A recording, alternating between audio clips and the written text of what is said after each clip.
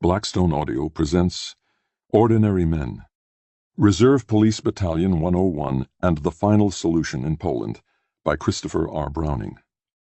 This book is read by Stefan Rudnicki. For Raoul Wilberg. Preface. In mid-March 1942, some 75 to 80% of all victims of the Holocaust were still alive, while 20 to 25% had perished. A mere 11 months later, in mid-February 1943, the percentages were exactly the reverse. At the core of the Holocaust was a short, intense wave of mass murder. The center of gravity of this mass murder was Poland, where in March 1942, despite 2.5 years of terrible hardship, deprivation, and persecution, every major Jewish community was still intact, and where 11 months later, only the remnants of Polish Jewry survived in a few rump ghettos and labor camps. In short, the German attack on the Jews of Poland was not a gradual or incremental program stretched over a long period of time, but a veritable blitzkrieg, a massive offensive requiring the mobilization of large numbers of shock troops. This offensive, moreover, came just when the German war effort in Russia hung in the balance, a time period that opened with the renewed German thrust toward the Crimea and the Caucasus, and closed with the disastrous defeat at Stalingrad. If the German military offensive of 1942 was ultimately a failure, the blitzkrieg against the Jews, especially in Poland, was not. We have long known how the Jews in the major ghettos, especially Warsaw and Łódź, were murdered. But most Polish Jews lived in smaller cities and towns whose populations were often more than 30% Jewish, and in some cases even 80 or 90%. How had the Germans organized and carried out the destruction of this widespread Jewish population? And where had they found the manpower during this pivotal year of the war for such an astounding logistical achievement in mass murder?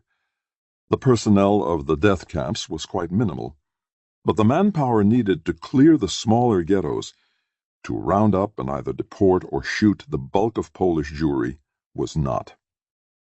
My search for the answers to these questions led me to the town of Ludwigsburg, near Stuttgart. Here is located the Central Agency for the State Administration of Justice, Zentrale Stelle der Landesjustizverwaltungen, the Federal Republic of Germany's office for coordinating the investigation of Nazi crimes. I was working through their extensive collection of indictments and judgments for virtually every German trial of Nazi crimes committed against Jews of Poland, when I first encountered the indictment concerning Reserve Police Battalion 101, a unit of the German Order Police.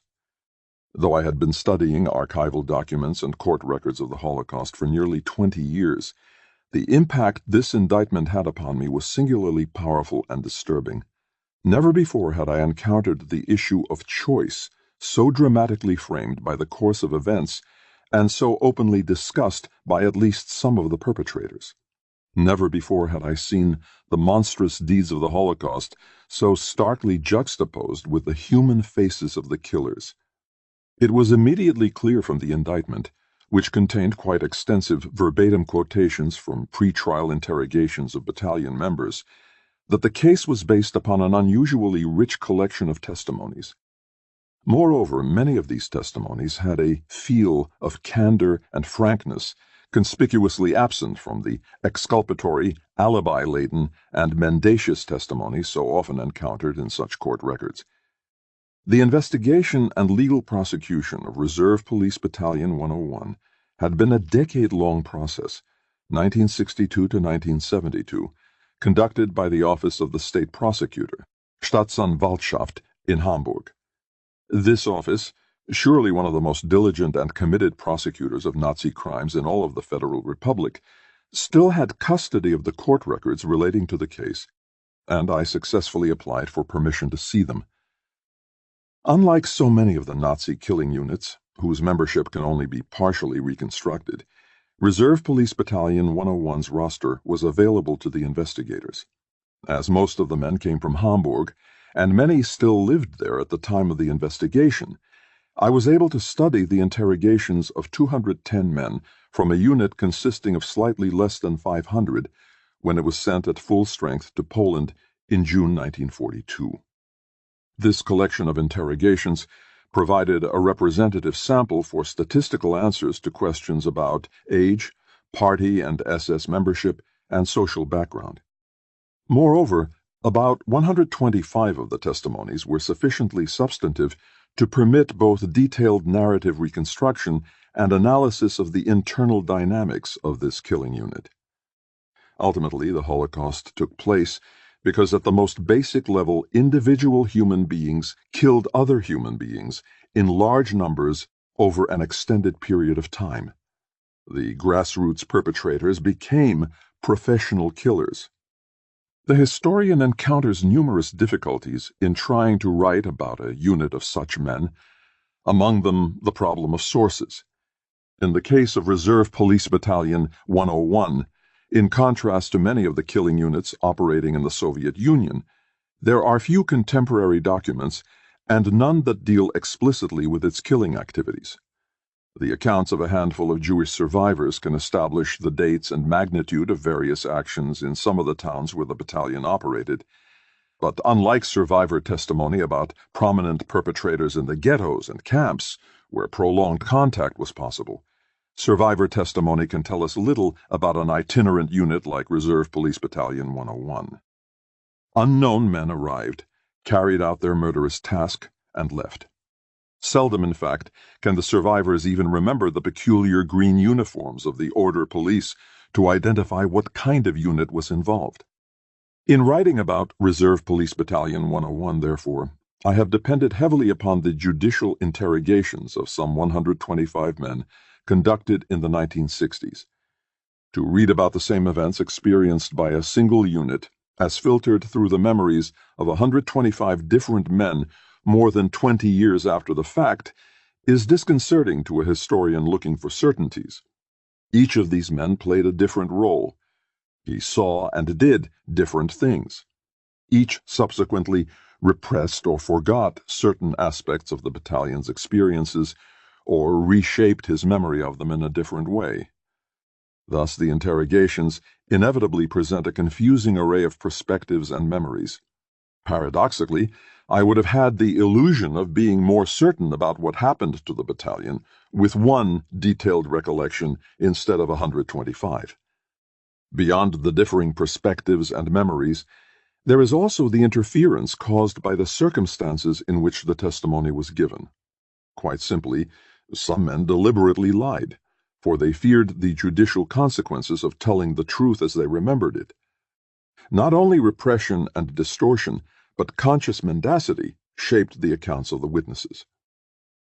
Furthermore, the interrogators asked questions pertinent to their task of collecting evidence for specific indictable crimes committed by particular people, but did not systematically investigate the broader, often more impressionistic and subjective facets of the policeman's experience that are important to the historian, if not to the lawyer. As with any use of multiple sources, the many accounts and perspectives had to be sifted and weighed. The reliability of each witness had to be assessed. Much of the testimony had to be partially or totally dismissed in favor of conflicting testimony that was accepted. Many of these judgments were both straightforward and obvious, but others were quite difficult, and as self-conscious as I have tried to be, at times I undoubtedly made purely instinctive judgments without even being aware of it. Other historians looking at the same materials would retell these events in somewhat different ways. In recent decades, the historical profession in general has been increasingly concerned with writing history from the bottom up, with reconstructing the experiences of the bulk of the population ignored in the history of high politics and high culture hitherto so dominant. In Germany in particular, this trend has culminated in the practice of Alltagsgeschichte, the history of everyday life, achieved through a thick description of the common experience of ordinary people. When such an approach has been applied to the era of the Third Reich, however, some have criticized it as an evasion, a way to shift attention from the unparalleled horrors of the Nazi regime's genocidal policies to those mundane aspects of life that continued relatively undisturbed. Thus, the very attempt to write a case study or microhistory of a single battalion might seem undesirable to some. As a methodology, however, the history of everyday life is neutral. It becomes an evasion, an attempt to normalize the Third Reich, only if it fails to confront the degree to which the criminal policies of the regime inescapably permeated everyday existence under the Nazis. Particularly for the German occupiers stationed in the conquered lands of Eastern Europe, literally tens of thousands of men from all walks of life, the mass murder policies of the regime were not aberrational or exceptional events that scarcely ruffled the surface of everyday life. As the story of Reserve Police Battalion 101 demonstrates, mass murder and routine had become one. Normality itself had become exceedingly abnormal. Another possible objection to this kind of study concerns the degree of empathy for the perpetrators that is inherent in trying to understand them. Clearly, the writing of such a history requires the rejection of demonization. The policemen in the battalion who carried out the massacres and deportations, like the much smaller number who refused or evaded, were human beings. I must recognize that in the same situation, I could have been either a killer or an evader. Both were human, if I want to understand and explain the behavior of both as best I can.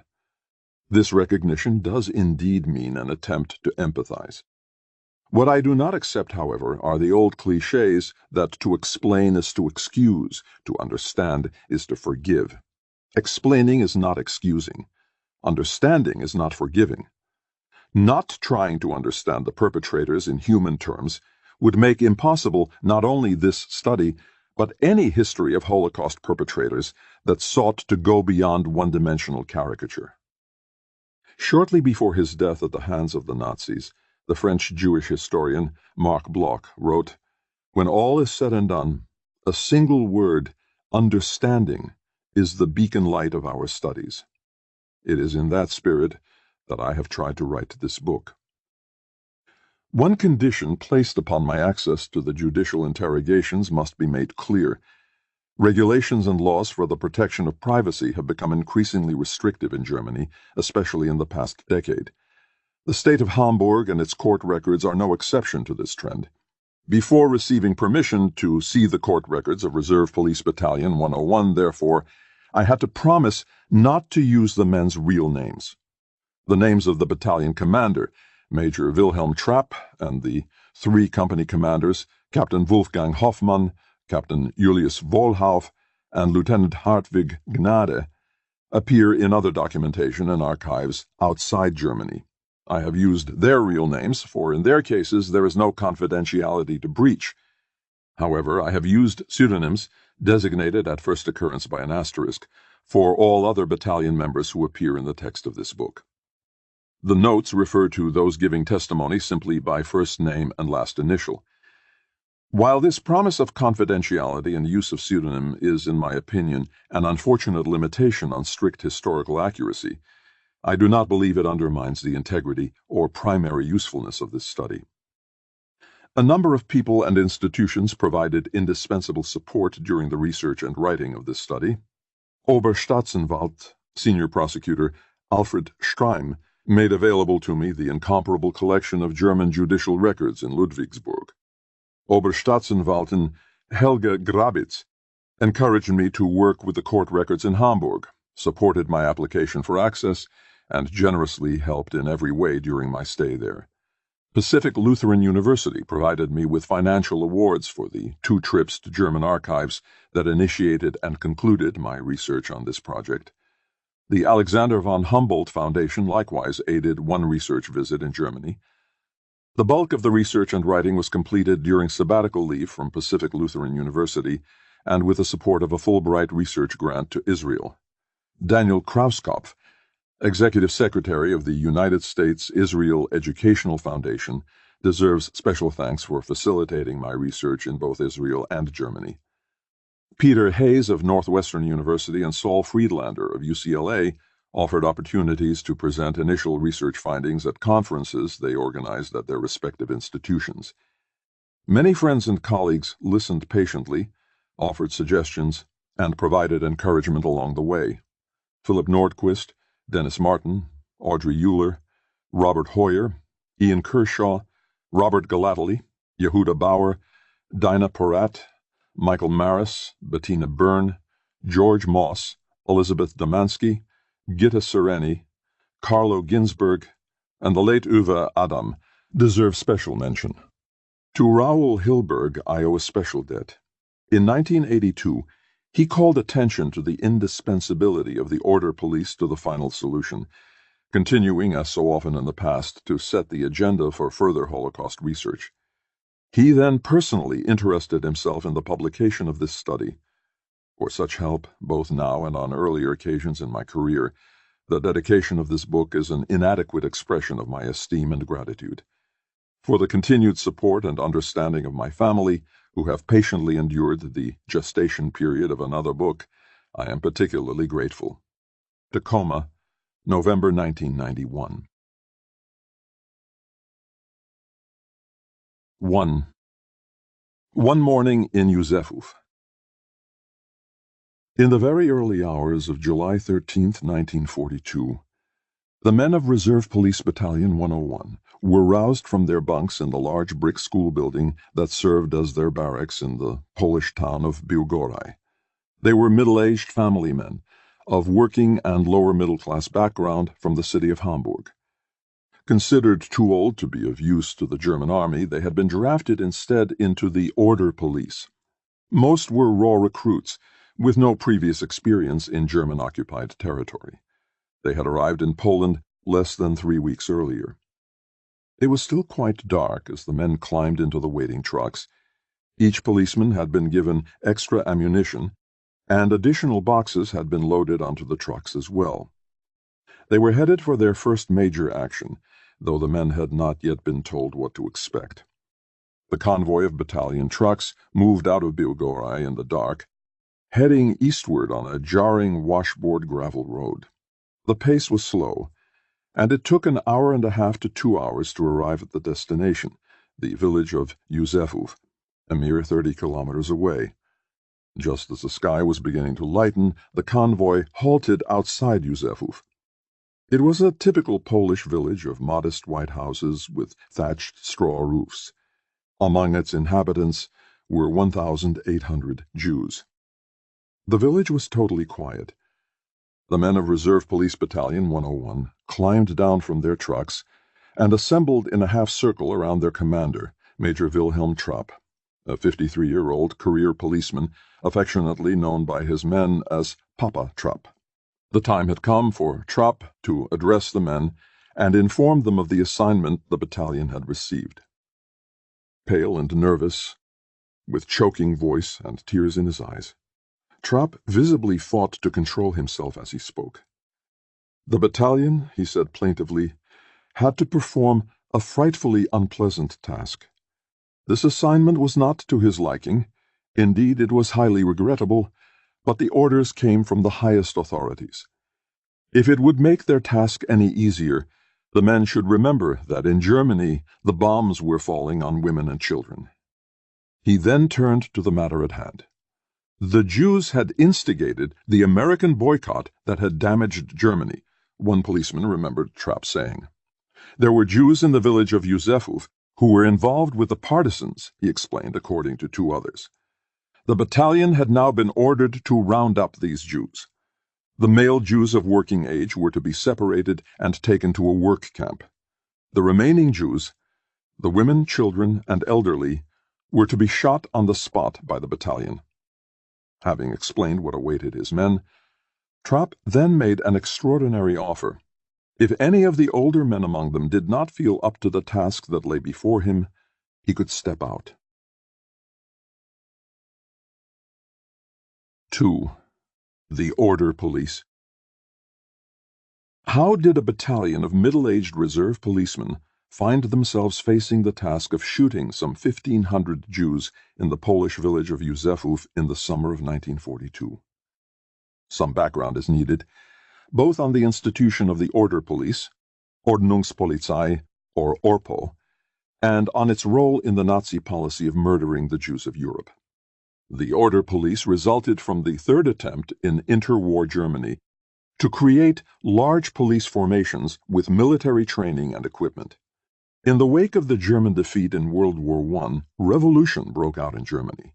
As the army dissolved, military officers and government officials, fearful of being swept away by revolutionary forces, organized counter-revolutionary paramilitary units known as the Freikorps.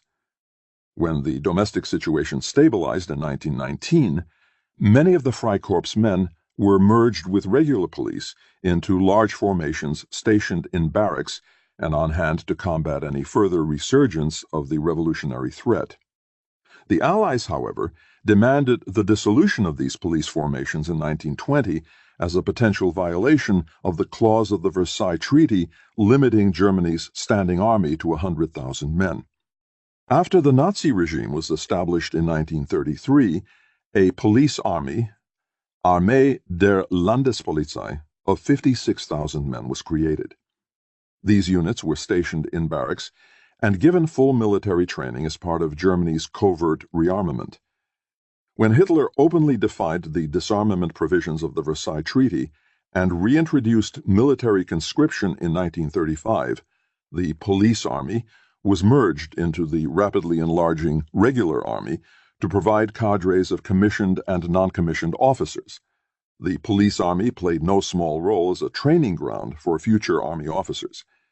As of 1942, no fewer than 97 generals in the German army had previously served in the police army of 1933 to 35. The preservation of large military formations within the police had to await the appointment of Heinrich Himmler, already head of the SS, as chief of German police in 1936, with jurisdiction over all police units in the Third Reich. Himmler divided the various German police into two branches, each under a main office in Berlin. Under the security police, Sicherheitspolizei main office of Reinhard Heydrich, were the notorious secret state police, Geheime Staatspolizei or Gestapo, to combat the regime's political enemies, and the criminal police, Kriminalpolizei or Kripo, which was basically a detective force for non-political crimes. The second branch of the police was the Order Police main office under Kurt Daluge. Daluge had charge of the city or municipal police, Schutzpolizei or Schupo, the rural police, equivalent perhaps to county troopers, Gendarmerie, and the small town or community police, Gemeindepolizei. By 1938, Daluge had over 62,000 policemen under his jurisdiction. Nearly 9,000 of them were organized into police companies called Polizeihundertschaften of 108 men each. In each of 10 cities in Germany, 3 police companies were brought together into yet larger police training units, Polizeiausbildungsabteilungen. In 1938 and 1939, the Order Police expanded rapidly as the increasing threat of war gave prospective recruits a further inducement. If they enlisted in the Order Police, the new young policemen were exempted from conscription into the Army.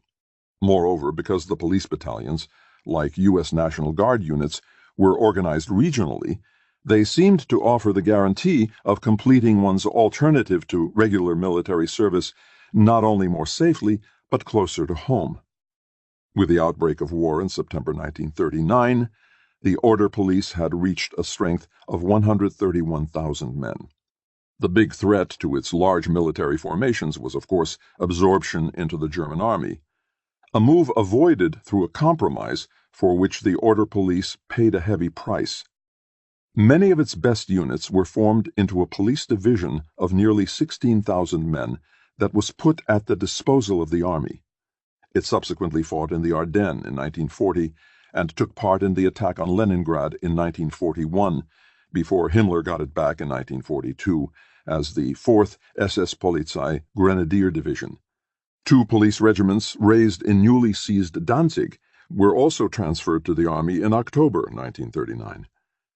Finally, the Order Police provided over 8,000 men for the Army's military police, or Feldgendarmerie. In return, the other draft-age men of the Order Police remained exempt from military conscription. To replenish its ranks, the Order Police was allowed to recruit 26,000 young German men, 9,000 volunteers born between 1918 and 1920, and 17,000 volunteers born between 1909 and 1912, as well as 6,000 so-called ethnic Germans, or Volksdeutsche, who had lived outside Germany prior to 1939. In addition, the Order Police received authorization to conscript 91,500 reservists born between 1901 and 1909, an age group not as yet subject to the military draft. Order Police conscription was gradually extended to still older men, and by mid-1940, the size of the Order Police had grown to 244,500. The Order Police had scarcely been taken into account in pre-war mobilization plans, and little thought had been given to its possible wartime use, but Germany's military success and rapid expansion quickly created the need for more occupation forces behind the lines. With the outbreak of war, 21 police battalions of approximately 500 men each were formed from the various police companies and training units in Germany. 13 of them were attached to the armies invading Poland. They were subsequently involved in rounding up Polish soldiers cut off behind the advancing lines, collecting weapons and military equipment abandoned by the retreating Poles, and providing other services to secure the rear areas. The number of police battalions rapidly expanded to 101 by mid-1940, as the 26,000 new young recruits and many of the older drafted reservists were formed into battalion units as well. 13 battalions were stationed in German-occupied central Poland, known as the General Government, and 7 were stationed in the western Polish territories annexed to the Third Reich, the incorporated territories. 10 were stationed in the occupied Czech lands of Bohemia and Moravia, known as the Protectorate. In addition, 6 battalions were stationed in Norway and 4 in the Netherlands. The Order Police were quickly becoming an essential source of manpower for holding down German-occupied Europe. The new battalions were created in 2 ways. First, to provide the necessary cadres of non-commissioned officers, career policemen, and pre-war volunteers from the initial battalions that went into Poland in 1939 were promoted and distributed to the newly formed units, whose ranks were filled with older drafted reservists. These battalions were designated Reserve Police Battalions.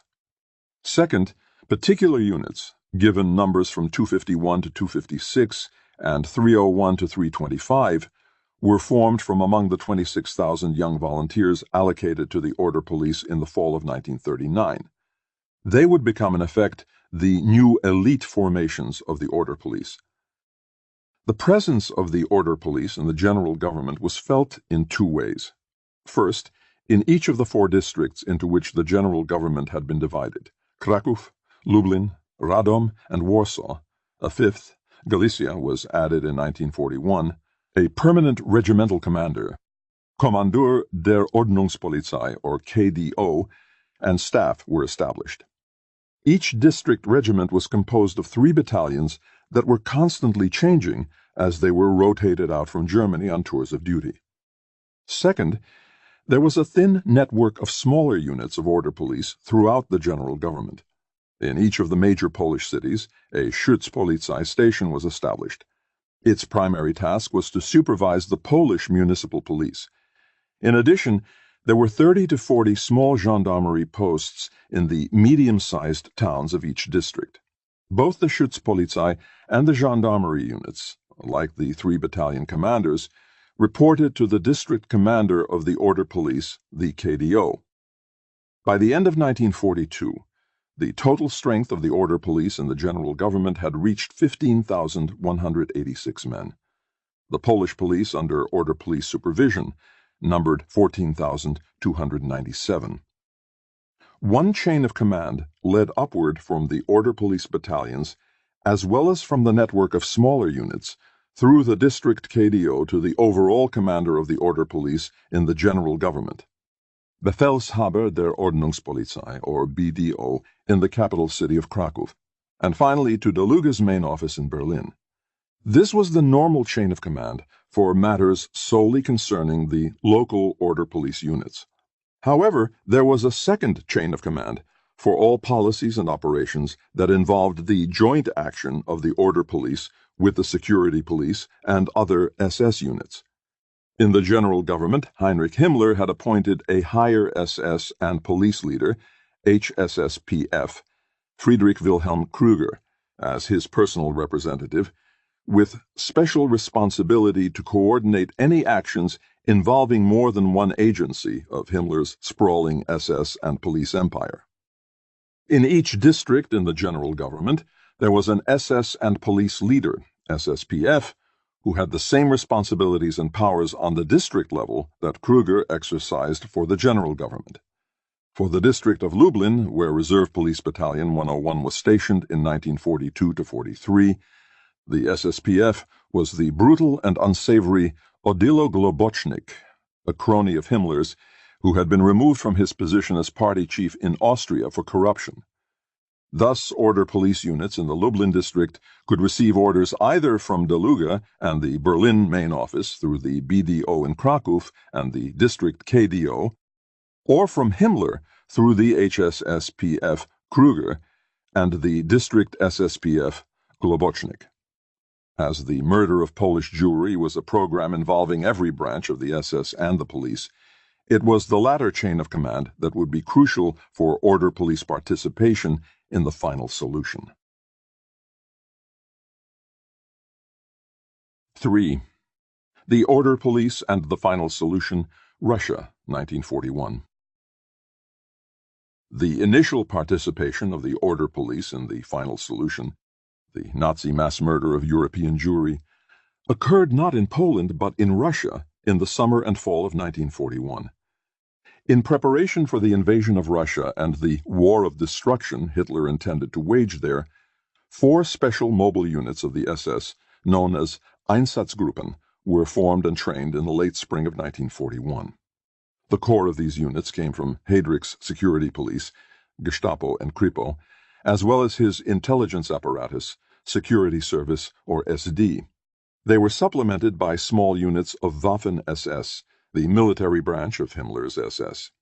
In addition, however, the 3 companies of Order Police Battalion 9 were distributed to 3 of the 4 Einsatzgruppen. Order Police members thus constituted about 500 of the total of 3,000 men assigned to the 4 Einsatzgruppen. The Einsatzgruppen were only the thin cutting edge of German units that became involved in political and racial mass murder in Russia. In early July, a 5th ad hoc Einsatzgruppe, made up of personnel from the security police and the general government, was sent into Russia. Most of these men became the permanent security police force in the areas of the 1939-41 Soviet occupation zone in former eastern Poland, while the original 4 Einsatzgruppen pressed deep into Russia behind the advancing German armies. For the occupation of Russia, Himmler had appointed 3 higher SS and police leaders for the northern, central, and southern regions respectively. These men were in charge of coordinating all SS operations in occupied Russia. In the euphoric days of mid-July 1941, when ultimate victory seemed in sight after Germany's stupendous initial military successes, Hitler ordered the intensification of the pacification program behind the advancing German lines. On July 16th, he announced that Germany would never withdraw from its newly won territories in the east. Instead, he would create there a Garden of Eden, taking all necessary measures to accomplish this. It was fortunate that Stalin had given the order for partisan warfare, Hitler said, because it gives us the opportunity to exterminate anyone who is hostile to us. Naturally, the vast area must be pacified as quickly as possible. This will happen best through shooting anyone who even looks askance at us. Himmler was not slow to respond to such exhortations from his master. Within a week, he had reinforced HSSPF Central Erich von dem Bach-Zelewski and HSSPF South Friedrich Jeckeln with an additional SS brigade each, thus adding more than 11,000 men to the SS murder campaign. Moreover, at least 11 police battalions, 9 of them 300 level and thus composed of recent young volunteers, were distributed among the 3 HSSPFs in Russia, adding another 5,500 order police to the 500 already assigned to the Einsatzgruppen. Between late July and mid-August, Himmler toured the Eastern Front, personally urging his men to carry out the mass murder of Russian Jewry. But the order police actually inaugurated their murderous career in Russia before this massive buildup in the later part of July. The site was the nearly half-Jewish city of Bialystok. On the eve of the German invasion of Russia, dubbed Operation Barbarossa, Major Weiss of Police Battalion 309 met with his company commanders. As in every other unit of the German army and police moving into Russia, he disclosed several orders that were to be passed on to the men verbally.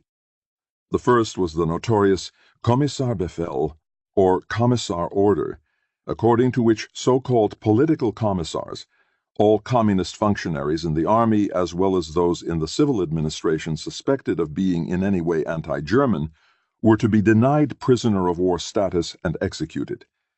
The second order was the Barbarossa Decree, which removed the actions of German soldiers toward Russian civilians from the jurisdiction of military courts and explicitly approved collective reprisal against entire villages. It was in fact a shooting license against Russian civilians. Major Weiss then went further. The war, he said, was a war against Jews and Bolsheviks, and he wanted it understood that the battalion should proceed ruthlessly against Jews. In his view, the meaning of the Führer's orders was that the Jews, regardless of age or sex, were to be destroyed. After entering the city of Bialystok, Major Weiss, on June 27th, ordered his battalion to comb the Jewish quarter and seize male Jews, but he did not specify what was to be done with them. That was apparently left to the initiative of the company captains, who had been oriented to his way of thinking in the pre-invasion meeting. The action began as a pogrom, beating, humiliation, beard-burning, and shooting at will as the policemen drove Jews to the marketplace or synagogue. When several Jewish leaders appeared at the headquarters of the 221st Security Division of General Pflugbeil and knelt at his feet begging for army protection, one member of Police Battalion 309 unzipped his fly and urinated on them while the general turned his back. What started as a pogrom quickly escalated into more systematic mass murder. Jews collected at the marketplace were taken to a park, lined up against a wall, and shot. The killing lasted until dark. At the synagogue, where at least 700 Jews had been collected, gasoline was poured at the entryways. A grenade was tossed into the building, igniting a fire. Police shot anyone trying to escape. The fire spread to nearby houses in which Jews were hiding, and they too were burned alive. The next day, 30 wagon loads of corpses were taken to a mass grave.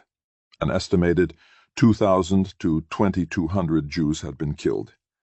When General Pflugbeil sent a messenger to Major Weiss to inquire about the fire, the major was found drunk. He claimed to know nothing about what was happening. Weiss and his officers subsequently submitted a false report of the events to Pflugbeil.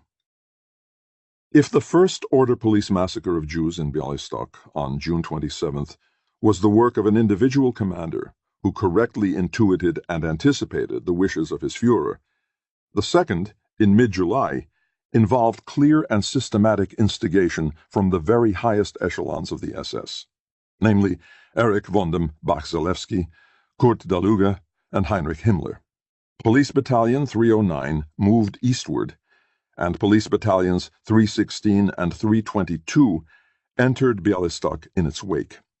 The official daily record or war diary, Kriegstagebuch, and various reports and orders of Police Battalion 322 are among the rare surviving order police documents that have reached the West from Soviet archives.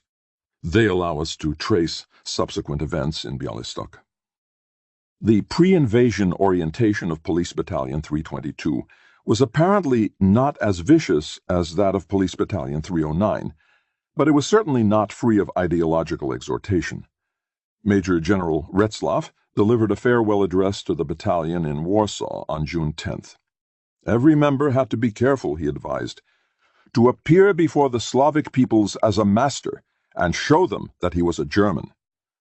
Before leaving for Russia on July 2nd, the men were informed that any political commissar was to be shot and that they had to be tough, determined, and ruthless. The battalion arrived in Białystok on July 5th, and 2 days later was ordered to carry out a thorough search of the city for Bolshevik commissars and communists. The War Diary entry of the following day makes clear what this meant: a search of the Jewish quarter, allegedly for plunder seized by Jews before the German arrival.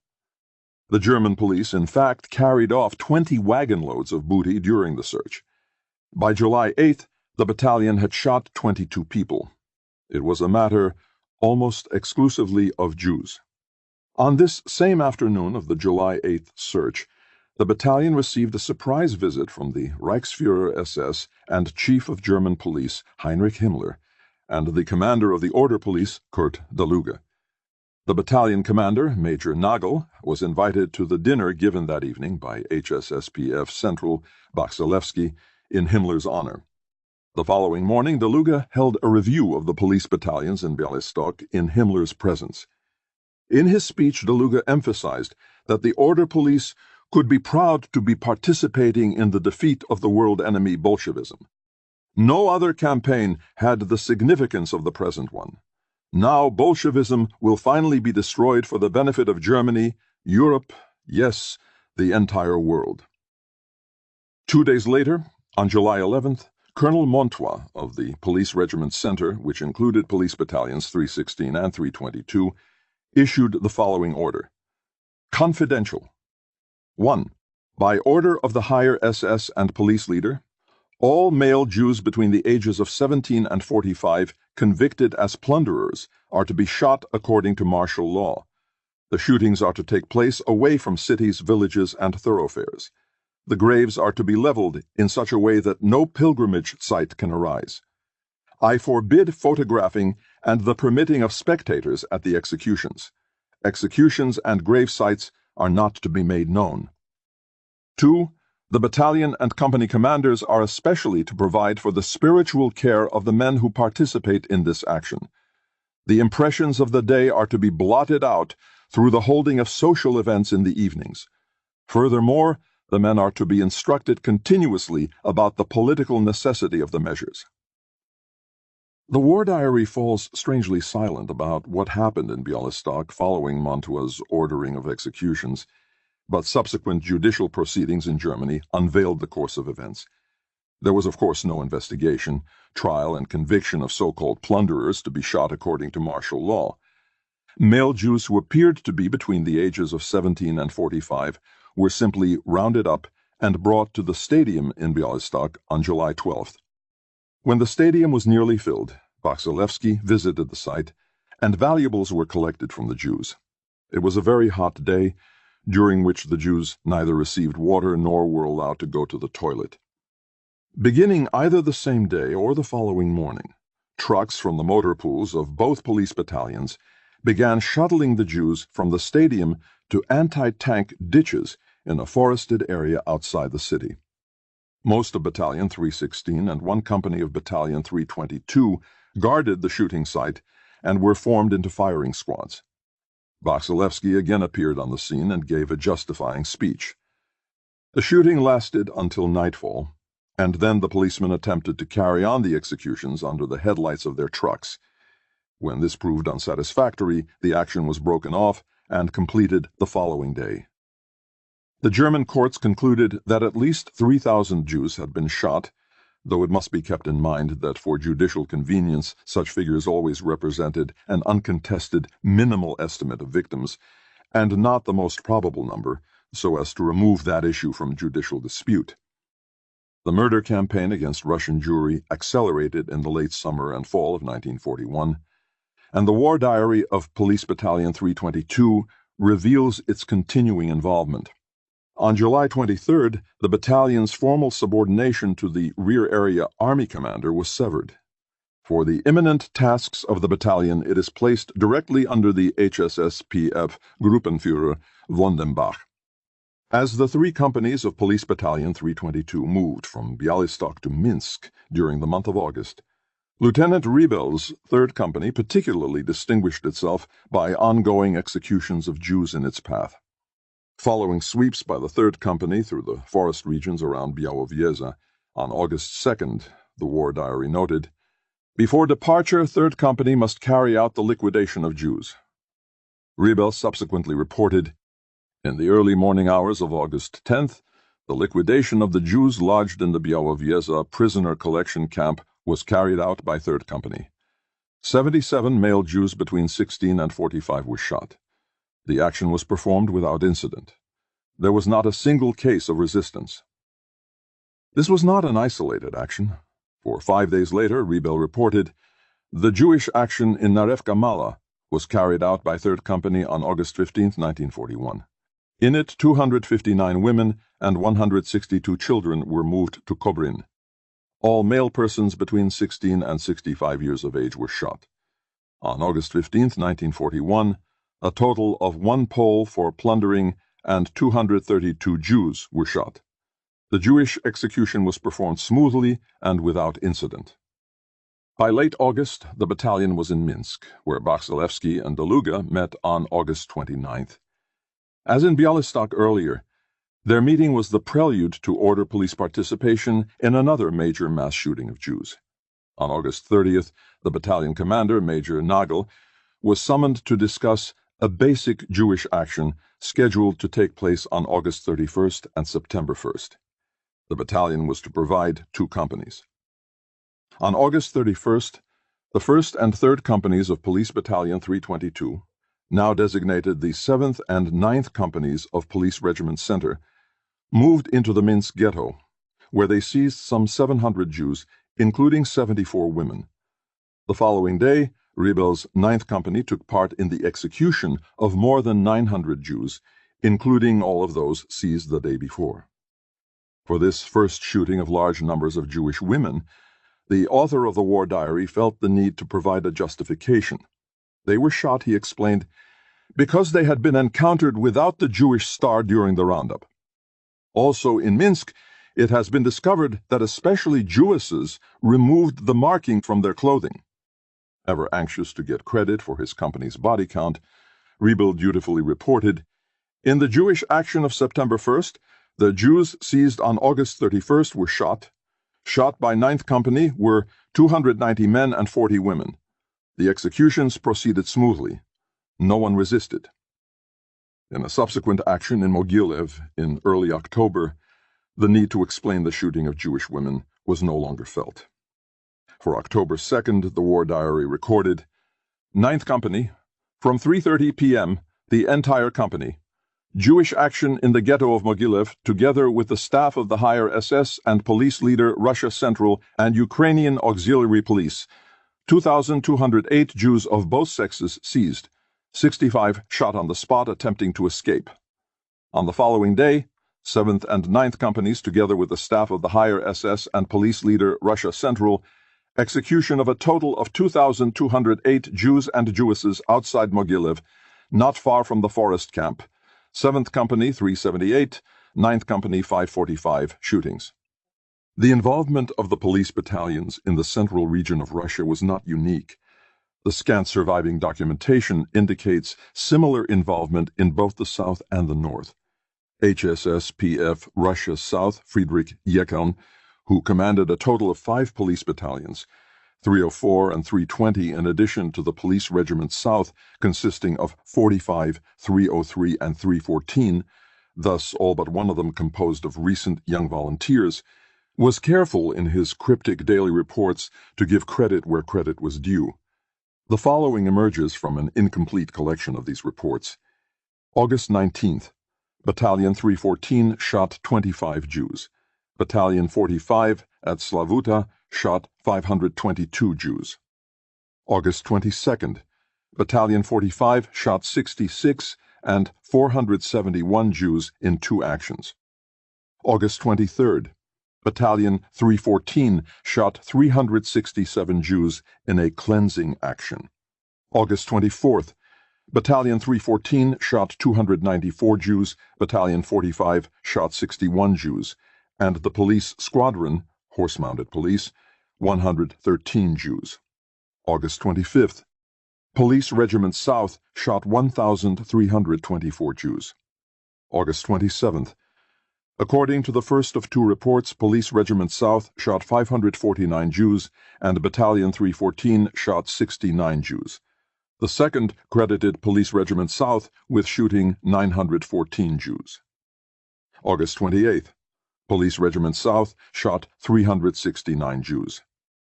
August 29th, Battalion 320 provided the cordon while the staff company of the HSS PF shot 15,000 Jews at Kamenets-Podolsky on August 26th to 27th and another 7,000 on August 28th. August 31st, Battalion 320 shot 2,200 Jews in Minkovci. September 1st, Police Regiment South shot 88 Jews. September 2nd, Police Regiment South shot 45 Jews. Battalion 320 shot 380. September 4th, Police Regiment South shot 4,144 Jews. September 6th, Police Regiment South shot 144 Jews. September 11th, Police Regiment South shot 1,548 Jews. September 12th, Police Regiment South shot 1,255 Jews. October 5th, Police Battalion 304 shot 305 Jews. Post-war judicial interrogations in the Federal Republic of Germany, stemming from this scant documentation, uncovered further information about the murderous swath police battalions 45 and 314 cut across the Soviet Union in the fall of 1941. Police Battalion 45 had reached the Ukrainian town of Shepotovka on July 24th when its commander, Major Besser, was summoned by the head of Police Regiment South, Colonel Franz. Franz told Besser that by order of Himmler, the Jews in Russia were to be destroyed, and his Police Battalion 45 was to take part in this task. Within days, the battalion had massacred the several hundred remaining Jews of Shepotovka, including women and children. 3-figure massacres in various Ukrainian towns followed in August. In September, the battalion provided cordon, escort, and shooters for the execution of thousands of Jews in Berdichev and Vinnytsia. The battalion's brutal activities climaxed in Kiev on September 29th and 30th, when the policemen again provided cordon, escort, and shooters for the murder of over 33,000 Jews in the ravine of Babi Yar. The battalion continued to carry out smaller executions, Korol, Kremenchug, Poltava, until the end of the year. Police Battalion 314 also began with relatively small 3-figure massacres starting on July 22nd. It then joined Police Battalion 45 in the execution of several thousand Jews in Vinnytsia in September 1941 and shot 7,000 to 8,000 Jews in Dnipropetrovsk on October 10th through 14th. The last shooting uncovered in the investigation dated to late January 1942 in Kharkov. The documentation from southern Russia provides a sketchy overview of the broad and continuous participation of order police units in the mass shootings of Jews, but it lacks detail. The documentation for northern Russia is just the opposite. Here we have no overview, but we do have one extraordinarily vivid description of an operation by Police Battalion 11, which had been stationed in the Kovno region since early July 1941. Its 3rd Company charged with guarding the Kovno ghetto. In mid-October, the battalion commander was sent to Minsk with 2 companies of Battalion 11 and 2 companies of Lithuanian Auxiliary Police. The operations officer of the 707th Security Division gave the policemen their first task, which they later claimed to be the first of only 2 such actions: the execution of all Jews in the village of Smolevichi, east of Minsk, as an alleged deterrent and warning to the civilian population not to help the partisans. The battalion commander claimed that he protested, but was merely told by the operations officer and division commander that the German police could provide the cordon and leave the shooting to the Lithuanians. The massacre of the Smolevici Jews was carried out as ordered.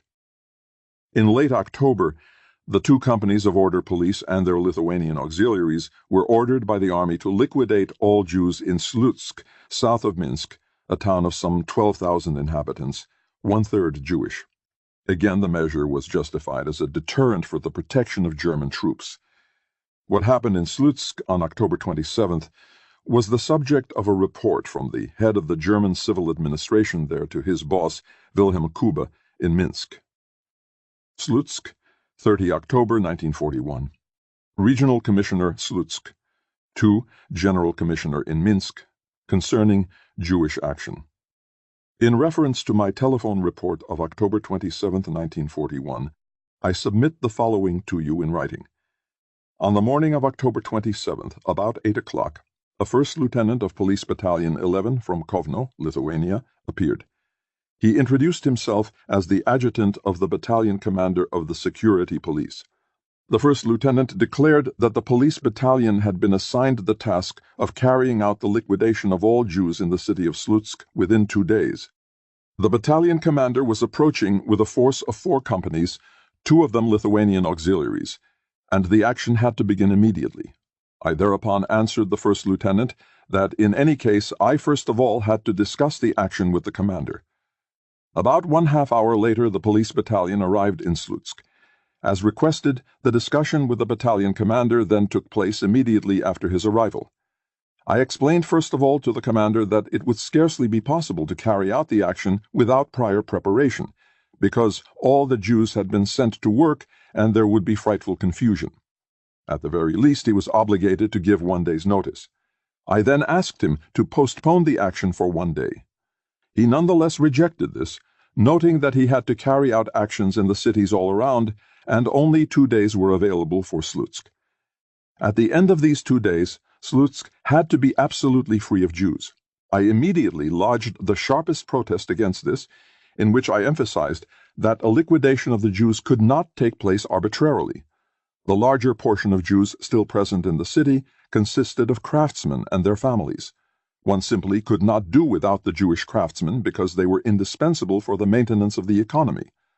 Furthermore, I referred to the fact that White Russian craftsmen were, so to say, utterly unavailable, that therefore all vital enterprises would be paralyzed with a single blow if all Jews were liquidated. At the conclusion of our discussion, I mentioned that the craftsmen and specialists, insofar as they were indispensable, had identification on hand, and that these Jews were not to be taken out of the workshops. It was further agreed that all Jews still in the city, especially the craftsmen's families, whom I also did not want to have liquidated, should first of all be brought to the ghetto for the purpose of sorting. 2 of my officials were to be authorized to carry out the sorting. The commander in no way opposed my position, so in good faith I believed that the action would therefore be carried out accordingly. Several hours after the action began, the greatest difficulties were already becoming apparent. I discovered that the commander was not at all abiding by our arrangement. Contrary to the agreement, all Jews without exception were being taken from the factories and workshops and sent off. A portion of the Jews were in any case taken through the ghetto, where many were grabbed and selected out by me, but most were loaded directly on trucks and without further ado liquidated outside the city. Shortly after noon, complaints were already coming from all sides that the workshops could no longer operate because all Jewish craftsmen had been removed. Because the commander had driven on to Baranovichi, I contacted the deputy commander, a captain, after a long search, and demanded that the action be immediately stopped because it was not taking place according to my instructions and the economic damage already inflicted could not be made good. The captain was very astonished by my viewpoint and explained that he had received instructions from the commander to make the city free of Jews without exception, as they had also done in other cities. The cleansing had to take place on political grounds, and nowhere had economic factors so far played a role. Upon my energetic interventions, he then nonetheless stopped the action toward evening. What else concerns this action, I must to my greatest regret emphasize, is last of all that it bordered on sadism. During the action, the city itself offered a horrible picture, with indescribable brutality, by the German policemen as well, but especially by the Lithuanians. The Jews and also White Russians were taken out of their lodgings and driven together. There was shooting everywhere in the city, and in the individual streets, bodies of Jews who had been shot piled up. The White Russians had the greatest difficulty in extricating themselves from the roundup. Aside from the fact that the Jews, among them also craftsmen, were brutally mistreated in a frightfully barbarous way before the eyes of the White Russians, the latter were likewise beaten with truncheons and clubs. One can no longer speak of a Jewish action. It appeared much more like a revolution. I and all my officials were in the midst of this all day without a break, in order to save what could still be saved. Repeatedly, I literally had to drive German police officials as well as Lithuanians out of the workshops with drawn revolver. My own gendarmes were given the same task, but because of the wild shooting often had to get off the streets in order not to be shot themselves. The entire scene was altogether more than ghastly. In the afternoon, a large number of horse-drawn carts without drivers stood around in the streets, so that I had to assign the city administration immediately to take care of them. Afterward, it turned out that they were Jewish wagons that had been assigned by the army to transport ammunition. The Jews had simply been taken down from the wagons and marched off, without anyone caring for the wagons. I was not present at the shootings outside the city, thus I can say nothing about the brutality. But it suffices when I emphasize that long after being thrown in the grave, some of those shot worked their way out again. Concerning the economic damage, I note that the tannery was most frightfully affected. 26 experts worked there. In one blow, 15 of the best specialists among them were shot. Another 4 jumped from the wagons while underway and escaped, while 7 avoided being seized through flight. 5 men worked in the wheelwright shop, 4 of whom were shot, and the shop must now be kept going with only 1 wheelwright. Still other craftsmen are missing, such as cabinet makers, smiths, etc. So far, it has not been possible for me to get a precise overview. As I already mentioned at the beginning, the families of the craftsmen were also supposed to have been spared. Today it appears, however, that in almost every family some people are missing. Reports come in from everywhere, from which it can be concluded that in some such families the craftsman himself, in others the wife, and in yet others the children are missing. Thus, almost all families have been torn apart. In these circumstances, it must be very doubtful if the remaining craftsmen are enthusiastic about their work and produce accordingly, the more so in that, at the moment, they are still walking around with faces beaten bloody on account of the brutality. The White Russians, whose full trust had been won, stood there aghast.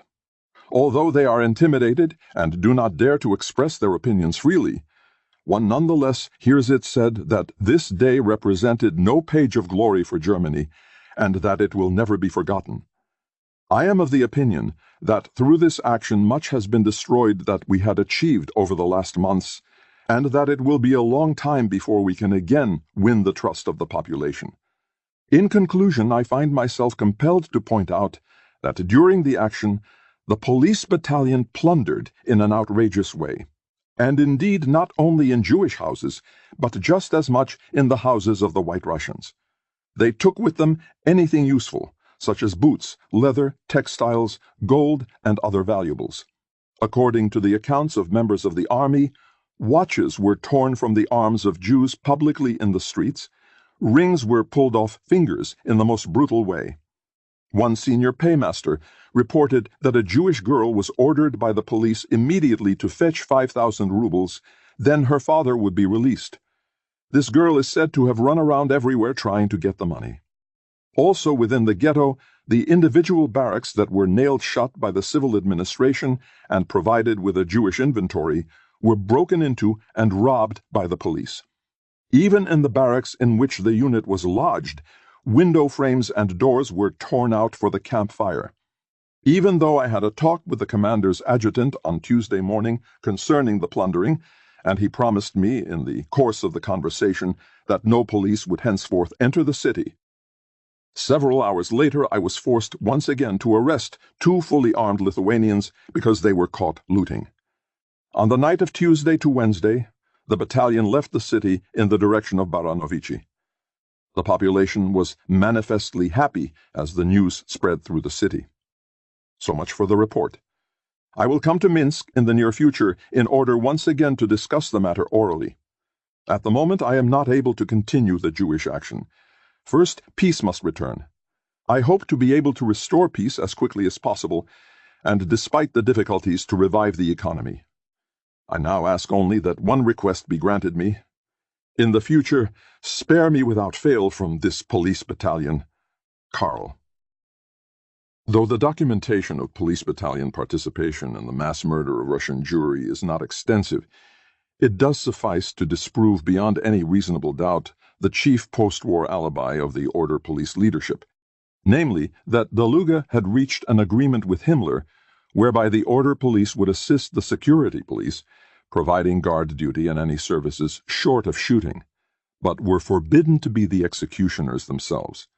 This alibi, akin to the post-war claim of the Waffen-SS that they were soldiers like any others and did not participate in the ideologically grounded programs of the rest of the SS, was successfully pleaded before at least one German court in the trial of Police Battalion 11.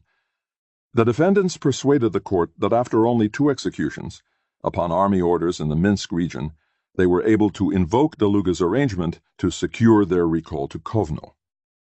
As the documentation shows, the direct participation of the Order Police in the mass executions of Russian Jews in the summer and fall of 1941 was pervasive, occurring within the jurisdictions of the northern, central, and southern HSSPFs, as well as in Bialystok.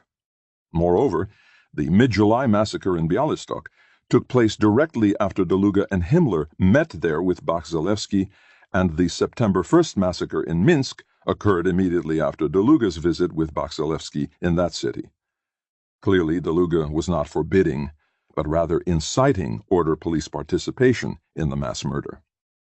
Order Police involvement in mass shootings in Russia after the fall of 1941 is not well documented, and in all probability was much less frequent.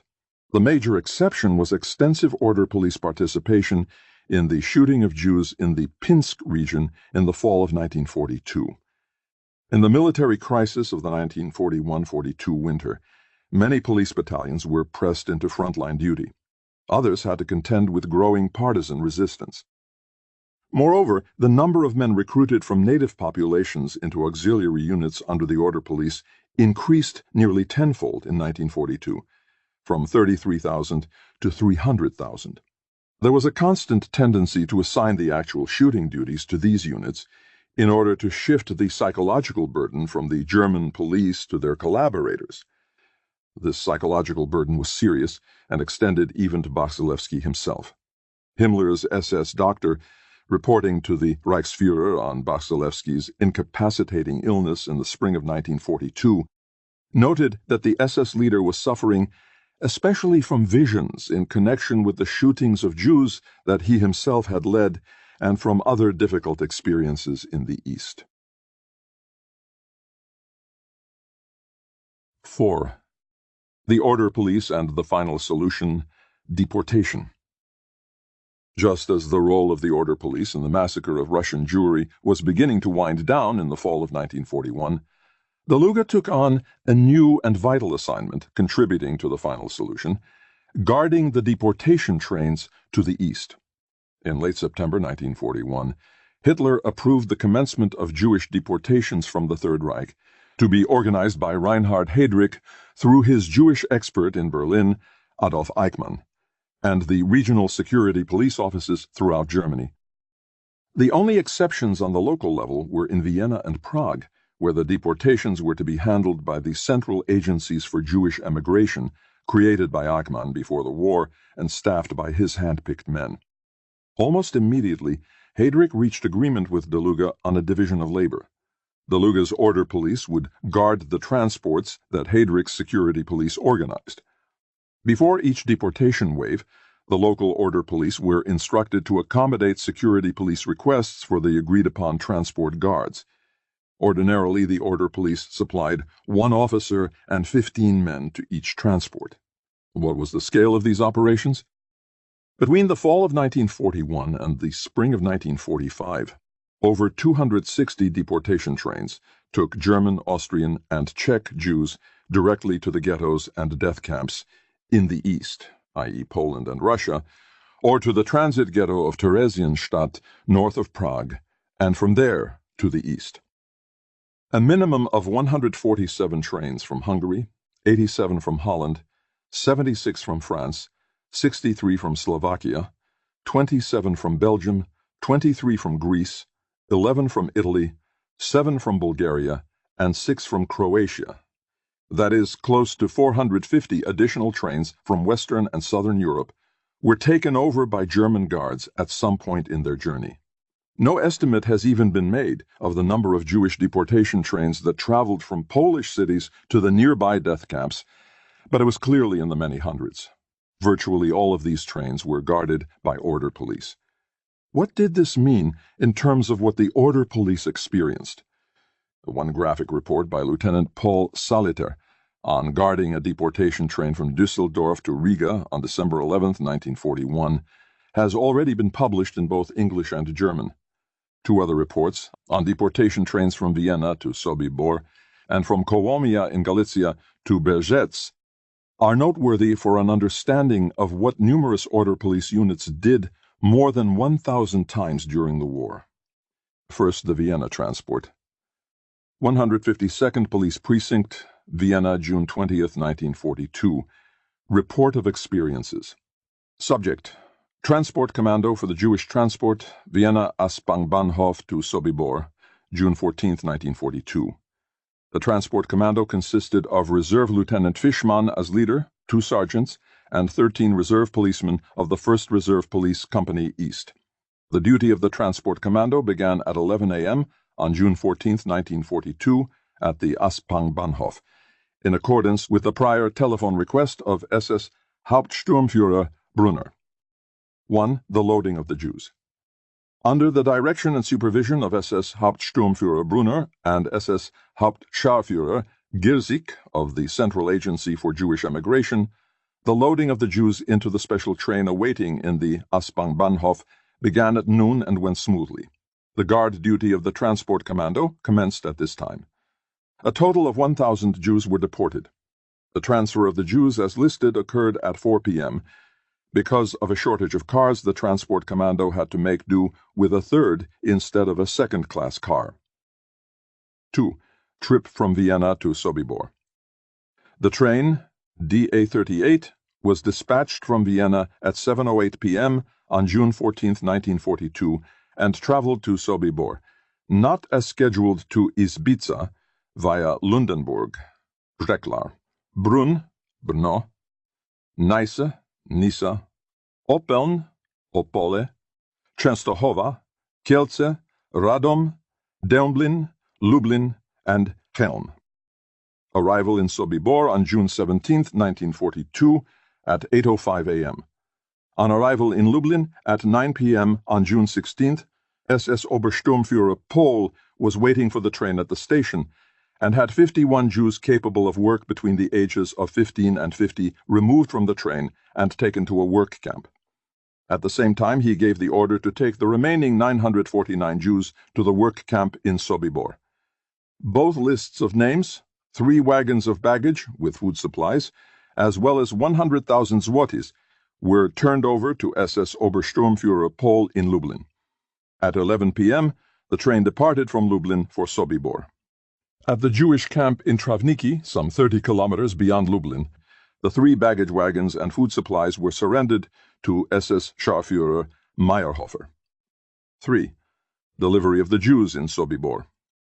At 8:15 a.m. on June 17th, the train drove into the work camp next to the Sobibor train station, where the camp commandant, First Lieutenant Stangl, took delivery of the 949 Jews.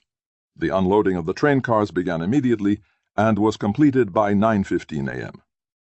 4. Trip from Sobibor to Vienna. The return trip in the special train began about 10 a.m., immediately after the completion of the unloading of the Jews from Sobibor to Lublin, where we arrived at 2:30 a.m. on June 18th. No travel expenses were paid for this train. The trip continued from Lublin at 8:13 a.m. on June 18th by regularly scheduled express train to Krakow, where we arrived at 5:30 p.m. on the same day. In Krakow, we billeted with the 3rd Company of Reserve Police Battalion 74. On June 19th, this company handed out 1 day's rations to each of the 16 men. From Krakow, the return trip was again continued on a regularly scheduled express train at 8:08 p.m. on June 19th. Arrival in Vienna East train station at 6:30 a.m. on June 20th. 5. The Transport Commando stopover in Krakow. The stopover of the Transport Commando in Krakow lasted 26.5 hours. 6. Crossing the border. The special train crossed the border between the Reich and the General Government on the outward journey on June 15th at 1:45 p.m., the regularly scheduled express train on the return trip at 12:15 a.m. on June 20th. 7. Provisions. The men of the Transport Commando were provided with cold rations for 4 days. This consisted of sausage, bread, marmalade, and butter, but was nonetheless not sufficient. In Krakow, the daily ration of the 3rd Company of Reserve Battalion 74 was good and sufficient. 8. Suggestions. In future, it will be necessary to provide the men of the Transport Commando with marching rations, because the cold rations do not keep in the summer months. The sausage, it was a soft sausage, was already opened and cut up when handed out on June 15th, and had to be consumed no later than the 3rd day because of the danger of spoiling. On the 4th day, the men had to be satisfied with marmalade, because the butter was also already rancid due to the tremendous heat in the train car. The size of the ration was also rather meager. 9. Incidents. No incidents occurred either on the outward journey, the stopovers in the train stations, or the return trip. Signed Fischmann, Precinct Lieutenant of the Schutzpolizei. The deportation of largely unsuspecting Viennese Jews, most of them elderly and or female, passed with so little incident that Lieutenant Fischmann could concentrate on the hardships of a 3rd rather than 2nd-class car, insufficient rations, and the summer heat that spoiled his butter. No mention, of course, was made of what the incarcerated Jews, without food or water, must have been suffering in the closed cattle cars during the 61-hour journey.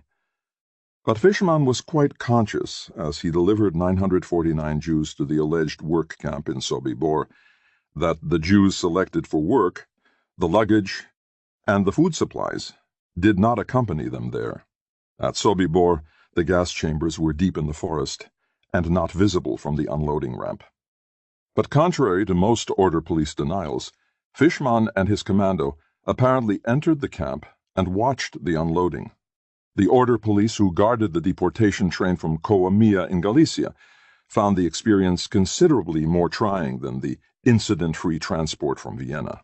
Indeed, in Galicia, where the Jews had been subjected to open-air massacres in the summer and fall of 1941, and to a first wave of deportations in the spring of 1942, the resumption of deportations in August 1942 clearly no longer entailed an unknown fate for many of the victims. In mid-September 1942, an order police captain of Reserve Police Battalion 133 in Police Regiment 24 reported on the experiences of 1 week of deportation operations. 7. Pol 24, Lemberg, Lwów, September 14, 1942. 2. Commander of the Order Police in the District of Galicia, Lemberg. Subject, Jewish resettlement. After carrying out Jewish resettlement actions on the 3rd and 5th of September in Skole, Strych, and Kodorov, for which Captain of the Schutzpolizei Kröpelin was in charge of the order police involved, and which has already been reported in detail, the 7th Company of the 24th Police Regiment arrived as ordered in Coamia on the evening of September 6th. I immediately contacted Kriminalkommissar and SS Obersturmführer Leitmaritz, head of the branch office of the security police in Coamia, and First Lieutenant Hertel of the Schutzpolizei station in Kołomija. Contrary to the experience in Stryj, the action plan for September 7th in Kołomija was well prepared and made easy for all units involved. The Jews had been informed by the above-mentioned agencies and the Labor Office to gather at the collection point of the Labor Office for registration on September 7th at 5:30 a.m. Some 5,300 Jews were actually assembled there at the appointed time. With all the manpower of my company, I sealed the Jewish quarter and searched thoroughly, whereby some 600 additional Jews were hunted down. The loading of the transport train was completed about 7 p.m. After the security police released some 1,000 from the total rounded up, 4,769 Jews were resettled. Each car of the transport was loaded with 100 Jews. The great heat prevailing that day made the entire action very difficult and greatly impeded the transport. After the regular nailing up and sealing of all cars, the transport train got underway to Berzec about 9 p.m., with a guard of 1 officer and 9 men. With the coming of deep darkness in the night, many Jews escaped by squeezing through the air holes after removing the barbed wire.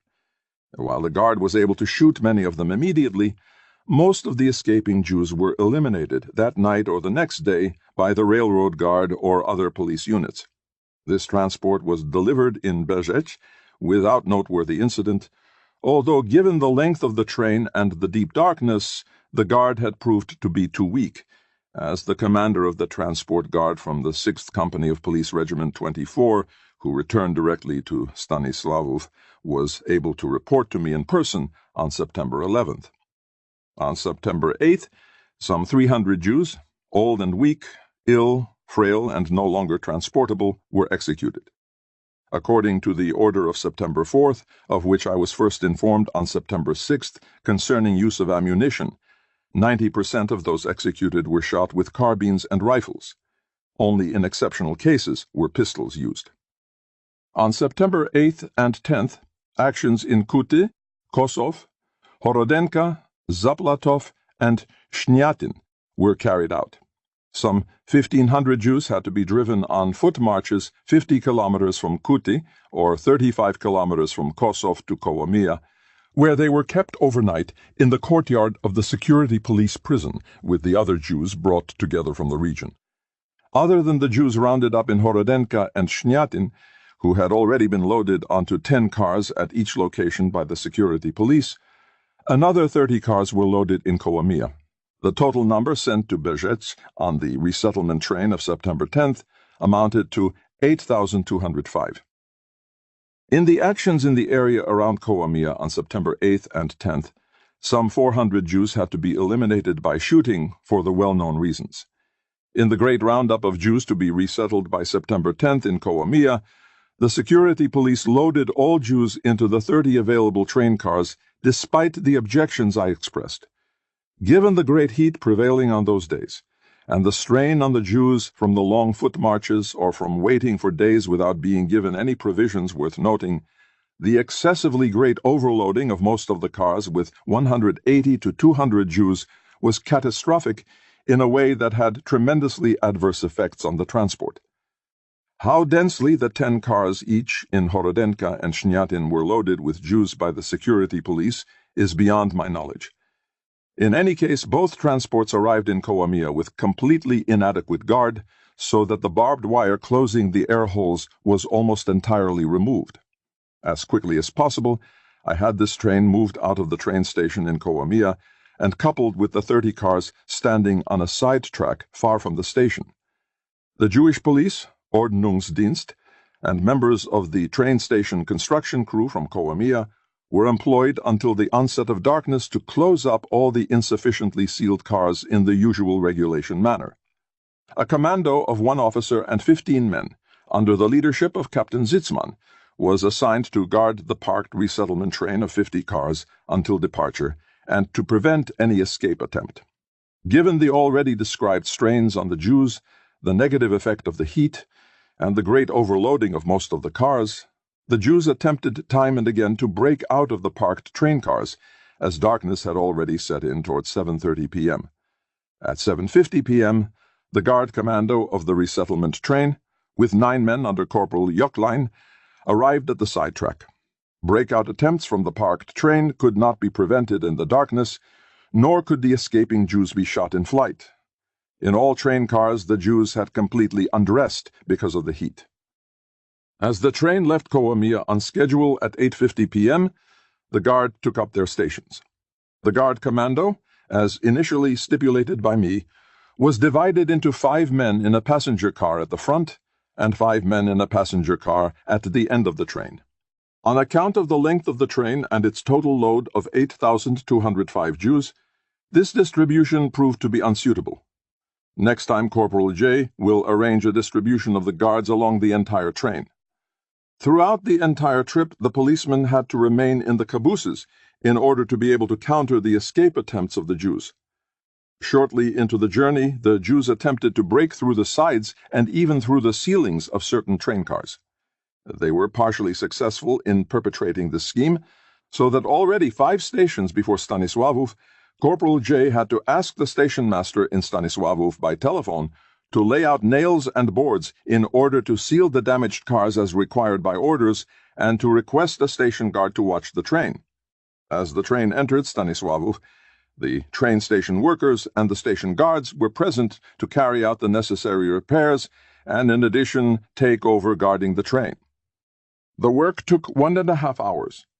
When the train subsequently resumed its journey, it was discovered at the next stop, some stations later, that once again large holes had been broken by the Jews in some of the train cars, and that for the most part the barbed wire fastened on the outside of the ventilation windows had been torn off. In one train car, the Jews had even been working with hammer and saw. Upon interrogation, they explained that the security police had left these tools with them because they could make good use of them at their next workplace. Corporal J made the Jews hand over the tools. During the further journey, at every station stop, help was needed to nail up the train, because otherwise the rest of the trip would not have been at all possible. At 11:15 a.m., the train reached Lemberg. Because no relief for the escort commando arrived, the escort commando J had to continue guarding the train until Bezec. After a brief halt at the Lemberg train station, the train continued to the suburban station of Klaporov, where 9 train cars marked with the letter L and destined for the labor camp were turned over to SS Obersturmführer Schulze and unloaded. SS Obersturmführer Schulze then had some additional 1,000 Jews loaded. About 1:30 p.m., the transport departed for Bezec. With the change of engine in Lemberg, such an old engine was hooked up that further travel was possible only with continuous interruptions.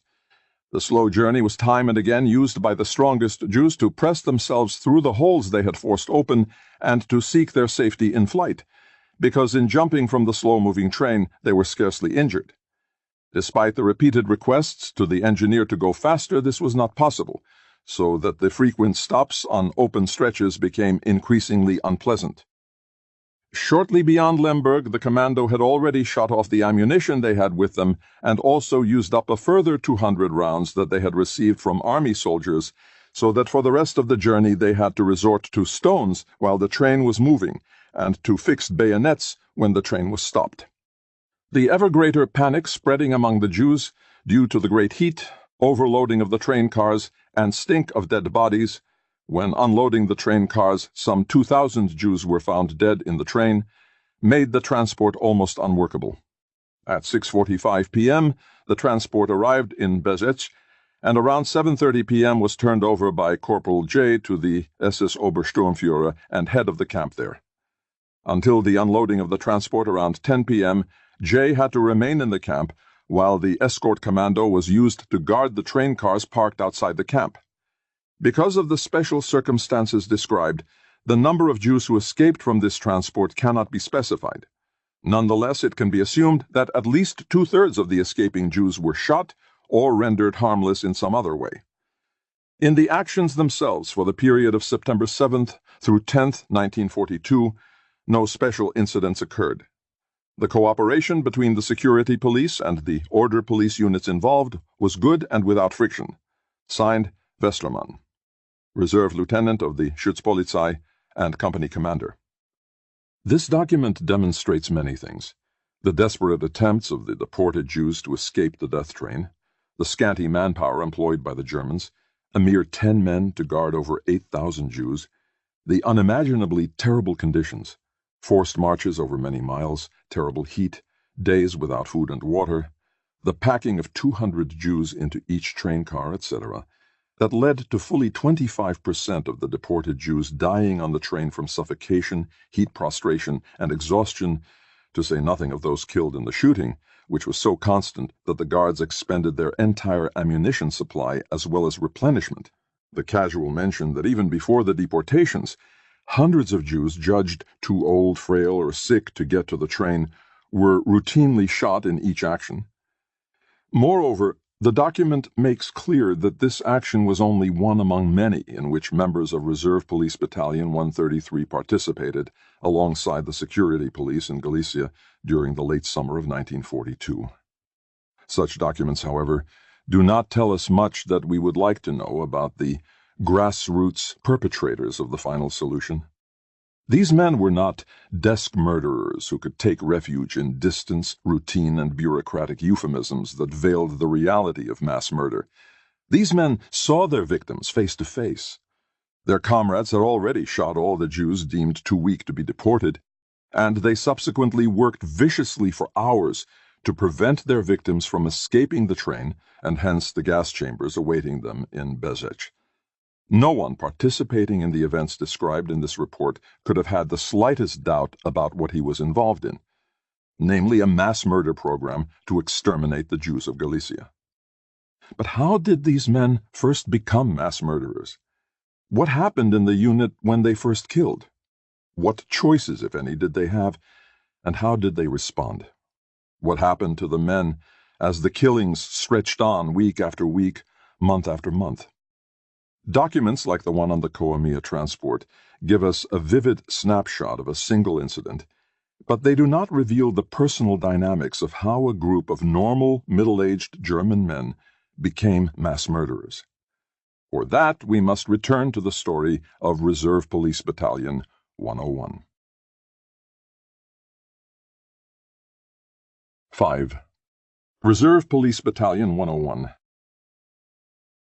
When Germany invaded Poland in September 1939, Police Battalion 101, based in Hamburg, was one of the initial battalions attached to a German army group and sent to Poland. Crossing the border from Oppeln in Silesia, the battalion passed through Częstochowa to the Polish city of Kielce. There it was involved in rounding up Polish soldiers and military equipment behind German lines and guarding a prisoner of war camp. On December 17, 1939, the battalion returned to Hamburg, where about 100 of its career policemen were transferred to form additional units. They were replaced by middle-aged reservists drafted in the fall of 1939.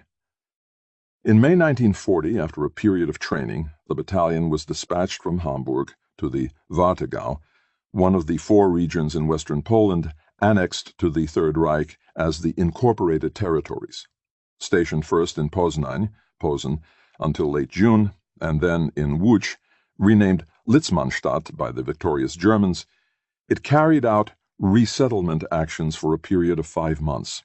As part of a demographic scheme of Hitler and Himmler's to Germanize these newly annexed regions, that is, to populate them with racially pure Germans, all Poles and other so-called undesirables, Jews and Gypsies, were to be expelled from the incorporated territories into central Poland. In accordance with provisions of an agreement between Germany and the Soviet Union, ethnic Germans living in Soviet territory were to be repatriated and resettled in the recently evacuated farms and apartments of the expelled Poles. The racial purification of the incorporated territories desired by Hitler and Himmler was never achieved, but hundreds of thousands of people were shoved around like so many pieces on a chessboard in pursuit of their vision of a racially reorganized Eastern Europe.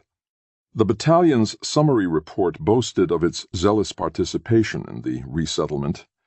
In actions night and day without pause, 100% of the battalion's strength was employed in all of the districts of the Warthegau.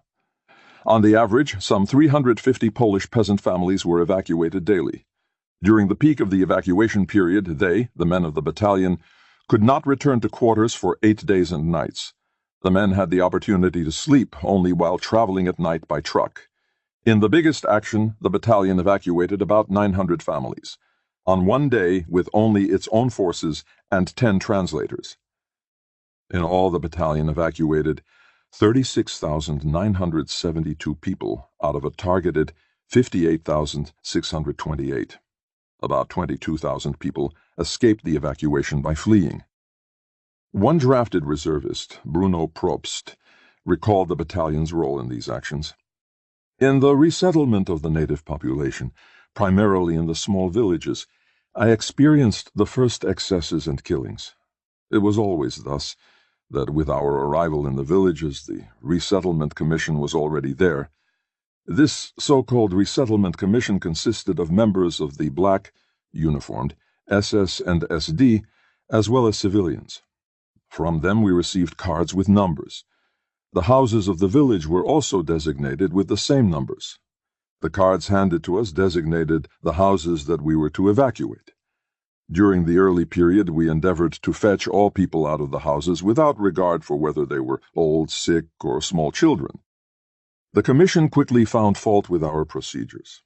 They objected that we struggled under the burden of the old and sick. To be precise, they did not initially give us the order to shoot them on the spot.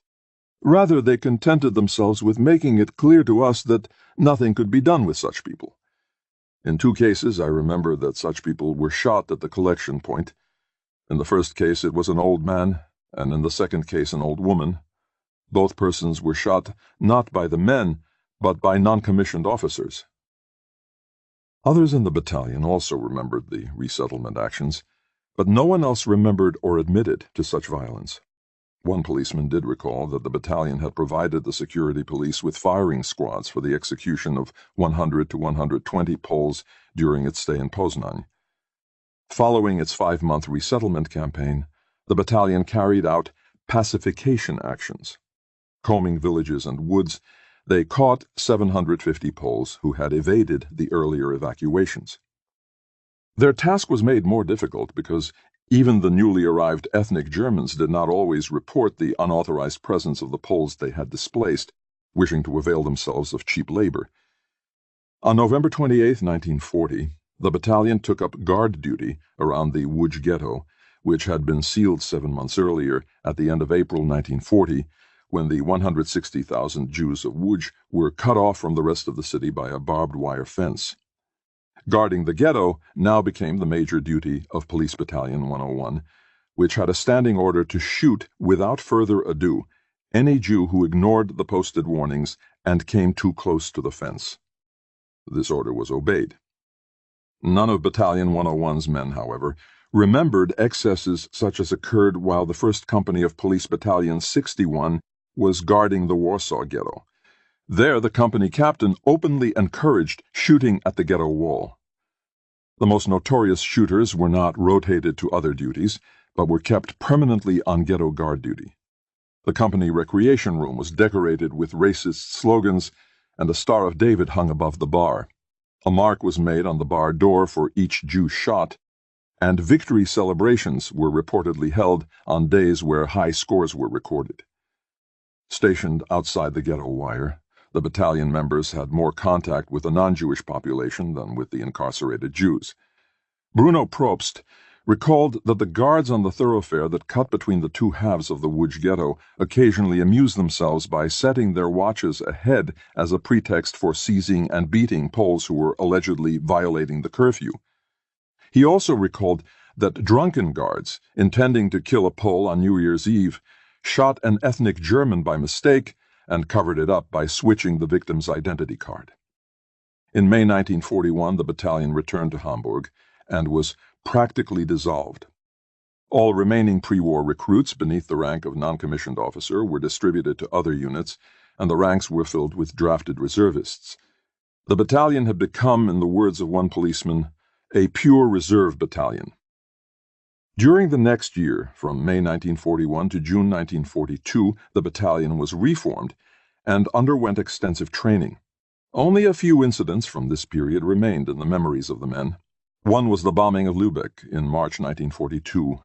4 units of the battalion were sent to the damaged city immediately afterward. Another involved the deportation of Hamburg Jews.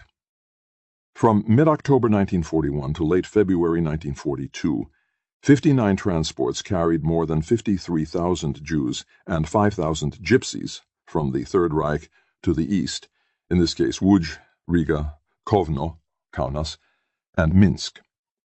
The 5 transports to Kovno and the first transport to Riga were massacred upon arrival. The remaining transports were not liquidated immediately. Rather, the deportees were initially incarcerated in the ghettos of Łódź, where the 5,000 Austrian gypsies were sent, Minsk, and Riga. 4 such transports that were spared immediate death came from Hamburg. The first, with 1,034 Jews, departed on October 25, 1941 for Łódź. The second, with 990 Jews, left for Minsk on November 8th. The third, with 408 Jews from Hamburg and 500 from Bremen, left for Minsk on October 18th. The fourth left Hamburg for Riga with 808 Jews on December 4th. Men from Reserve Police Battalion 101 were involved in various phases of the Hamburg deportations. The collection point for the deportations was the Freemason Lodge House on the Moorweide, which had been confiscated by the security police. Flanked by the university library and an apartment block within several hundred yards of the heavily used Dammtor train station, the collection point was scarcely an inconspicuous location out of the sight of Hamburg citizens. Some order police of Battalion 101 provided guard duty at the Freemason Lodge House, where the Jews were collected, registered, and loaded on trucks to the Sternschanze train station. Other men of Battalion 101 guarded the station where the Jews were loaded onto the trains. And finally, Battalion 101 provided the escort for at least 3 of the 4 transports, the first on October 25th to Łódź, the second on November 8th to Minsk, and the last on December 4th to Riga. According to Hans Keller, escort duty on the Jewish transports was highly coveted because of the chance to travel, and was assigned only to a favored few. Bruno Probst, who accompanied the November 8th transport to Minsk, recalled, "In Hamburg, the Jews were told at the time that they would be allocated a whole new settlement territory in the east. The Jews were loaded into normal passenger cars, accompanied by 2 cars of tools, shovels, axes, etc., as well as large kitchen equipment. For the escort commando, a second-class carriage was attached. There were no guards in the cars of the Jews themselves. The train had to be guarded on both sides only at stops. After about 4 days' journey, we reached Minsk in the late afternoon. We learned of this destination for the first time only during the journey, after we had already passed Warsaw. In Minsk, an SS commando was waiting for our transport.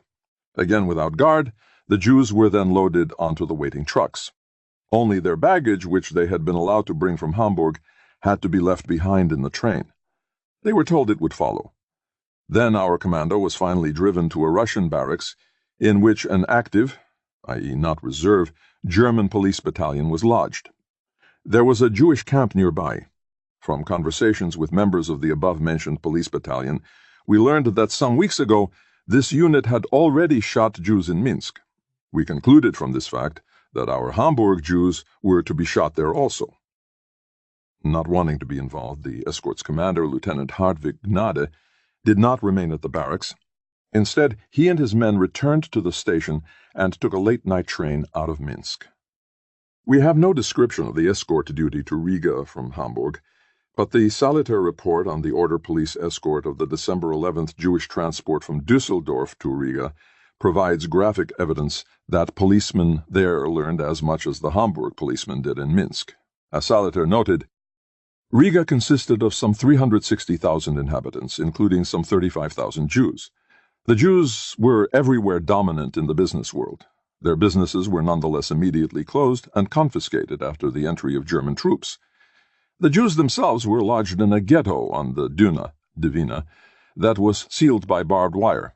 At the moment, only 2,500 male Jews who are used for labor are said to be in the ghetto. The other Jews have either been sent to similar employment elsewhere or shot by the Latvians. They, the Latvians, hate the Jews in particular. From the time of liberation to the present, they have participated very amply in the extermination of these parasites. It is, however, incomprehensible to them, as I was especially able to discover from Latvian railway personnel, why the Germans bring their Jews to Latvia instead of exterminating them in their own country. In June 1942, Reserve Police Battalion 101 was assigned another tour of duty in Poland. By then, only a few non-commissioned officers who had been on the first Polish action remained, and less than 20% of the men had been on the second in the Warthegau. A few of these had witnessed what they called excesses in Poznań and Łódź. A few more had accompanied one of the Hamburg Jewish transports to Łódź, Minsk, or Riga. At the latter two destinations, as we have seen, it was difficult not to learn something about the mass murder of Jews in Russia. But for the most part, Reserve Police Battalion 101 was now composed of men without any experience of German occupation methods in Eastern Europe, or for that matter, with the exception of the very oldest, who were World War I veterans, any kind of military service. The battalion consisted of 11 officers, 5 administrative officials in charge of financial matters relating to pay, provisioning, lodging, etc., and 486 non-commissioned officers and men. To reach full strength, some non-Hamburg contingents were added at the last minute from nearby Wilhelmshaven and Rendsburg in Schleswig-Holstein, and from distant Luxembourg. Still, the vast majority of the rank and file had been born and reared in Hamburg and its environs. The Hamburg element was so dominant, and the ethos of the battalion so provincial, that not just the Luxembourgers, but also the contingents from Wilhelmshaven and Rendsburg felt themselves to be outsiders. The battalion was divided into 3 companies, each of approximately 140 men when at full strength. 2 companies were commanded by police captains, the third by the senior reserve lieutenant in the battalion. Each company was divided into 3 platoons, 2 of them commanded by reserve lieutenants, and the third by the platoon's senior sergeant. Each platoon was divided into 4 squads, commanded by a sergeant or corporal. The men were equipped with carbines, the non-commissioned officers with submachine guns. Each company also had a heavy machine gun detachment. Apart from the 3 companies, there was the personnel of the battalion staff, which included, in addition to the 5 administrative officials, a doctor and his aide, as well as various drivers, clerks, and communications specialists. The battalion was commanded by 53-year-old Major Wilhelm Trapp, a World War I veteran and recipient of the Iron Cross First Class. After the war, he became a career policeman and rose through the ranks. He had recently been promoted from captain of 2nd Company, and this was his first battalion command. Though Trapp had joined the Nazi Party in December 1932, and thus technically qualified as an old party fighter, or alter Kampfer, he had never been taken into the SS, or even given an equivalent SS rank, in spite of the fact that Himmler and Heydrich consciously tried to merge and intertwine the state and party components of their SS and police empire. Trapp was clearly not considered SS material. He was soon to come into conflict with his 2 captains, both young SS men, who, even in their testimony more than 20 years later, made no attempt to conceal their contempt for their commander as weak, unmilitary, and unduly interfering in the duties of his officers. The 2 police captains, who also held the equivalent SS rank of Hauptsturmführer, were young men in their late 20s. Wolfgang Hoffmann, born in 1914, had joined the National Socialist Student Union, NS Schülerbund, in 1930 as a 16-year-old, the Hitler Youth in 1932 at 18, and the SS 1 year later, all before he had graduated from Gymnasium, a college preparatory high school, in 1934. He joined the police force in Breslau in 1936 and entered the Nazi Party in 1937, the same year he completed officer training and was commissioned as a lieutenant of the Schutzpolizei. He joined Reserve Police Battalion 101 in the spring of 1942. The following June, at the age of 28, he was promoted to the rank of captain. He commanded 3rd Company. Julius Wohlauf, born in 1913, graduated from Gymnasium in 1932. In April 1933, he joined the Nazi Party and SA. In 1936, he joined the SS, and the same year he began his training to become a police officer. He was commissioned a lieutenant of the Schutzpolizei in 1938. He too was assigned to Reserve Police Battalion 101 in early 1942 and was promoted to captain in June 1942, just before the departure for Poland. He commanded 1st Company and served as Trapp's deputy battalion commander. In contrast to the elderly Trapp, Hoffmann and Wolaf represented precisely the combination of well-educated professional police officer, early enthusiast for National Socialism, and young SS member that was the Himmler-Heydrich ideal for the SS and police. Trapp's adjutant was First Lieutenant Hagen, about whom little is known except that he was killed in the spring of 1943. In addition, the battalion had 7 reserve lieutenants, that is, men who were not career policemen like Hoffmann and Wolaf, but were selected to receive officer training after they were drafted into the Order Police because of their middle-class status, education, and success in civilian life. From oldest to youngest they were Hartwig Gnade, born 1894, a forwarding agent and Nazi Party member since 1937, commander of 2nd Company. Paul Brandt, born 1902. Heinz Buchmann, born 1904, owner of a family lumber business, party member since 1937. Oskar Peters, born 1905. Walter Hoppner, born 1908, tea importer, party member briefly in 1930, rejoined in the spring of 1933. Hans Scher, born 1908 and a party member since May 1933.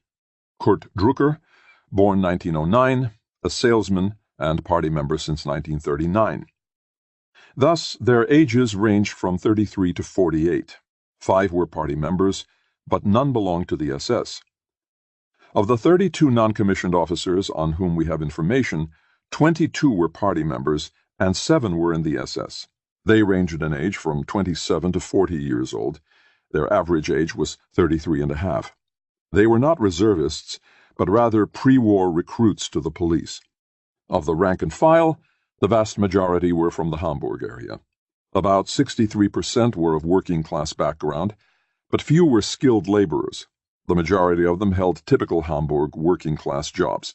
Dock workers and truck drivers were most numerous, but there were also many warehouse and construction workers, machine operators, seamen and waiters. About 35% were lower middle class, virtually all of them white-collar workers. 3/4 were in sales of some sort. The other 1/4 performed various office jobs in both the government and private sector. The number of independent artisans and small businessmen was very small. Only a handful, 2%, were middle-class professionals, and very modest ones at that, such as druggists and teachers. The average age of the men was 39. Over half were between 37 and 42, a group considered too old for the army, but most heavily conscripted for reserve police duty after September 1939. Among the rank-and-file policemen, about 25%, 43 from a sample of 174, were party members in 1942. 6 were alte Kampfer, who had joined the party before Hitler came to power. Another 6 joined in 1933. Despite the domestic ban on new party members from 1933 to 1937, another 6 men who worked aboard ships were admitted by the party section for members living overseas. 16 joined in 1937 when the ban on new membership was lifted. The remaining 9 joined in 1939 or later. The men of lower middle-class background held party membership in an only slightly higher proportion, 30%, than those from the working class, 25%. The men of Reserve Police Battalion 101 were from the lowest orders of German society. They had experienced neither social nor geographic mobility. Very few were economically independent. Except for apprenticeship or vocational training, virtually none had any education after leaving Volksschule, terminal secondary school at age 14 or 15. By 1942, a surprisingly high percentage had become party members. However, because the interrogating officials did not record such information, we do not know how many had been communists, socialists, and/or labor union members before 1933. Presumably a not insignificant number must have been, given their social origins. By virtue of their age, of course, all went through their formative period in the pre-Nazi era. These were men who had known political standards and moral norms other than those of the Nazis. Most came from Hamburg, by reputation one of the least Nazified cities in Germany, and the majority came from a social class that had been anti-Nazi in its political culture. These men would not seem to have been a very promising group from which to recruit mass murderers on behalf of the Nazi vision of a racial utopia free of Jews. 6. Arrival in Poland. Sometime in the summer of 1941, after the onslaught against Russian Jewry was underway, Himmler confided to the SS and police leader in Lublin, Odilo Globocnik, Hitler's intention to murder the Jews of Europe as well. Moreover, Himmler put Globocnik in charge of the single most important element of this final solution to the Jewish question in Europe, the destruction of the Jews of the general government, who constituted the bulk of Polish Jewry. A method different from the firing squad operations used against Russian Jewry was deemed essential for the murder of European Jews, however, one that was more efficient, less public, and less burdensome psychologically for the killers. The organizational and technological answer to these needs was the extermination camp. The victims would be deported to special camps, where by virtue of assembly line procedures requiring very limited manpower, most of it prisoner labor, they would be gassed in relative secrecy. Preparations for gassing began at 3 locations in the fall of 1941, Auschwitz-Birkenau near Katowice in Silesia, and Chelmno near Łódź in the Warthegau, both in the incorporated territories, and Bezec in Globocnik's Lublin district. Large-scale gassing began at Chelmno in early December 1941 and at Birkenau in mid-February 1942. Gassing at Globocnik's camp in Bezec did not begin until mid-March 1942. The task Globocnik faced was enormous, but he was given virtually no manpower to accomplish it. For expertise and assistance in building and operating the extermination center at Bezec, Globocnik was able to draw on personnel from the euthanasia program in Germany, but this was a handful of men that, at its maximum, never exceeded 100. This number by itself was insufficient to staff a single extermination camp, and 2 more were yet to be built by Globocnik at Sobibor and Treblinka. But the extermination camps were not Globocnik's biggest problem. Far more pressing was the manpower required to clear the ghettos, to round up the victims and force them onto the death trains. In the Lublin district alone, there were nearly 300,000 Jews. In all of the general government, about 2 million. While Germany's military fate hung in the balance in the crucial year of 1942, where were the men for such a staggering logistical task? In fact, aside from the assignment itself, Himmler gave Globocnik virtually nothing, and he had to improvise. He had to create private armies out of his own resources and ingenuity to accomplish the task with which Himmler had entrusted him. For the coordination of the mass murder campaign against Polish Jewry, dubbed Operation Reinhard, after Reinhard Heydrich was slain in Czechoslovakia in June 1942, Globocnik formed a special staff under his deputy and fellow Austrian Hermann Höfle. The key people on this staff included Christian Wirth and his adjutant Josef Oberhauser, in charge of the extermination centers, Helmut Pohl, another Austrian in charge of incoming transport, Georg Mischeisen, Kurt Klaassen, and yet another Austrian, Ernst Lersch, to oversee and often personally conduct operations in the field, and Georg Wippern, in charge of collecting, sorting, and utilizing the Jewish property collected at the extermination camps and in the vacated ghettos. As the SS and police leader in the Lublin district, Globocnik was responsible for coordinating all regional operations that involved the joint action of mixed SS units. Thus, the entire SS and police network in the Lublin district, though already stretched thin, was at his disposal. Most important, this meant the 2 branches of the security police, Gestapo and Kripo, on the one hand, and various units of the order police on the other. In addition to its main headquarters in the city of Lublin, the security police had 4 branch offices in the district. Each contained a Gestapo section for Jewish affairs. The presence of the order police was felt in 3 ways. First, each of the major towns in the Lublin district had a Schutzpolizei agency.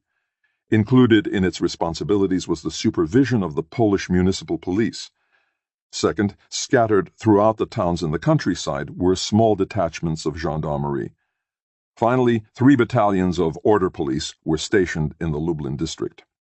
The security police branches, along with the Schutzpolizei and gendarmerie units, provided small numbers of policemen who knew the local conditions, but the 3 order police battalions, totaling 1,500 men, represented the single largest police manpower pool Globocnik could draw on. Clearly they were indispensable, but still not sufficient to meet his needs. Globocnik also utilized 2 other sources of manpower. The first was the Sonderdienst, special service, composed of small units of ethnic Germans who had been mobilized and trained after the German conquest, and assigned to the head of the civil administration in each county of the district in the summer of 1940. Second, and far more important, were the so-called travnikis. Unable to satisfy his manpower needs out of local resources, Globocnik prevailed upon Himmler to recruit non-Polish auxiliaries from the Soviet border regions. The key person on Globocnik's Operation Reinhardt staff for this task was Karl Streibel. He and his men visited the POW camps and recruited Ukrainian, Latvian, and Lithuanian volunteers, Hilfswillige, or Hivis, who were screened on the basis of their anti-communist and hence almost invariably anti-Semitic sentiments, offered an escape from probable starvation, and promised that they would not be used in combat against the Soviet army. These volunteers were taken to the SS camp at Travniki for training. Under German SS officers and ethnic German non-commissioned officers, they were formed into units on the basis of nationality. Alongside the order police, they constituted the second major manpower pool from which Globocnik would form his private armies for the ghetto-clearing campaign. The first murderous onslaught against Lublin Jewry began in mid-March 1942 and continued until mid-April. About 90% of the 40,000 inhabitants of the Lublin ghetto were killed either through deportation to the extermination camp at Bezec or execution on the spot, and 11,000 to 12,000 more Jews were sent to Belzec from nearby towns Izbica, Piaski, Lubartów, Zamość, and Krasnik. During the same period, some 36,000 Jews from the neighboring district of Galicia to the east of Lublin were also deported to Bezec. From mid-April to late May, the killing operations at Bezec were temporarily halted as the small wooden building with 3 gas chambers was torn down and a large stone building with 6 larger gas chambers was erected. When killing operations resumed at Bezec in late May, the camp primarily received Jews deported from the neighboring district of Kraków to the west, not from the Lublin district itself. However, Sobibor, Globocnik's second extermination camp in the Lublin district, had begun operating in early May. For the next 6 weeks it received deportations from the Lublin counties of Zamość, Puławy, Krasnystaw, and Helm. By June 18th, scarcely 3 months after the first deportation from the Lublin ghetto, about 100,000 Jews from the Lublin district had been killed, along with 65,000 from Kraków and Galicia, the vast majority by gassing at Bezec and Sobibor. The deportations to the death camps were only part of a vast relocation of Central European Jewry. At the same time that Polish Jews were being deported from their homes to the extermination camps, trainloads of Jews from Germany, Austria, the Protectorate, and the puppet state of Slovakia were being dumped into the Lublin district. Some of these transports, such as the June 14th train from Vienna guarded by Lieutenant Fishman, were also sent directly to Sobibor. Others, however, were unloaded at various ghettos, with the foreign Jews temporarily taking the places of those who had recently been killed.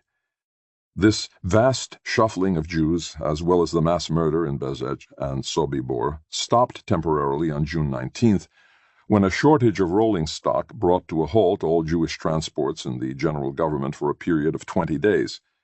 2 death trains per week from the Kraków district to Bezec resumed on July 9th, and the steady flow of transports from Warsaw to the newly opened extermination center at Treblinka began on July 22nd. However, the main rail line to Sobibor was under repair, rendering that camp virtually inaccessible until the fall. In the Lublin district itself, therefore, deportations to the extermination camps did not resume in early July. It was during this enforced lull in the final solution in the general government that Reserve Police Battalion 101 arrived in the Lublin district. On June 20, 1942, the battalion received orders for a special action in Poland. The nature of this special action was not specified in the written orders, but the men were led to believe that they would be performing guard duty. There is no indication whatsoever that even the officers suspected the true nature of the duties that awaited them. The battalion entrained at the Sternschanze station, the same point from which some of its men had deported Hamburg Jews to the east the previous fall. It arrived in the Polish town of Zamość in the southern part of the Lublin district on June 25th. 5 days later, the battalion headquarters was shifted to Biłgoraj, and various units of the battalion were quickly stationed in the nearby towns of Frampol, Tarnogród, Ulanów, Turobin, and Wysokie, as well as the more distant Zakrzów. Despite the temporary lull in the killing, SS and police leader Odilo Globocnik and his Operation Reinhardt staff were not about to allow the newly arrived police battalion to remain entirely inactive in regard to the Lublin Jews. If the killing could not be resumed, the process of consolidating the victims in transit ghettos and camps could be. For most of the policemen of Reserve Police Battalion 101, the searing memory of the subsequent action in Józefów blotted out lesser events that had occurred during their 4-week stay south of Lublin. However, a few did remember taking part in this consolidation process, collecting Jews in smaller settlements and moving them to larger ghettos and camps. In some cases, only so-called work Jews were seized, put on trucks, and sent to camps around Lublin. In other cases, the entire Jewish population was rounded up and put on trucks or sent off on foot. Sometimes the Jews from the smaller surrounding villages were then collected and resettled in their place. None of these actions involved mass executions, though Jews who were too old, frail, or sick to be transported were shot in at least some instances.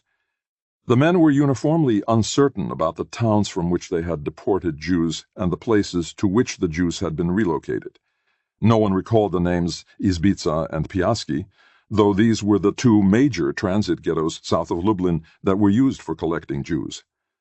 Apparently, Globocnik lost patience with this consolidation process and decided to experiment with renewed killing. As deportation to the extermination camps was not possible at the time, mass execution through firing squad was the available alternative. Reserve Police Battalion 101 was the unit to be tested. 7. Initiation to mass murder. The Józefów massacre.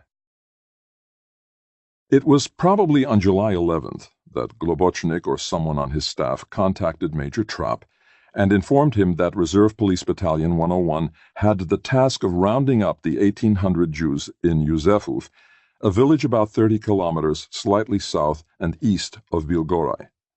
This time, however, most of the Jews were not to be relocated. Only the male Jews of working age were to be sent to one of Globocnik's camps in Lublin. The women, children, and elderly were simply to be shot on the spot. Trapp recalled the units that were stationed in nearby towns. The battalion reassembled in Biłgoraj on July 12th, with two exceptions.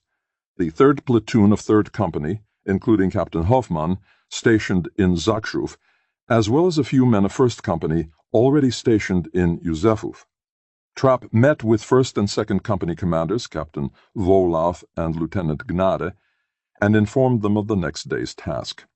Trapp's adjutant, 1st Lieutenant Hagen, must have informed other officers of the battalion, for Lieutenant Heinz Buchmann learned from him the precise details of the pending action that evening.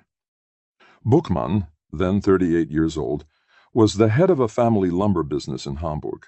He had joined the Nazi Party in May 1937.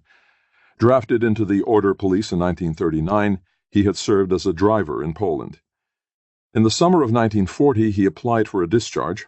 Instead, he was sent to officer training and commissioned as a reserve lieutenant in November 1941.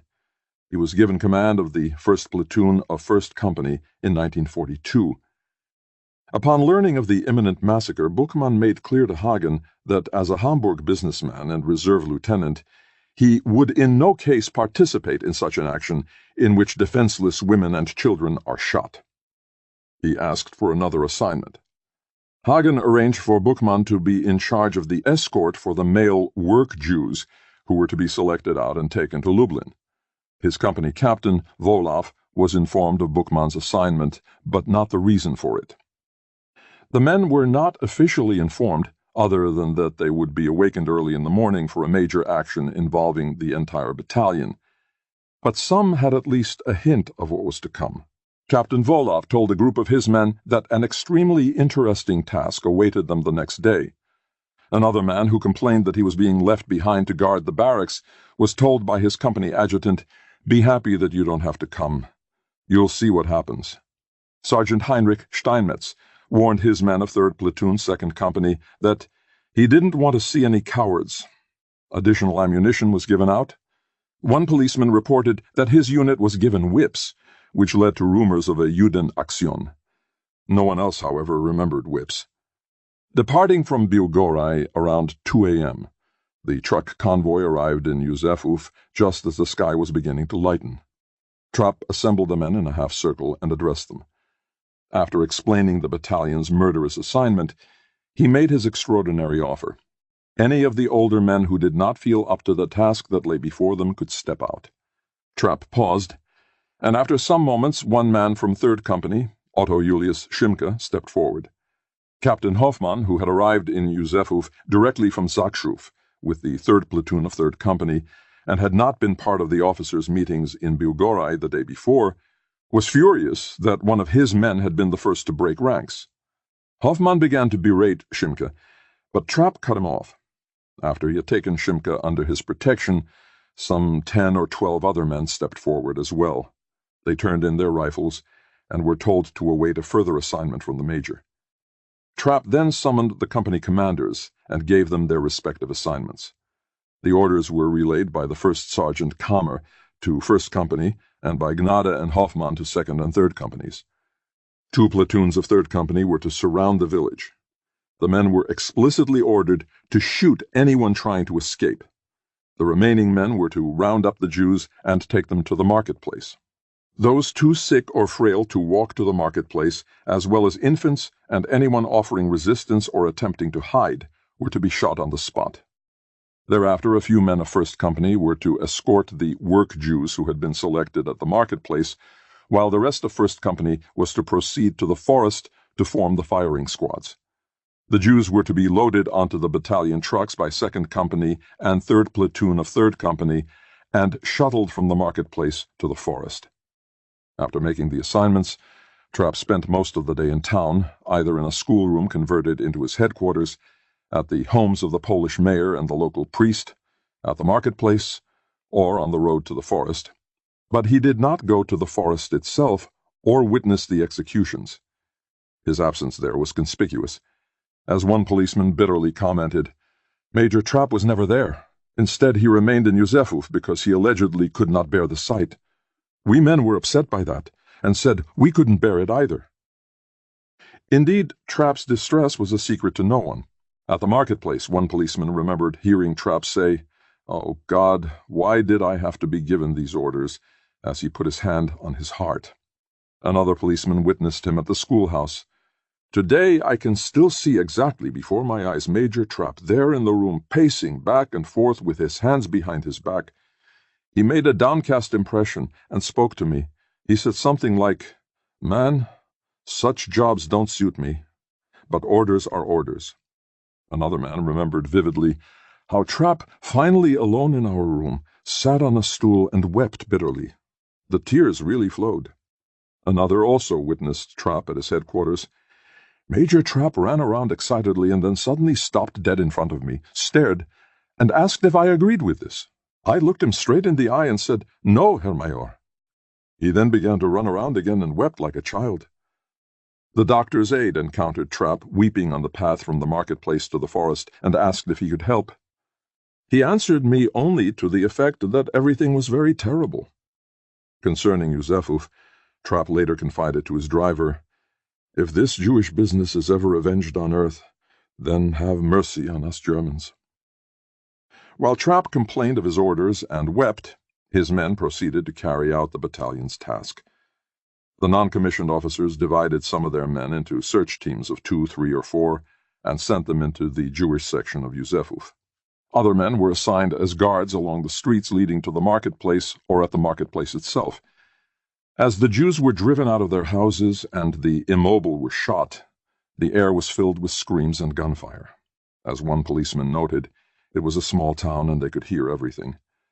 Many policemen admitted seeing the corpses of those who had been shot during the search, but only 2 admitted having shot. Again, several policemen admitted having heard that all the patients in the Jewish hospital or old people's home had been shot on the spot, though no one admitted having actually seen the shooting or taken part. The witnesses were least agreed on the question of how the men initially reacted to the problem of shooting infants. Some claimed that along with the elderly and sick, infants were among those shot and left lying in the houses, doorways, and streets of the town. Others, however, stressed quite specifically that in this initial action the men still shied from shooting infants during the search and clearing operation. One policeman was emphatic that among the Jews shot in our section of town there were no infants or small children. I would like to say that almost tacitly everyone refrained from shooting infants and small children. In Yuzefuf, as later, he observed, "Even in the face of death, the Jewish mothers did not separate from their children. Thus we tolerated the mothers taking their small children to the marketplace in Yuzefuf." Another policeman likewise noted that tacitly the shooting of infants and small children was avoided by almost all the men involved. During the entire morning I was able to observe that when being taken away, many women carried infants in their arms and led small children by the hand. According to both witnesses, none of the officers intervened when infants were brought to the marketplace. Another policeman, however, recalled that after the clearing operation his unit, 3rd Platoon, 3rd Company, was reproached by Captain Hoffman. "We had not proceeded energetically enough."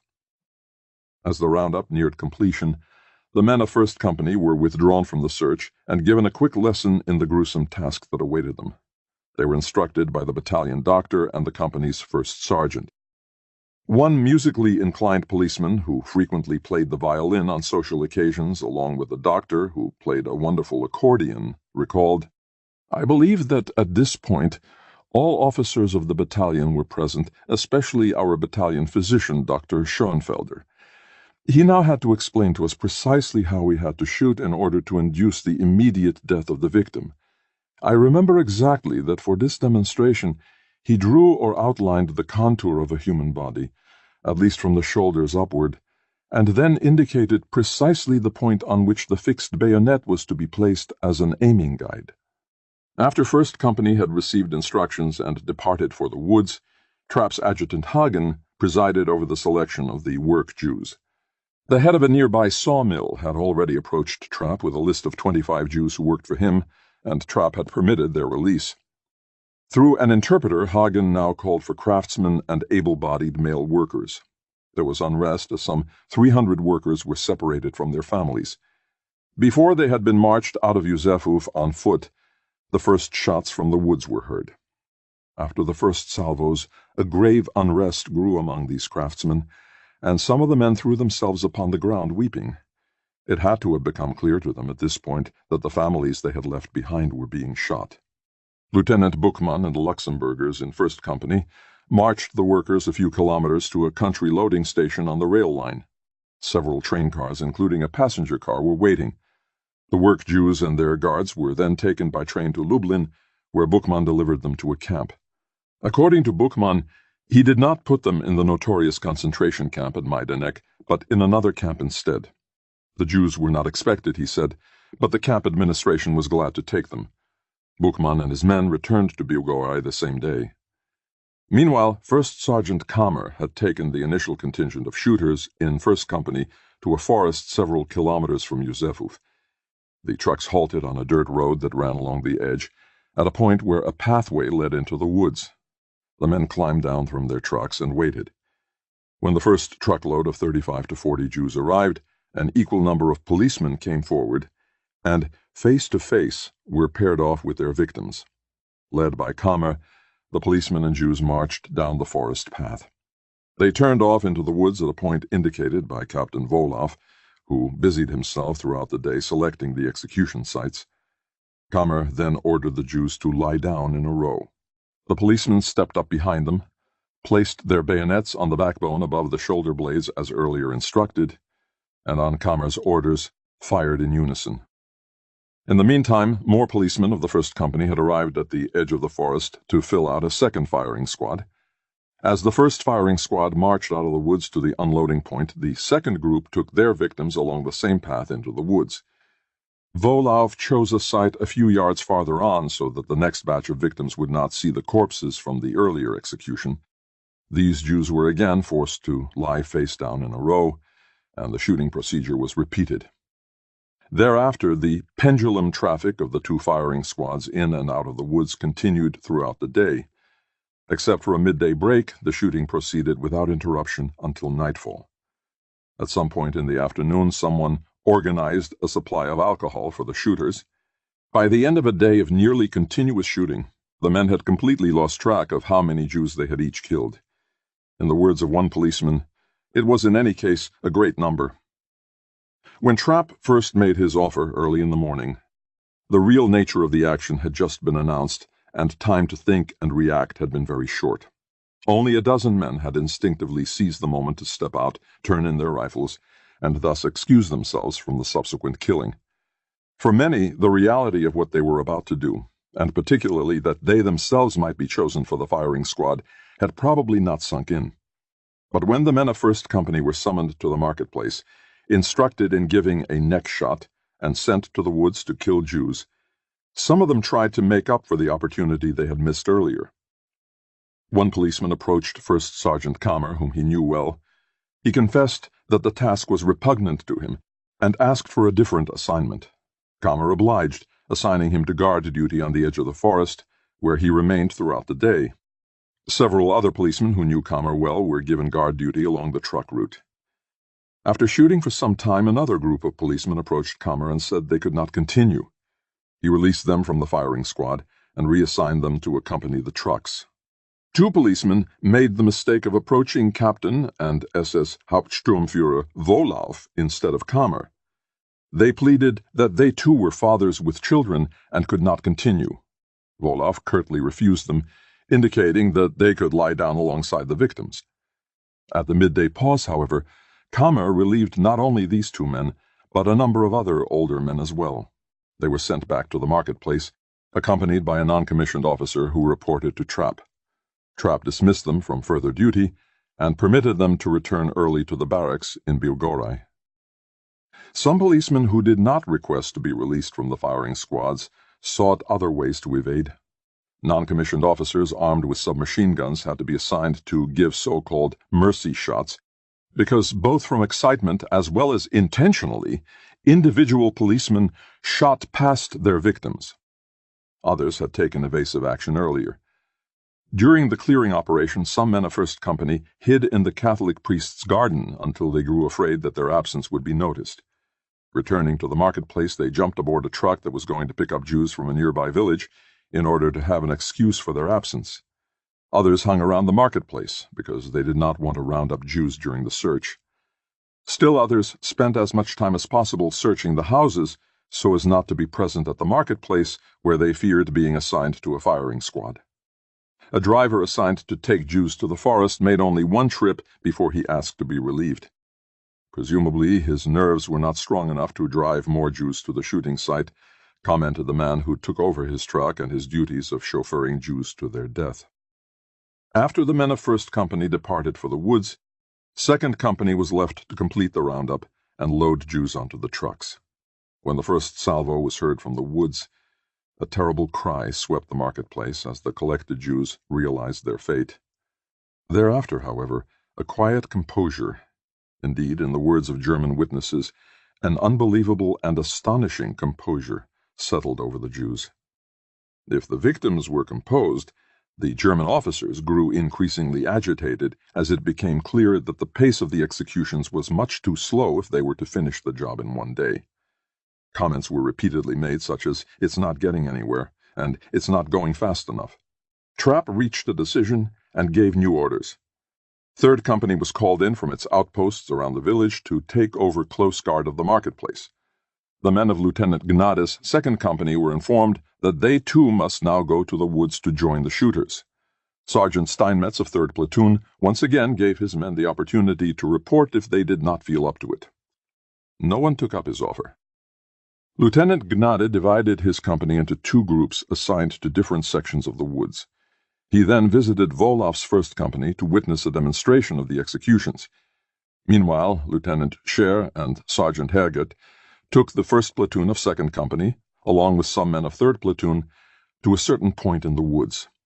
Scher divided his men into 4 groups, assigned them each a shooting area, and sent them back to fetch the Jews they were to kill. Lieutenant Gnade arrived and heatedly argued with Scher that the men were not being sent deep enough into the woods. By the time each group had made 2 or 3 round trips to the collection point and carried out their executions, it was clear to Scher that the process was too slow. He asked Herget for advice. "I then made the proposal," Herget recalled, "that it would suffice if the Jews were brought from the collection point to the place of execution by only 2 men of each group, while the other shooters of the execution commando would already have moved to the next shooting site. Furthermore, this shooting site was moved somewhat forward from execution to execution, and thus always got closer to the collection point on the forest path. We then proceeded accordingly." Herget's suggestion speeded the killing process considerably. In contrast to 1st Company, the men of 2nd Company received no instruction on how to carry out the shooting. Initially, bayonets were not fixed as an aiming guide, and as Herget noted, there was a considerable number of missed shots that led to the unnecessary wounding of the victims. One of the policemen in Herget's unit likewise noted the difficulty the men had in aiming properly. "At first we shot freehand. When one aimed too high, the entire skull exploded. As a consequence, brains and bones flew everywhere. Thus we were instructed to place the bayonet point on the neck." According to Herget, however, using fixed bayonets as an aiming guide was no solution. Through the point-blank shot that was thus required, the bullet struck the head of the victim at such a trajectory that often the entire skull, or at least the entire rear skull cap, was torn off, and blood, bone splinters, and brains sprayed everywhere and besmirched the shooters. Herget was emphatic that no one in 1st Platoon was given the option of withdrawing beforehand. But once the executions began and men approached either him or Scher because they could not shoot women and children, they were given other duties. This was confirmed by one of his men. During the execution, word spread that anyone who could not take it any longer could report. He went on to note, "I myself took part in some 10 shootings in which I had to shoot men and women. I simply could not shoot people any more, which became apparent to my sergeant Herget, because at the end I repeatedly shot past. For this reason he relieved me. Other comrades were also relieved sooner or later because they simply could no longer continue." Lieutenant Drucker's 2nd Platoon and the bulk of Sergeant Steinmetz's 3rd Platoon were assigned to yet another part of the forest. Like Scher's men, they were divided into small groups of 5 to 8 each rather than large groups of 35 to 40, as in Wolof's 1st Company. The men were told to place the end of their carbines on the cervical vertebrae at the base of the neck, but here too the shooting was done initially without fixed bayonets as a guide. The results were horrifying. The shooters were gruesomely besmirched with blood, brains, and bone splinters. It hung on their clothing. When dividing his men into small groups of shooters, Drucker had kept about a third of them in reserve. Ultimately, everyone was to shoot, but the idea was to allow frequent relief and cigarette breaks. With the constant coming and going from the trucks, the wild terrain, and the frequent rotation, the men did not remain in fixed groups. The confusion created the opportunity for work slowdown and evasion. Some men who hurried at their task shot far more Jews than others who delayed as much as they could. After 2 rounds, one policeman simply slipped off and stayed among the trucks on the edge of the forest. Another managed to avoid taking his turn with the shooters altogether. It was in no way the case that those who did not want to or could not carry out the shooting of human beings with their own hands could not keep themselves out of this task. No strict control was being carried out here. I therefore remained by the arriving trucks and kept myself busy at the arrival point. In any case, I gave my activity such an appearance. It could not be avoided that one or another of my comrades noticed that I was not going to the executions to fire away at the victims. They showered me with remarks, such as shithead and weakling, to express their disgust. But I suffered no consequences for my actions. I must mention here that I was not the only one who kept himself out of participating in the executions.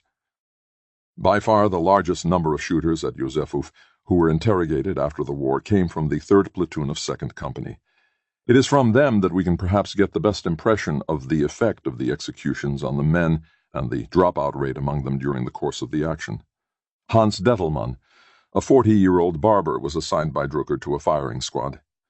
It was still not possible for me to shoot the first victim at the first execution, and I wandered off and asked Lieutenant Drucker to be relieved. Dettelmann told his lieutenant that he had a very weak nature, and Drucker let him go. Walter Niehaus, a former Remtsma cigarette sales representative, was paired with an elderly woman for the first round. After I had shot the elderly woman, I went to Tony Bentheim, his sergeant, and told him that I was not able to carry out further executions. I did not have to participate in the shooting any more. My nerves were totally finished from this one shooting. For his first victim, August Zorn, was given a very old man. Zorn recalled that his elderly victim could not or would not keep up with his countrymen because he repeatedly fell and then simply lay there. I regularly had to lift him up and drag him forward. Thus I only reached the execution site when my comrades had already shot their Jews. At the sight of his countryman who had been shot, my Jew threw himself on the ground and remained lying there. I then cocked my carbine and shot him through the back of the head. Because I was already very upset from the cruel treatment of the Jews during the clearing of the town and was completely in turmoil, I shot too high. The entire back of the skull of my Jew was torn off and the brain exposed. Parts of the skull flew into Sergeant Steinmetz's face. This was grounds for me, after returning to the truck, to go to the first sergeant and ask for my release. I had become so sick that I simply couldn't any more. I was then relieved by the first sergeant. Georg Kageler, a 37-year-old tailor, made it through the first round before encountering difficulty. After I had carried out the first shooting and at the unloading point was allotted a mother with daughter as victims for the next shooting, I began a conversation with them and learned that they were Germans from Kassel, and I took the decision not to participate further in the executions. The entire business was now so repugnant to me that I returned to my platoon leader and told him that I was still sick and asked for my release. Kageler was sent to guard the marketplace. Neither his pre-execution conversation with his victim nor his discovery that there were German Jews in Józefów was unique. Schimke, the man who had first stepped out, encountered a Jew from Hamburg in the marketplace, as did a second policeman. Yet another policeman remembered that the first Jew he shot was a decorated World War I veteran from Bremen, who begged in vain for mercy. Franz Kastenbaum, who during his official interrogation had denied remembering anything about the killing of Jews in Poland, suddenly appeared uninvited at the office of the Hamburg State Prosecutor investigating Reserve Police Battalion 101.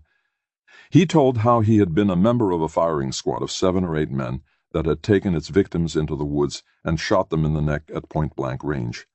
This procedure had been repeated until the 4th victim. The shooting of the men was so repugnant to me that I missed the 4th man. It was simply no longer possible for me to aim accurately. I suddenly felt nauseous and ran away from the shooting site. I have expressed myself incorrectly just now. It was not that I could no longer aim accurately, rather that the 4th time I intentionally missed. I then ran into the woods, vomited, and sat down against a tree. To make sure that no one was nearby, I called loudly into the woods because I wanted to be alone.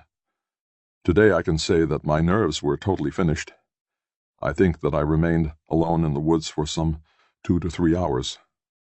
Kastenbaum then returned to the edge of the woods and rode an empty truck back to the marketplace. He suffered no consequences. His absence had gone unnoticed because the firing squads had been all mixed up and randomly assigned. He had come to make his statement, he explained to the investigating attorney, because he had had no peace since attempting to conceal the shooting action. Most of those who found the shooting impossible to bear quit very early, but not always. The men in one squad had already shot 10 to 20 Jews each, When they finally asked to be relieved, as one of them explained, "I especially asked to be relieved because the man next to me shot so impossibly. Apparently he always aimed his gun too high, producing terrible wounds in his victims. In many cases, the entire backs of victims' heads were torn off so that the brains sprayed all over. I simply couldn't watch it any longer." At the unloading point, Sergeant Bentheim watched men emerge from the woods covered with blood and brains, morale shaken and nerves finished. Those who asked to be relieved he advised to slink away to the marketplace. As a result, the number of policemen gathered on the marketplace grew constantly. As with First Company, alcohol was made available to the policemen under Drucker and Steinmetz, who stayed in the forest and continued shooting. As darkness approached at the end of a long summer day, and the murderous task was still not finished, the shooting became even less organized and more hectic. The forest was so full of dead bodies that it was difficult to find places to make the Jews lie down. When darkness finally fell about 9 p.m., some 17 hours after Reserve Police Battalion 101 had first arrived on the outskirts of Yusefov, and the last Jews had been killed, the men returned to the marketplace and prepared to depart for Biugorai. No plans had been made for the burial of the bodies, and the dead Jews were simply left lying in the woods. Neither clothing nor valuables had been officially collected, though at least some of the policemen had enriched themselves with watches, jewelry, and money taken from the victims. The pile of luggage the Jews had been forced to leave at the marketplace was simply burned. Before the policemen climbed into their trucks and left Yusefov, a 10-year-old girl appeared, bleeding from the head. She was brought to Trapp, who took her in his arms and said, "You shall remain alive." When the men arrived at the barracks in Biugorai, they were depressed, angered, embittered, and shaken. They ate little but drank heavily. Generous quantities of alcohol were provided, and many of the policemen got quite drunk. Major Trapp made the rounds, trying to console and reassure them, and again placing the responsibility on higher authorities. But neither the drink nor Trapp's consolation could wash away the sense of shame and horror that pervaded the barracks. Trapp asked the men not to talk about it, but they needed no encouragement in that direction. Those who had not been in the forest did not want to learn more. Those who had been there likewise had no desire to speak, either then or later. By silent consensus within Reserve Police Battalion 101, the Yusefov massacre was simply not discussed. The entire matter was a taboo. But repression during waking hours could not stop the nightmares. During the first night back from Yusefov, one policeman awoke firing his gun into the ceiling of the barracks. Several days after Yusefov, the battalion, it would seem, narrowly missed participation in yet another massacre. Units of 1st and 2nd Company, under Trapp and Volov, entered Alexandrov, a so-called street village composed of houses strung out along the road 12 kilometers west of Yusefov. A small number of Jews was rounded up, and both the policemen and the Jews feared that another massacre was imminent. After some hesitation, however, the action was broken off, and Trapp permitted the Jews to return to their houses. One policeman remembered vividly how individual Jews fell on their knees before Trapp and tried to kiss his hands and feet. Trapp, however, did not permit this and turned away. The policeman returned to Biugorai with no explanation for the strange turn of events. Then on July 20th, precisely 1 month after its departure from Hamburg, and 1 week after the Yusefov massacre, Reserve Police Battalion 101 left Biugorai for redeployment in the northern sector of the Lublin district. 8. Reflections on a Massacre. At Yusefov, a mere dozen men out of nearly 500 had responded instinctively to Major Trapp's offer to step forward and excuse themselves from the impending mass murder. Why was the number of men who from the beginning declared themselves unwilling to shoot so small? In part it was a matter of the suddenness. There was no forewarning or time to think, as the men were totally surprised by the Yusefov action. Unless they were able to react to Trapp's offer on the spur of the moment, this first opportunity was lost. As important as the lack of time for reflection was the pressure for conformity, the basic identification of men in uniform with their comrades, and the strong urge not to separate themselves from the group by stepping out. The battalion had only recently been brought up to full strength, and many of the men did not yet know each other well. The bonds of military comradeship were not yet fully developed. Nonetheless, the act of stepping out that morning in Józefów meant leaving one's comrades and admitting that one was too weak or cowardly. Who would have dared, one policeman declared emphatically, to lose face before the assembled troops? "If the question is posed to me why I shot with the others in the first place," said another who subsequently asked to be excused after several rounds of killing, "I must answer that no one wants to be thought a coward." It was one thing to refuse at the beginning, he added, and quite another to try to shoot but not be able to continue. Another policeman, more aware of what truly required courage, said quite simply, "I was cowardly." Most of the interrogated policemen denied that they had any choice. Faced with the testimony of others, many did not contest that Trapp had made the offer, but claimed that they had not heard that part of the speech or could not remember it. A few policemen made the attempt to confront the question of choice, but failed to find the words. It was a different time and place, as if they had been on another political planet, and the political values and vocabulary of the 1960s were useless in explaining the situation in which they had found themselves in 1942. Quite atypical in describing his state of mind that morning of July 13th was a policeman who admitted to killing as many as 20 Jews before quitting. "I thought that I could master the situation, and that without me the Jews were not going to escape their fate anyway. Truthfully, I must say that at the time we didn't reflect about it at all. Only years later did any of us become truly conscious of what had happened then.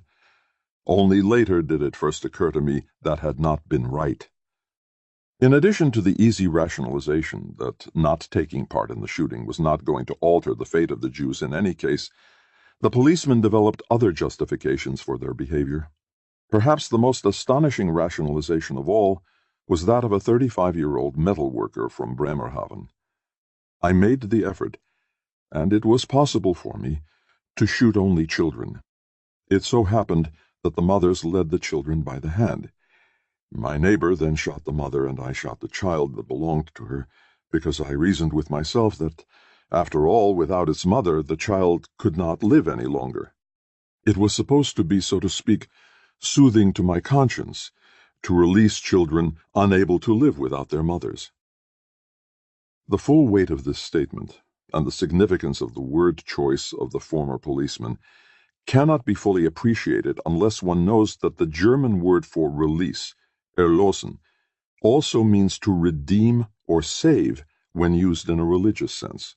The one who releases is the Erlöser, the savior or redeemer. In terms of motivation and consciousness, the most glaring omission in the interrogations is any discussion of anti-Semitism. For the most part, the interrogators did not pursue this issue, nor were the men, for understandable reasons as potential defendants, eager to volunteer any illuminating comments. With few exceptions, the whole question of anti-Semitism is marked by silence. What is clear is that the men's concern for their standing in the eyes of their comrades was not matched by any sense of human ties with their victims. The Jews stood outside their circle of human obligation and responsibility. Such a polarization between us and them, between one's comrades and the enemy, is of course standard in war. It would seem that even if the men of Reserve Police Battalion 101 had not consciously adopted the anti-Semitic doctrines of the regime, they had at least accepted the assimilation of the Jews into the image of the enemy. Major Trapp appealed to this generalized notion of the Jews as part of the enemy in his early morning speech. The men should remember, when shooting Jewish women and children, that the enemy was killing German women and children by bombing Germany. If only a dozen policemen stepped out at the beginning to extricate themselves from the impending mass murder, a much larger number either sought to evade the shooting by less conspicuous methods or asked to be released from the firing squads once the shooting had begun.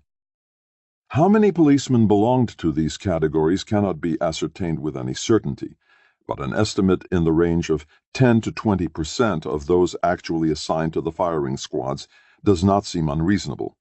Sergeant Herget, for instance, admitted excusing as many as 5 from his squad of 40 or 50 men.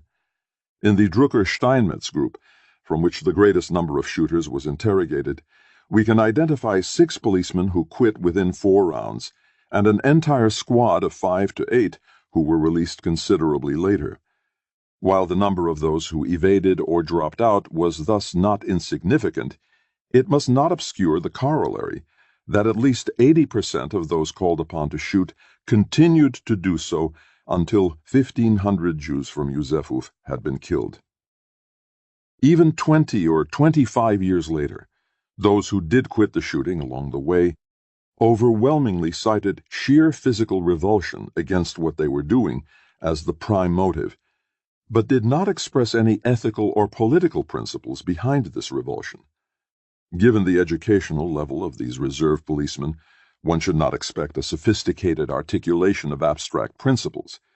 The absence of such does not mean that their revulsion did not have its origins in the humane instincts that Nazism radically opposed and sought to overcome. But the men themselves did not seem to be conscious of the contradiction between their feelings and the essence of the regime they served.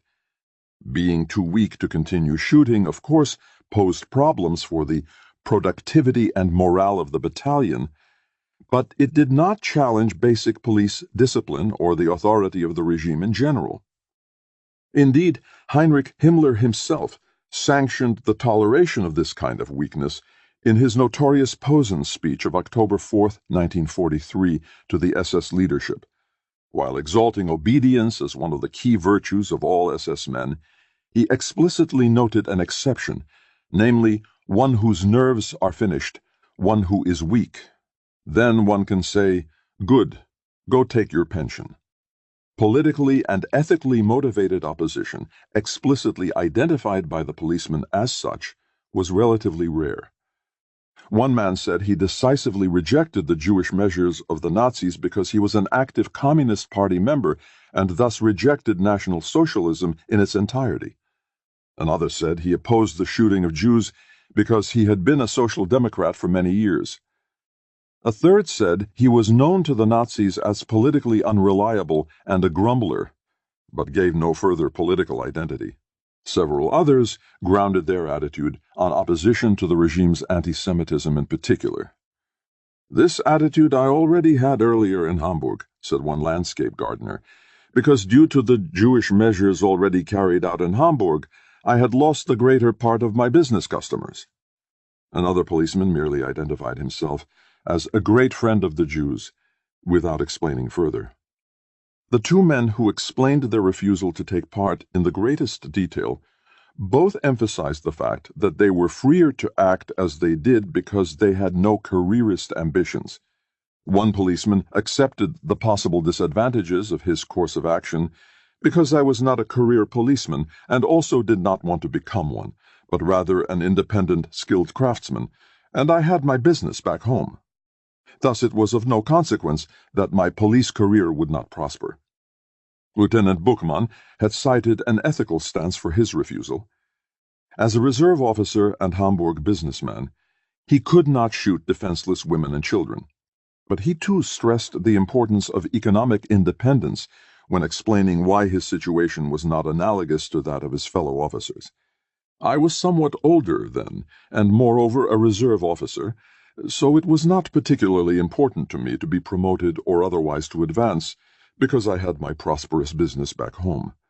The company chiefs, on the other hand, were young men and career policemen who wanted to become something. But Buchmann also admitted to what the Nazis would undoubtedly have condemned as a cosmopolitan and pro-Jewish outlook. Through my business experience, especially because it extended abroad, I had gained a better overview of things. Moreover, through my earlier business activities, I already knew many Jews. The resentment and bitterness in the battalion over what they had been asked to do in Yusefov was shared by virtually everyone, even those who had shot the entire day. The exclamation of one policeman to First Sergeant Kammer of 1st Company that "I'd go crazy if I had to do that again," expressed the sentiments of many. But only a few went beyond complaining to extricate themselves from such a possibility. Several of the older men with very large families took advantage of a regulation that required them to sign a release agreeing to duty in a combat area. One who had not yet signed refused to do so.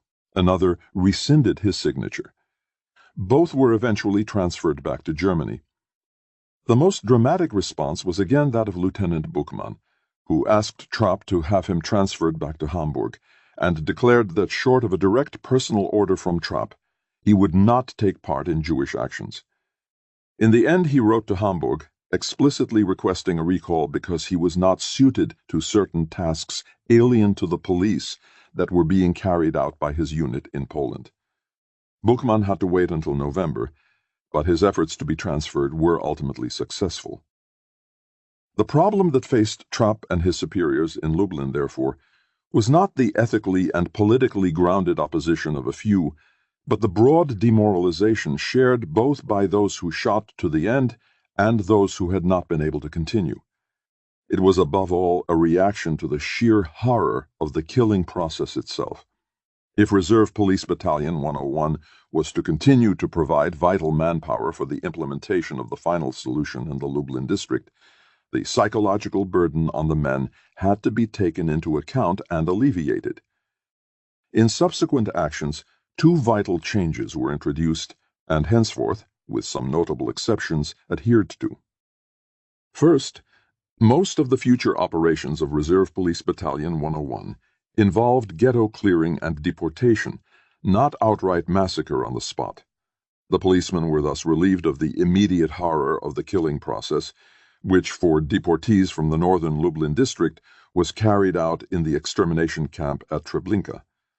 Second, while deportation was a horrifying procedure characterized by the terrible coercive violence needed to drive people onto the death trains, as well as the systematic killing of those who could not be marched to the trains, these actions were generally undertaken jointly by units of Reserve Police Battalion 101 and the Travnikis, SS-trained auxiliaries from Soviet territories, recruited from the POW camps, and usually assigned the very worst parts of the ghetto clearing and deportation. Concern over the psychological demoralization resulting from Józefów is indeed the most likely explanation of that mysterious incident at Alexandrów several days later. Probably Trapp had assurance that Travniki men would carry out the shooting this time, and when they did not show up, he released the Jews his men had rounded up. In short, the psychological alleviation necessary to integrate Reserve Police Battalion 101 into the killing process was to be achieved through a twofold division of labor. The bulk of the killing was to be removed to the extermination camp, and the worst of the on-the-spot dirty work was to be assigned to the Travnikis. This change would prove sufficient to allow the men of Reserve Police Battalion 101 to become accustomed to their participation in the final solution. When the time came to kill again, the policemen did not go crazy. Instead, they became increasingly efficient and calloused executioners. 9. Łomazy, the descent of 2nd Company. Even before the massacre at Józefów on July 13th, orders had already been given for a redeployment of the police battalions in the Lublin district. The district was divided into northern, central, and southern security sectors. Reserve Police Battalion 101 was assigned to the northern sector, which encompassed from west to east the counties Kreise of Puławy, Radzin, and Biała Podlaska. Lieutenant Gnada's 2nd Company was assigned Biała Podlaska, and Gnada stationed his company staff in the county seat of Biała. 1st Platoon was divided between Piszczatz and Tuczna to the southeast, while 2nd Platoon was at Wiśnice, due south. 3rd Platoon was stationed in Parchev to the southwest, actually in the neighboring county of Radzin. The final solution in the county of Biała Podlaska had commenced on June 10, 1942, when 3,000 Jews were deported from Biała to Sobibór. Hundreds of Jews from smaller communities were concentrated in the village of Łomazy, halfway between Biała and Wiśnice. Then the murder campaign came to a halt until the arrival of Lieutenant Gnade's second company. The Jews of Łomazy were to be the target of Reserve Police Battalion 101's first joint killing action with a unit from Travniki. Second Company was to provide the bulk of the manpower for the roundup. The primary function of the Travniki unit was to provide the shooters, thus alleviating the chief psychological burden the German policemen had experienced at Józefów. In early August, one squad of 3rd Platoon, some 15 to 18 men, was stationed directly in Łomazy under Sergeant Heinrich Beckemeyer. Gruppe Beckemeyer, as it was known, passed several uneventful weeks in a town that was half Polish and half Jewish. Though the Jewish population lived apart from the Poles, the Jewish quarter of town was neither fenced nor guarded. The German policemen were housed in the school in the Jewish quarter. On August 16th, only one day before the impending action, Heinrich Beckemeyer in Łomazy received a telephone call from Lieutenant Gnade informing him that there would be a Jewish resettlement the next morning and his men were to be ready at 4 a.m. It was clear to Beckemeyer what this meant. The same day, Gnade summoned Lieutenants Drucker and Scher to Biała. Allegedly in the presence of an SD officer, he informed them of the next day's action, which was to be carried out in cooperation with the SS. The entire Jewish population was to be shot. Second Platoon in nearby Wiśnice was provided with trucks for a half-hour ride early in the morning. Since no trucks were available for 1st Platoon, horse-drawn Polish farm wagons were commandeered, and the policemen rode all night to reach Łomazy by early morning. In Łomazy, Gnade held a meeting with his non-commissioned officers, who received instructions for clearing the Jewish quarter and assembling the Jews in the schoolyard. The NCOs were told that the Hiwis from Travniki would do the shooting, so the policemen would for the most part be spared. Nonetheless, the roundup was to be conducted as had been done before, which is to say that infants and the old, sick, and frail who could not be easily taken to the assembly point were to be shot on the spot. According to one squad leader, however, most children were once again brought to the assembly point. As in Józefów, the men encountered not only German Jews, but specifically Hamburg Jews during the clearing action. The Jews quickly filled the schoolyard and overflowed into the adjoining sports field. With some shooting, the roundup was finished in a short 2 hours. The 1,700 Jews of Łomazy were then forced to sit and wait. A group of 60 to 70 young men were selected out, given shovels and spades, loaded onto trucks, and driven to the woods. Several of the young Jews jumped from the moving trucks and made good their escape. Another attacked a German corporal, the battalion boxing champion, who promptly knocked his desperate assailant senseless. In the woods, the Jews were set to work digging a mass grave. Back in Łomazy, the wait of the doomed Jews and their police guards stretched into hours. Suddenly, a contingent of 50 Hiwis from Travniki marched into town, led by a German SS officer. I can still remember exactly, one policeman testified, that immediately after their arrival these Travnikis took a break. I saw that in addition to food, they also took bottles of vodka out of their packs and drank from them. The SS officer and Gnade began drinking heavily as well. Other NCOs also smelled of alcohol, but unlike the two commanders, were not visibly drunk. Buttered bread was prepared for the policemen. As the grave digging neared completion, and after the Hiwis and policemen finished their meal, the 1-kilometer march to death in the forest began. Some policemen rode the farmers' wagons to the forest, where they set up a new cordon.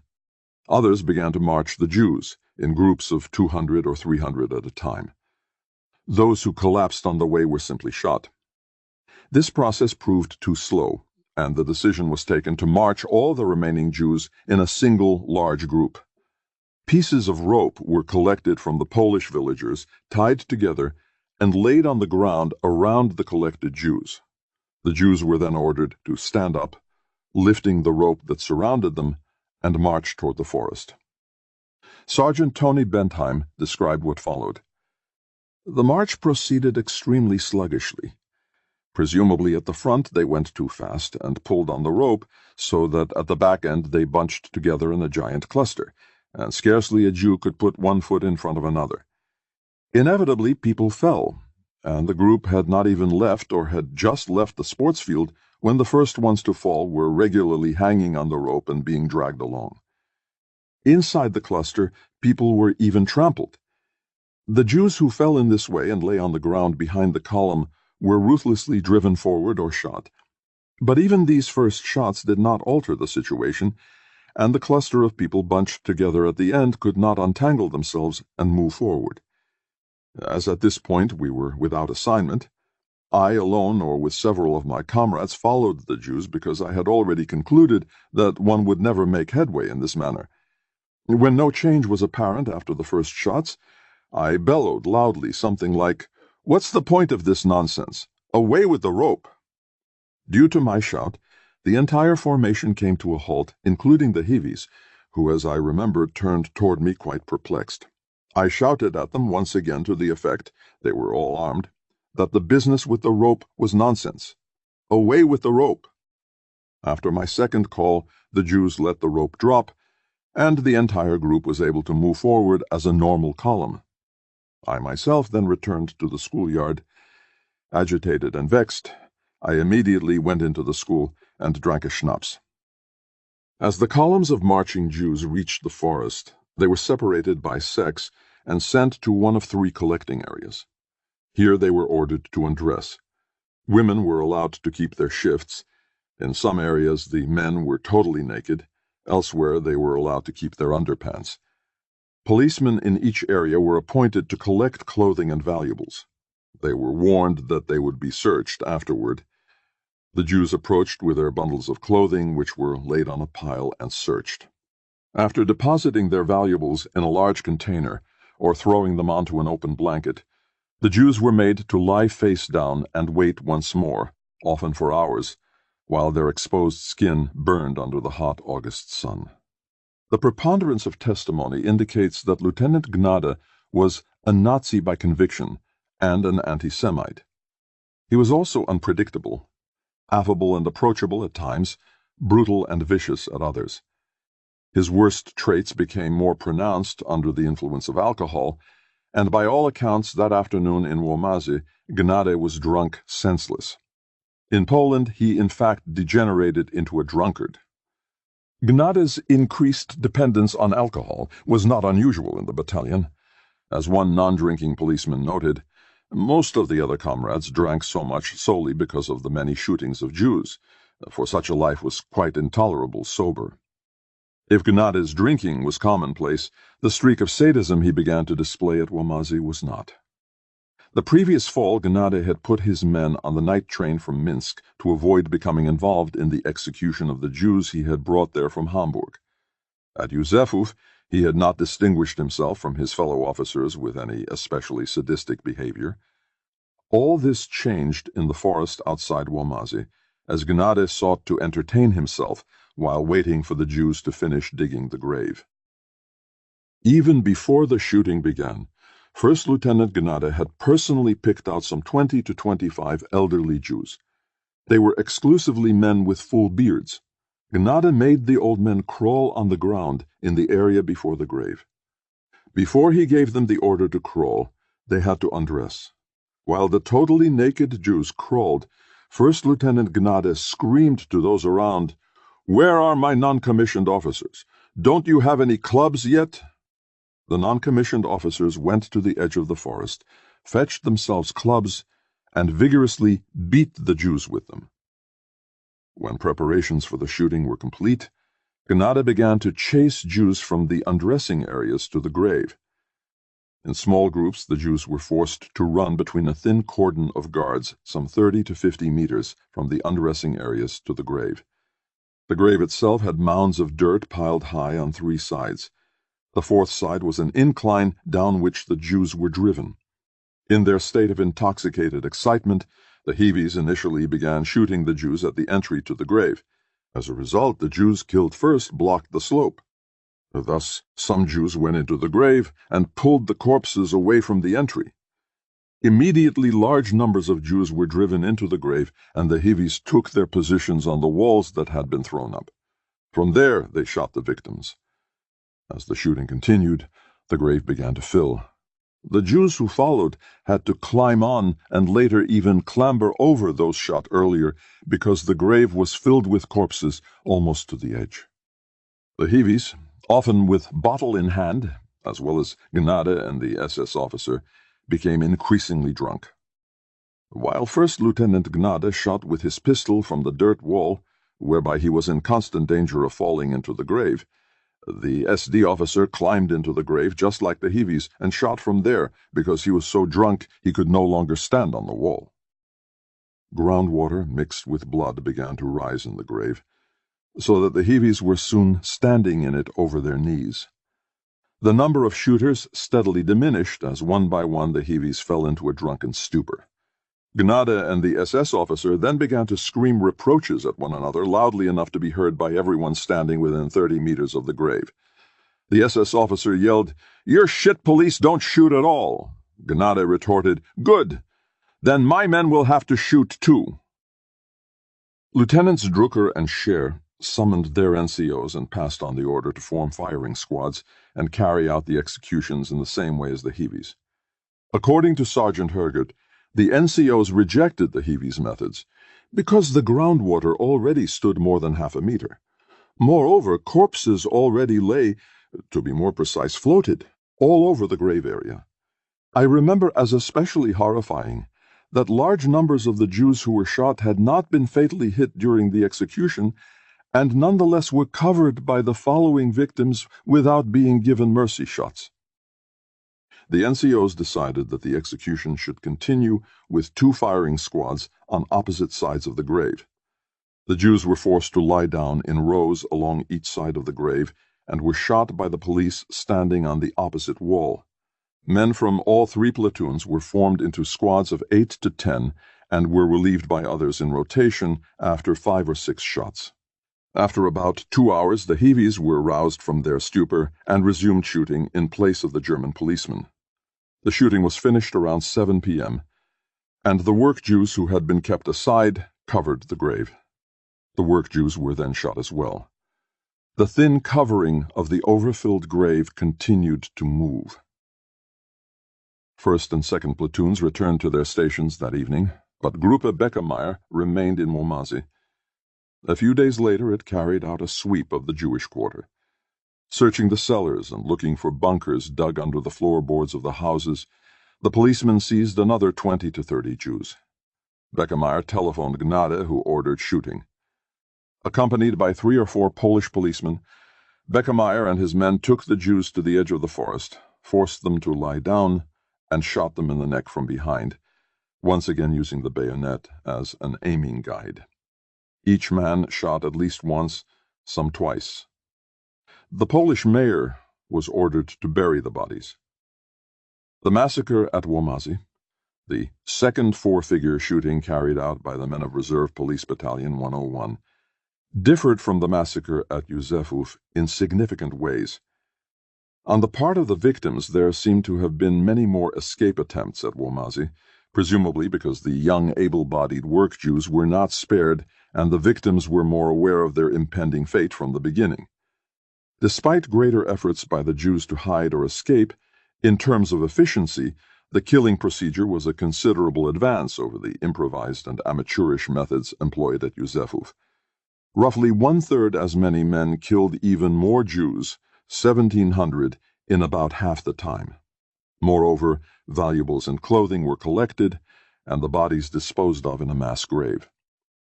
Psychologically, the burden on the killers was much reduced. The Hivis not just liquored up after the event to help them forget, but drunk from the start, did most of the shooting. According to Sergeant Bentheim, his men were overjoyed that they were not required to shoot this time. Those spared such direct participation seem to have had little if any sense of participation in the killing. After Józefów, the roundup and guarding of Jews to be killed by someone else seemed relatively innocuous. Even the policemen who did have to replace the heavies and shoot for several hours in the late afternoon did not recall the experience with anything like the horror that predominated in their accounts of Yuzefov. This time the men did not have to pair off with their victims face to face. The personal tie between victim and killer was severed. In sharp contrast to Yuzefov, only one policeman recalled the identity of a particular Jew he had shot. In addition to the depersonalization of the killing process, through rapid rotation the men were spared the sense of unremitting, endless killing that had been so salient at Yuzefov. Their direct participation in the killing was not only less personal, but more finite. Habituation played a role as well. Having killed once already, the men did not experience such a traumatic shock the second time. Like much else, killing was something one could get used to. One other factor sharply distinguished Womazeh from Yuzefov, and may well have been yet another kind of psychological relief for the men. Namely, this time they did not bear the burden of choice that Trapp had offered them so starkly on the occasion of the first massacre. No chance to step out was given to those who did not feel up to shooting. No one systematically excused those who were visibly too shaken to continue. Everyone assigned to the firing squads took his turn as ordered. Therefore, those who shot did not have to live with the clear awareness that what they had done had been avoidable. This is not to say that the men had no choice, only that it was not offered to them so openly and explicitly as at Yuzefov. They had to exert themselves to evade killing. Even Sergeant Hergud, who was most emphatic that there was no call for volunteers and that virtually every man in the company had to take a turn at shooting, conceded that some men may have slipped off into the woods. Apparently the number of evaders was quite small, however, for in contrast to Yuzefov, only 2 men testified to having deliberately avoided shooting in some way. Georg Kagler claimed to have been part of a group that had twice escorted Jews from Womazeh to the forest and then, more or less, slipped away to escape a further assignment. Paul Metzger was assigned to an outer cordon at the edge of the forest to block Jews who bolted from the undressing areas and ran for their lives. At Yuzefov, Metzger had slipped off among the trucks after 2 rounds of shooting. Now at Womazeh, when one fleeing Jew suddenly ran toward him, Metzger let him pass. As he recalled, First Lieutenant Gnade, who was already drunk by then, wanted to know which sentry had allowed the Jew to run away. I did not report myself, and none of my comrades reported. Because of his drunkenness, First Lieutenant Gnade was unable to investigate the matter, and so I was not held to account. The actions of Kagler and Metzger involved at least some risk, but neither suffered any consequence for his evasion. Most of the policemen, however, seemed to have made no effort to avoid shooting. At Womazeh, following orders reinforced the natural tendency to conform to the behavior of one's comrades. This was much easier to bear than the situation at Yuzefov, where the policemen were allowed to make personal choices concerning their participation, but the cost of not shooting was to separate themselves from their comrades and to expose themselves as weak. Trapp had not only offered a choice, but he had set a tone. "We have a task to shoot Jews, but not to beat or torture them," he had declared. His own personal distress had been apparent to all at Yuzefov. Thereafter, however, most Jewish actions were carried out in company and platoon strength, not by the full battalion.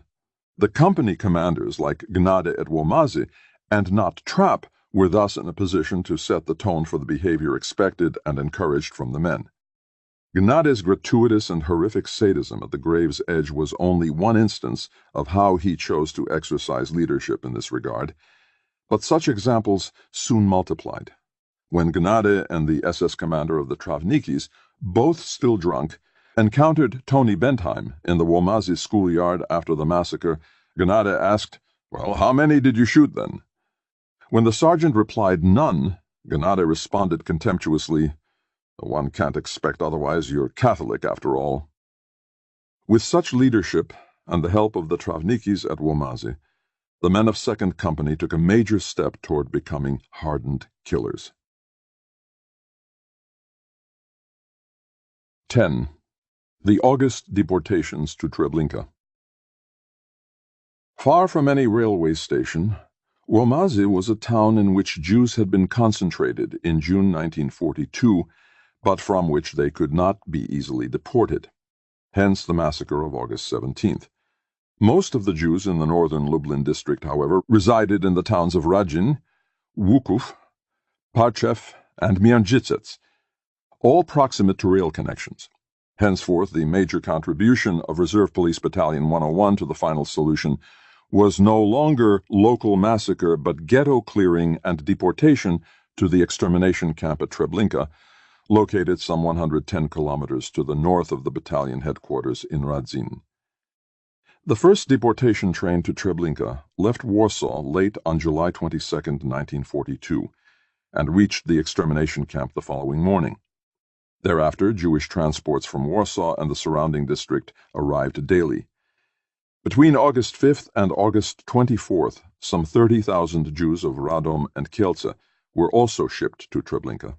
Though the camp's killing capacity was stretched to the breaking point, Globocnik impatiently decided to commence deportations from northern Lublin as well. The Jews of Parchev and Międzycec in the county of Radzin, at the center of Reserve Police Battalion 101's security zone, were the first targets. Steinmetz's 3rd Platoon of 2nd Company, minus Gruppe Beckemeyer, which had been detached to Łomozy, was stationed in Parchev. More than 5,000 Jews lived in the city's Jewish quarter, which was not separated from the rest of the town by either wire or wall.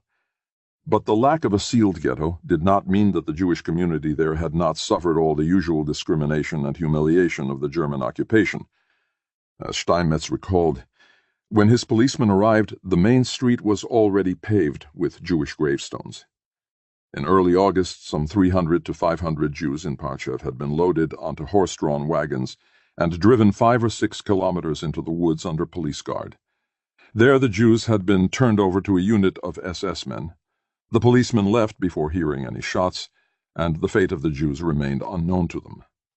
Rumors of a much larger deportation circulated in Parchev, and many Jews fled to the woods. Most were still in town, however, when policemen of the 1st and 2nd Companies of Reserve Police Battalion 101, along with a unit of Hivis, descended upon Parchev early on August 19th, just 2 days after the Łomozy massacre. Trapp gave another speech, informing the men that the Jews were to be taken to the train station 2 or 3 kilometers out of town. He indicated, indirectly but without ambiguity, that once again the old and frail who could not march were to be shot on the spot. 2nd Company set up the cordon, and 1st Company carried out the search action in the Jewish quarter. By afternoon, a long column of Jews stretched from the marketplace to the train station. About 3,000 of Parchev's Jews were deported that day. Several days later, this time without the help of any Hivis, the entire operation was repeated, and the remaining 2,000 Jews of Parchev were sent to Treblinka as well. In the policemen's memories, the Parchev deportations were relatively uneventful. Everything went smoothly, there was little shooting, and the participation of the Hivis in the first deportation does not seem to have been marked by their usual drunkenness and brutality. Presumably because so little dirty work needed to be done, the Hivis were not even deemed necessary for the second deportation. While the policemen did not know precisely where the Jews were being sent, or what was to be done with them, it was clear and well known to us all, as Heinrich Steinmetz admitted, that for the Jews affected, these deportations meant the path to death. We suspected that they would be killed in some sort of camp. Spared direct participation in the killing, the men of Reserve Police Battalion 101 seem scarcely to have been disturbed by this awareness, even though there were more victims in the Parchev deportations than in the Józefów and Łomozy massacres combined. Out of sight was truly out of mind. Indeed, for some men of Steinmetz's platoon, the most vivid memory was that they were assigned guard duty in a swampy meadow north of Parchev, where they had to stand all day with wet feet. Far more memorable for Reserve Police Battalion 101 was the deportation of 11,000 Jews from Międzycec to Treblinka on August 25th to 26th. In August 1942, Międzycec was the largest ghetto in the county of Radzin, with a Jewish population of more than 12,000, in comparison to 10,000 Jews in Wukuf and 6,000 in the town of Radzin.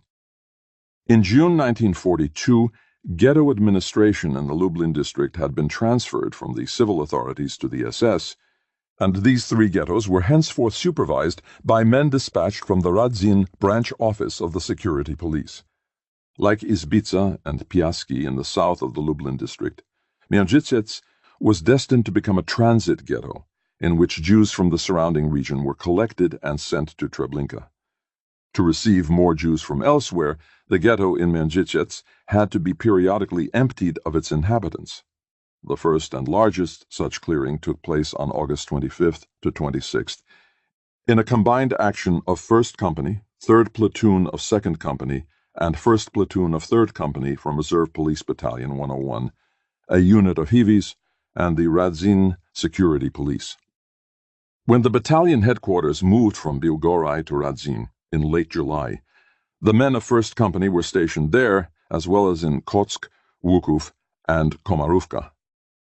1st Platoon of 3rd Company was also stationed in the county of Radzin, in the town of Chemniarniki, and 3rd Platoon of 2nd Company in Parchev. These 5 platoons were now mobilized for the Mierzyciec action. Some of the policemen arrived in Mierzyciec on the night of August 24th, one unit accompanying a convoy of wagons bringing additional Jews. Most of the men, however, assembled in Radzin in the early hours of August 25th under the supervision of 1st Sergeant Kammer. The initial absence of Captain Volov was explained when the convoy of trucks stopped in front of his private residence on the way out of town. Volov and his young bride, 4 months pregnant, with a military coat draped over her shoulders and a peaked military cap on her head, emerged from the house and climbed aboard one of the trucks.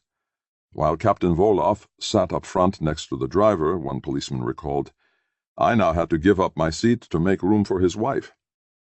Prior to joining Reserve Police Battalion 101, Captain Volov had experienced several career difficulties. He had been sent to Norway with Police Battalion 105 in April 1940, but his commander there eventually demanded his recall. Volov was energetic and bright, he noted, but lacked all discipline and was much too impressed with himself. Sent back to Hamburg, Volov was judged by his next commander as lacking interest in home front service and requiring strict supervision. At this point in the spring of 1941, Volov was assigned to Police Battalion 101, which had just returned from Łódź, and his professional fortunes changed. Within months, the new battalion commander, Trapp, recommended him for promotion and a company command. Volov was soldierly, energetic, full of life, and possessed leadership qualities, Trapp wrote. Moreover, he sought to act on National Socialist principles and instructed his men accordingly. He was ready at any time without reservation to go the limit for the National Socialist state. Volov was promoted to the rank of captain, took over 1st Company, and became Trapp's deputy commander. To the men, Volov seemed quite pretentious. One policeman remembered that Volov rode standing in his car like a general. Another remarked that he was disparagingly called the Little Rommel. The chief clerk of 1st Company recalled his energy, his determination to take charge of all aspects of his command, and his ability to get things done. His reluctant platoon commander, Lieutenant Buchmann, judged him a much more upright and genuine person than Lieutenant Gnade, admittedly a not very high standard of comparison, and not a prominent anti-Semite. He was an officer who took his responsibilities seriously, but above all he was a young man just married and consumed in romance. Indeed, the sudden departure of Reserve Police Battalion 101 for Poland had caught Volov by surprise, upsetting plans for a June 22nd wedding. No sooner had he arrived in Biłgoraj in late June than he beseeched Trapp to let him return briefly to Hamburg to marry his girlfriend, because she was already pregnant. At first Trapp refused, but then granted him a special leave. Volov was married on June 29th and returned to Poland just in time for Józefów. Once his company was stationed in Radzin, Volov had his new bride visit him there for their honeymoon. Volov may have brought his bride along to witness the Miondzicets' deportation because he could not stand to be separated from her in the fresh bloom of their honeymoon, as Bookman suggested. On the other hand, the pretentious and self-important captain may have been trying to impress his new bride by showing her he was master over the life and death of Polish Jewry. The men clearly thought the latter, and their reaction was uniformly one of indignation and outrage that a woman was brought to witness the terrible things they were doing. The men of First Company, if not their captain, could still feel shame. When the convoy carrying Volov, his bride, and most of First Company arrived in Miondzicets, less than 30 kilometers to the north of Radzin, the action was already underway. The men could hear shooting and screaming as the Hivis and security police had begun the roundup. The men waited while Volov went off to get instructions. 20 or 30 minutes later he returned and issued the company assignments. Some men were sent to outer guard duty, but most of them were assigned to the clearing action alongside the Hivis. The usual orders were given to shoot anyone trying to escape, as well as the sick, old, and frail who could not march to the train station just outside town.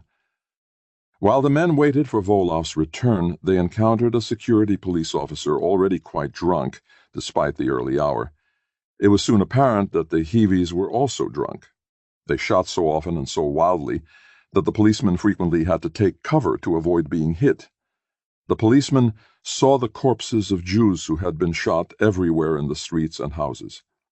Driven by the Hivis and policemen, thousands of Jews streamed into the marketplace. Here they had to sit or squat without moving or getting up. As the hours passed on this very hot August day of the late summer heat wave, many Jews fainted and collapsed. Moreover, beating and shooting continued in the marketplace.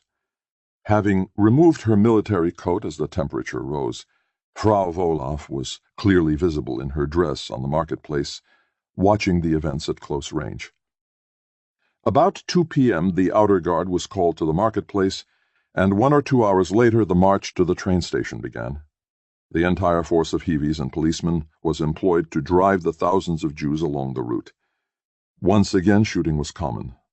The foot sick, who could go no farther, were shot and left lying on the side of the road. Corpses lined the street to the train station. One final horror was reserved to the end, for the train cars now had to be loaded. While the Hivis and security police packed 120 to 140 Jews into each car, the reserve policemen stood guard and observed. As one remembered, when it didn't go well, they made use of riding whips and guns. The loading was simply frightful. There was an unearthly cry from these poor people, because 10 or 20 cars were being loaded simultaneously. The entire freight train was dreadfully long. One could not see all of it. It may have been 50 to 60 cars, if not more. After a car was loaded, the doors were closed and nailed shut. Once all the cars were sealed, the men of Reserve Police Battalion 101 quickly departed without waiting to see the train pull away. The clearing of the Miondzicets ghetto was the largest deportation operation the battalion would carry out during its entire participation in the final solution. Only 1,000 Jews in Miondzicets had been given temporary work permits to remain in the ghetto until they could be replaced with Poles. Thus, some 11,000 were targeted for deportation. The policemen knew that many hundreds of Jews were shot in the course of the operation, but of course they did not know exactly how many. The surviving Jews who collected and buried the bodies did know, however, and their count was 960. This figure needs to be put into some wider perspective in order to show the ferocity of the Miondzicets deportation, even by the Nazi standards of 1942. About 300,000 Jews were deported from Warsaw between July 22 and September 21, 1942. The total number of Jews killed by gunfire over this 2-month period was recorded as 6,687. In Warsaw, therefore, the ratio between those killed on the spot and those deported was approximately 2%. The same ratio for Miondzicets was nearly 9%. The Jews of Miondzicets did not march like sheep to the slaughter. They were driven with an almost unimaginable ferocity and brutality that left a singular imprint even on the memories of the increasingly numbed and callous participants from Reserve Police Battalion 101. This was no case of out of sight, out of mind. Why the contrast between the relatively uneventful and hence unmemorable deportations from Parchev and the horror of Mrnjicec only 1 week later? On the German side, the key factor was the ratio between perpetrators and victims. For the more than 5,000 Jews of Parchev, the Germans had 2 companies of order police and a unit of Hiwis, or 300 to 350 men. For Mrnjicec, with twice the number of Jews to be deported, the Germans used 5 platoons of order police, the local security police, and a unit of Hiwis, or 350 to 400 men. The greater the pressure on the German ghetto clearers in terms of manpower, the greater their ferocity and brutality to get the job done. Głobocnik's impatient attempt to commence deportations to Treblinka from northern Lublin simultaneous with those from the districts of Warsaw and Radom proved too much for the capacity of the extermination camp. In late August, the number of Jews waiting to be killed and the number of corpses that could not be disposed of quickly enough piled up. The overburdened killing machinery broke down. The deportations throughout the Warsaw, Radom, and Lublin districts were temporarily halted, including a train scheduled for 2 trips from Łuków to Treblinka beginning August 28th. Głobocnik and his extermination camp supervisor, Christian Wirth, rushed to Treblinka to reorganize the camp. Franz Stangl was summoned from Sobibor, which was relatively inactive while rail line repairs made it inaccessible to all but nearby sites, and named commandant.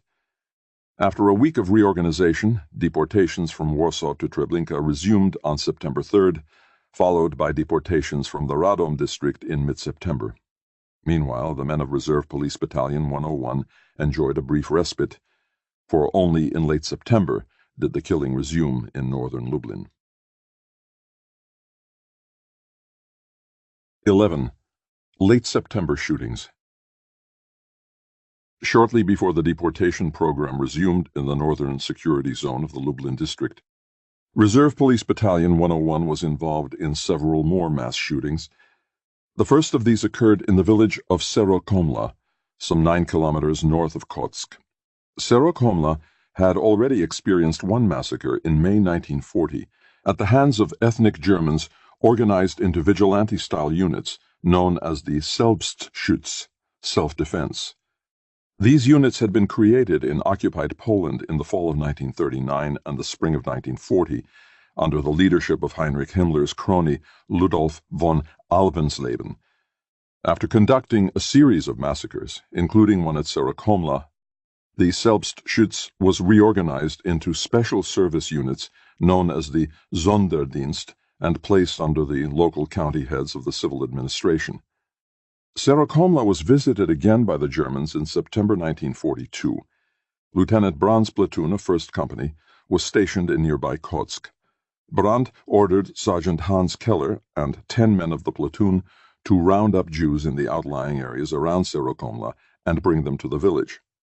Then, early on the morning of September 22nd, Brandt's platoon drove out of Kotsk and waited at a crossroads northwest of town.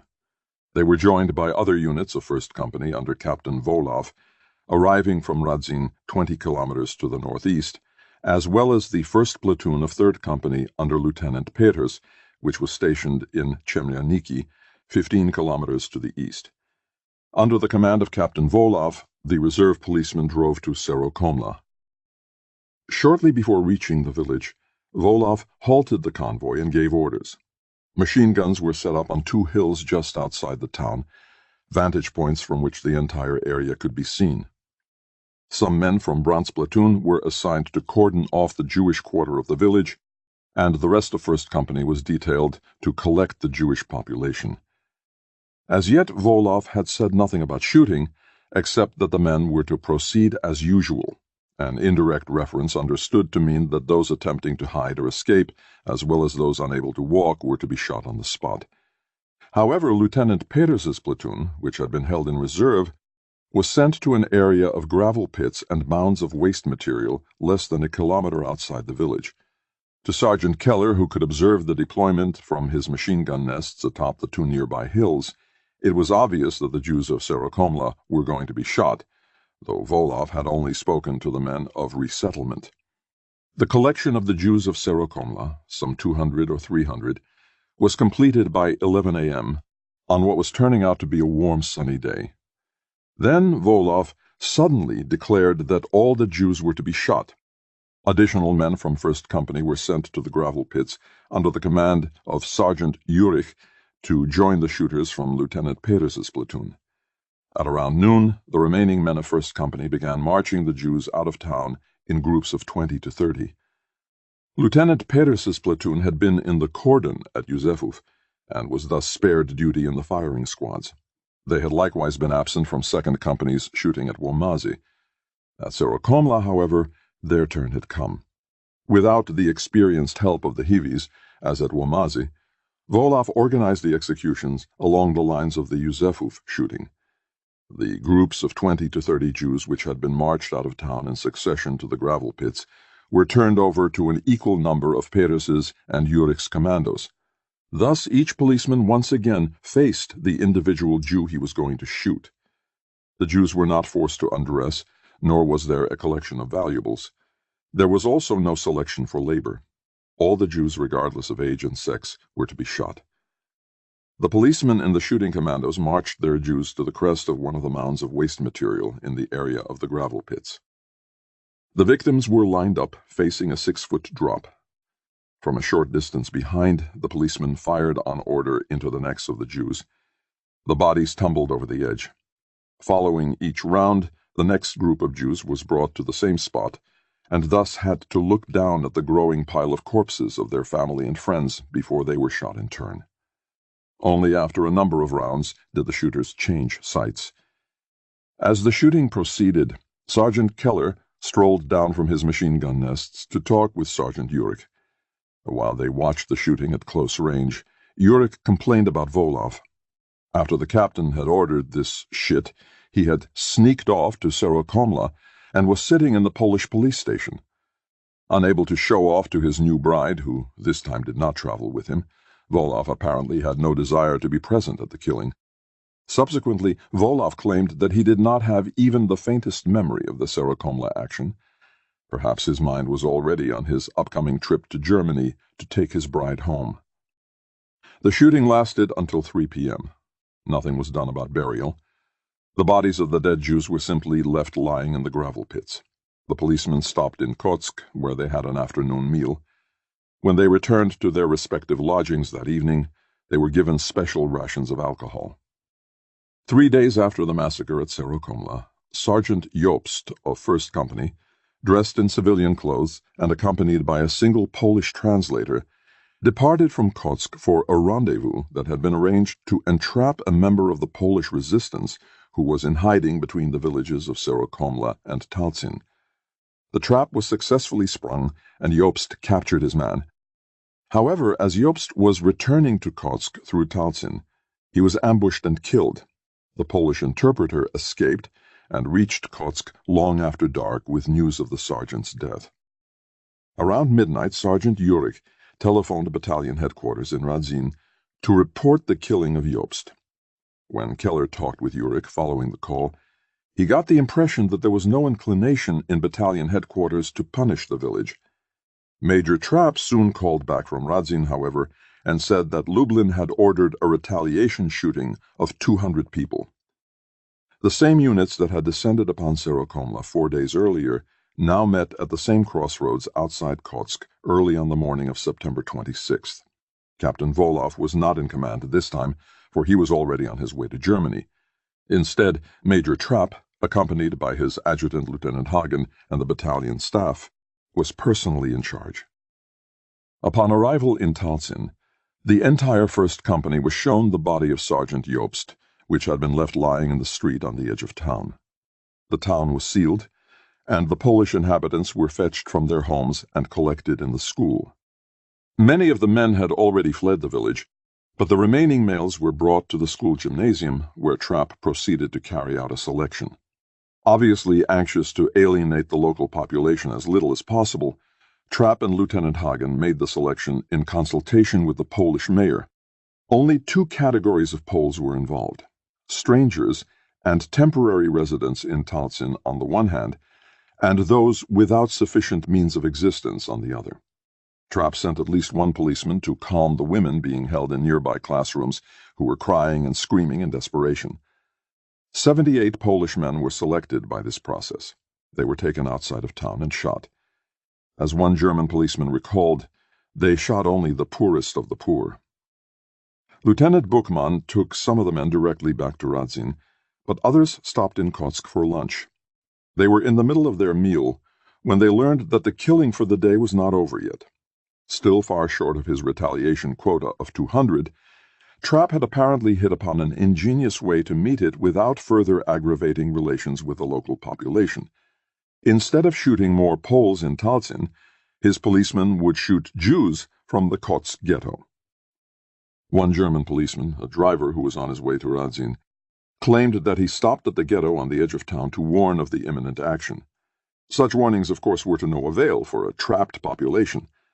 Search squads of German police entered the ghetto and proceeded to grab anyone they could find, regardless of age or sex. Older Jews who could not march to the shooting site were gunned down on the spot. One policeman later testified, "Although I was supposed to take part in the search, here too I was able to mill around the streets.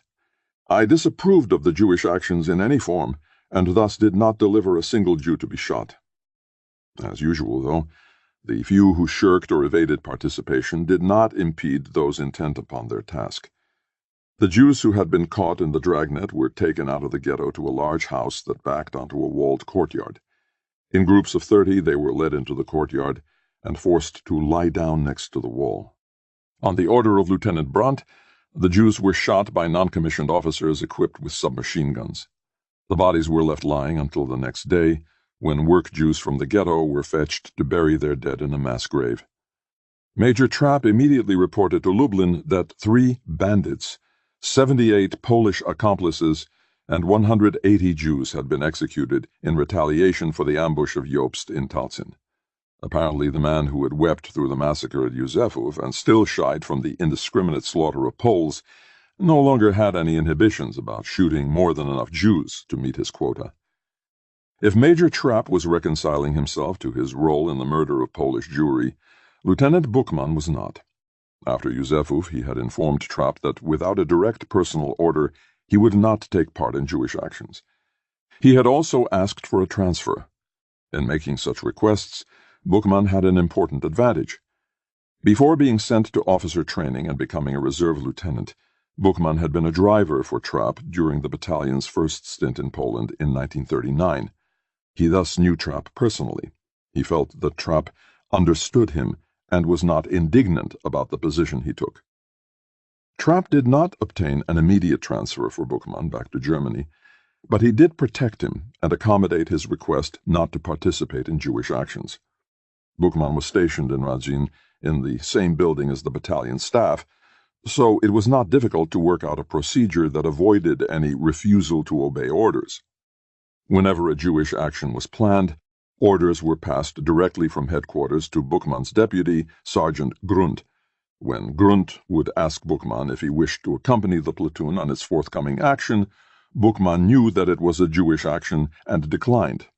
Thus he had not gone with First Company to either Międzyrzec or Serokomna. Talcin did not begin as a Jewish action, however, and Buchmann was in the school when Trapp carried out the selection of the Poles, though it was no accident that Trapp sent him directly back to Radzin before the killing of Jews from the Kotsk ghetto began. In Radzin, Buchmann had made no effort to hide his feelings. On the contrary, he was indignant about how the Jews were treated and openly expressed these views at every opportunity. It was obvious to those around him that Buchmann was a very reserved, refined man, a typical civilian who had no desire to be a soldier. For Buchmann, Talcin was the final straw. On the afternoon he returned, the desk clerk tried to report to him, but he had immediately gone to his room and locked himself in. For days Buchmann would not talk to me, although we knew each other well. He was very angry and complained bitterly, saying something to the effect, "Now I won't do this shit any longer. I have a noseful. Bookman not only complained. In late September, he also wrote directly to Hamburg, urgently requesting a transfer. He could not carry out those tasks alien to the police that his unit was being given in Poland. If Bookman's behavior was tolerated and protected by Trapp, it received mixed reactions from his men. Among my subordinates, many understood my position, but others made disparaging remarks about me and looked down their noses at me.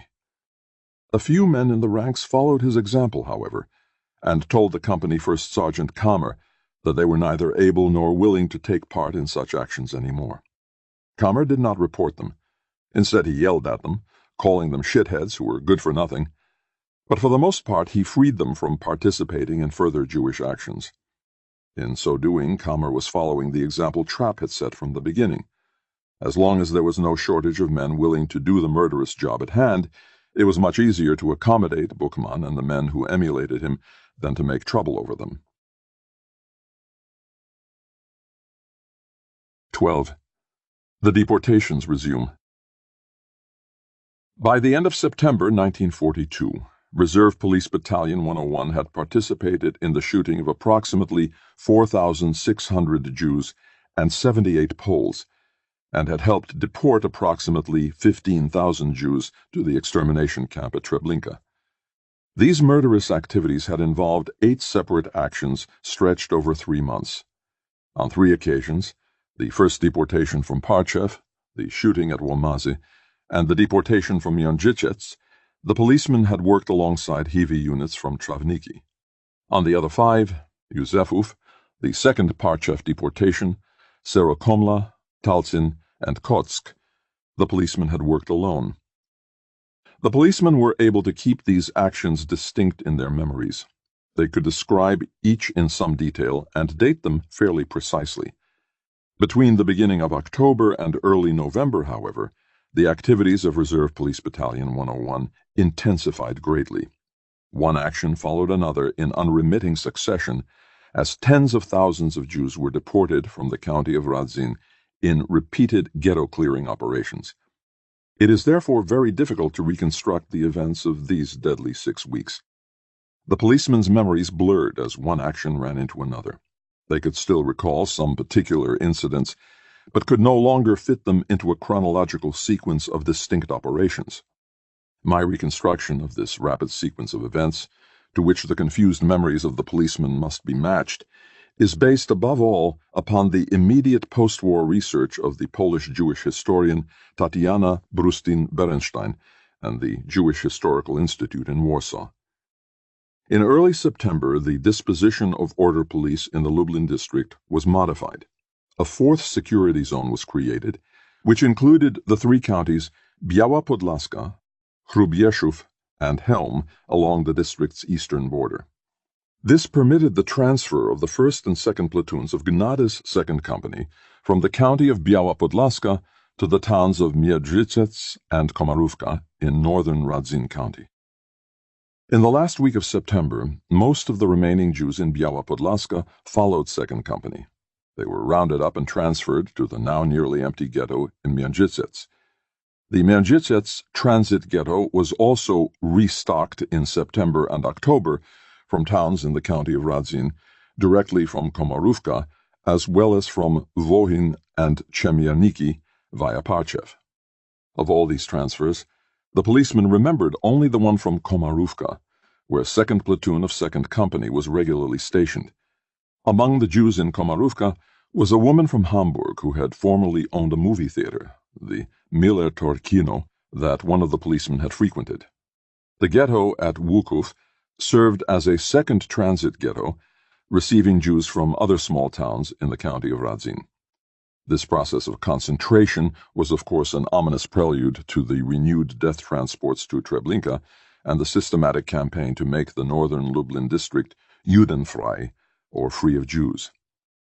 The coordinating center for the October offensive against the ghettos of Radzin County was the branch office of the security police under Untersturmführer Fritz Fischer.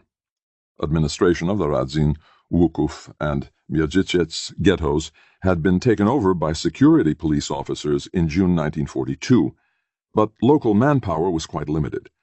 The Radzin branch office and its outpost in Wukuf had perhaps a total of 40 German security police and ethnic German helpers between them. Fischer also had a permanent unit of 20 Hiwis at his disposal. Mierzycec, Wukuf, and Radzin had a total of 40 to 50 gendarmerie. Clearly, this limited force of security police and gendarmerie, even with Fischer's own Hiwi unit, was utterly dependent on outside help for deporting the Jews from these ghettos. Once again, Reserve Police Battalion 101 provided the bulk of the manpower, without which the ghetto clearing could never have been carried out. The deportations to Treblinka resumed on October 1st, when 2,000 Jews were shipped from the ghetto of Radzin. On October 5th, 5,000 Jews, and on October 8th, a further 2,000 Jews were deported to Treblinka from Wukuf. In a parallel action, thousands of Jews were deported from Mierzycec on October 6th and 9th. Presumably, the trains from Wukuf and Mierzycec were joined after loading, though no witnesses testified to this effect. Between October 14th and 16th, the clearing of the Radzin ghetto was completed by transferring its 2,000 to 3,000 Jews to Mierzycec. Their stay was brief, for Jews were deported from Mierzycec again on October 27th and November 7th. On November 6th, the 700 remaining Jews in Kotsk were taken to Wukuf. The following day, as the ghetto in Mierzycec was also being cleared, 3,000 Jews were deported to Treblinka from Wukuf. Interspersed with the deportations were occasional shootings to liquidate those Jews who had successfully evaded the ghetto clearing by hiding or had been deliberately left behind, either for lack of space in the trains or to work in cleanup details. When the 6-week onslaught was over, the men of Reserve Police Battalion 101 had helped deport more than 27,000 Jews to Treblinka in 8 actions and had killed perhaps 1,000 more during the roundups and in at least 4 mopping-up shootings. What the policemen remembered about each of these actions varied tremendously. The opening operation, the deportation of 2,000 Jews from Radzin on October 1st, was carried out jointly by men from 1st Company and 20 Hiwis under Untersturmführer Fischer. There was apparently little killing on the spot, though the Hiwis fired frequent warning shots to drive the Jews to the train station. The following day, October 2nd, Sergeant Steinmetz's 3rd Platoon of 2nd Company completed the liquidation of the Parchev ghetto by shooting, on Gnade's orders, more than 100 Jews who had apparently been brought there too late for the transfer to Mierzycec. Thereafter, simultaneous deportations were carried out from the 2 transit ghettos in Wukuf and Mierzycec by 1st and 2nd Companies respectively. Since early September, Lieutenant Gnade had made his new company headquarters in Mierzycec. To avoid the difficult Polish pronunciation, the men of 2nd Company referred to it by the apt German nickname Menschenschreck, or human horror. Gnade's driver, Alfred Heilmann, remembered taking the lieutenant one evening to a 5-hour meeting in a building on the main square in Mierzycec that served as the security police headquarters and prison. During the meeting, a terrible cry arose from the cellar. 2 or 3 SS officers came out of the building and emptied their submachine guns through the cellar windows. "So now we'll have quiet," one remarked as they re-entered the building. Heilmann cautiously approached the cellar window, but the stench was terrible and he turned back. The noise from upstairs increased until Gnade emerged at midnight quite drunk and told Heilmann that the ghetto would be cleared the next morning. The men of 2nd Company who were stationed in Mierzycec were awakened around 5 a.m. They were joined by Drucker's 2nd Platoon from Komarówka, as well as a sizable contingent of Hiwis. Drucker's men apparently cordoned off the ghetto while the Hiwis and the rest of the order police drove the Jews into the main square. Gnade and others used their whips on the assembled Jews to enforce quiet. Some died from the beatings even before the march to the train station began. Heilmann watched while the Jews who had been incarcerated in the cellar prison of security police headquarters were hauled out and led away. They were covered with excrement and obviously had not been fed in days. After the required number of Jews had been assembled, they were marched to the train station. Those who could not walk were shot on the spot, and the guards shot ruthlessly into the column of Jews whenever it slowed. A small contingent of policemen was already at the train station in order to keep Polish spectators away. Gnade supervised the loading of the arriving Jews onto the train. Shooting and beating were employed without restraint to maximize the number of Jews crammed into each cattle car. 22 years later, Gnade's first sergeant made a very unusual confession, given the pronounced reluctance of the witnesses to criticize their former comrades. "To my regret, I must say that First Lieutenant Gnade gave me the impression that the entire business afforded him a great deal of pleasure." But even the most unfettered violence could not overcome the shortage of train cars, and when the doors were finally forced shut, about 150 Jews, mostly women and children, but also some men, remained. Gnade summoned Drucker and told him to take these Jews to the cemetery. At the cemetery entrance, the policemen chased away the eager spectators and waited until First Sergeant Ostmann arrived in a truck with a supply of vodka for the shooters. Ostmann turned to one of his men who had hitherto avoided shooting and chided him. "Drink up now, Pfeiffer. You're in for it this time, because the Jewesses must be shot. You've gotten yourself out of it so far, but now you must go to it." An execution squad of about 20 men was sent into the cemetery. The Jews were brought in groups of 20, men first and then women and children. They were forced to lie face down near the cemetery wall and then shot from behind in the neck. Each policeman fired 7 or 8 times. At the cemetery gate, one Jew sprang at Drucker with a syringe but was quickly subdued. The other Jews sat quietly awaiting their fate, even after the shooting began. They were quite emaciated and looked half-starved to death, one guard remembered. The number of victims of this Międzycec deportation of October 6th and a subsequent one 3 days later cannot be ascertained. Witness accounts vary greatly. In any case, the ghetto was restocked once again in mid-October, when 2,000 to 3,000 Jews were brought in from Radzin. These Jews were assembled early on the morning of October 14th and loaded onto a caravan of more than 100 horse-drawn wagons. Guarded by Polish police, ethnic Germans of the Sonderdienst, and a few policemen from First Company, the caravan slowly made its way to Międzycec, 29 kilometers to the north, arriving after dark. The empty wagons were then returned to Radzin. In subsequent actions on October 27th and November 7th, the Międzycec ghetto was cleared of all but some 1,000 work Jews. These actions must have been smaller than those of early October, for neither heavy units nor security police from Radzin were employed to assist the policemen. Gnade was now totally in charge. He apparently introduced one further step in deportation procedure, the strip search. After being assembled in the marketplace, the deportees were driven into 2 barracks, where they were forced to undress and searched for valuables. They were allowed to put only their underclothing back on, despite the cold autumn weather. Scantily clad, they were marched to the train station and packed into cattle cars destined for Treblinka. With the conclusion of the November 7th action, units of Reserve Police Battalion 101 had deported at least 25,000 Jews from the city of human horror to Treblinka since late August. While Gnade was deporting Jews from Międzycec, First Company was carrying out parallel actions in Łuków. Captain Volov was no longer in charge, however. His relations with Trapp had steadily deteriorated, and the major spoke openly of his dismay over the Międzycec episode in which Volov had taken his new bride to witness the ghetto clearing. After the massacre at Serokomla, Volov had accompanied his wife to Hamburg, where he remained for several days before returning. Back in Radzin by mid-October, he became ill with jaundice.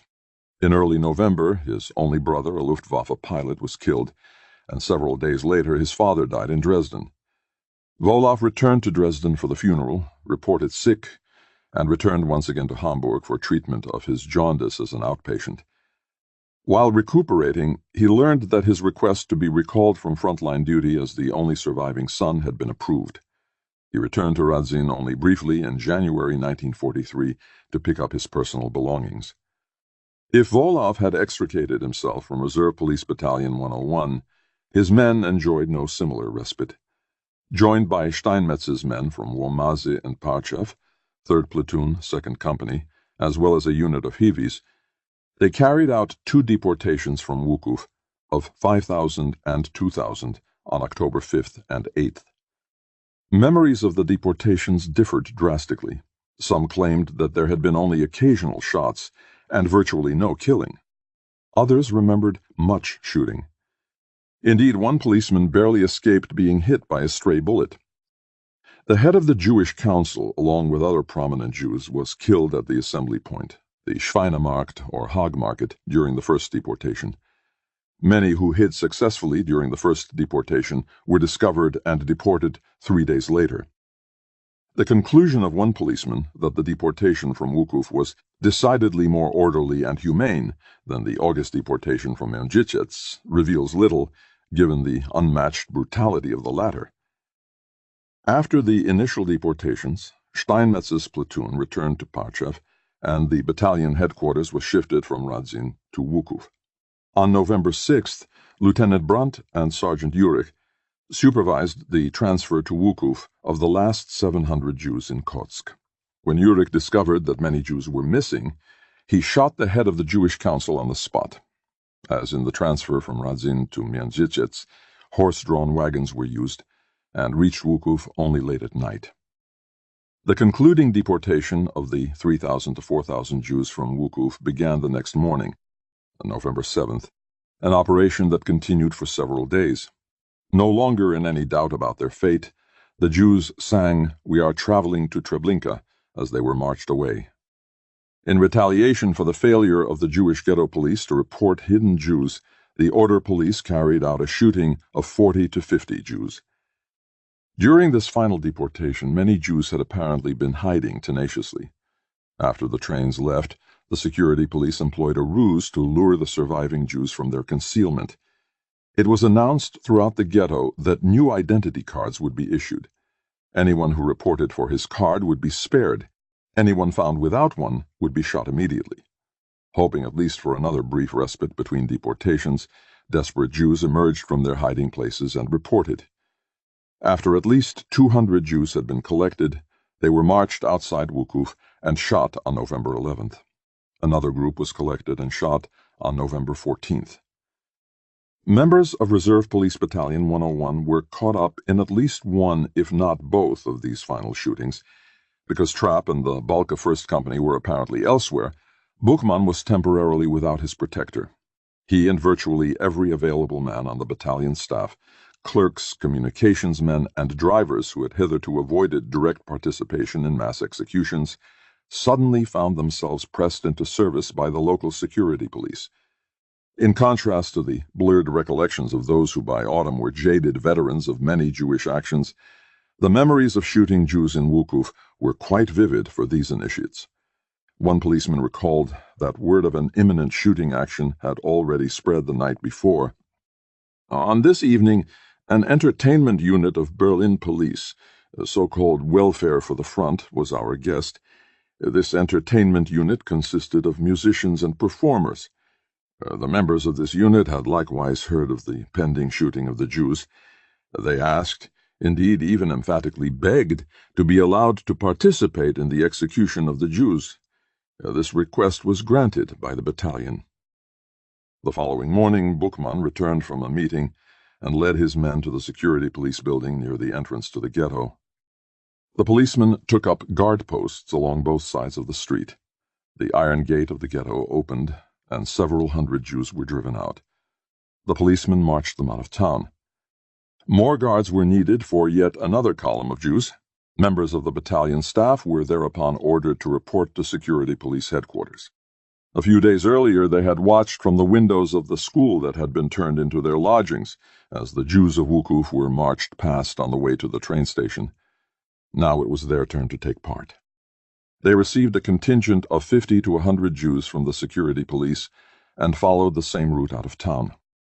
Meanwhile, the first column had turned off the road and followed a path to an open meadow of sandy soil. An SS officer called a halt and told Buchmann's deputy, Hans Prutzmann, to begin shooting the Jews. Prutzmann formed a firing squad of 15 to 25 men, primarily volunteers from the entertainment unit who had been equipped with guns by the battalion. The Jews had to undress, the men entirely and the women down to their underclothing. They placed their shoes and clothing on a pile and were led off in groups to the execution spot some 50 meters away. Here they lay face down, and as usual were shot from behind by policemen using fixed bayonets as aiming guides. Bookman stood nearby with several SS officers. When the men from the battalion staff reached the sandy meadow, the shooting was already underway. Bookman approached and told them that they had to provide a firing squad to shoot the Jews they had brought with them. One staff clerk in charge of uniforms asked to be let out, because there were children among the Jews we had brought, and at the time I myself was a father with a family of 3 children. I told the lieutenant something to the effect that I was unable to shoot, and asked if he couldn't assign me to something else. Several others immediately made the same request. Bookman thus found himself in the same position as Trapp at Józefów, and basically reacted in the same way. Ordered directly by superior SS officers of the security police to carry out a mass shooting of Jews with the order police under his command, Bookman complied. Faced with subordinates who explicitly requested a different assignment, just as he had done at Józefów, Bookman consented and excused 4 men. As the shooting continued, Bookman removed himself.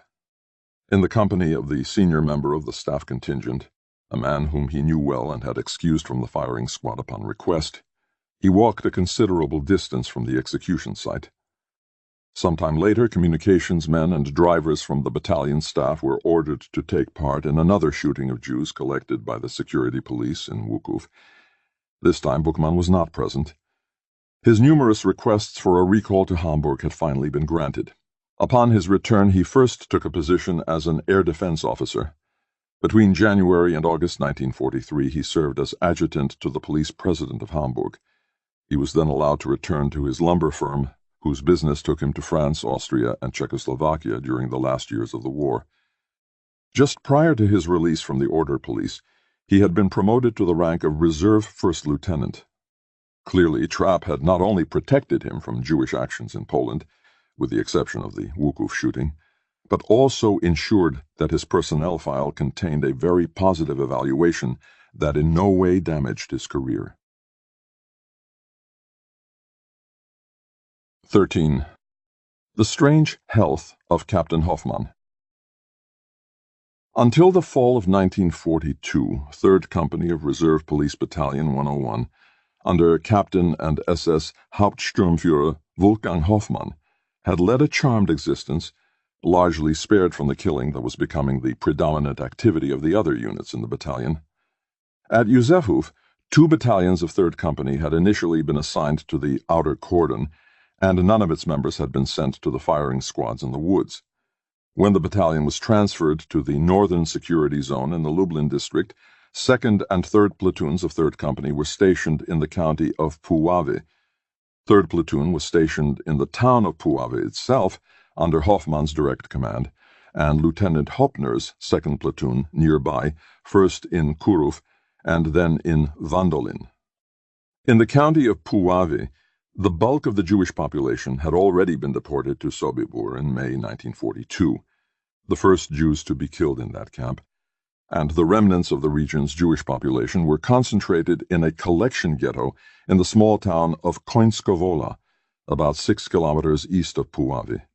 Thus, only Lieutenant Peters's 1st Platoon, stationed in the neighboring county of Radzin, had been involved in the August deportations and late September shootings.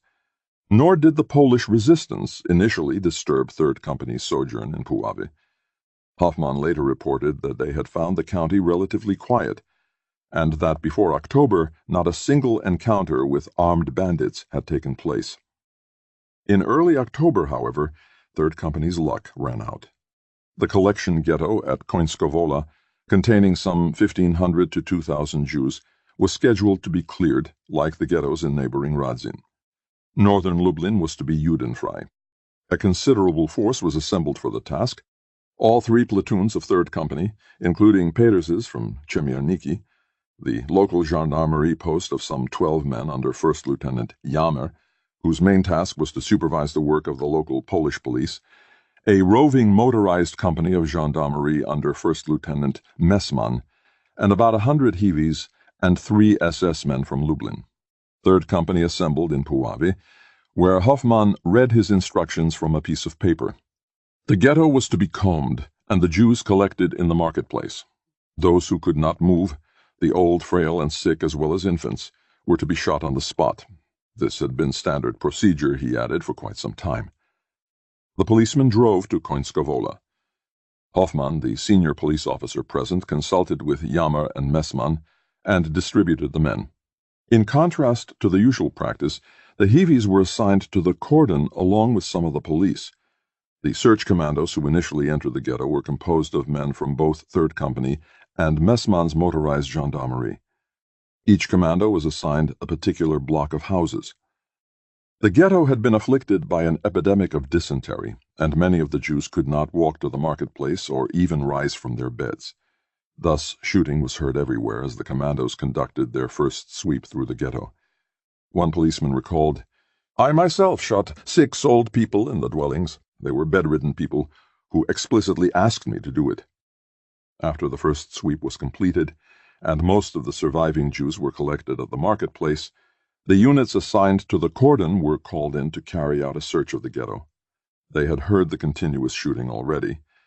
As they searched the ghetto, they encountered corpses strewn everywhere. Many of the men remembered in particular the building that had served as the ghetto hospital. In fact, nothing more than a large room filled with 3 or 4 levels of bunk beds and emitting a terrible stench. A group of 5 or 6 policemen was assigned to enter the room and liquidate the 40 or 50 patients, most of whom were suffering from dysentery. In any case, almost all of them were extremely emaciated and totally undernourished. One could say they consisted of nothing but skin and bones. No doubt hoping to escape the smell as quickly as possible, the policemen opened fire wildly as soon as they entered the room. Under the hail of bullets, bodies toppled from the upper bunks. This way of proceeding so disgusted me, and I was so ashamed, that I immediately turned around and left the room, reported one policeman. Another remembered, "At the sight of the sick, it was not possible for me to shoot at one of the Jews, and I intentionally aimed all my shots wide." His sergeant, who had joined in the shooting, noticed his marksmanship, for, after the conclusion of the action, he took me aside and reviled me as a traitor and coward, and threatened to report the incident to Captain Hoffmann. However, he did not do that. At the marketplace, the Jews were separated, men on one side, women and children on the other. There was a selection of men between 18 and 45, particularly skilled workers. Possibly some women were selected for work as well. These Jews were marched out of the ghetto to the train station outside Puławy to be shipped to work camps in Lublin. They were in such a weakened condition that many could not make the 5-kilometer march to the train station.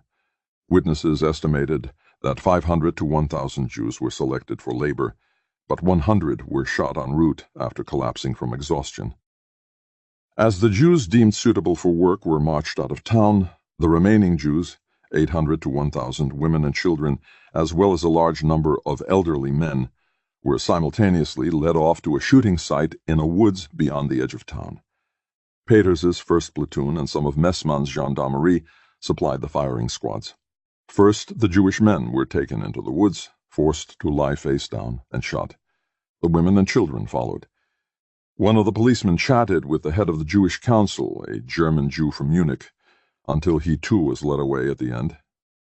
When the policemen who had escorted the work Jews to the train station returned to the marketplace in Końska Wola, they found it empty, but they could hear shooting from the woods. They were assigned to make one more sweep through the ghetto, after which they were allowed to break ranks and relax. By then it was late afternoon, and some of the men found a pleasant farmhouse and played cards. 25 years later, Wolfgang Hoffmann claimed to remember absolutely nothing of the Końska Wola action, in which 1,100 to 1,600 Jews had been killed in a single day by policemen under his command. His amnesia may have been grounded not only in judicial expediency, but also in the health problems he was experiencing during his assignment in Puławy.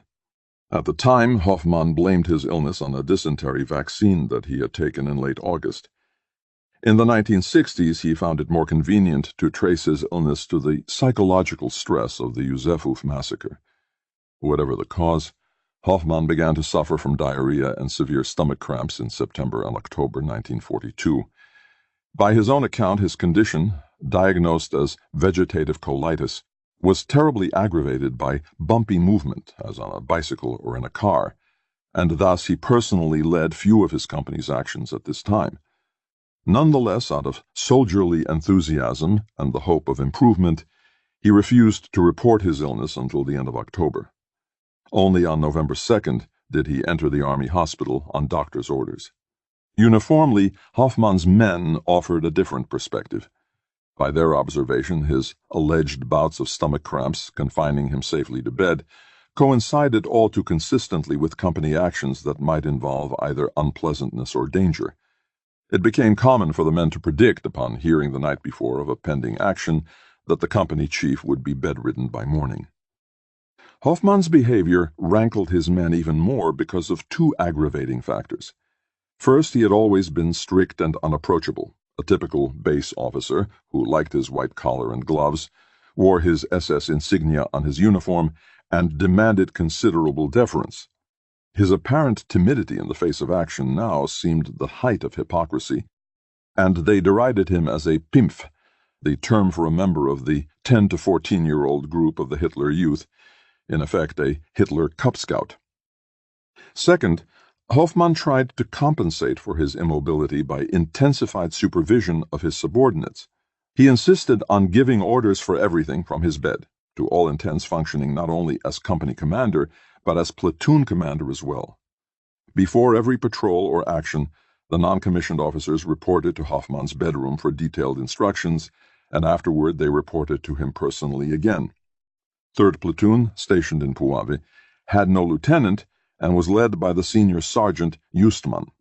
He in particular was allowed to make no disposition of men without Hoffmann's approval. Justman and the other sergeants felt that they had been demoted to the rank of corporal. Hoffmann was hospitalized in Puławy from November 2nd to November 25th. He then returned to Germany for convalescent leave until after New Year's. He briefly led his company again for 1 month before returning to Germany for renewed treatment. During this second leave in Germany, Hoffmann learned that Trapp had had him relieved of his company command. Hoffmann's relations with Trapp had already soured in January, when the battalion commander ordered all his officers, NCOs, and men to sign a special declaration pledging not to steal, plunder, or take goods without paying for them. Hoffmann wrote Trapp a blistering reply in which he explicitly refused to carry out this order because it deeply violated his sense of honor. Trapp had also heard unflattering accounts of Hoffmann's inactivity in Puławy from his temporary replacement, First Lieutenant Messmann, commander of the motorized gendarmerie company that had taken part in the Końskowola massacre. Trapp consulted with First Sergeant Carlson of 3rd Company, who confirmed the pattern of Hoffmann's illness.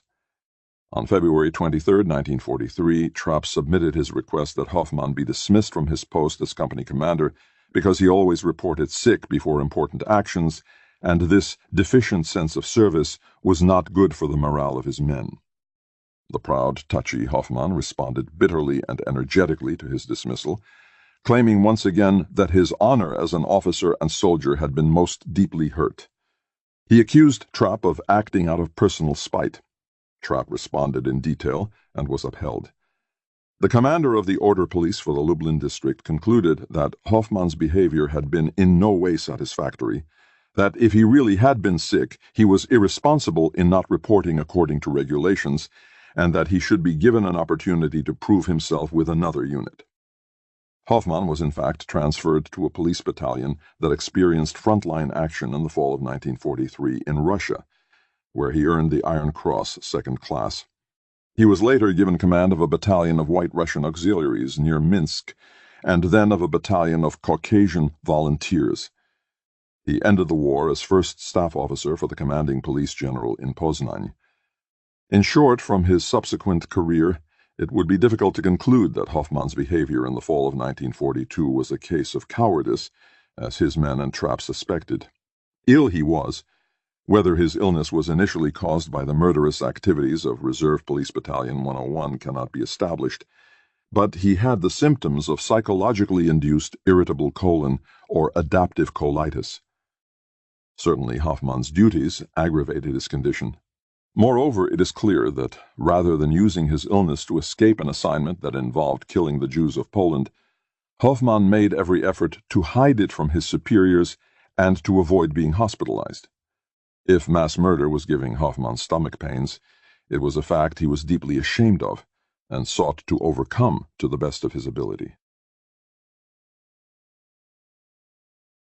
14. The Jew Hunt.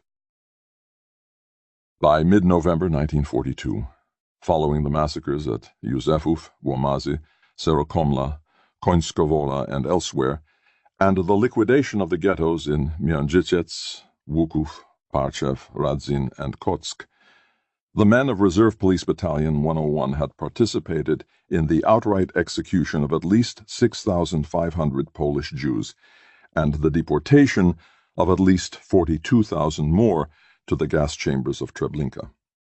Still, their role in the mass murder campaign was not finished.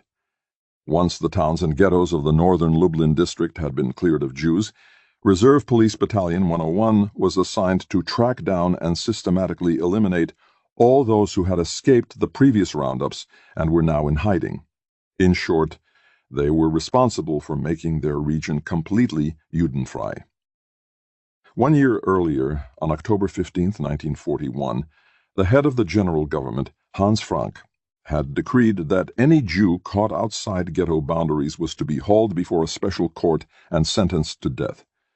This decree was at least partly in response to the pleas of German public health officials in Poland, who realized that only the most draconian punishment could deter starving Jews from leaving the ghettos to smuggle food and thereby spreading the typhus epidemic that was ravaging the ghettos. For example, the head of public health for the district of Warsaw, Dr. Lambrecht, had argued for a law threatening Jews found outside the ghetto with fear of death through hanging that was greater than fear of death through starvation. Complaints soon arose concerning the implementation of Frank's decree, however. The manpower available to escort captured Jews was too limited, the distances to be covered too great, the judicial procedures of the special courts too cumbersome and time-consuming. The remedy was simple. All judicial procedures would be dispensed with, and Jews found outside the ghettos would be shot on the spot. At a meeting between the district governors and Frank on December 16, 1941, the deputy to the governor of the Warsaw district noted how gratefully one had welcomed the shooting order of the commander of the Order Police, whereby Jews encountered in the countryside could be shot.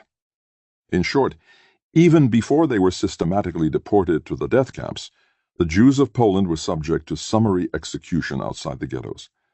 This shooting order, however, was loosely applied in the district of Lublin, for there, in comparison to the rest of the general government, ghettoization was only partial. Jews living in the small towns and villages of northern Lublin were not concentrated in the transit ghettos of Międzyciec and Łuków until September and October 1942. The predecessor to Trapp's unit in the northern Lublin district, Police Battalion 306, did indeed shoot Jews encountered outside of town on occasion. But the systematic tracking down of Jews did not begin until ghettoization was complete. It truly intensified only after the ghettos were liquidated.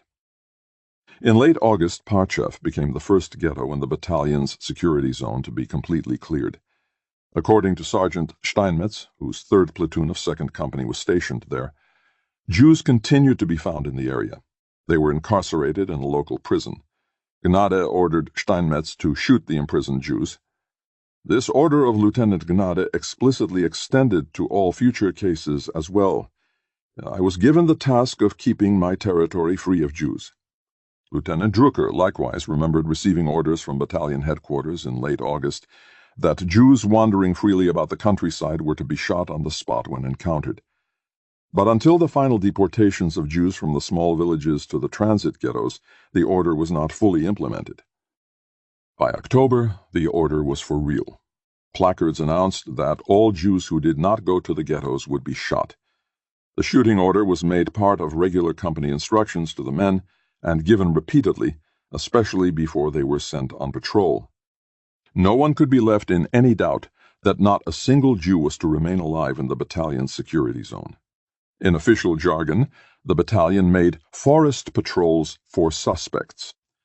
As the surviving Jews were to be tracked down and shot like animals, however, the men of Reserve Police Battalion 101 unofficially dubbed this phase of the final solution the Judenjagd, or Jew Hunt. The Jew Hunt took many forms. Most spectacular were 2 battalion sweeps through the Parchev forest in the fall of 1942 and the spring of 1943, the latter alongside army units. Not only Jews but partisans and escaped Russian prisoners of war were the targets of these sweeps, though Jews seem to have been the primary victims of the first one in October 1942. Georg Leffler of 3rd Company recalled, "We were told that there were many Jews hiding in the forest. We therefore searched through the woods in a skirmish line but could find nothing because the Jews were obviously well hidden. We combed the woods a second time. Only then could we discover individual chimney pipes sticking out of the earth. We discovered that the Jews had hidden themselves in underground bunkers here. They were hauled out with resistance in only one bunker. Some of the comrades climbed down into this bunker and hauled the Jews out. The Jews were then shot on the spot. The Jews had to lie face down on the ground and were killed by a neck shot. Who was in the firing squad, I don't remember. I think it was simply a case where the men standing nearby were ordered to shoot them. Some 50 Jews were shot, including men and women of all ages, because entire families had hidden themselves there. The shooting took place quite publicly. No cordon was formed at all, for a number of Poles from Parchev were standing directly by the shooting site. They were then ordered, presumably by Hoffmann, to bury the Jews who had been shot in a half-finished bunker. Other units of the battalion also remembered discovering bunkers and killing Jews in batches of 20 to 50. One policeman estimated the total body count for the October sweep at 500. By spring, the situation had altered somewhat. The few Jews still alive had for the most part been able to join bands of partisans and escaped POWs. The spring sweep uncovered a forest camp of escaped Russians and Jews who offered armed resistance. Some 100 to 120 Jews and Russians were killed. The battalion suffered at least one fatality, for Trapp's adjutant, Lieutenant Hagen, was accidentally killed by his own men. A number of Jews had been sent as workers to various large agricultural estates that the German occupiers had confiscated and now administered. At Gut Jablon, near Parchev, a unit of Steinmetz's platoon loaded the 30 Jewish workers on trucks, drove them to the forest, and killed them with a now routine neck shot. The German administrator, who had not been informed of the impending liquidation of his workforce, complained in vain. The German administrator of Gut Panwitz, near Puławy, encountered the opposite problem of too many Jewish workers. His estate became a refuge for Jews who had fled the ghettos to the nearby forest and then sought sanctuary and food among his work Jews. Whenever the Jewish worker population swelled noticeably, the estate administration phoned Captain Hoffmann, and a German police commando was sent to shoot the surplus Jews.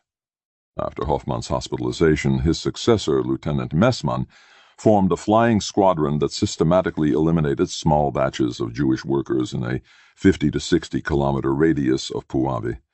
Messmann's driver, Alfred Sperlich, recalled the procedure.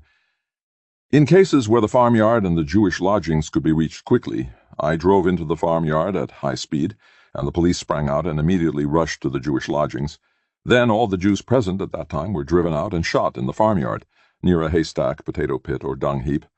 The victims were almost always naked and were shot in the neck while lying on the ground. If the road into the farmyard was too visible, however, the police approached stealthily on foot to prevent their victims' escape. Routinely in workplaces near the woods, the police found many more Jews than expected. Some Jews had survived by hiding in town rather than in the woods, but they too were tracked down. The most memorable case was in Kotsk, where a cellar hiding place was reported by a Polish translator working for the Germans. 4 Jews were captured. Under interrogation, they revealed another cellar hiding place in a large house on the edge of town. A single German policeman and the Polish translator went to the second hiding place expecting no difficulties, but this was a rare instance in which the Jews had arms, and the approaching policeman was fired upon. Reinforcements were summoned, and a firefight broke out. In the end, 4 or 5 Jews were killed in a breakout attempt, and 8 to 10 others were found dead or badly wounded in the cellar. Only 4 or 5 were captured unwounded. They were likewise interrogated and shot that evening. The German police then went in search of the owner of the house, a Polish woman who had managed to flee in time. She was tracked to her father's house in a nearby village. Lieutenant Brandt presented the father with a stark choice: his life or his daughter's. The man surrendered his daughter, who was shot on the spot. The most common form of the Jew hunt was the small patrol into the forest to liquidate an individual bunker that had been reported. The battalion built up a network of informers and forest runners, or trackers, who searched for and revealed Jewish hiding places. Many other Poles volunteered information about Jews in the woods who had stolen food from nearby fields, farms, and villages in their desperate attempt to stay alive. Upon receiving such reports, the local police commanders dispatched small patrols to locate the hiding Jews. Time and again the same scenario was played out, with only minor variations. The policemen followed their Polish guides directly to the bunker hideouts and tossed grenades in the openings. The Jews who survived the initial grenade attack and emerged from the bunkers were forced to lie face down for the next shot. The bodies were routinely left to be buried by the nearest Polish villagers. These patrols were too frequent for most policemen to remember how many they had participated in. "It was more or less our daily bread," said one. The expression daily bread was applied to the Jew hunts by another policeman as well. From the behavior of the patrol leaders, the men could quickly tell if they faced potential partisan action or were simply searching for reported Jews who were assumed to be unarmed. According to at least one policeman, the Jew hunt patrols predominated. Such actions were our main task, and in comparison to real partisan actions, they were much more numerous. With these small patrols hunting down surviving Jews, the men of Reserve Police Battalion 101 came almost full circle back to the experience at Józefów. During the large deportation operations, virtually all the policemen had to perform at least cordon duty. They herded masses of people onto the trains, but could distance themselves from the killing at the other end of the trip. Their sense of detachment from the fate of the Jews they deported was unshakable. But the Jew hunt was different. Once again, they saw their victims face to face, and the killing was personal. More important, each individual policeman once again had a considerable degree of choice. How each exercised that choice revealed the extent to which the battalion had divided into the tough and the weak. In the months since Józefów, many had become numbed, indifferent, and in some cases eager killers. Others limited their participation in the killing process, refraining when they could do so without great cost or inconvenience. Only a minority of nonconformists managed to preserve a beleaguered sphere of moral autonomy that emboldened them to employ patterns of behavior and stratagems of evasion that kept them from becoming killers at all. Concerning the eager killers, the wife of Lieutenant Brandt remembered vividly one event during a visit to her husband in Poland. "I was sitting at breakfast one morning with my husband in the garden of our lodgings when an ordinary policeman of my husband's platoon came up to us, stood stiffly at attention, and declared, 'Herr Leutnant, I have not yet had breakfast.' When my husband looked at him quizzically, he declared further, 'I have not yet killed any Jews.' It all sounded so cynical that I indignantly reprimanded the man with harsh words and called him, if I remember correctly, a scoundrel. My husband sent the policeman away and then reproached me and told me that I'd get myself in deep trouble talking that way." Growing callousness can also be seen in the post-shooting behavior of the policemen. After Józefów and the early shootings, the men had returned to their quarters, shaken and embittered, without appetite or desire to talk about what they had just done. With the relentless killing, such sensitivities were dulled. One policeman recalled, "At the lunch table, some of the comrades made jokes about the experiences they'd had during an action. From their stories, I could gather that they had just finished a shooting action. I remember as especially crass that one of the men said, 'Now we eat the brains of slaughtered Jews.' Only the witness found this joke less than hilarious." In such an atmosphere, it was quite easy for the officers and NCOs to form a Jew hunt patrol or firing squad simply by asking for volunteers. Most emphatic in this regard was Adolf Bittner. "Above all, I must categorically say that for the execution commandos, basically enough volunteers responded to the request of the officer in charge. I must add further that often there were so many volunteers that some of them had to be turned away. Others were less categorical, noting that in addition to asking for volunteers, sometimes officers or NCOs picked from among those standing nearby, usually men whom they knew to be willing shooters. As Sergeant Beckemeyer put it, in summary, one could perhaps say that in small actions, when not so many shooters were needed, there were always enough volunteers available. In large actions, when a great many shooters were needed, there were also many volunteers, but if this did not suffice, others were also assigned. Like Beckemeyer, Walter Zimmermann also made a distinction between the large and small executions. Concerning the latter, he noted, "In no case can I remember that anyone was forced to continue participating in the executions when he declared that he was no longer able to. As far as group and platoon actions were concerned, here I must honestly admit that with these smaller executions there were always some comrades who found it easier to shoot Jews than did others, so that the respective commando leaders never had difficulty finding suitable shooters. Those who did not want to go on the Jew hunts or participate in firing squads followed 3 lines of action. They made no secret of their antipathy to the killing. They never volunteered, and they kept their distance from the officers and NCOs when Jew hunt patrols and firing squads were being formed. Some were never chosen simply because their attitude was well known. Otto Julius Schimke, the first man to step out at Josefov, was frequently assigned to partisan actions, but never to a Jew hunt. It is not to be excluded, he said, that because of this incident I was freed from other Jewish actions. Adolf Bittner likewise credited his early and open opposition to the battalion's Jewish actions with sparing him from further involvement. I must emphasize that from the first days I left no doubt among my comrades that I disapproved of these measures and never volunteered for them. Thus, on one of the first searches for Jews, one of my comrades clubbed a Jewish woman in my presence, and I hit him in the face. A report was made, and in that way my attitude became known to my superiors.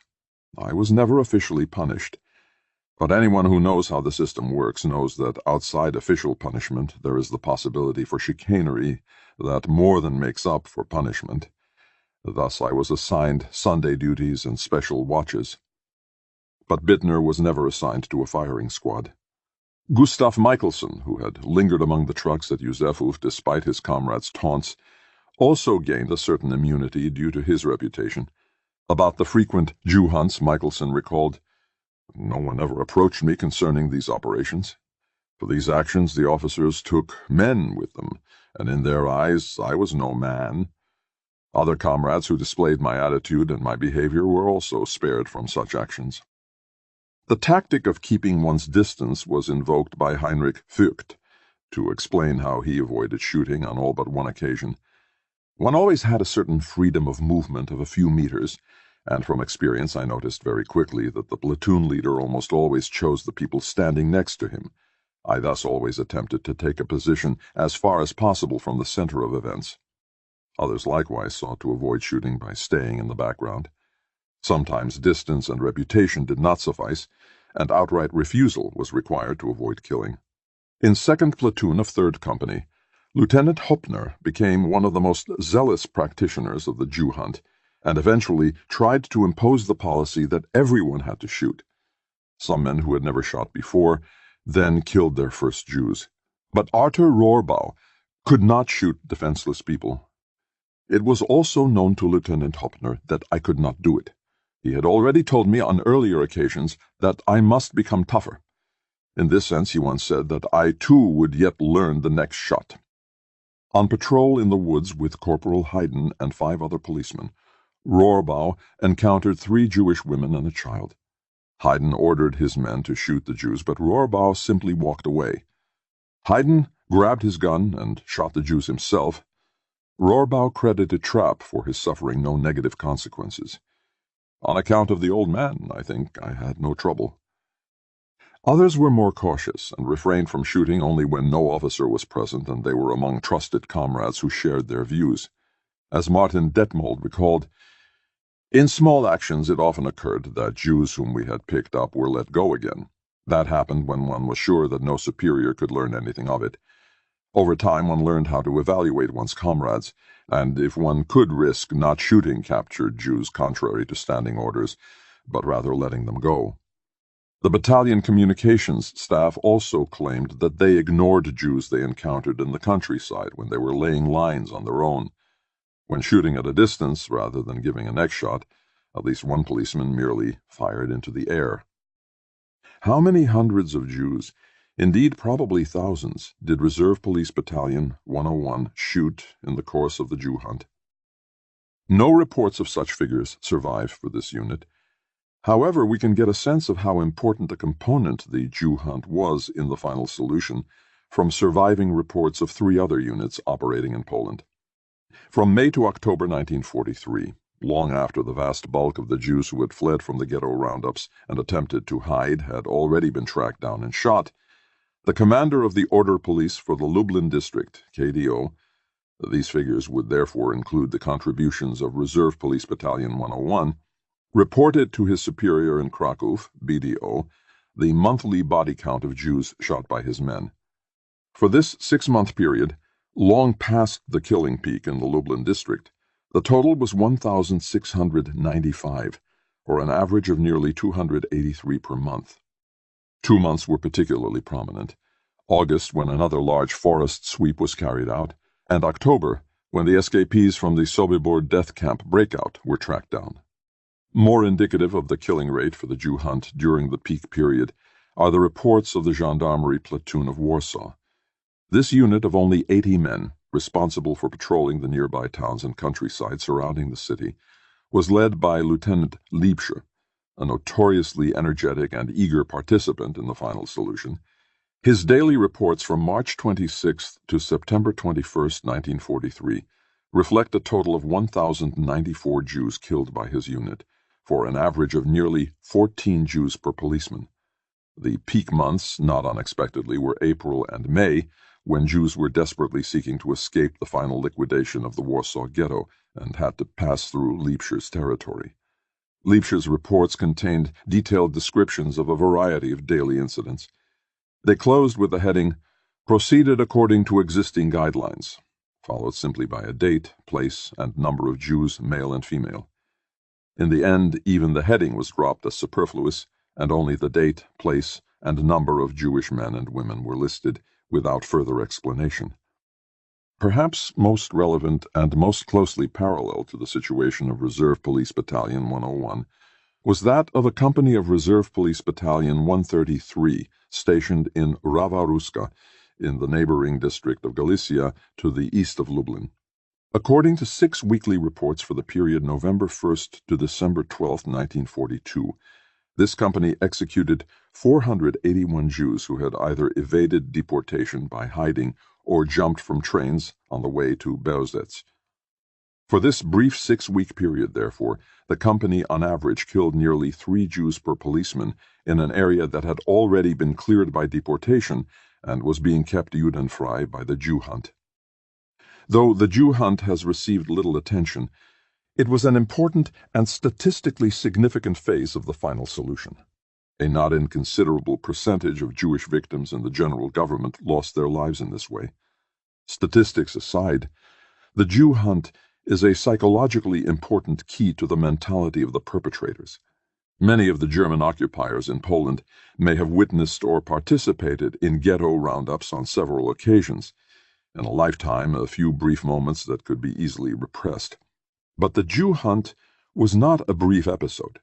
It was a tenacious, remorseless, ongoing campaign in which the hunters tracked down and killed their prey in direct and personal confrontation. It was not a passing phase, but an existential condition of constant readiness and intention to kill every last Jew who could be found. 15. The Last Massacres. Harvest Festival. On October 28, 1942, the HSSPF for the General Government, Wilhelm Krüger, decreed that 8 Jewish ghettos could remain in the district of Lublin. 4 of the 8 sites were within the security zone of Reserve Police Battalion 101: Łuków, Międzyciec, Parchew, and Końskowola. In fact, only the first two remained as Jewish ghettos after the fall deportations, along with Piaska, Izbica, and Włodawa elsewhere in the Lublin district. Faced with the constant threat of death by starvation and exposure on the one hand, or betrayal and shooting on the other, many Jews who had fled to the forests during the deportations in October and November subsequently returned to the reinstated ghettos of Łuków and Międzyrzec. The winter weather made life in the forests increasingly difficult and precarious. Any movement in the snow left tracks, and on at least one occasion, frozen feces gave away a Jewish hiding place carved out within a haystack. Thus, when it appeared that the deportations had come to an end, many Jews calculated that they stood a much better chance of survival within one of the permitted ghettos than as hunted prey in the forests. In fact, the deportations from the county of Radzin had ended for the moment, but life in the ghettos of Łuków and Międzyrzec was not without continuing danger. In Łuków, the SS ghetto administrator, Josef Burger, had 500 to 600 Jews shot in December to reduce the ghetto population. In Międzyrzec, 500 Jewish workers in the brush factory who had been spared the fall deportation were deported to the work camp at Trawniki on December 30th, 1942. The following night, around 11 p.m. on New Year's Eve, security police from neighboring Biała Podlaska showed up at the Międzyrzec ghetto in inebriated condition and began shooting the remaining Jews for sport until the Radzin security police arrived and chased them away.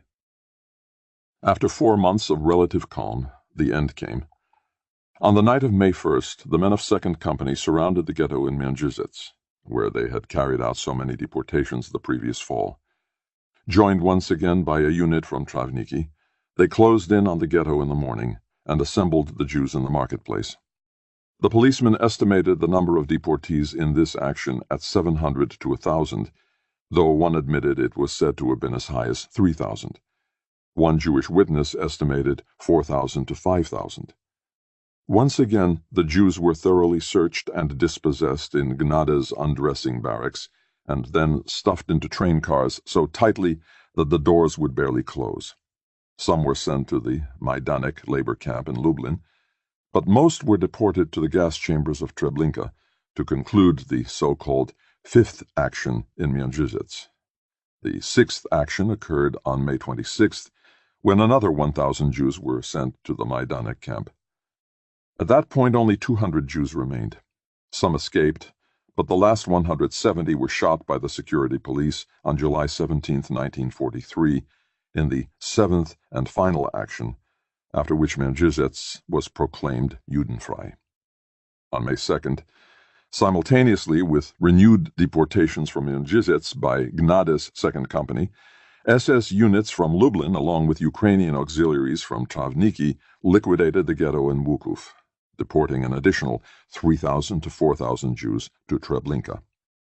Many of the men who had come to Poland with Reserve Police Battalion 101 in June 1942 were gradually reassigned to new tasks. During the winter of 1942 to 43, the older men, those born before 1898, were sent back to Germany. At the same time, men were culled from each platoon of the battalion and assembled in a special unit under Lieutenant Brandt. They were sent back to Zamość in the southern part of the district to take part in the expulsion of Poles from villages as part of Himmler's and Globocnik's plan for a pure German settlement area deep in Poland. In early 1943, a group of younger non-commissioned officers from the battalion was reassigned to the Waffen-SS and sent to specialized training. Somewhat later, Lieutenant Gnade was transferred to Lublin to form a special guard company. He took Sergeant Steinmetz as his deputy. Gnade returned briefly to Międzyrzec to conduct the May deportations, however. Finally, Lieutenant Scher was also reassigned to Lublin to take command of one of two special pursuit platoons, Jagdzeuge, especially formed to intensify the hunt for partisan bands. Some reinforcements were received to fill the void, especially a group of Berliners to help fill out depleted 2nd Company, but for the most part, Reserve Police Battalion 101 remained under strength. Because of the high rate of turnover and reassignment, only a portion of the policemen who had taken part in the first massacre at Józefów were still with the battalion in November 1943, when its participation in the final solution culminated in the great Harvest Festival, Erntefest massacre, the single largest German killing operation against Jews in the entire war. With a victim total of 42,000 Jews in the Lublin district, Erntefest surpassed even the notorious Babi Yar massacre of more than 33,000 Jews outside Kiev. It was exceeded only by the Romanian massacre of more than 50,000 Odessan Jews in October 1941. Erntefest was the culmination of Himmler's crusade to destroy Polish Jewry. As the murder campaign gained momentum in 1942, Himmler had been plagued with complaints from industrial and military authorities about the removal of Jewish workers essential to the war effort. In response to such complaints, which he viewed as pure pretense, he agreed to spare some Jewish workers on the condition that they were lodged in camps and ghettos entirely under SS control.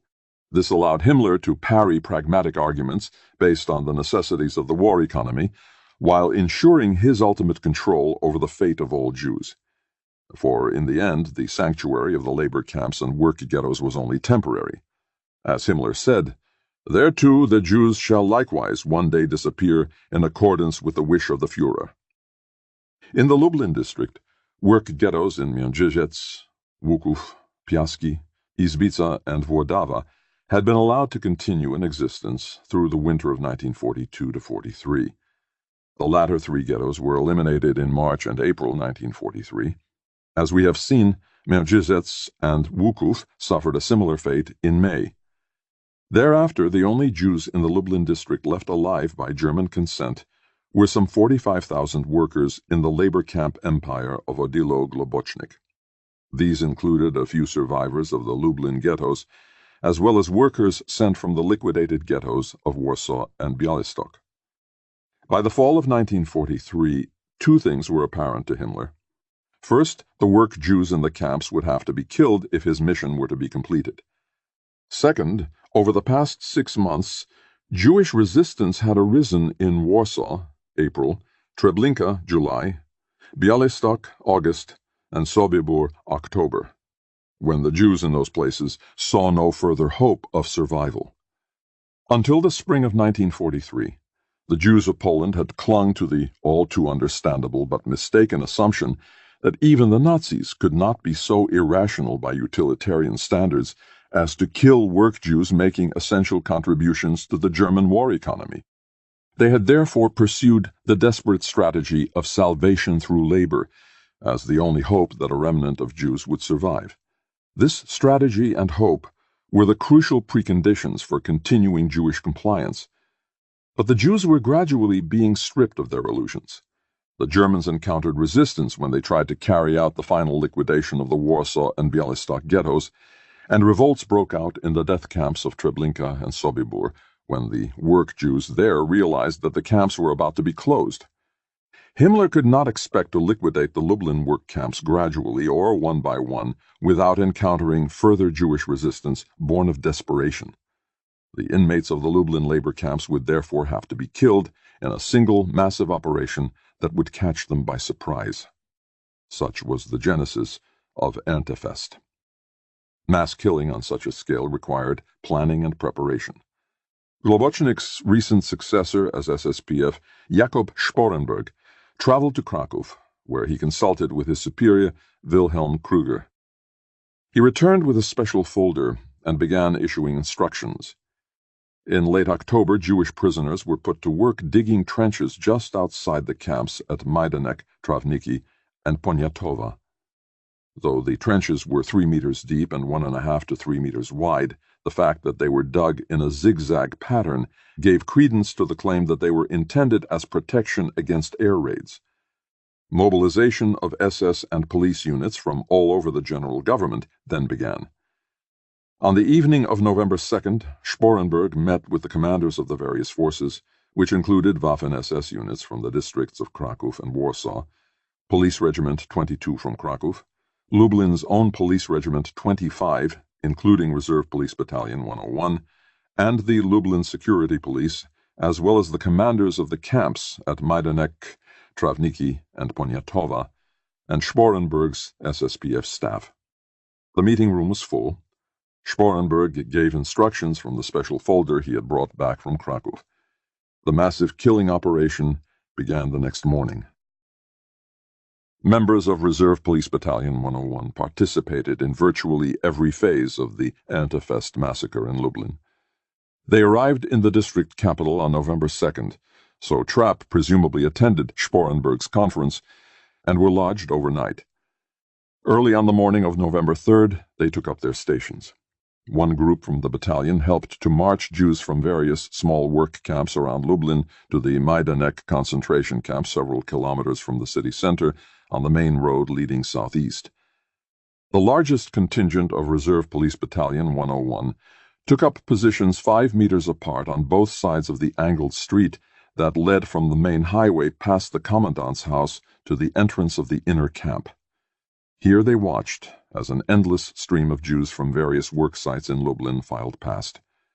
Woman guards on bicycles escorted 5,000 to 6,000 women prisoners from the old airport camp where they had been employed sorting the warehouses of clothing collected at the death camps. Another 8,000 male Jews were also marched past in the course of the day.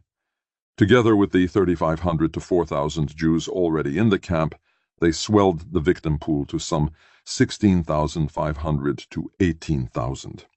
As the Jews passed between the chain of reserve policemen into the camp, music blared from 2 loudspeaker trucks.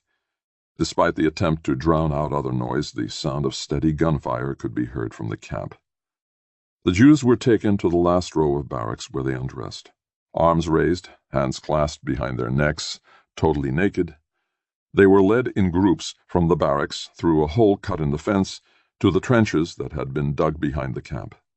This route, too, was guarded by men from Reserve Police Battalion 101. Stationed only 10 meters from the graves, Heinrich Bocholt of 1st Company witnessed the killing procedure. From my position, I could now observe how the Jews were driven naked from the barracks by other members of our battalion. The shooters of the execution commandos, who sat on the edge of the graves directly in front of me, were members of the SD.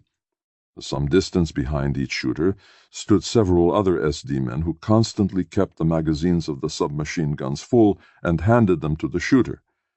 A number of such shooters were assigned to each grave. Today I can no longer provide details about the number of graves. It is possible that there were many such graves where shooting took place simultaneously. I definitely remember that the naked Jews were driven directly into the graves and forced to lie down quite precisely on top of those who had been shot before them. The shooter then fired off a burst at these prone victims. How long the action lasted, I can no longer say with certainty. Presumably it lasted the entire day, because I remember that I was relieved once from my post. I can give no details about the number of victims, but there were an awful lot of them. Observing the killing from a greater distance was SSPF Sporenberg, who circled above the camp in a Fieseler Storch airplane. Poles watched from the rooftops. On the same day and in the same way, other German units massacred the Jewish prisoners at the Travniki work camp 40 kilometers to the east of Lublin. Estimates vary from 6,000 to 10,000 victims, and several smaller camps. Still alive were 14,000 Jews at Poniatova, 50 kilometers west of Lublin, and 3,000 Jews at camps in Budzin and Krasnik. The last 2 were to be spared. Budzin was producing for the Henkel Aircraft Company, and Krasnik for the personal needs of the SSPF Lublin. But the big labor camp at Poniatova had not been liquidated on November 3rd simply because the Germans lacked manpower. However, the camp had been sealed and telephone lines cut, so that the events at Majdanek and Travniki could give no forewarning of what was to happen the following day, November 4th. Here, too, surprise was to be total. In the memories of many of the men of Reserve Police Battalion 101, the 2 massacres in the 2 camps merged into a single operation of 2 to 3 days at a single camp, either Majdanek or Poniatova. But some witnesses, and at least one from each of the companies, did in fact remember shooting operations at 2 camps.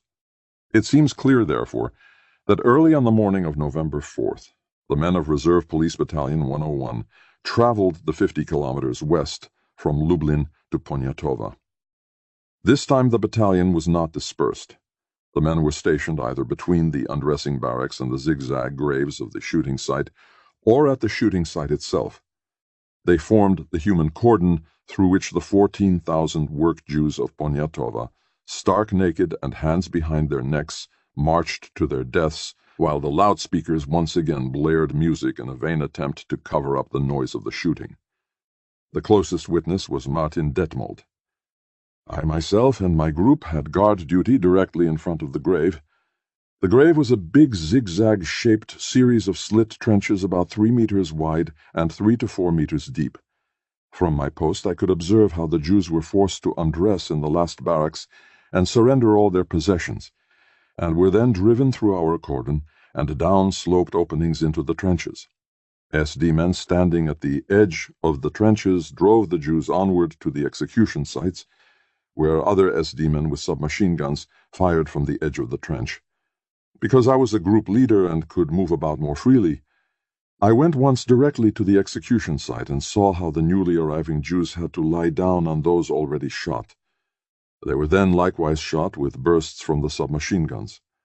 The SD men took care that the Jews were shot in such a way that there were inclines in the piles of corpses, enabling the newcomers to lie down on corpses piled as much as 3 meters high.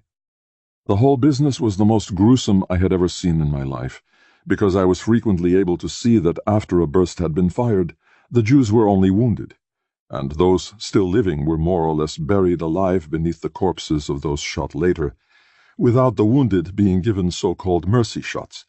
I remember that from out of the piles of corpses, the SS men were cursed by the wounded. The other policemen were long inured to the mass killings of Jews, and few were as impressed as Detmold by the Antefest massacres. What they did find new and impressive, however, was the problem, hitherto confined to the relative secrecy of the death camps, of disposing of so many corpses. Wilhelm Gebhardt, who was part of Gnade's special guard company that remained in Lublin after the killing, recalled, "In Lublin itself it stank terribly for days. It was the typical smell of burned bodies. Anyone could imagine that a great number of Jews were burned in the camp at Majdanek." If the inhabitants of Lublin only had to smell the burning corpses at a distance, many members of Third Company had a much more immediate experience with the disposal of bodies at Poniatowa. As Poniatowa was a mere 35 kilometers south of Puławy, the men of the company sometimes had occasion to go there, and some were in fact assigned to guard the work Jews who had the gruesome task of disinterment and body burning. The policemen could observe in detail how the bodies were taken from the trenches, pulled to the burning site by horses, placed on a grill of iron rails by Jewish workers, and burned. A bestial stench dominated the area. A truckload of policemen once stopped at the camp while the burning was in progress. Some of our comrades got sick from the smell and sight of the half-decomposed corpses, so they had to throw up all over the truck. When the Third Company's new commander, Captain Haslach, heard the reports from his returning men, he found them unbelievable, and said to First Sergeant Carlson, "Come, we'll go there and have a look for ourselves." When they arrived, the work was already done, but an obliging SS officer showed them the graves and burning grill of iron rails, some 4 by 8 meters. At the conclusion of the Antefest massacres, the district of Lublin was for all practical purposes Judenfrei. The murderous participation of Reserve Police Battalion 101 in the final solution came to an end. With a conservative estimate of 6,500 Jews shot during earlier actions, like those at Józefów and Łomazy, and 1,000 shot during the Jew hunts, and a minimum estimate of 30,500 Jews shot at Majdanek and Poniatowa, the battalion had participated in the direct shooting deaths of at least 38,000 Jews. With the death camp deportation of at least 3,000 Jews from Międzyrzec in early May 1943, the number of Jews they had placed on trains to Treblinka had risen to 45,000.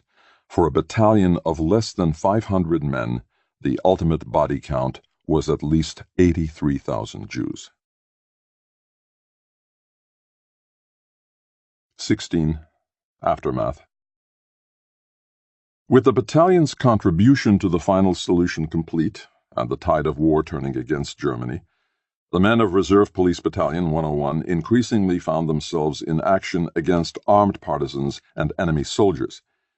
In the spring of 1943, the battalion experienced a rare casualty when First Lieutenant Hagen was killed accidentally by police gunfire. In the last year of the war, the toll among the officers rose dramatically. Lieutenants Gnade, Hoppner, and Peters fell in action, and Lieutenant Drucker returned to Germany wounded. Major Trapp also returned to Germany in early 1944. A few of the men were captured by the advancing Russian army, but most made their way back to Germany as the Third Reich collapsed in defeat.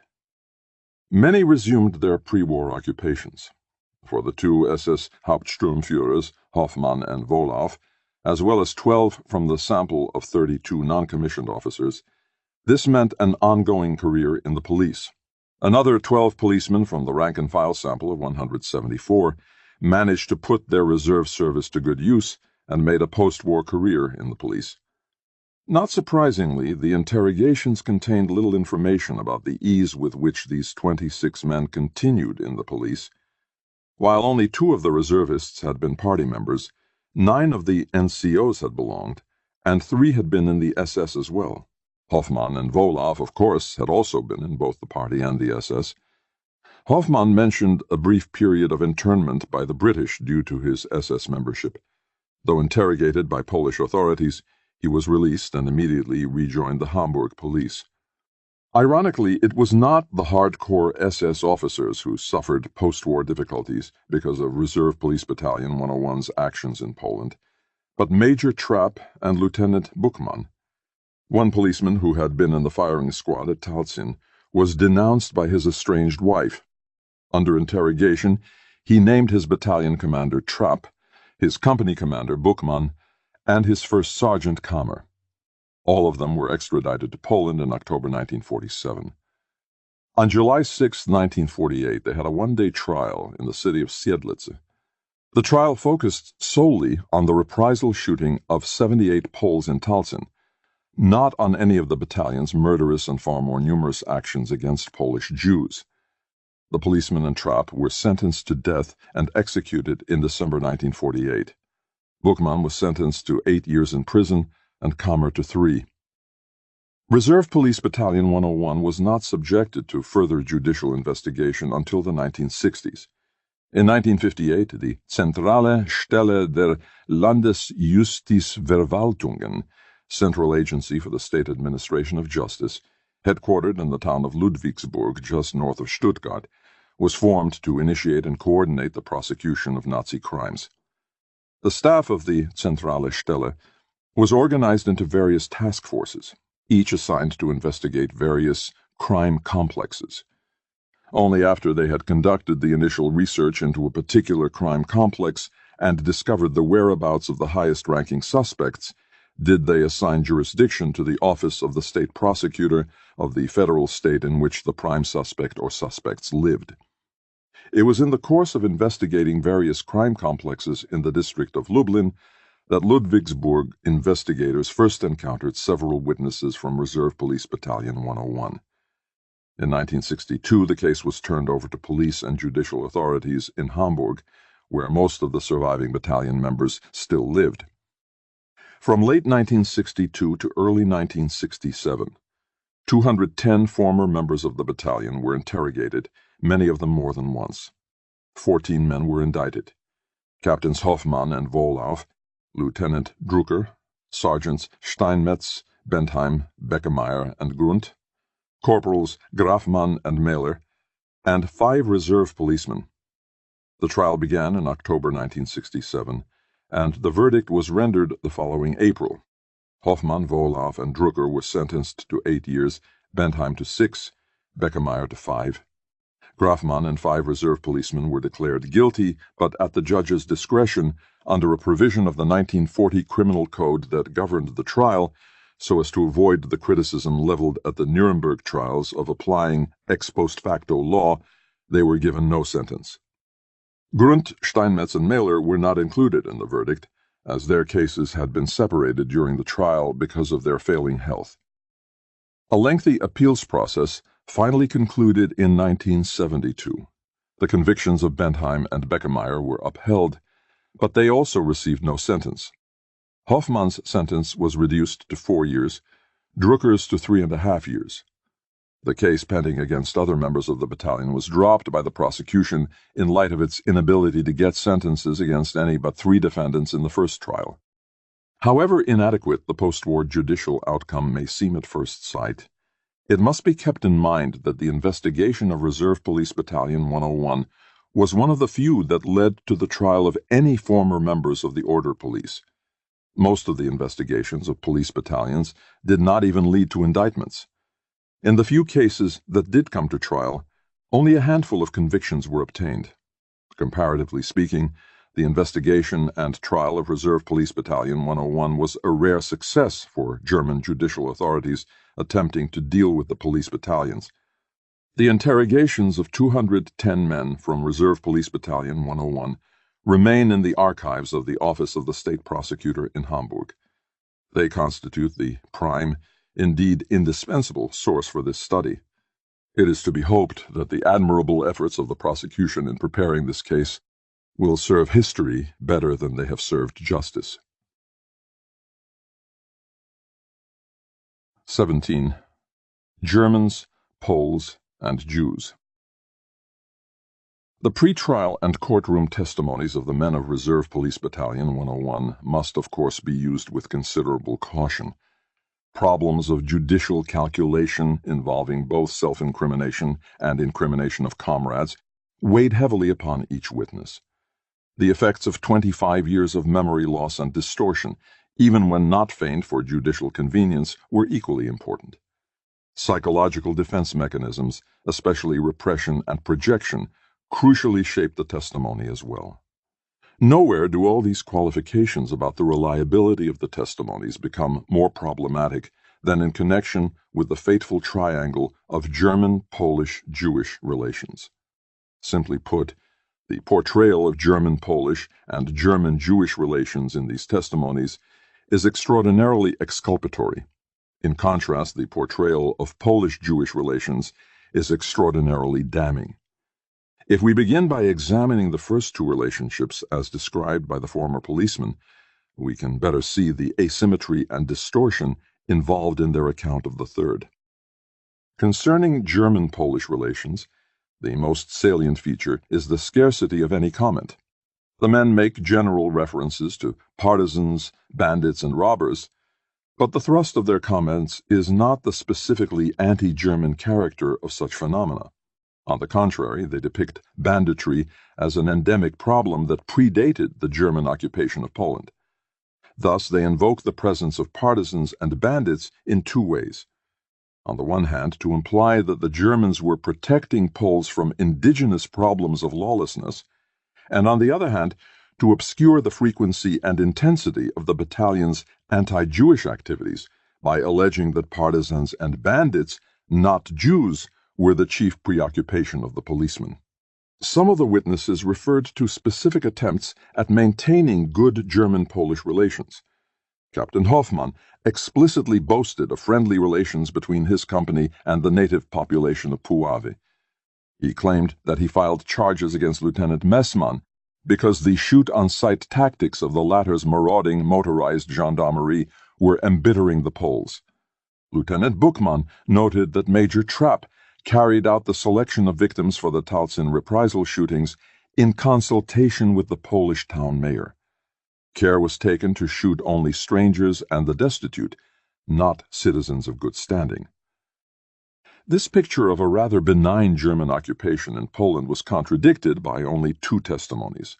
Bruno Probst recalled early activities of the battalion in Poznań and Łódź in 1940–41, when the policemen carried out brutal expulsions and amused themselves with cruel harassments of the local population. He was even more critical of German treatment of Poles in 1942. Even at that time, denunciations or comments from envious neighbors sufficed for Poles to be shot along with their entire families on the mere suspicion of possessing weapons or hiding Jews or bandits. As far as I know, Poles were never arrested and turned over to the competent police authorities on these grounds. From my own observations and from the stories of my comrades, I recall that when the above-mentioned grounds for suspicion were at hand, we always shot Poles on the spot. The second witness to challenge the rosy view of German-Polish relations was not a surviving policeman, but the wife of Lieutenant Brandt, who had visited him briefly in Radzin. At the time it was quite usual, she said, even for German civilians, to say nothing of uniformed policemen, to behave toward the Poles as a master race. For instance, when Germans walked down a sidewalk in town, Poles were to step aside. When Germans entered a shop, Polish customers were expected to leave. One day her way was barred by some hostile Polish women in Radzin. She and her companion got away only by threatening to call for the police. When Major Trapp heard of the incident, he was incensed. The Polish women should be shot in the public marketplace, he declared. According to Frau Brandt, this incident was illustrative of the German attitude toward the Poles. In terms of sexual relations between German policemen and Polish women, there were only 2 references. Hoffmann claimed to have protected one of his men by not reporting a case of venereal disease contracted through forbidden intercourse with a Pole. Another policeman was not so fortunate. He spent 1 year in a punishment camp for violating the ban on sexual relations with Poles. The very existence of such a ban, of course, says a great deal about the reality of German-Polish relations, so conveniently omitted from the bulk of the testimony. Could the German policemen have done to the Poles what they did to the Jews? Though on a much smaller scale, the same process of growing callousness and indifference to Polish life seems to have set in. In September 1942, in Talzin, the battalion was still cautious about the effect of reprisal shootings of large numbers of Poles. After killing 78 expendable Poles, Trapp met his reprisal quota by shooting Jews instead. Bruno Probst recalled a different attitude prevailing by January 1943. As Hoppner's 2nd Platoon of 3rd Company was about to go to the movies in Opole, they received reports that a German policeman had been shot by Polish assailants. Hoppner took his men to the village of Gniezdów to carry out a reprisal, only to discover that all but the most elderly inhabitants had fled, even though word came in the middle of the action that the German policeman had only been wounded and not killed. Hoppner had all 12 to 15 elderly Poles, mostly women, shot, and the village burned down. The men then returned to the movie theater in Opole. The testimony is marked by similar omissions concerning German attitudes toward Jews. One reason for this is a stark legal consideration. According to German law, among the criteria for defining homicide as murder is the presence of a base motive, such as racial hatred. Any member of the battalion who openly confessed to anti-Semitism would have seriously compromised his legal position. Anyone who talked about the anti-Semitic attitudes of others risked finding himself in the uncomfortable position of witness against his former comrades. But this reluctance to discuss anti-Semitism was also part of a much more general and pervasive reticence about the whole phenomenon of National Socialism and the policemen's own political attitudes or those of their comrades during that period. To admit an explicitly political or ideological dimension to their behavior, to concede that the morally inverted world of National Socialism, so at odds with the political culture and accepted norms of the 1960s, had made perfect sense to them at the time, would be to admit that they were political and moral eunuchs who simply accommodated to each successive regime. That was a truth with which few either wanted or were able to come to grips. Captain Hoffmann, who joined the Nazi high school student organization at 16, the Hitler Youth at 18, and both the party and the SS at 19, offered the usual denial of the political and ideological dimension. My entry into the General SS in May 1933 is explained by the fact that at that time the SS was seen as a purely defensive formation. No special ideologically based attitude on my part lay at the root of my entry. Considerably less dishonest, though still evasive, was the explanation of Lieutenant Drucker, the only defendant who seriously attempted to grapple with the problem of his past attitude. I received National Socialist ideological training only within the framework of training in the SA, And a certain influence was present from the propaganda of the time. Because I was a platoon leader in the Naval SA, and it was desirable at the time that platoon leaders were also party members, I entered the party shortly before the outbreak of the war. Under the influence of the times, my attitude to Jews was marked by a certain aversion, but I cannot say that I especially hated Jews. In any case, it is my impression now that that was my attitude at the time. The few cases in which policemen testified to the brutality and anti-Semitism of others usually involved comments about particular officers by men from the ranks. With some reluctance, for instance, witnesses admitted that Gnade was a brutal, sadistic drunkard who was a Nazi and anti-Semite out of conviction. 2 sergeants were also the subject of quite negative comments in several testimonies. Rudolf Grund, who deputized for Buchmann when the latter was excused from participating in Jewish actions, was nicknamed the Poison Dwarf because he compensated for his short stature by screaming at his men. He was characterized as especially harsh and loud, a real go-getter, and a 110% Nazi who displayed a great zeal for duty. Heinrich Beckemeyer was described as a very unpleasant man who proudly wore his Nazi insignia at all times. Disliked by his men, he was especially feared by Poles and Jews, toward whom he was brutal and cruel. One of his men recounted how Beckemeyer forced a group of Jews near Womazi to crawl through a mud puddle while singing. When an exhausted old man collapsed and raised his hands to Beckemeyer begging for mercy, the sergeant shot him in the mouth. Heinrich Beckemeyer, the witness concluded, was a common dog. But such denunciations by the policemen, even of unpopular superiors, much less of their comrades, were extremely rare. A range of attitudes toward Jews is revealed in less direct and less guarded statements made during the interrogations. For instance, when asked how they could tell the difference between Poles and Jews in the countryside, some of the men cited clothing, hairstyle, and general appearance. Several, however, chose a vocabulary that still reflected the Nazi stereotype of 25 years earlier. The Jews were dirty, unkempt, and less clean in comparison to the Poles. The comments of other policemen reflected a different sensibility that recognized the Jews as victimized human beings. They were dressed in rags and half-starved. A similar dichotomy is reflected in descriptions of Jewish behavior at the shooting sites. Some stressed Jewish passivity, occasionally in a very exculpatory way that seemed to imply that the Jews were complicit in their own deaths. There was no resistance, no attempt to escape. The Jews accepted their fate.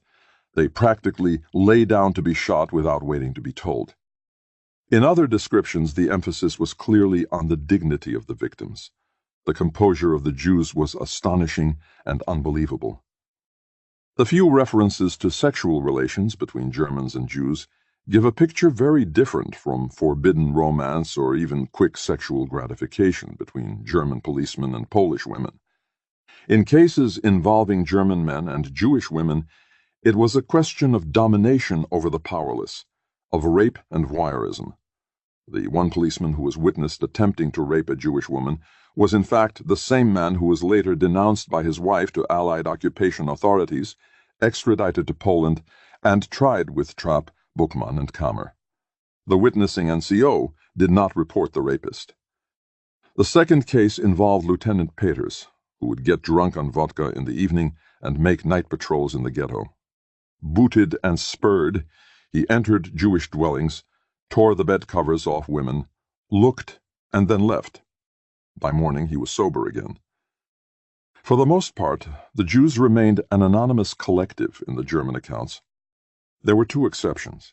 First, the policemen frequently mentioned encountering German Jews, and were almost always able to remember exactly the hometown from which the Jew in question came. The decorated World War I veteran from Bremen, the mother and daughter from Kassel, the movie theater owner from Hamburg, the Jewish council head from Munich.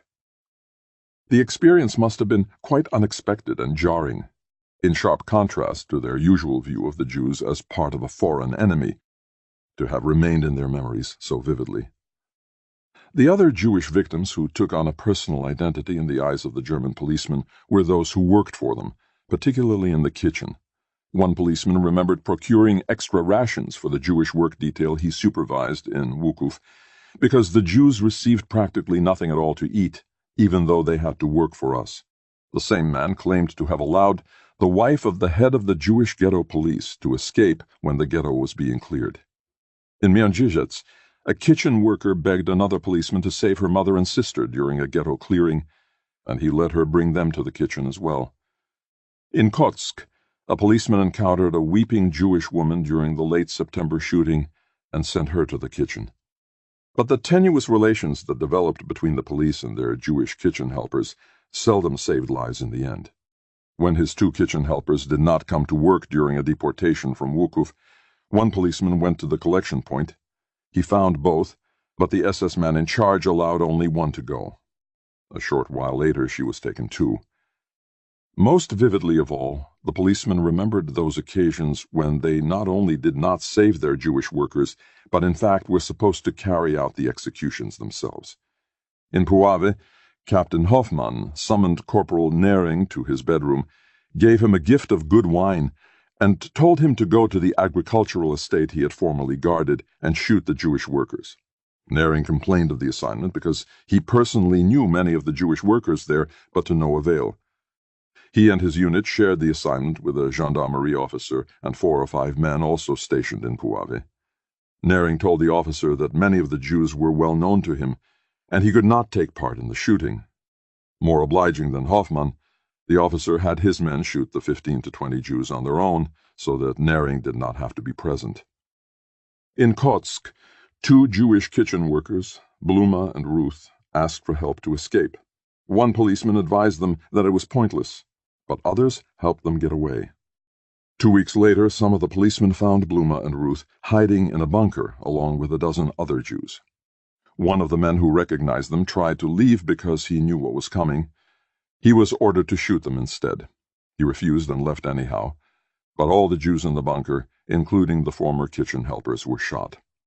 In Komaruvka, Drucker's 2nd platoon of 2nd Company had 2 Jewish kitchen workers known as Yuta and Harry. One day Drucker said they could not stay any longer and there was nothing left to do but shoot them.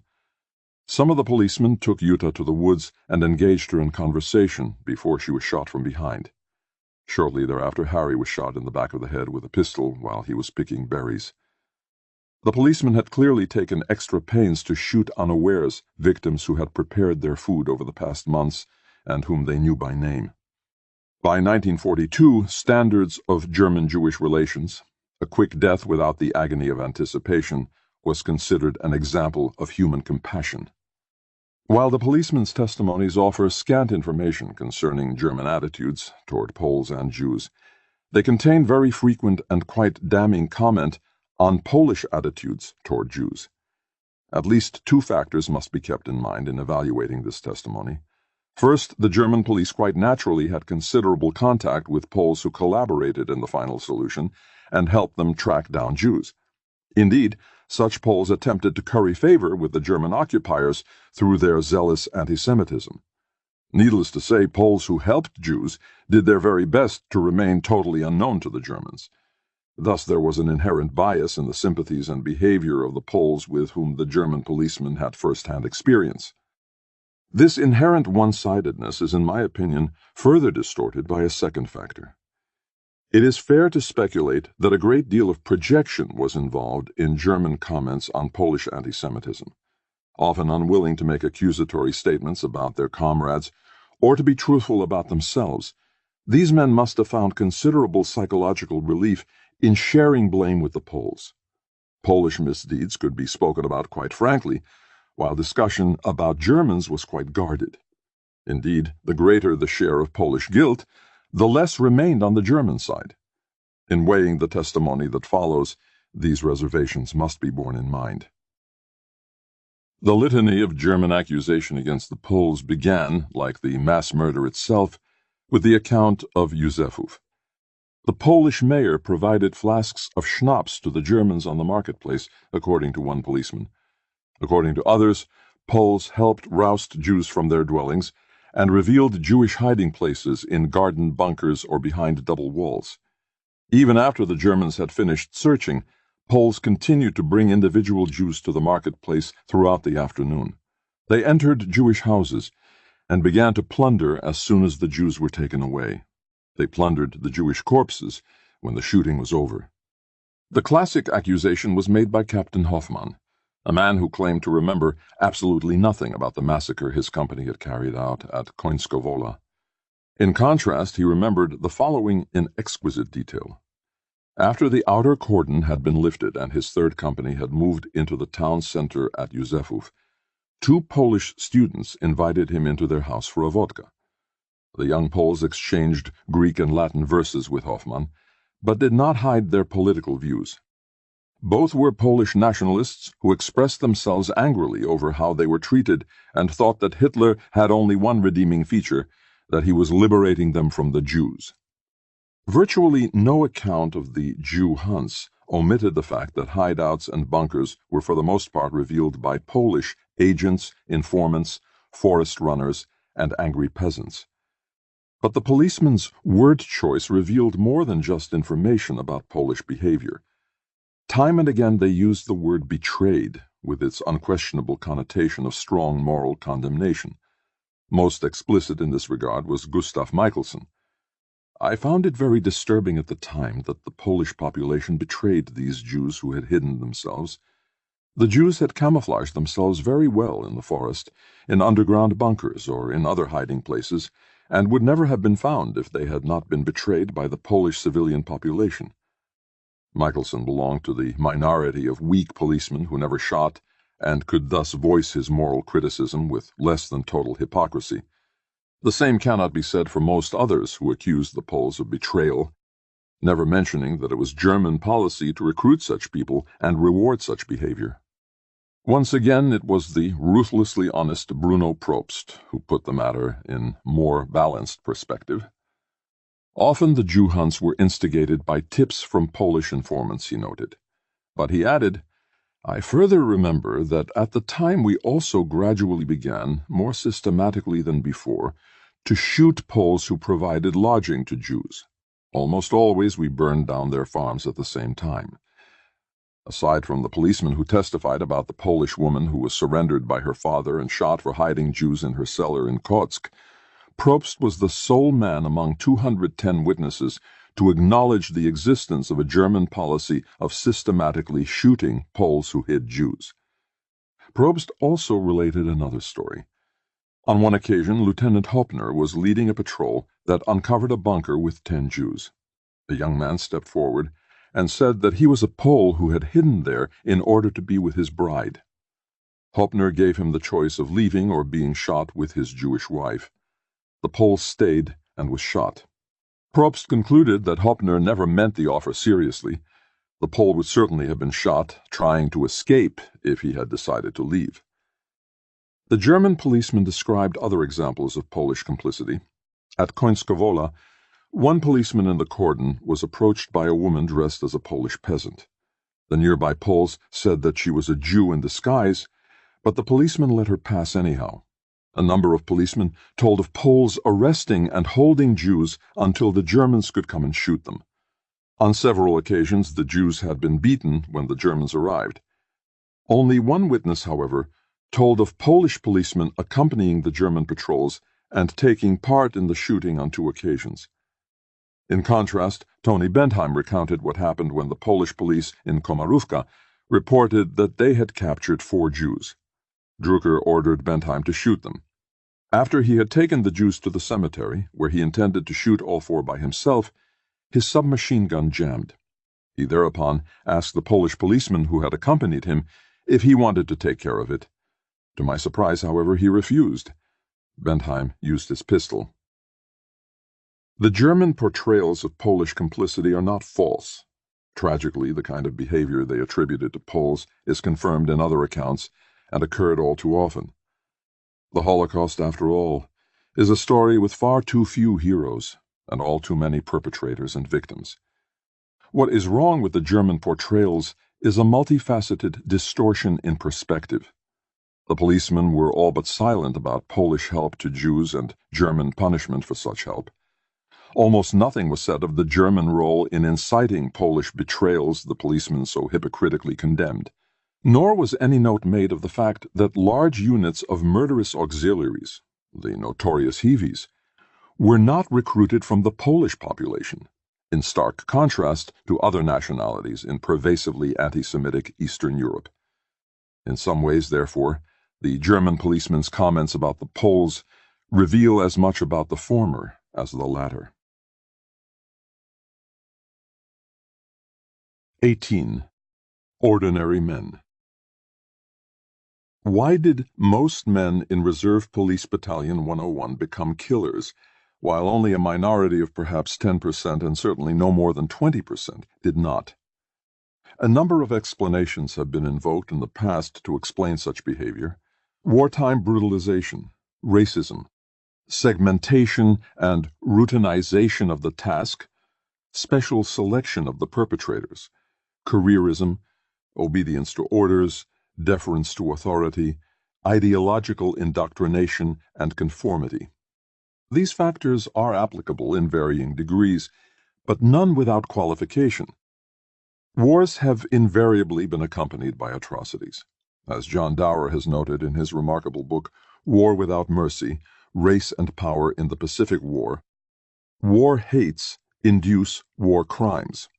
Above all, when deeply embedded negative racial stereotypes are added to the brutalization inherent in sending armed men to kill one another on a massive scale, the fragile tissue of war conventions and rules of combat is even more frequently and viciously broken on all sides. Hence the difference between more conventional war, between Germany and the Western Allies, for example, and the race wars of the recent past.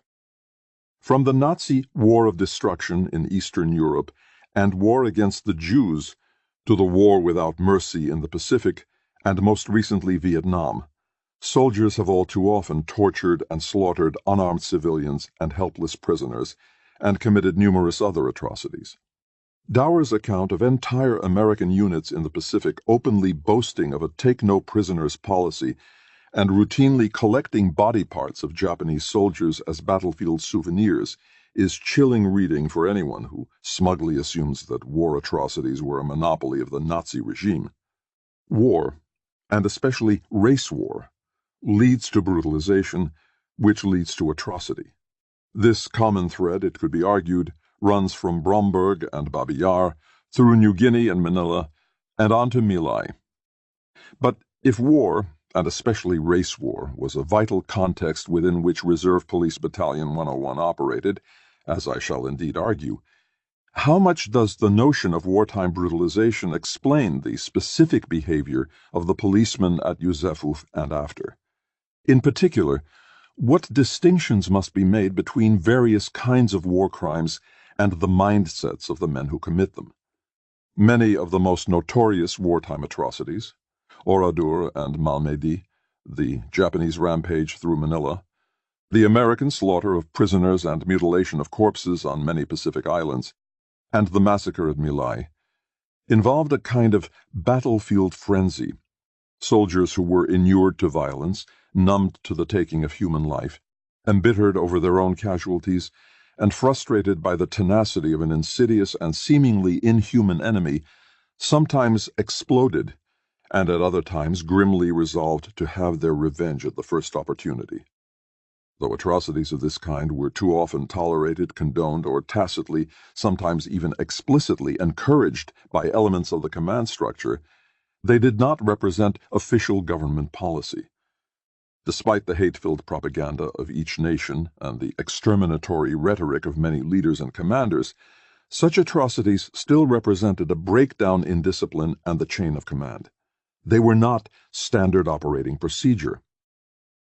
Other kinds of atrocity, lacking the immediacy of battlefield frenzy and fully expressing official government policy, decidedly were standard operating procedure.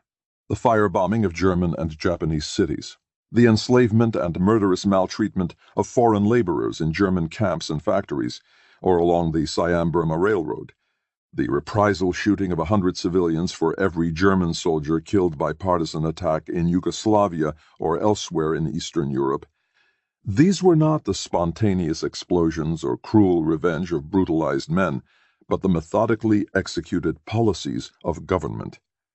Both kinds of atrocities occur in the brutalizing context of war, but the men who carry out atrocity by policy are in a different state of mind. They act not out of frenzy, bitterness, and frustration, but with calculation. Clearly, the men of Reserve Police Battalion 101, in implementing the systematic Nazi policy of exterminating European Jewry, belong in the second category. Except for a few of the oldest men who were veterans of World War I, and a few NCOs who had been transferred to Poland from Russia, the men of the battalion had not seen battle or encountered a deadly enemy. Most of them had not fired a shot in anger or ever been fired on, much less lost comrades fighting at their side. Thus, wartime brutalization through prior combat was not an immediate experience directly influencing the policeman's behavior at Józefów. Once the killing began, however, the men became increasingly brutalized. As in combat, the horrors of the initial encounter eventually became routine, and the killing became progressively easier. In this sense, brutalization was not the cause, but the effect of these men's behavior. The context of war must surely be taken into account in a more general way than as a cause of combat-induced brutalization and frenzy, however. War, a struggle between our people and the enemy, creates a polarized world in which the enemy is easily objectified and removed from the community of human obligation. War is the most conducive environment in which governments can adopt atrocity by policy and encounter few difficulties in implementing it. As John Dower has observed, the dehumanization of the other contributed immeasurably to the psychological distancing that facilitated killing. Distancing, not frenzy and brutalization, is one of the keys to the behavior of Reserve Police Battalion 101. War and negative racial stereotyping were two mutually reinforcing factors in this distancing. Many scholars of the Holocaust, especially Raoul Hilberg, have emphasized the bureaucratic and administrative aspects of the destruction process. This approach emphasizes the degree to which modern bureaucratic life fosters a functional and physical distancing in the same way that war and negative racial stereotyping promote a psychological distancing between perpetrator and victim. Indeed, many of the perpetrators of the Holocaust were so-called desk murderers, whose role in the mass extermination was greatly facilitated by the bureaucratic nature of their participation. Their jobs frequently consisted of tiny steps in the overall killing process, and they performed them in a routine manner, never seeing the victims their actions affected. Segmented, routinized, and depersonalized, the job of the bureaucrat or specialist, whether it involved confiscating property, scheduling trains, drafting legislation, sending telegrams, or compiling lists, could be performed without confronting the reality of mass murder. Such a luxury, of course, was not enjoyed by the men of Reserve Police Battalion 101, who were quite literally saturated in the blood of victims shot at point-blank range. No one confronted the reality of mass murder more directly than the men in the woods at Józefów. Segmentation and routinization, the depersonalizing aspects of bureaucratized killing, cannot explain the battalion's initial behavior there. The facilitating psychological effect of a division of labor for the killing process was not totally negligible, however. While members of the battalion did indeed carry out further shootings single-handed at Serokolma, Talcin, and Kotsk, and later in the course of innumerable Jew hunts, the larger actions involved joint ventures and splitting of duties. The policemen always provided the cordon, and many were directly involved in driving the Jews from their homes to the assembly point and then to the death trains. But at the largest mass shootings, specialists were brought in to do the killing. At Łomozy, the heavies would have done the shooting by themselves if they had not been too drunk to finish the job. At Majdanek and Poniatowa during Erntefest, the security police of Lublin furnished the shooters. The deportations to Treblinka had an added advantage psychologically. Not only was the killing done by others, but it was done out of sight of the men who cleared the ghettos and forced the Jews onto the death trains. After the sheer horror of Yusefov, the policemen's detachment, their sense of not really participating in or being responsible for their subsequent actions in ghetto clearing and cordon duty, is stark testimony to the desensitizing effects of division of labor. To what degree, if any, did the men of Reserve Police Battalion 101 represent a process of special selection for the particular task of implementing the final solution? According to recent research by the German historian Hans Heinrich Wilhelm, considerable time and effort was expended by the personnel department of Beinhard Heydrich's Bike Security main office to select and assign officers for the Einsatzgruppen. Himmler, anxious to get the right men for the right job, was also careful in his selection of higher SS and police leaders and others in key positions. Hence his insistence on keeping the unsavory Globochnik in Lublin, despite his past record of corruption and objections to his appointment even within the Nazi Party. In her book, Into That Darkness, a classic study of Franz Stangl, the commandant of Treblinka, Gitta Sereni concluded that special care must have been taken to choose just 96 of some 400 people to be transferred from the euthanasia program in Germany to the death camps in Poland. Did any similar policy of selection, the careful choosing of personnel particularly suited for mass murder, determine the makeup of Reserve Police Battalion 101? Concerning the rank and file, the answer is a qualified no. By most criteria, in fact, just the opposite was the case. By age, geographical origin, and social background, the men of Reserve Police Battalion 101 were least likely to be considered apt material out of which to mold future mass killers. On the basis of these criteria, the rank and file, middle-aged, mostly working class from Hamburg, did not represent special selection or even random selection, but for all practical purposes, negative selection for the task at hand. In one respect, however, an earlier and more general form of selection may have taken place. The high percentage, 25% of party members among the battalion's rank and file, particularly disproportionate for those of working-class origin, suggests that the initial conscription of reservists, long before their use as killers in the final solution was envisaged, was not entirely random. If Himmler at first thought of the reservists as a potential internal security force, while large numbers of active police were stationed abroad, it is logical that he would have been leery of conscripting men of dubious political reliability. One solution would have been to draft middle-aged party members for reserve duty in higher proportions than from the population at large. But the existence of such a policy is merely a suspicion, for no documents have been found to prove that party members were deliberately drafted into the reserve units of the order police. The case for special selection of officers is even more difficult to make. By SS standards, Major Trapp was a patriotic German, but traditional and overly sentimental, what in Nazi Germany was scornfully considered both weak and reactionary. It is certainly revealing that despite the conscious effort of Himmler and Heydrich to amalgamate the SS and the police, and despite the fact that Trapp was a decorated World War I veteran, career policeman, and alter Kampfer who joined the party in 1932, he was never taken into the SS. He was certainly not given command of Reserve Police Battalion 101 and specifically assigned to the Lublin district because of his presumed suitability as a mass killer. The remaining officers of the battalion scarcely evidence a policy of careful selection either. Despite their impeccable party credentials, both Hoffmann and Wolaf had been shunted into slow-track careers by SS standards. Wolaf's career in the order police in particular was marked by mediocre, even negative evaluations. Ironically, it was the relatively old, 48, Reserve Lieutenant Gnade, not the two young SS captains, who turned out to be the most ruthless and sadistic killer, a man who took pleasure in his work. Finally, the assignment of Reserve Lieutenant Buchmann could scarcely have been made by anyone consciously selecting prospective killers.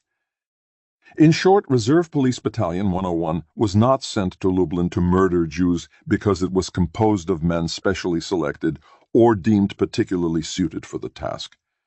On the contrary, the battalion was the dregs of the manpower pool available at that stage of the war. It was employed to kill Jews because it was the only kind of unit available for such behind-the-lines duties. Most likely, Globocnik simply assumed as a matter of course that whatever battalion came his way would be up to this murderous task, regardless of its composition. If so, he may have been disappointed in the immediate aftermath of Yusefov, but in the long run, events proved him correct. Many studies of Nazi killers have suggested a different kind of selection, namely self-selection to the party and SS by unusually violence-prone people. Shortly after the war, Theodor Adorno and others developed the notion of the authoritarian personality. Feeling that situational or environmental influences had already been studied, they chose to focus on hitherto neglected psychological factors. They began with the hypothesis that certain deep-seated personality traits made potentially fascistic individuals particularly susceptible to anti-democratic propaganda. Their investigations led them to compile a list of the crucial traits, tested for by the so-called F-scale, of the authoritarian personality: rigid adherence to conventional values, submissiveness to authority figures, aggressiveness toward outgroups, opposition to introspection, reflection, and creativity, a tendency to superstition and stereotyping, preoccupation with power and toughness, destructiveness and cynicism, projectivity, the disposition to believe that wild and dangerous things go on in the world, and the projection outward of unconscious emotional impulses, and an exaggerated concern with sexuality.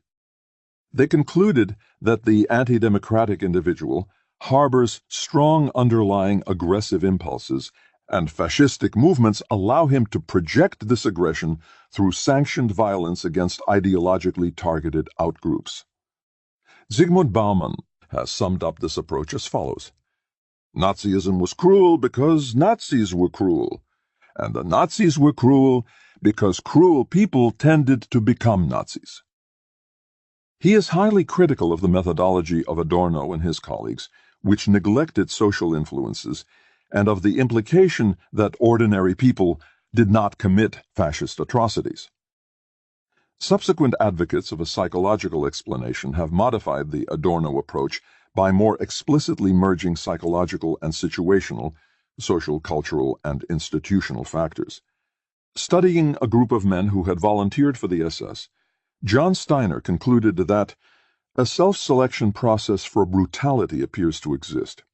He proposed the notion of the sleeper, certain personality characteristics of violence-prone individuals that usually remain latent but can be activated under certain conditions.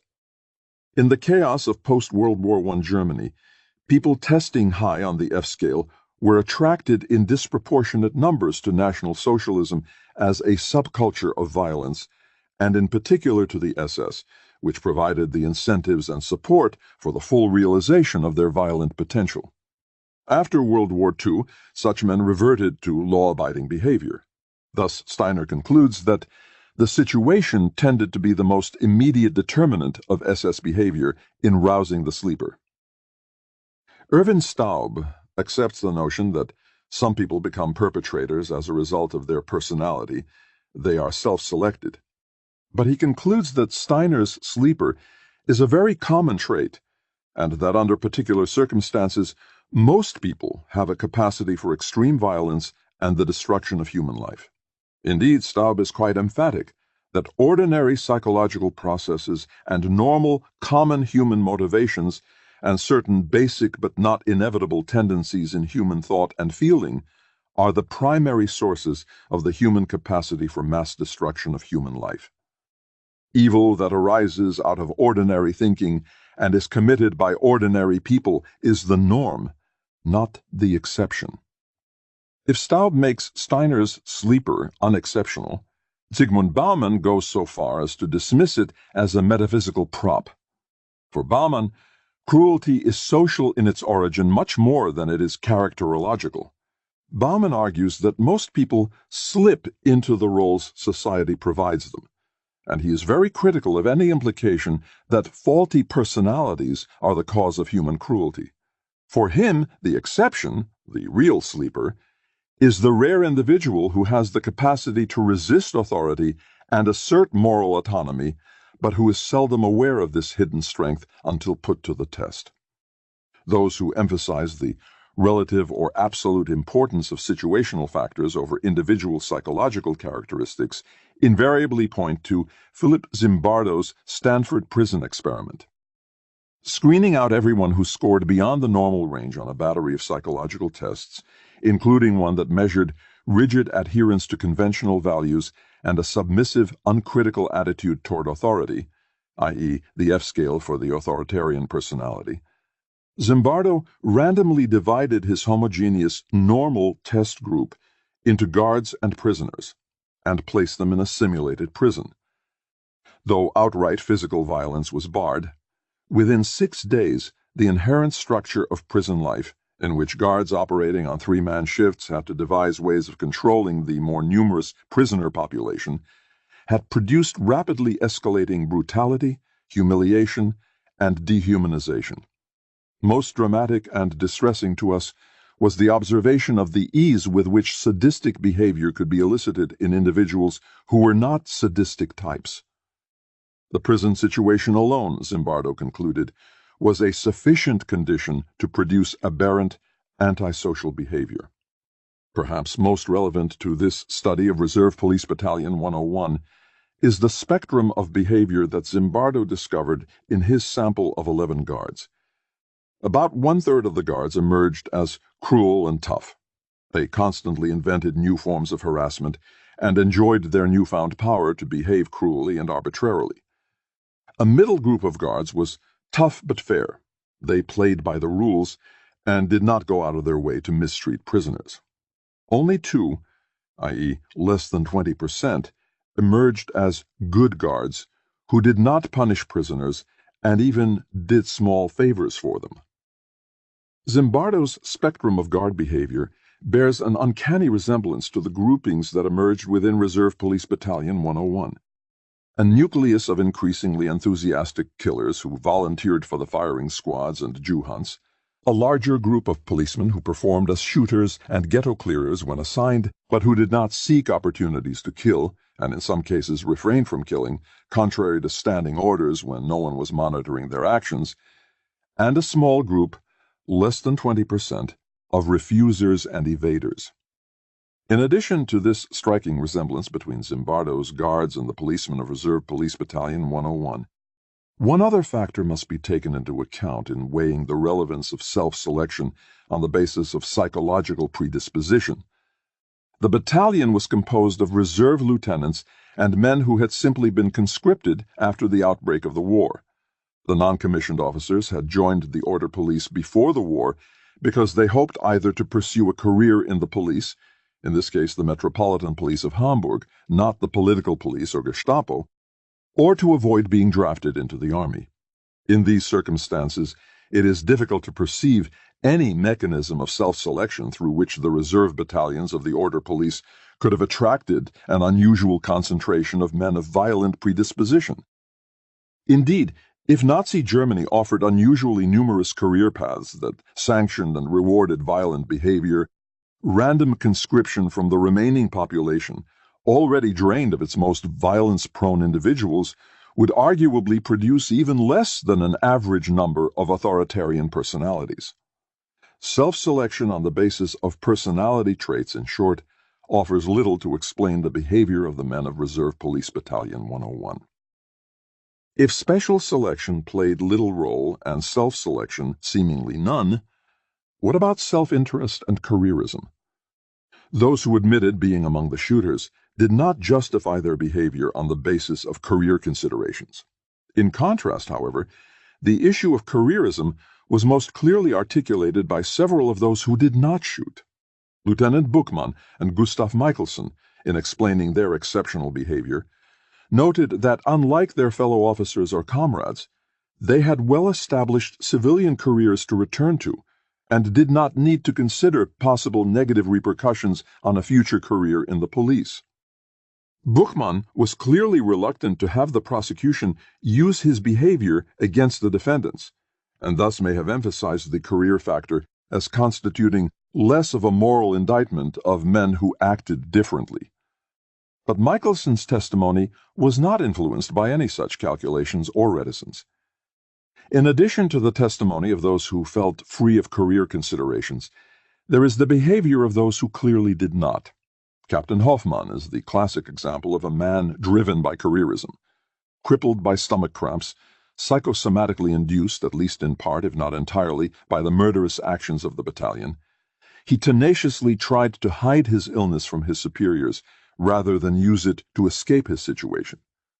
He risked his men's open suspicion of cowardice in a vain attempt to keep his company command. And when he was finally relieved, he bitterly contested that career-threatening development as well. Given the number of men from Reserve Police Battalion 101 who remained in the police after the war, career ambitions must have played an important role for many others as well. Among the perpetrators, of course, orders have traditionally been the most frequently cited explanation for their own behavior. The authoritarian political culture of the Nazi dictatorship, savagely intolerant of overt dissent, along with the standard military necessity of obedience to orders and ruthless enforcement of discipline, created a situation in which individuals had no choice. Orders were orders, and no one in such a political climate could be expected to disobey them, they insisted. Disobedience surely meant the concentration camp, if not immediate execution, possibly for their families as well. The perpetrators had found themselves in a situation of impossible duress, and therefore could not be held responsible for their actions. Such, at least, is what defendants said in trial after trial in post-war Germany. There is a general problem with this explanation, however. Quite simply, in the past 45 years, no defense attorney or defendant in any of the hundreds of post-war trials has been able to document a single case in which refusal to obey an order to kill unarmed civilians resulted in the allegedly inevitable dire punishment. The punishment or censure that occasionally did result from such disobedience was never commensurate with the gravity of the crimes the men had been asked to commit. A variation on the explanation of inescapable orders is putative duress. Even if the consequences of disobedience would not have been so dire, the men who complied could not have known that at the time. They sincerely thought that they had had no choice when faced with orders to kill. Undoubtedly, in many units, zealous officers bullied their men with ominous threats. In Reserve Police Battalion 101, as we have seen, certain officers and NCOs like Drucker and Herget tried to make everyone shoot initially, even if they subsequently released those not up to continuing. And other officers and NCOs like Hoppner and Ostmann picked out individuals known as non-shooters and pressured them to kill, sometimes successfully. But as a general rule, even putative duress does not hold for Reserve Police Battalion 101.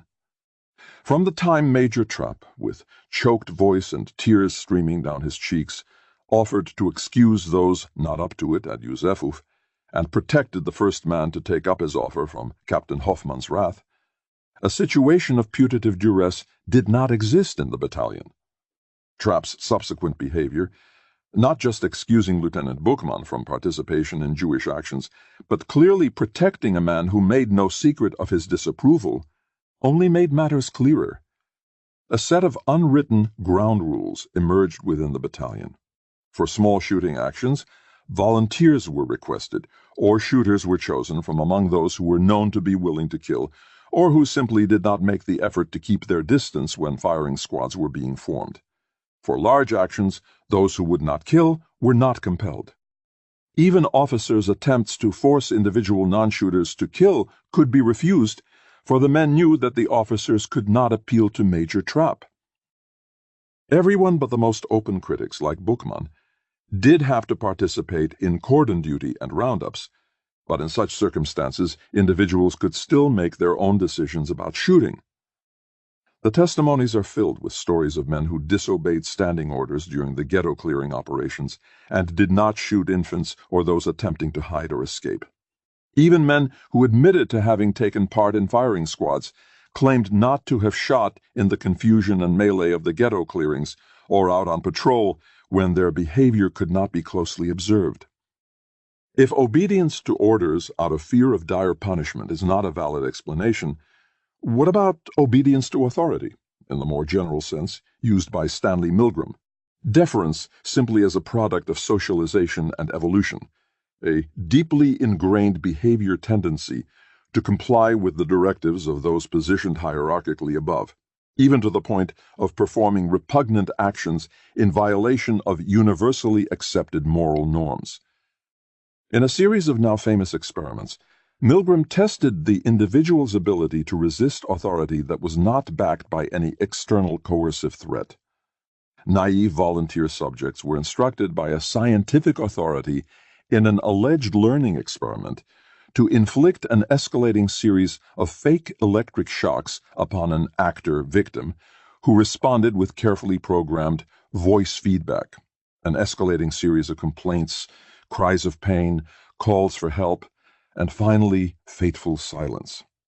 In the standard voice feedback experiment, 2/3 of Milgram's subjects were obedient to the point of inflicting extreme pain.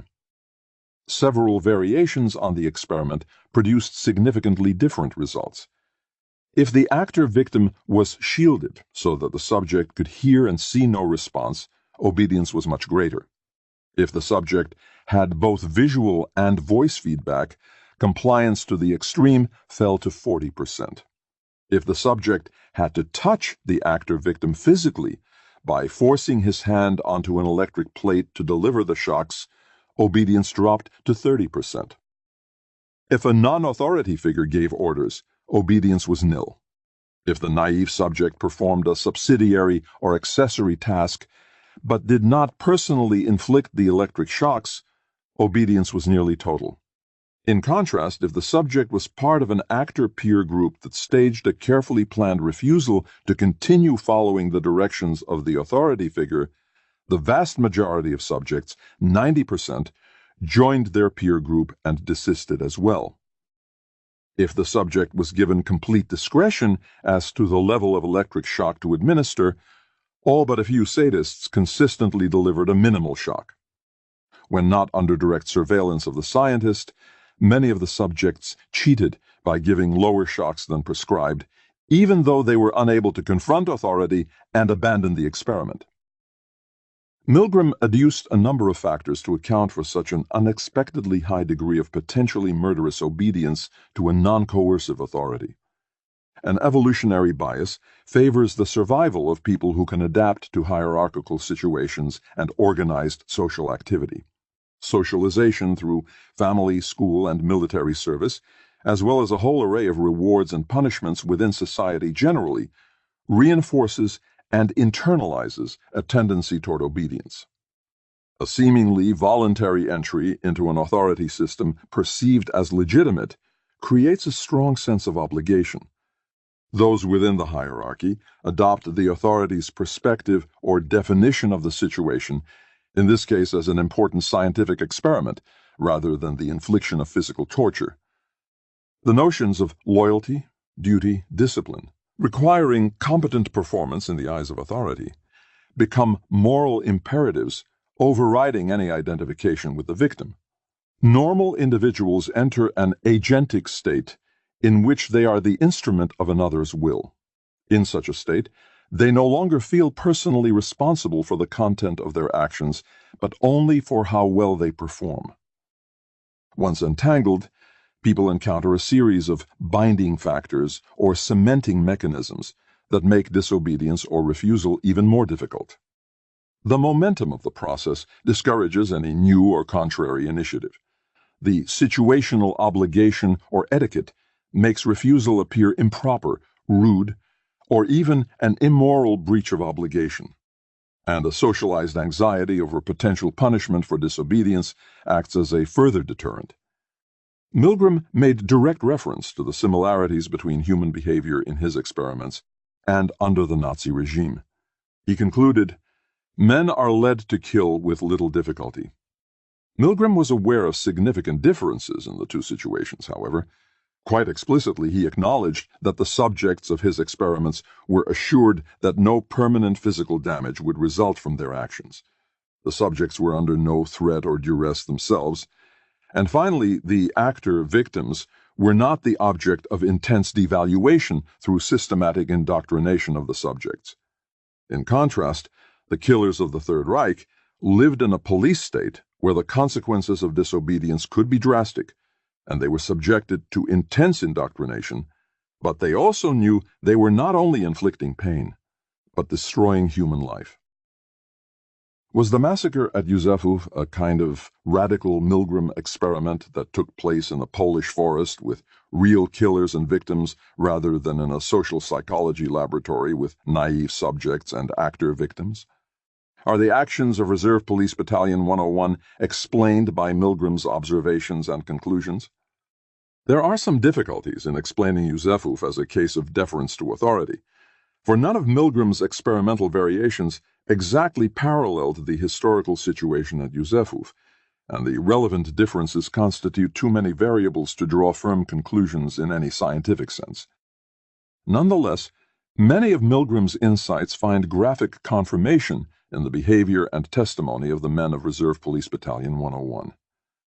At Józefów, the authority system to which the men were responding was quite complex, unlike the laboratory situation.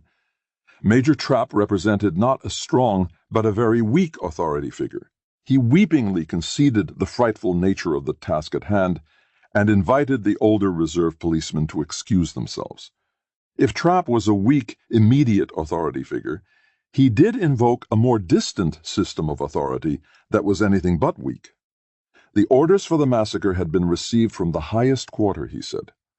Trapp himself and the battalion as a unit were bound by the orders of this distant authority, even if Trapp's concern for his men exempted individual policemen.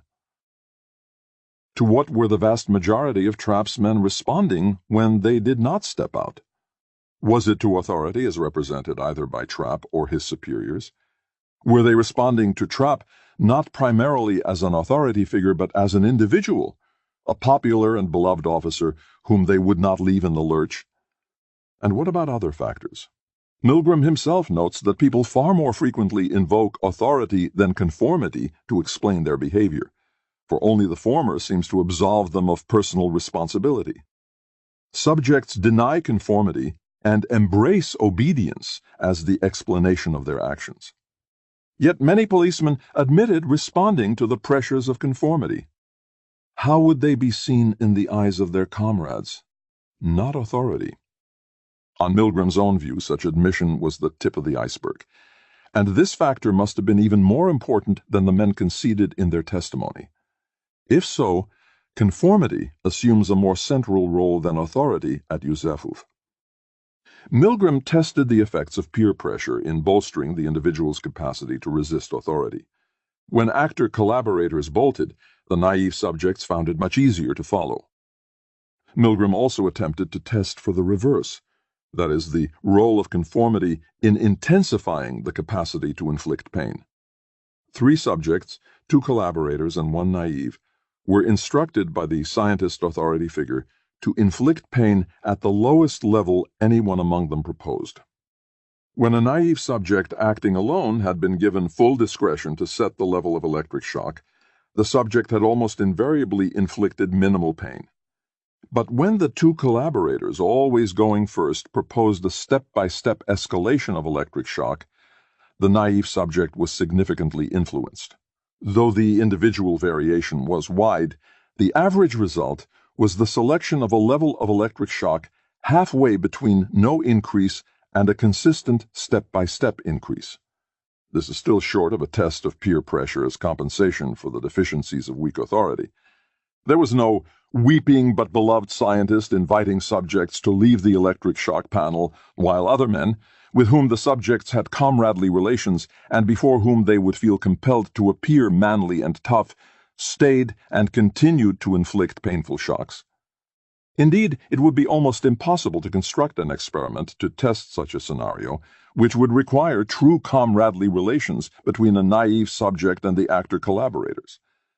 Nonetheless, the mutual reinforcement of authority and conformity seems to have been clearly demonstrated by Milgram.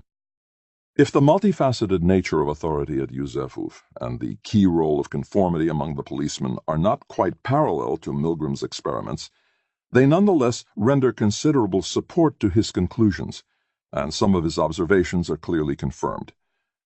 Direct proximity to the horror of the killing significantly increased the number of men who would no longer comply. On the other hand, with the division of labor and removal of the killing process to the death camps, the men felt scarcely any responsibility at all for their actions. As in Milgram's experiment, without direct surveillance, many policemen did not comply with orders when not directly supervised. They mitigated their behavior when they could do so without personal risk, but were unable to refuse participation in the battalion's killing operations openly. One factor that admittedly was not the focal point of Milgram's experiments, indoctrination, and another that was only partially touched upon, conformity, require further investigation. Milgram did stipulate definition of the situation, or ideology, that which gives meaning and coherence to the social occasion, as a crucial antecedent of deference to authority. Controlling the manner in which people interpret their world is one way to control behavior, Milgram argues. If they accept authority's ideology, action follows logically and willingly. Hence, ideological justification is vital in obtaining willing obedience, for it permits the person to see his behavior as serving a desirable end. In Milgram's experiments, overarching ideological justification was present in the form of a tacit and unquestioned faith in the goodness of science and its contribution to progress. But there was no systematic attempt to devalue the actor-victim or inculcate the subject with a particular ideology. Milgram hypothesized that the more destructive behavior of people in Nazi Germany, under much less direct surveillance, was a consequence of an internalization of authority achieved through relatively long processes of indoctrination of a sort not possible within the course of a laboratory hour. To what degree, then, did the conscious inculcation of Nazi doctrines shape the behavior of the men of Reserve Police Battalion 101? Were they subjected to such a barrage of clever and insidious propaganda that they lost the capacity for independent thought and responsible action? Were devaluation of the Jews and exhortations to kill them central to this indoctrination? The popular term for intense indoctrination and psychological manipulation, emerging from the Korean War experience of some captured American soldiers, is brainwashing. Were these killers, in some general sense, brainwashed? Unquestionably, Himmler set a premium on the ideological indoctrination of members of the SS and the police. They were to be not just efficient soldiers and policemen, but ideologically motivated warriors, crusaders against the political and racial enemies of the Third Reich. Indoctrination efforts embraced not only the elite organizations of the SS, but also the order police, extending even to the lowly reserve police, though the reservists scarcely fit Himmler's notion of the new Nazi racial aristocracy. For instance, membership in the SS required proof of ancestry untainted by Jewish blood through 5 generations. In contrast, even first-degree Mischlinge, people with 2 Jewish grandparents and their spouses, were not banned from service in the reserve police until October 1942. Second-degree Mischlinge, 1 Jewish grandparent and their spouses, were not banned until April 1943. In its Guidelines for Basic Training of January 23, 1940, the Order Police Main Office decreed that in addition to physical fitness, use of weapons, and police techniques, all Order Police battalions were to be strengthened in character and ideology. Basic training included a 1-month unit on ideological education. One topic for the first week was Race as the Basis of Our Worldview, followed the second week by Maintaining the Purity of Blood. Beyond basic training, the police battalions, both active and reserve, were to receive continued military and ideological training from their officers. Officers were required to attend one-week workshops that included 1 hour of ideological instruction for themselves and 1 hour of practice in the ideological instruction of others. A 5-part study plan of January 1941 included the subsections Understanding of Race as the Basis of Our Worldview, the Jewish Question in Germany, and Maintaining the Purity of German Blood. Explicit instructions were issued on the spirit and frequency of this continuing ideological training, for which the National Socialist worldview was to be the plumb line. Every day, or at least every other day, the men were to be informed about current events and their proper understanding in ideological perspective. Every week, officers were to hold 30 to 45-minute sessions in which they delivered a short lecture or read an edifying excerpt from suggested books or specially prepared SS pamphlets.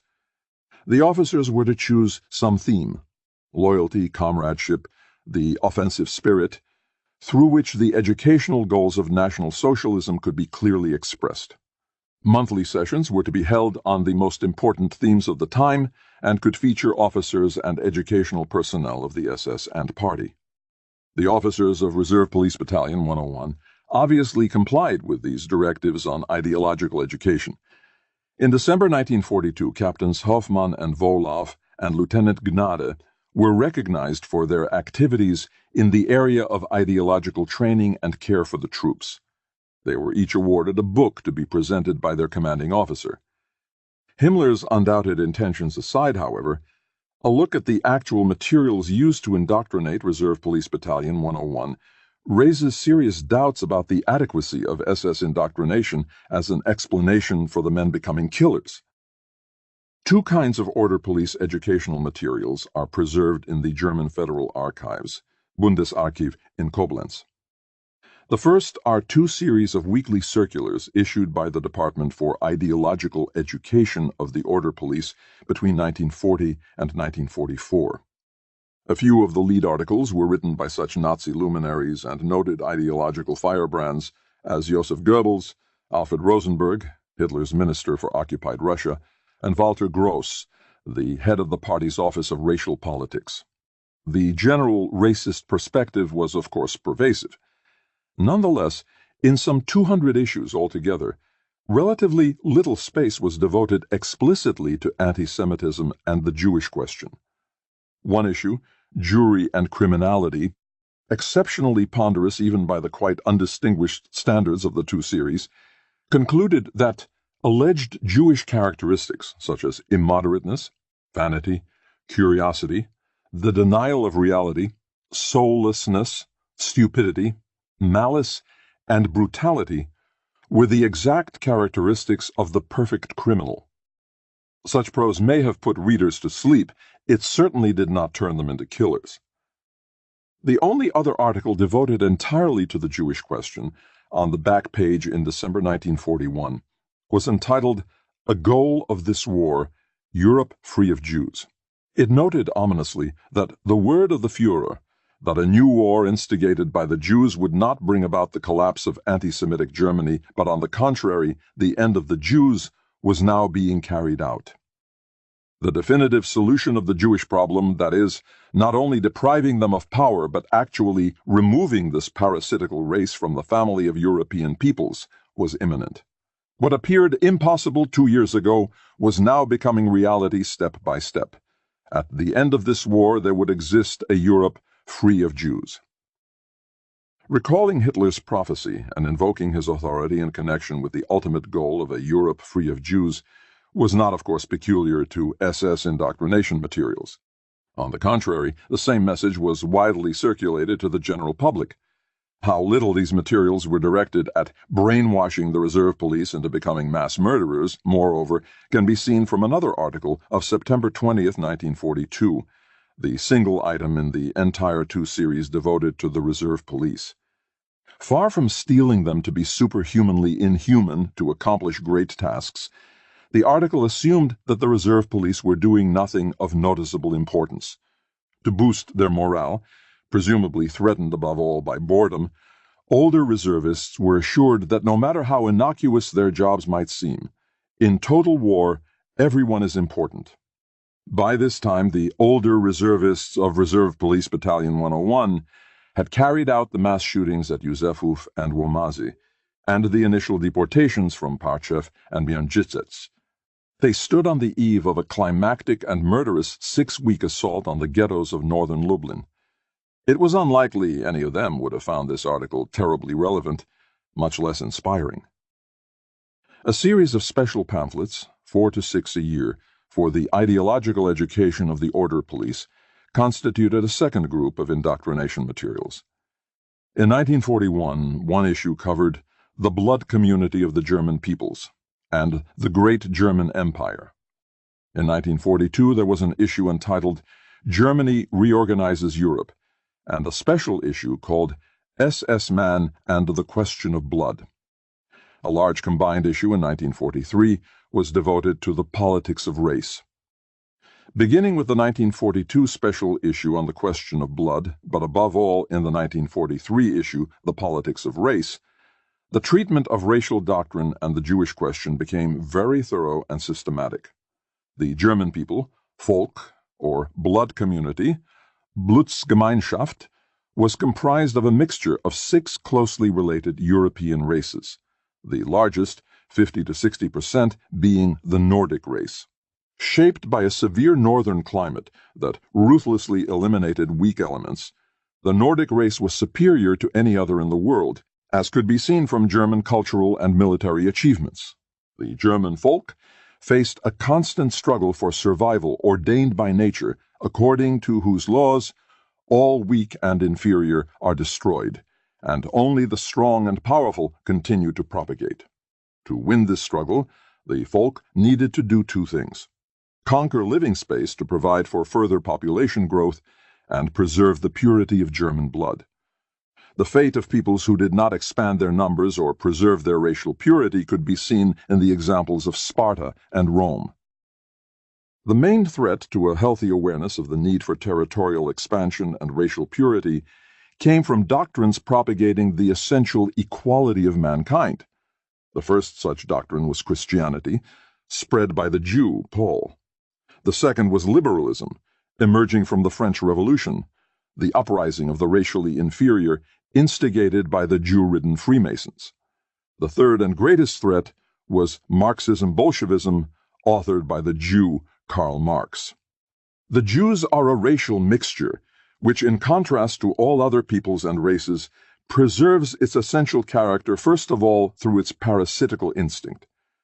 With no regard for either consistency or logic, the pamphlet then asserted that the Jew kept his own race pure while striking at the existence of his host race through race mixing. No coexistence was possible between a race-conscious people and the Jews, only a struggle that would be won when the last Jew had left our part of the earth.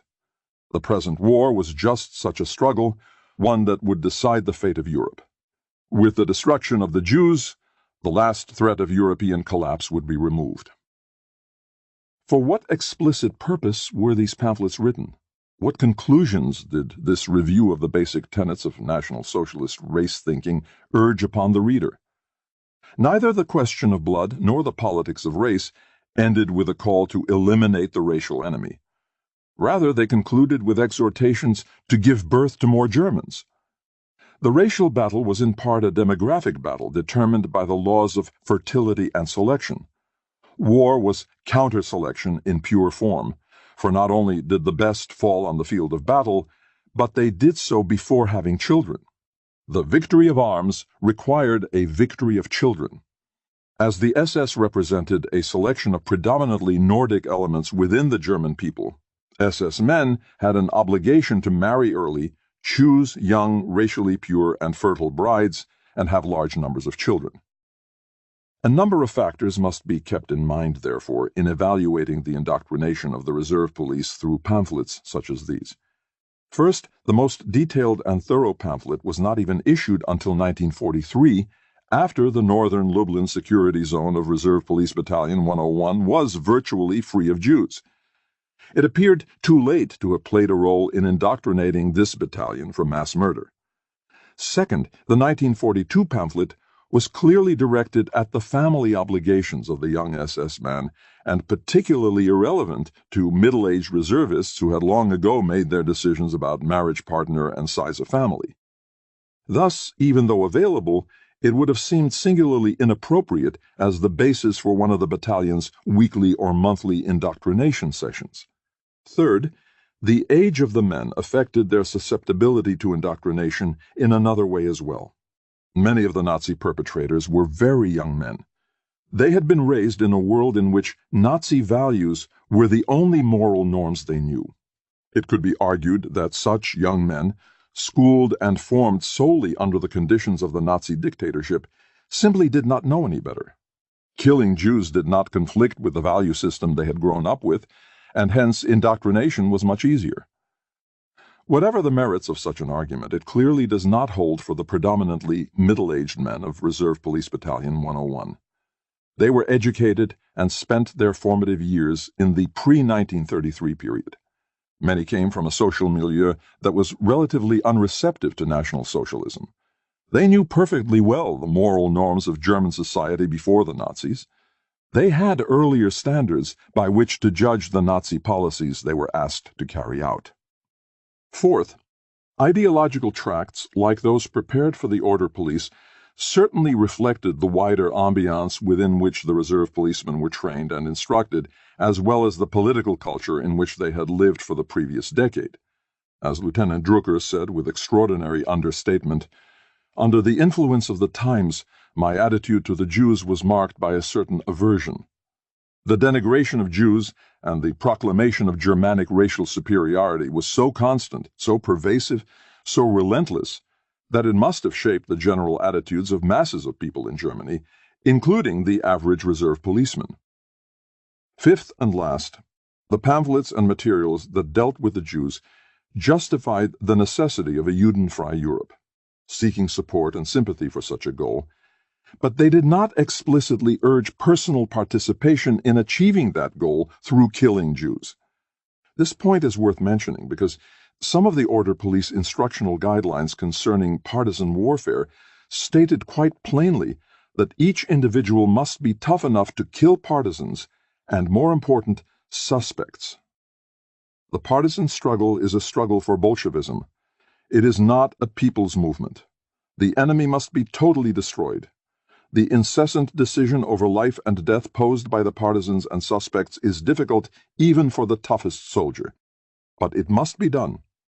He behaves correctly who, by setting aside all possible impulses of personal feeling, proceeds ruthlessly and mercilessly.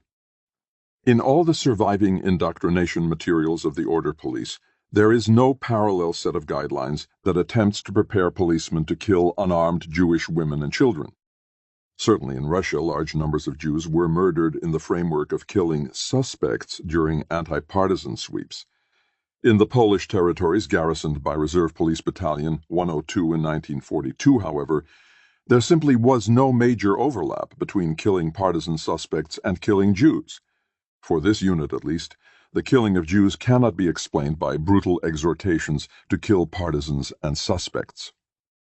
One other comparison is pertinent here.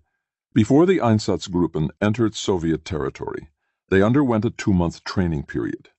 Their preparation included visits and speeches by various SS luminaries who gave them pep talks about the coming war of destruction. 4 days before the invasion, the officers were recalled to Berlin for an intimate meeting with Reinhard Heydrich himself. In short, considerable effort was made to prepare these men for the mass murder they were going to perpetrate. Even the men of the police battalions that followed the Einsatzgruppen into Russia in the summer of 1941 were partially prepared for what awaited them. They were informed of the secret directive for the execution of captured communists, the Commissar Order, and the guidelines for the treatment of the civilian population.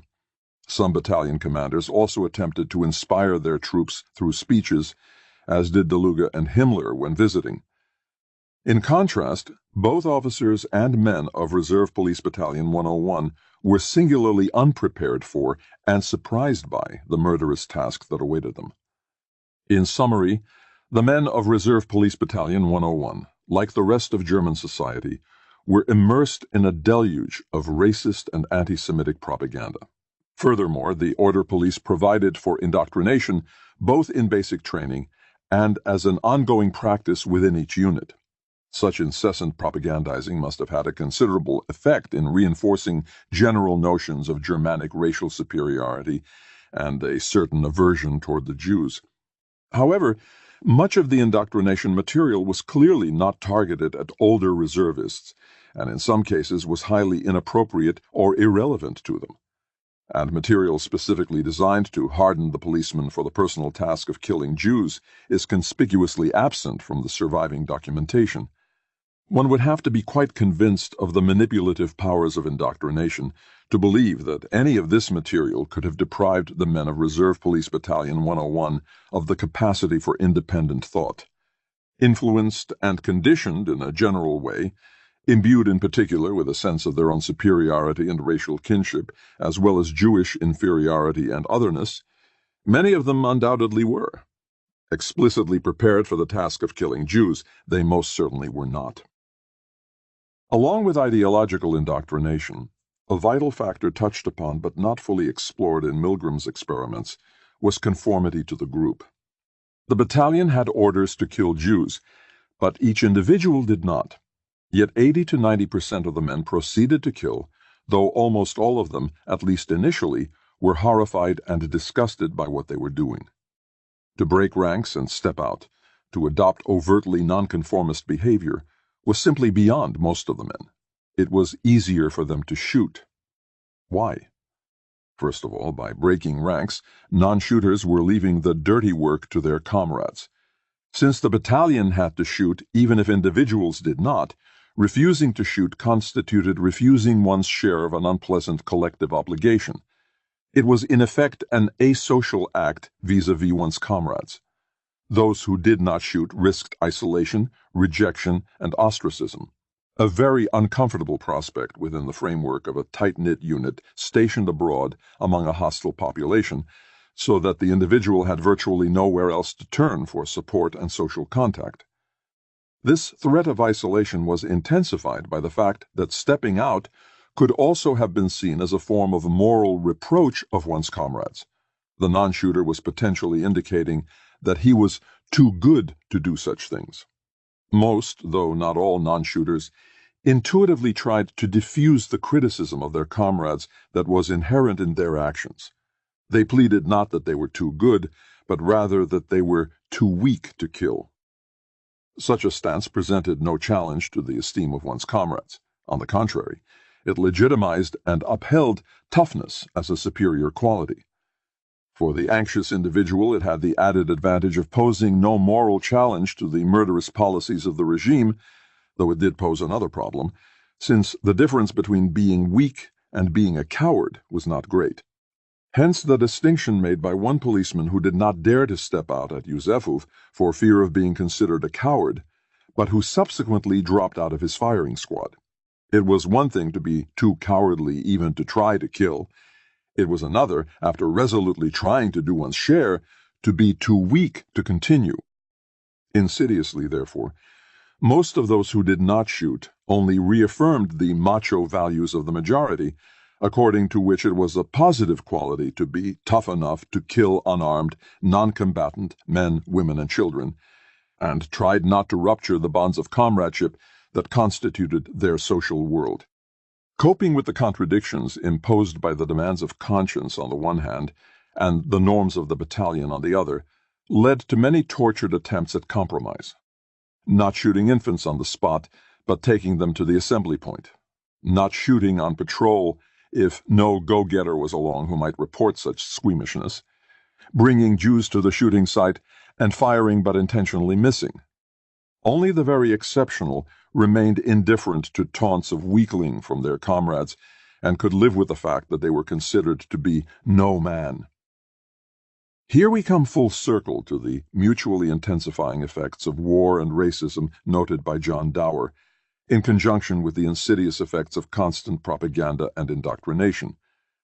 Pervasive racism and the resulting exclusion of the Jewish victims from any common ground with the perpetrators made it all the easier for the majority of the policemen to conform to the norms of their immediate community, the battalion, and their society at large, Nazi Germany. Here the years of anti-Semitic propaganda, and prior to the Nazi dictatorship, decades of shrill German nationalism, dovetailed with the polarizing effects of war. The dichotomy of racially superior Germans and racially inferior Jews, central to Nazi ideology, could easily merge with the image of a beleaguered Germany surrounded by warring enemies. It is doubtful that most of the policemen understood or embraced the theoretical aspects of Nazi ideology as contained in SS indoctrination pamphlets. It is also doubtful that they were immune to the influence of the times, to use Lieutenant Drucker's phrase once again, to the incessant proclamation of German superiority and incitement of contempt and hatred for the Jewish enemy. Nothing helped the Nazis to wage a race war so much as the war itself. In wartime, when it was all too usual to exclude the enemy from the community of human obligation, it was also all too easy to subsume the Jews into the image of the enemy, or Feindbild. In his last book, The Drowned and the Saved, Primo Levi included an essay entitled The Gray Zone, perhaps his most profound and deeply disturbing reflection on the Holocaust. He maintained that in spite of our natural desire for clear-cut distinctions, the history of the camps could not be reduced to the two blocks of victims and persecutors. He argued passionately, "It is naive, absurd, and historically false to believe that an infernal system such as National Socialism sanctifies its victims. On the contrary, it degrades them. It makes them resemble itself." The time had come to examine the inhabitants of the gray zone between the simplified Manichaean images of perpetrator and victim.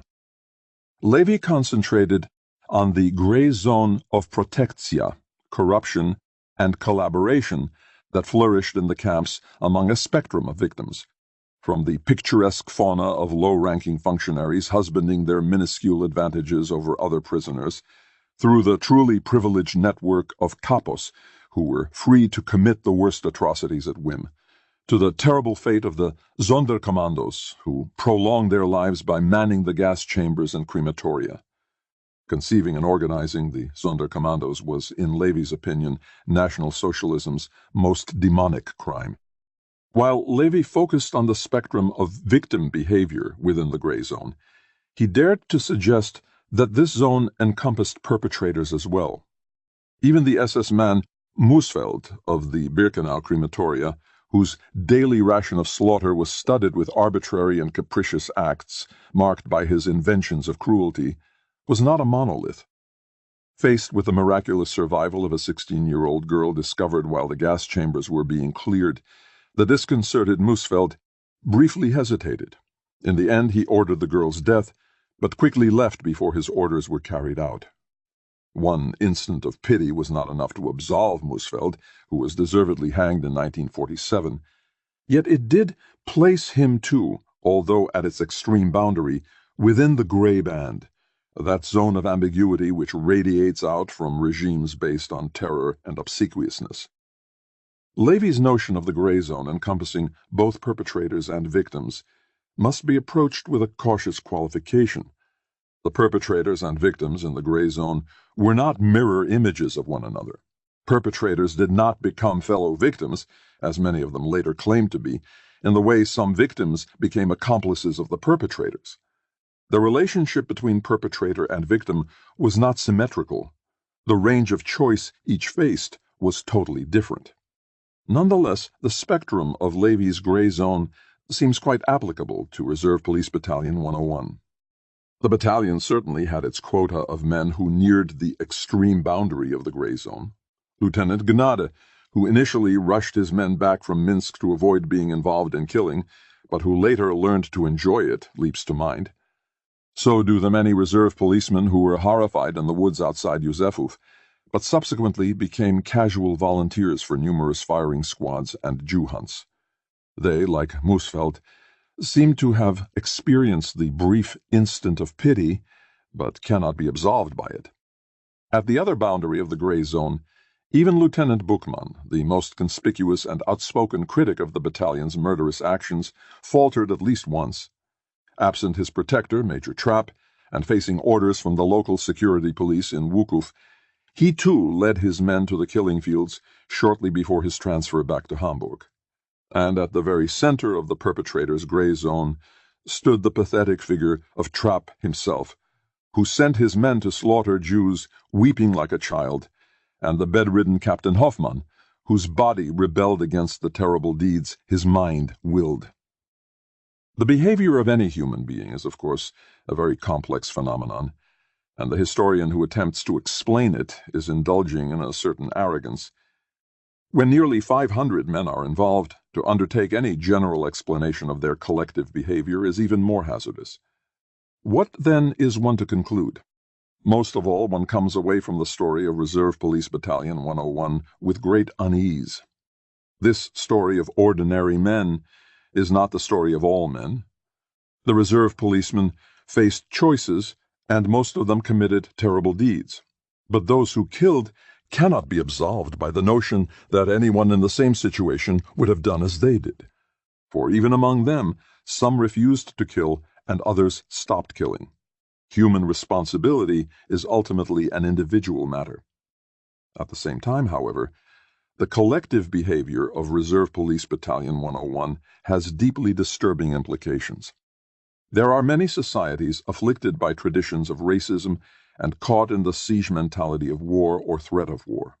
Everywhere, society conditions people to respect and defer to authority, and indeed could scarcely function otherwise. Everywhere, people seek career advancement. In every modern society, the complexity of life and the resulting bureaucratization and specialization attenuate the sense of personal responsibility of those implementing official policy. Within virtually every social collective, the peer group exerts tremendous pressures on behavior and sets moral norms. If the men of Reserve Police Battalion 101 could become killers under such circumstances, what group of men cannot? Afterward. Since Ordinary Men first appeared 6 years ago, it has been relentlessly scrutinized and criticized by another author, Daniel Jonah Goldhagen, who not only wrote on the same topic, the motivation of the ordinary Germans who became Holocaust perpetrators, but also chose to develop his own work in part by researching the same documents concerning the same unit of Holocaust killers, namely the post-war judicial interrogations of members of Reserve Police Battalion 101. It is not unusual, of course, for different scholars to ask different questions of, apply different methodologies to, and derive different interpretations from the same sources. But the differences are seldom so stridently argued and cast in such an adversarial framework as in this case. And seldom in academic controversies has the work of one of the adversaries become both an international bestseller and the subject of countless reviews ranging from the euphorically positive to harshly negative. Professor Goldhagen, so critical of my work, has become a target in turn. In short, Goldhagen's critique of this book and the subsequent controversy surrounding his own work merit a retrospective afterward in subsequent editions of Ordinary Men. On several issues, Goldhagen and I do not disagree. First, the participation of numerous ordinary Germans in the mass murder of Jews, and second, the high degree of voluntarism they exhibited. The bulk of the killers were not specially selected, but drawn at random from a cross-section of German society, and they did not kill because they were coerced by the threat of dire punishment for refusing. However, neither of these conclusions is a new discovery in the field of Holocaust studies. It was one of the fundamental conclusions of Raoul Hilberg's magisterial and path-breaking study, The Destruction of the European Jews, which first appeared in 1961, that the perpetrators were not different in their moral makeup from the rest of the population. The German perpetrator was not a special kind of German. The perpetrators represented a remarkable cross-section of the German population, and the machinery of destruction was structurally no different from organized German society as a whole. And it was the German scholar Herbert Jäger and the German prosecutors of the 1960s who firmly established that no one could document a single case in which Germans who refused to carry out the killing of unarmed civilians suffered dire consequences. Goldhagen does credit Jaeger and the German prosecutors in this regard, but he is utterly dismissive of Hilberg. Aside from the differences in the tone that we employ in writing about the Holocaust, and in the attitude that we display toward other scholars who have worked in this field of study, Goldhagen and I disagree significantly in two major areas of historical interpretation. The first is our different assessments of the role of anti-Semitism in German history, including the National Socialist era. The second is our different assessments of the motivations of the ordinary German men who became Holocaust killers. These are the two topics that I would like to discuss at some length. In his book, Hitler's Willing Executioners, Daniel Goldhagen asserts that anti-Semitism more or less governed the ideational life of civil society in pre-Nazi Germany, and when the Germans elected Hitler to power, the centrality of anti-Semitism in the party's worldview, program, and rhetoric mirrored the sentiments of German culture.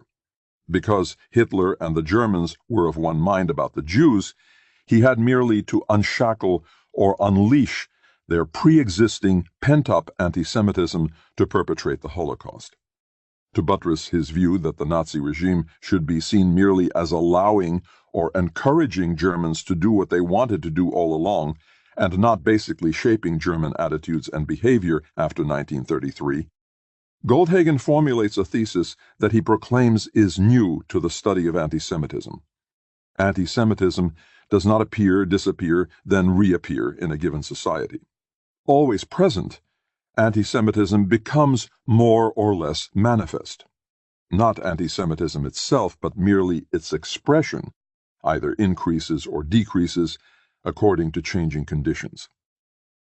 Then, in Goldhagen's account, this picture of underlying permanency and superficial fluctuation changes abruptly after 1945. The pervasive and permanent eliminationist German anti-Semitism that was the sole and sufficient motivation of the Holocaust killers suddenly disappeared. Given re-education, a change in public conversation, a law banning anti-Semitic expression, and the lack of institutional reinforcement, a German culture dominated by anti-Semitism for centuries was suddenly transformed. Now we are told the Germans are just like us. That anti-Semitism was a very significant aspect of Germany's political culture before 1945, and that Germany's political culture is both profoundly different and dramatically less anti-Semitic today are two propositions that I can easily support. But if Germany's political culture in general, and anti-Semitism in particular, could be transformed after 1945 by changes in education, public conversation, law, and institutional reinforcements, as Goldhagen suggests, then it seems to me equally plausible that they could have been equally transformed in the 3 or 4 decades preceding 1945, and especially during the 12 years of Nazi rule. In his introductory chapter, Goldhagen provides a useful model for a three-dimensional analysis of anti-Semitism, even if he does not employ his own model in the subsequent chapters. Anti-Semitism, he argues, varies according to the alleged source or cause, for example, race, religion, culture, or environment, of the Jews' alleged negative character. It varies in degree of preoccupation or priority, or how important is anti-Semitism to the anti-Semite. And it varies in degree of threat, or how endangered the anti-Semite feels. That anti-Semitism can vary in its diagnosis of the alleged Jewish threat and along continuums of priority and intensity would suggest not only that anti-Semitism changes over time, as any or all of these dimensions change, but that it can exist in infinite variety. Even for a single country like Germany, I think we should speak and think in the plural, of anti-Semitisms rather than anti-Semitism. The actual concept Goldhagen employs, however, produces the opposite effect. It erases all differentiation and subsumes all manifestations of anti-Semitism in Germany under a single rubric. All Germans who perceived Jews as different and viewed this difference as something negative that should disappear whether through conversion, assimilation, emigration, or extermination, are classed as eliminationist anti-Semites, even if by Goldhagen's prior model they differ as to cause, priority, and intensity. Such differences that do exist are analytically insignificant in any case, for according to Goldhagen, variations on eliminationist solutions tend to metastasize into extermination. By using such an approach, Goldhagen moves seamlessly from a variety of anti-Semitic manifestations in Germany to a single German eliminationist anti-Semitism that, taking on the properties of organic malignancy, naturally metastasized into extermination. Thus, all Germany was of one mind with Hitler on the justice and necessity of the final solution. If one adopts the analytical model that Goldhagen proposes, rather than the concept he actually uses, what then can one say about the changing variety of anti-Semitisms in German political culture and their role in the Holocaust, and where to begin?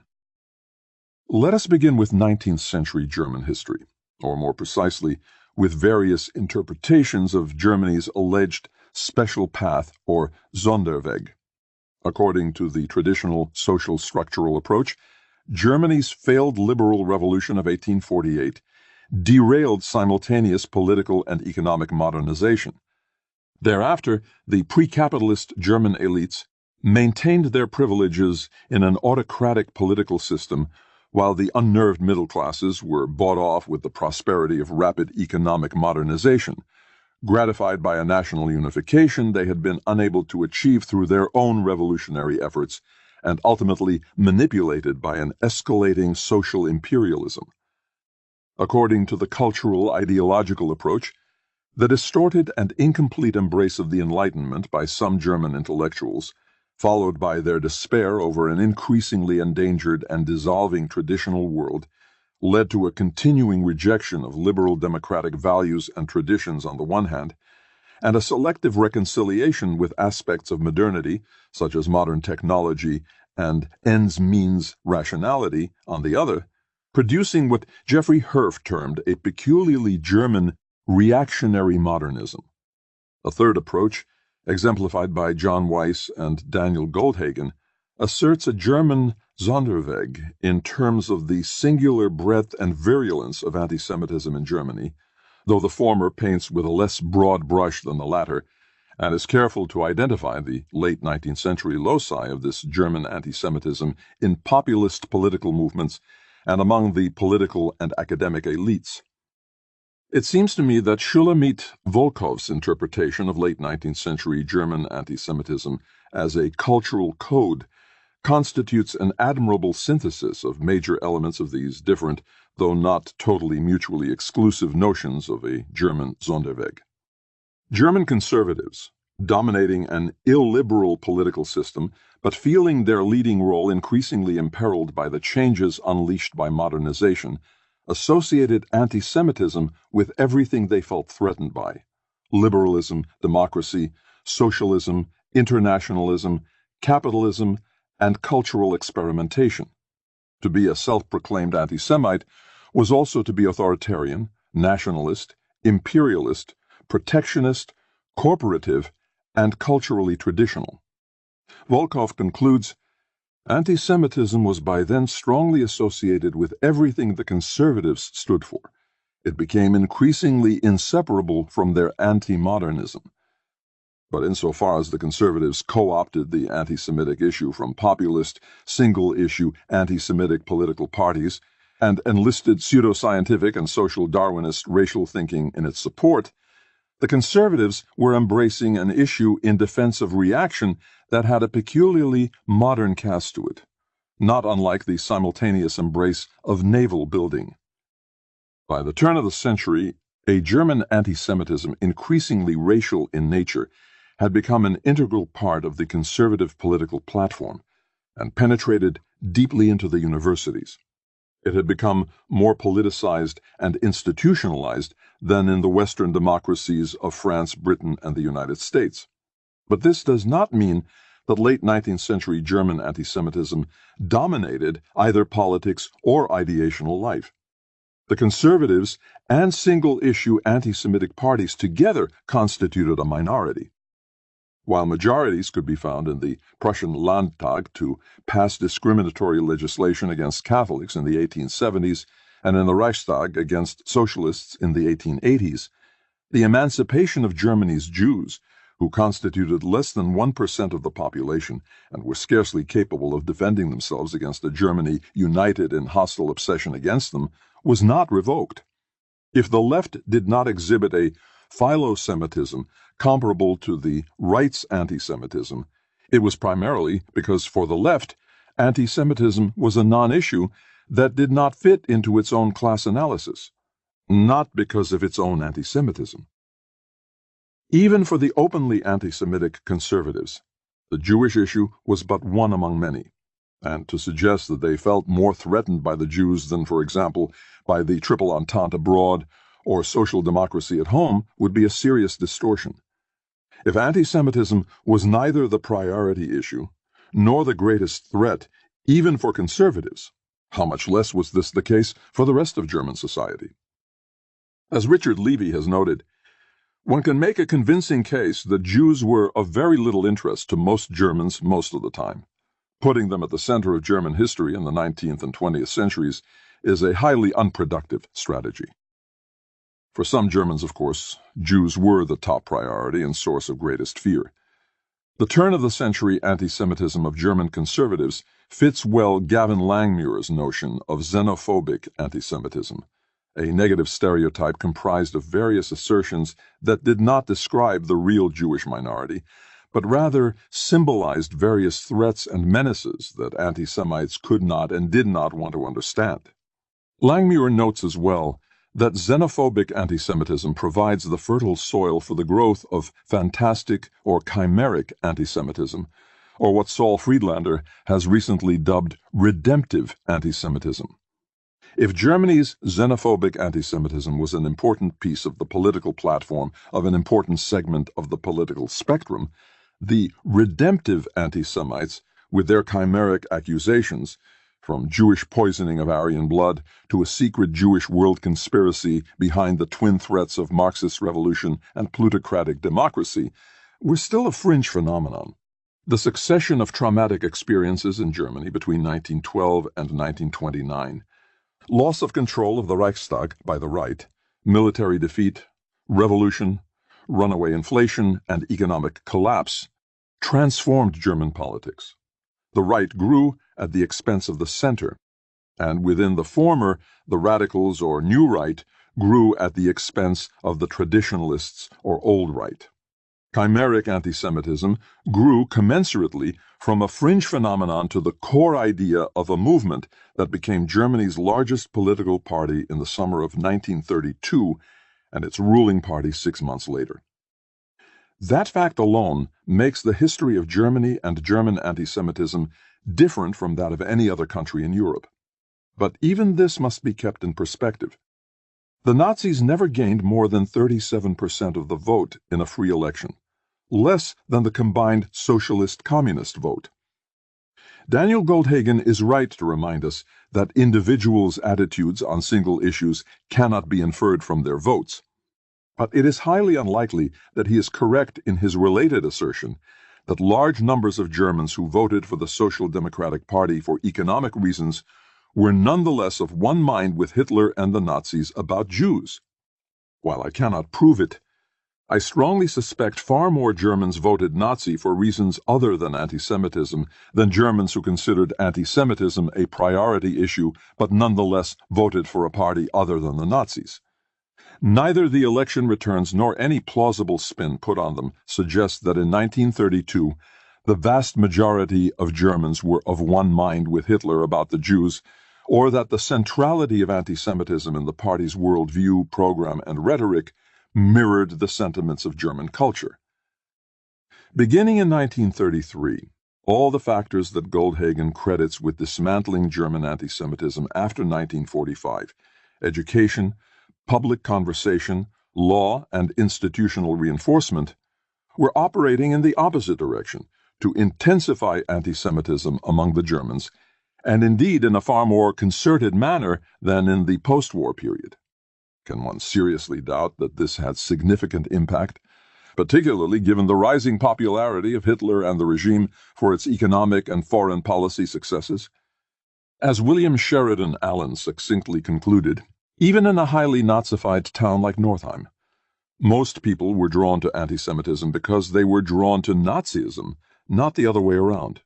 Moreover, the 1936 Sopade Underground Report, to which Goldhagen repeatedly refers, anti-Semitism has no doubt taken root in white circles of the population. The general anti-Semitic psychosis affects even thoughtful people, our comrades as well, is evidence of change in German attitudes following the Nazi seizure of power in 1933, not the prior situation. Even in the post-1933 period, however, it is best to speak in the plural of German anti-Semitisms. Within the party there was indeed a large core of Germans for whom the Jews were a dire racial threat and central priority. The hardcore chimeric or redemptive anti-Semites of the Nazi movement differed in style and preferred response, however. At one end of the spectrum were the SA and Streicher types, lusting for pogroms. At the other end were the cool and calculating intellectual anti-Semites described by Ulrich Herbert in his new biography of Werner Best, who advocated a more systematic but dispassionate persecution. Hitler's conservative allies favored de-emancipation and segregation of the Jews as part of the counter-revolution and movement of national renewal. They strove to end the allegedly inordinate Jewish influence on German life, though this was scarcely a priority equal to dismantling the labor unions, Marxist parties, and parliamentary democracy, or to rearmament and the restoration of Germany's great power status. They often spoke the language of racial anti-Semitism, but not consistently. Some, like President Hindenburg, wanted exemptions for Jews who had proved themselves worthy through loyal service to the fatherland, and the churches, of course, wanted exemptions for converted Jews. In my opinion, it is unlikely that the conservatives on their own would have proceeded beyond the initial discriminatory measures of 1933 to 34 that drove the Jews out of the civil and military services, the professions, and cultural life. What the conservatives conceived of as sufficient measures overlapped with what were for the Nazis scarcely the first steps. The Nazis understood far better than the conservatives the distance that separated them. As complicitous in the first anti-Jewish measures as they were in the wrecking of democracy, however, the conservatives could no more oppose radicalization of the persecution of the Jews than they could demand for themselves rights under the dictatorship that they had denied others. And while they may have lamented their own increasing loss of privilege and power at the hands of the Nazis whom they helped into power, with few exceptions, they had no remorse or regret for the fate of the Jews. To argue that the Nazis' conservative allies were not of one mind with Hitler does not deny that their behavior was despicable and their responsibility considerable. As before, xenophobic anti-Semitism provided fertile soil for the chimeric anti-Semites. What can be said of the German population at large in the 1930s? Was the bulk of the German population swept along by the Nazis' anti-Semitic tide? Only in part, according to the detailed research of historians like Ian Kershaw, Otto Dov-Kulka, and David Bankier, who have reached a surprising degree of consensus on this issue. For the 1933 to 39 period, these three historians distinguish between a minority of party activists, for whom anti-Semitism was an urgent priority, and the bulk of the German population for whom it was not. Apart from the activists, the vast majority of the general population did not clamor or press for anti-Semitic measures. But the majority of ordinary Germans, whom Saul Friedlander describes as onlookers in contrast to activists, nonetheless accepted the legal measures of the regime, which ended emancipation and drove the Jews from public positions in 1933, socially ostracized the Jews in 1935, and completed the expropriation of their property in 1938 to 39. Yet this majority was critical of the hooliganistic violence of party radicals toward the same German Jews whose legal persecution they approved. The boycott of 1933, the vandalistic outbreaks of 1935, and above all the Kristallnacht pogrom of November 1938, produced a negative response among much of the German population. Most important, however, a gulf had opened up between the Jewish minority and the general population. The latter, while not mobilized around strident and violent anti-Semitism, were increasingly apathetic, passive, and indifferent to the fate of the former. Anti-Semitic measures, if carried out in an orderly and legal manner, were widely accepted for two reasons. Such measures sustained the hope of curbing the violence most Germans found so distasteful, and most Germans now accepted the goal of limiting and even ending the role of Jews in German society. This was a major accomplishment for the regime, but it still did not offer the prospect that most ordinary Germans would approve of, much less participate in: the mass murder of European Jewry, that the onlookers of 1938 would become the genocidal killers of 1941 to 42. Concerning the war years, Kershaw, Kulka, and Bankier disagree on some issues, but generally concur that the anti-Semitism of the true believers was not identical to the anti-Semitic attitudes of the general population, and that the anti-Semitic priorities and genocidal commitment of the regime were still not shared by ordinary Germans. Bankier, who in no way downplays German anti-Semitism, wrote, "Ordinary Germans knew how to distinguish between an acceptable discrimination and the unacceptable horror of genocide. The more the news of mass murder filtered through, the less the public wanted to be involved in the final solution of the Jewish question. Nonetheless, as Kulka put it, a strikingly abysmal indifference to the fate of the Jews as human beings gave the regime the freedom of action to push for a radical final solution."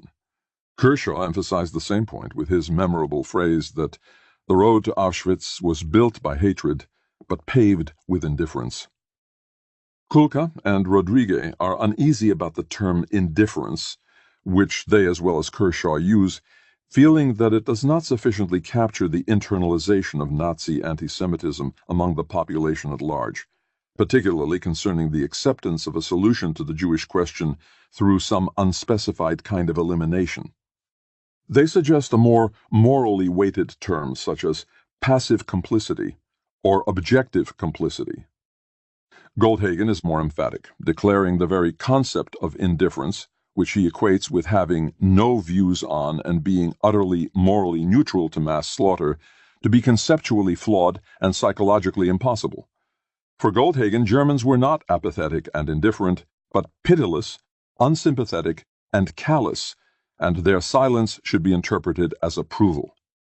I have no problem with the desire of Kulka, Rodriguez, and Goldhagen to employ more powerful, morally condemnatory language to describe German behavior.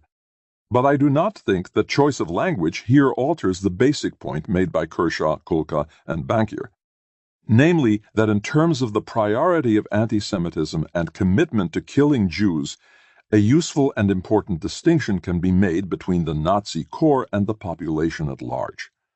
In my opinion, Goldhagen is setting up a straw man in his definition of indifference and misinterprets the meaning of silence under a dictatorship.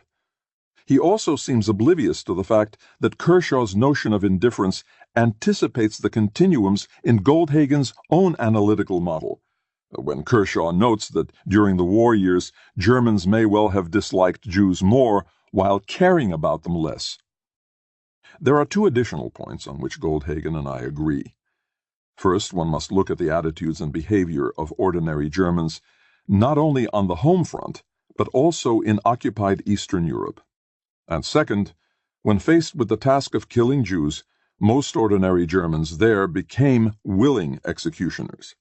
If ordinary Germans at home were indifferent and apathetic, complicitous and callous, in the East they were killers. We differ, however, on context and motive for this murderous behavior. For Goldhagen, these ordinary Germans, equipped with little more than the cultural notions current in Germany before 1933, and now at last given the opportunity, simply wanted to be genocidal executioners. In my opinion, Ordinary Germans in Eastern Europe brought with them a set of attitudes that included not only the different strands of anti-Semitism found in German society and fanned by the regime since 1933, but much else as well. As the Treaty of Brest-Litovsk, the Freikorps campaigns, and the almost universal rejection of the Versailles Treaty demonstrate, refusal to accept the verdict of World War I, imperial aspirations in Eastern Europe underpinned by notions of German racial superiority, and virulent anti-communism were broadly held sentiments in German society. I would argue that they provided more common ground for the bulk of the German population and the Nazis than did anti-Semitism. And in Eastern Europe, ordinary Germans were transformed even more by the events and situation of 1939 to 41 than they had been by their experience of the domestic dictatorship of 1933 to 39. Germany was now at war. Moreover, this was a race war of imperial conquest. These ordinary Germans were stationed in the territory where the native populations were proclaimed inferior, and occupying Germans were constantly exhorted to behave as the master race. And the Jews encountered in these territories were the strange and alien Ostjuden, not assimilated middle-class German Jews. In 1941, two more major factors, the ideological crusade against Bolshevism and war of destruction, were added.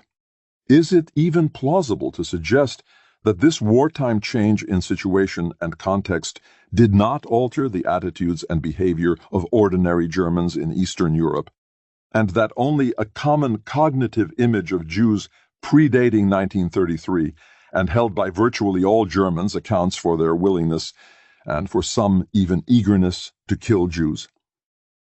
In this regard, it is important to note that before the final solution was implemented, beginning on Soviet territory in the second half of 1941 and in Poland and the rest of Europe in the spring of 1942, the Nazi regime had already found willing executioners for 70,000 to 80,000 mentally and physically handicapped Germans, tens of thousands of Polish intelligentsia, tens of thousands of non-combatant victims of reprisal shootings, and more than 2 million Russian POWs. Clearly, as of September 1939, the regime was increasingly capable of legitimizing and organizing mass murder on a staggering scale that did not depend on the anti-Semitic motivation of the perpetrators and the Jewish identity of the victims. Daniel Goldhagen has recently written that even if he is not entirely correct about the scope and character of German anti-Semitism, it does not follow that this would invalidate his conclusions about the perpetrators and their motives. Central to Goldhagen's interpretation is that these men were not only willing executioners, but in fact wanted to be genocidal executioners of Jews. They slaked their Jewish bloodlust with gusto. They had fun. They killed for pleasure. Moreover, the quantity and quality of personalized brutality and cruelty that the Germans perpetrated upon Jews was also distinctive and unprecedented. Indeed, they stand out in the long annals of human barbarism. Goldhagen concludes emphatically that with regard to the motivational cause of the Holocaust, for the vast majority of the perpetrators, a monocausal explanation does suffice, namely the demonological anti-Semitism that was the common structure of the perpetrators' cognition and of German society in general. In support of this interpretation, Goldhagen constantly invokes the conscious use of rigorous social science methodology as one of the factors that sets his book above the work and beyond the reproach of other scholars in the field. I would like to focus on two aspects of Goldhagen's argument for this interpretation and measure them against the very standard of rigorous social science that he himself sets. First, the design and structure of his argument, and second, his methodology concerning use of evidence. While the bulk of Goldhagen's book focuses on anti-Semitism in German history and German treatment of Jews during the Holocaust, crucial to the design of his argument are two comparisons. First, Germans are compared with non-Germans in their respective treatment of Jews. Second, German treatment of Jewish victims is compared with their treatment of non-Jewish victims. The purpose is to establish that only a pervasive, eliminationist anti-Semitism specific to German society can account for the stark differences that allegedly emerge from these comparisons. The problems with the design are manifold. For the second comparison to adequately support his argument, Goldhagen must prove not only that Germans treated Jewish and non-Jewish victims differently, on which virtually all historians agree, but also that the different treatment is to be explained fundamentally by the anti-Semitic motivation of the vast majority of the perpetrators, and not by other possible motivations, such as compliance with different government policies for different victim groups. The second and third case studies of Hitler's willing executioners are aimed at meeting the burden of proof on these 2 points. Goldhagen argues that the case of the Lipova and Flughaven Jewish labor camps in Lublin demonstrates that, in contrast to other victims, only Jewish labor was treated murderously by the Germans without regard for, and indeed even counter to, economic rationality. And the Helmbrecht's death march case, he argues, demonstrates that Jews were killed even when orders have been given to keep them alive. And hence the driving motive for the killing was not compliance to government policy or obedience to orders, but the deep personal hatred of the perpetrators for their Jewish victims that had been inculcated by German culture. And from all his cases, Goldhagen argues that the unprecedented, continuous, and pervasive cruelty with which the German perpetrators treated their Jewish victims is only explicable for the same reason. Bringing wider attention to the death marches is one of the redeeming merits of Goldhagen's book, but his attempt to generalize from the one case of the Helmbrecht's death march is unpersuasive. His powerful description of this horrific event must not obscure the fact that, in terms of proof of a widespread eagerness to kill Jews, even contrary to orders, he has established neither its representativeness for other death marches, nor that the same phenomenon did not occur in Germans' treatment of other victims. And even in his own case, Goldhagen admits that the guards had to prevent the local German population from providing food and lodging, and German soldiers from providing medical care to the Jews, without ever considering whether these other Germans were not just as typical of German society at large as the murderous death march guards. Indeed, the stark difference in behavior of these different groups of Germans would suggest the importance of situational and institutional factors that he dismisses. Likewise, one can find a counterexample concerning the ongoing killing of non-Jewish victims despite a top-level change of policy and the irrational misuse of non-Jewish labor. Having just decided to murder all the Jews of Europe, in October 1941, the Nazi regime reversed its earlier position concerning Soviet prisoners of war and ordered that henceforth they were to be used for labor rather than simply left to die from hunger, disease, and exposure. Rudolf Höss at Auschwitz was informed that he would receive a large contingent of Soviet POWs for the purpose of constructing a new camp at Birkenau, a project high on Himmler's list of priorities. In short, both economic rationale and superior orders mandated that the Soviet POWs be kept alive and put to useful labor. Nearly 10,000 Soviet POWs arrived in Auschwitz in October 1941 and were sent to Birkenau. By the end of February, 4 months later, only 945 were alive, a survival rate of 9.5%. Himmler's order to use Soviet POWs for a priority construction project did not immediately reverse either the habitual and ingrained behavior of concentration camp personnel of using labor for torture and extermination, or the deadly conditions at Birkenau. Indeed, as Michael Thad Allen has pointed out in his recent PhD dissertation on the Business Administration Main Office, Wirtschaftsverwaltungshauptamt of the SS, within the concentration camp system, the use of labor to punish and torture inmates rather than for production was part of the institutional culture long before Jews were a significant portion of the inmate population. Moreover, attempts to harness concentration camp labor productively continued to founder throughout the war on the resistance of concentration camp personnel stubbornly hostile to economic rationality. The concentration camp culture proved difficult to alter in this regard, whatever the ethnic identity of the prisoners involved. What about the treatment of Jewish labor in Birkenau at this time? In comparison, 7,000 young Slovak Jewish women were sent to the Auschwitz main camp, or Stammlager, in the spring of 1942, also for labor. In mid-August, the 6,000 who were still alive were moved to Birkenau. At the end of December, just over 4 months later, only 650 had not yet died, a comparable survival rate of 10.8%.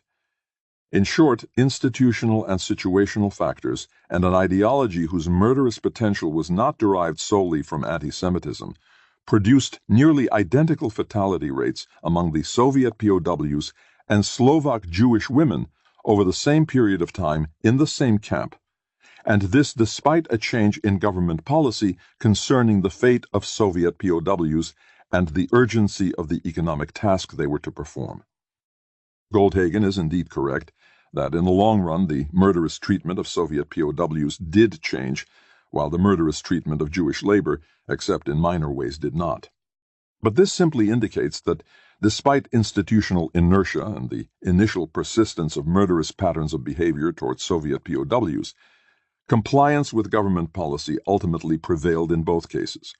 It does not demonstrate, as Goldhagen suggests, that the fate of Slavs, such as the Soviet POWs, and Jews differed primarily because of different culturally induced attitudes toward the two sets of victims.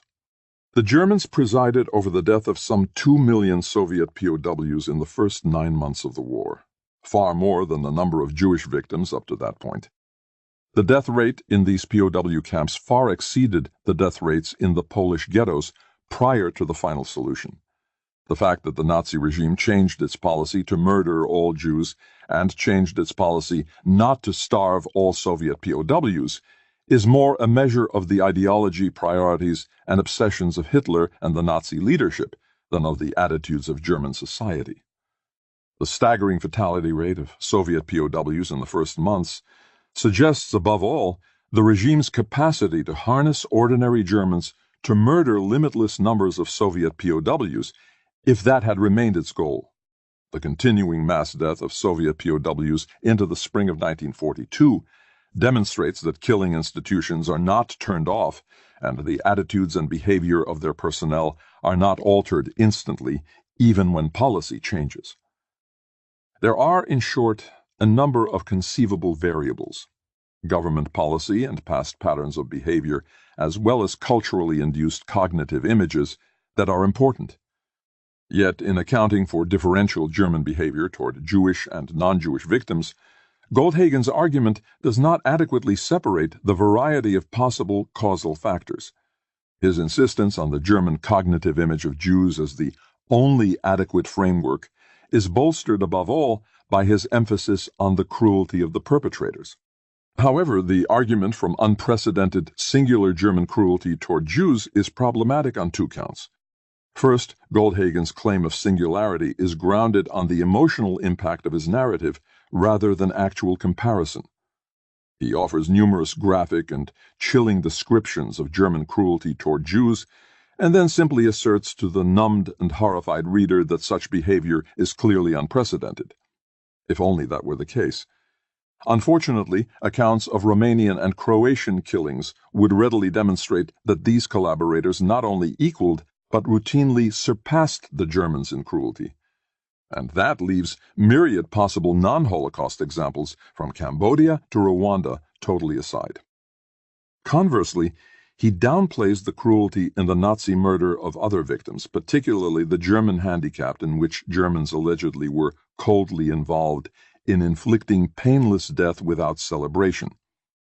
Yet the mentally handicapped were first gunned down by the firing squads of the Ayman Commando before the development of the gas vans and gas chambers, and many infants were simply not fed and left to starve to death. Screaming and fleeing patients were hunted down and dragged away from asylums to the waiting buses. And at Hadamar, the killers threw a party to celebrate the milestone of 10,000 victims.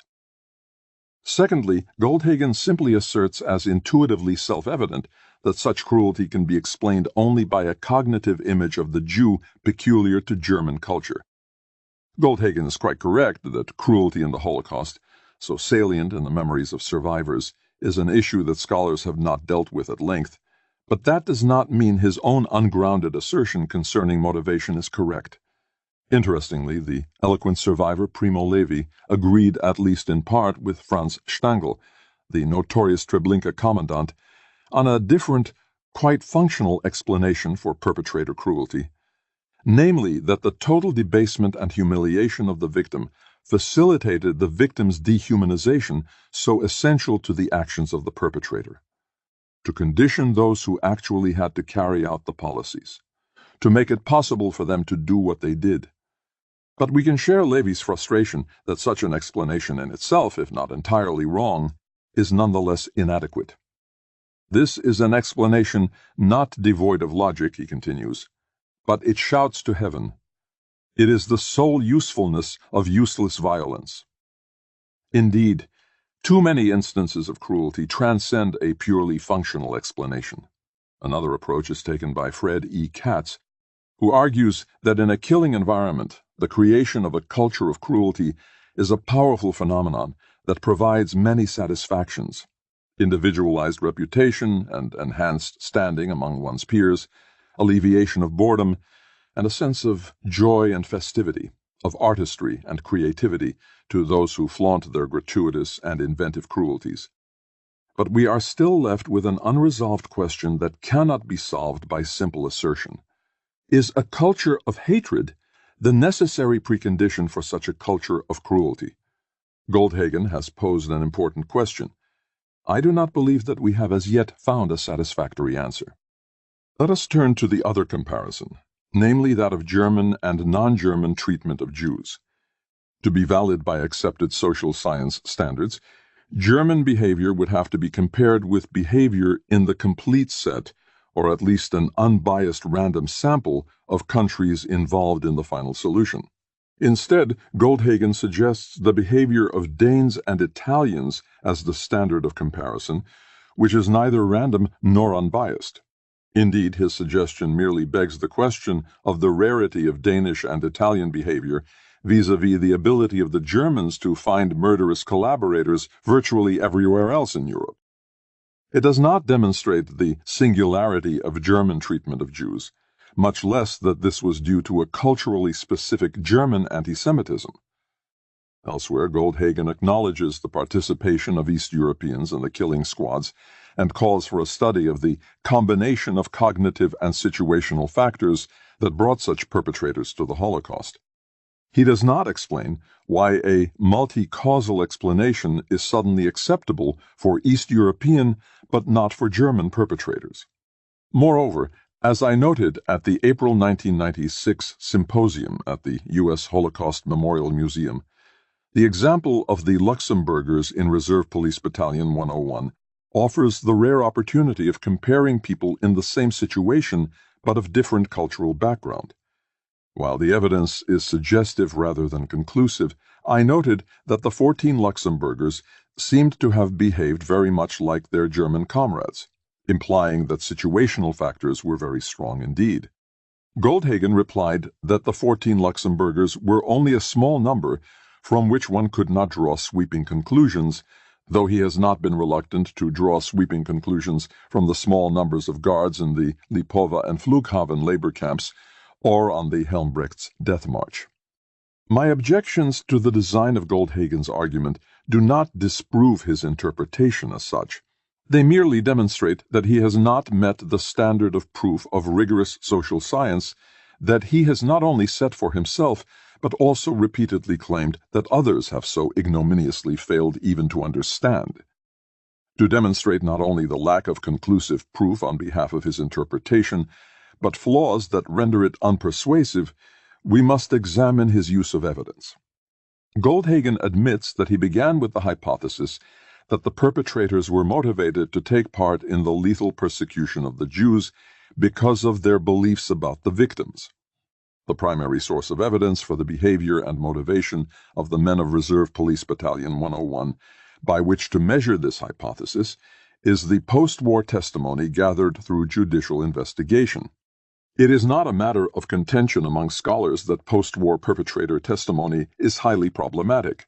It is shaped both by the questions posed by the investigators and by the forgetfulness, repression, distortion, evasion, and mendacity of the witnesses. It is my position, however, that the judicial testimonies of Reserve Police Battalion 101 are qualitatively different from the vast bulk of such testimony. The roster of the unit survived, and more than 40% of the battalion members, most of them rank-and-file reservists rather than officers, were interrogated by able and persistent investigative attorneys.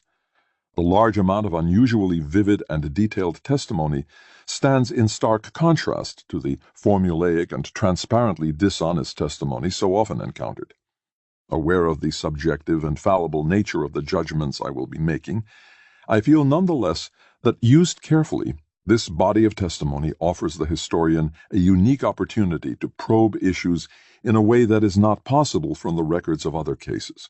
It is no accident, after all, that among the hundreds of post-war German trials, both Goldhagen and I found our ways independently to the very same court records.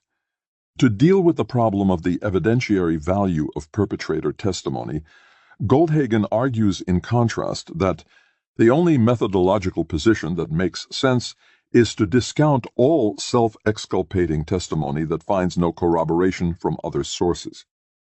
Goldhagen is also aware that the temptation to pick and choose propitious material from a large number of cases should be resisted so as to avoid bias in the conclusions, and he asserts that in his methodology such bias is negligible. But does Goldhagen's methodology avoid bias? What in practice is Goldhagen's standard for judging testimony as self-exculpating and thus to be excluded unless corroborated? For Goldhagen, testimonies are in all likelihood self-exculpating if the witnesses deny giving their souls, their inner will, and moral assent to the killing. In short, testimony about any state of mind or motivation at odds with his initial hypothesis is excluded unless corroborated, and finding corroborating evidence concerning state of mind, given the absence of contemporary letters and diaries, is nearly impossible. As a result, Goldhagen is left only with a residue of testimony compatible with his hypothesis, and the conclusions are for all practical purposes predetermined, a methodology that can scarcely do other than confirm the hypothesis that it was designed to test is not valid social science.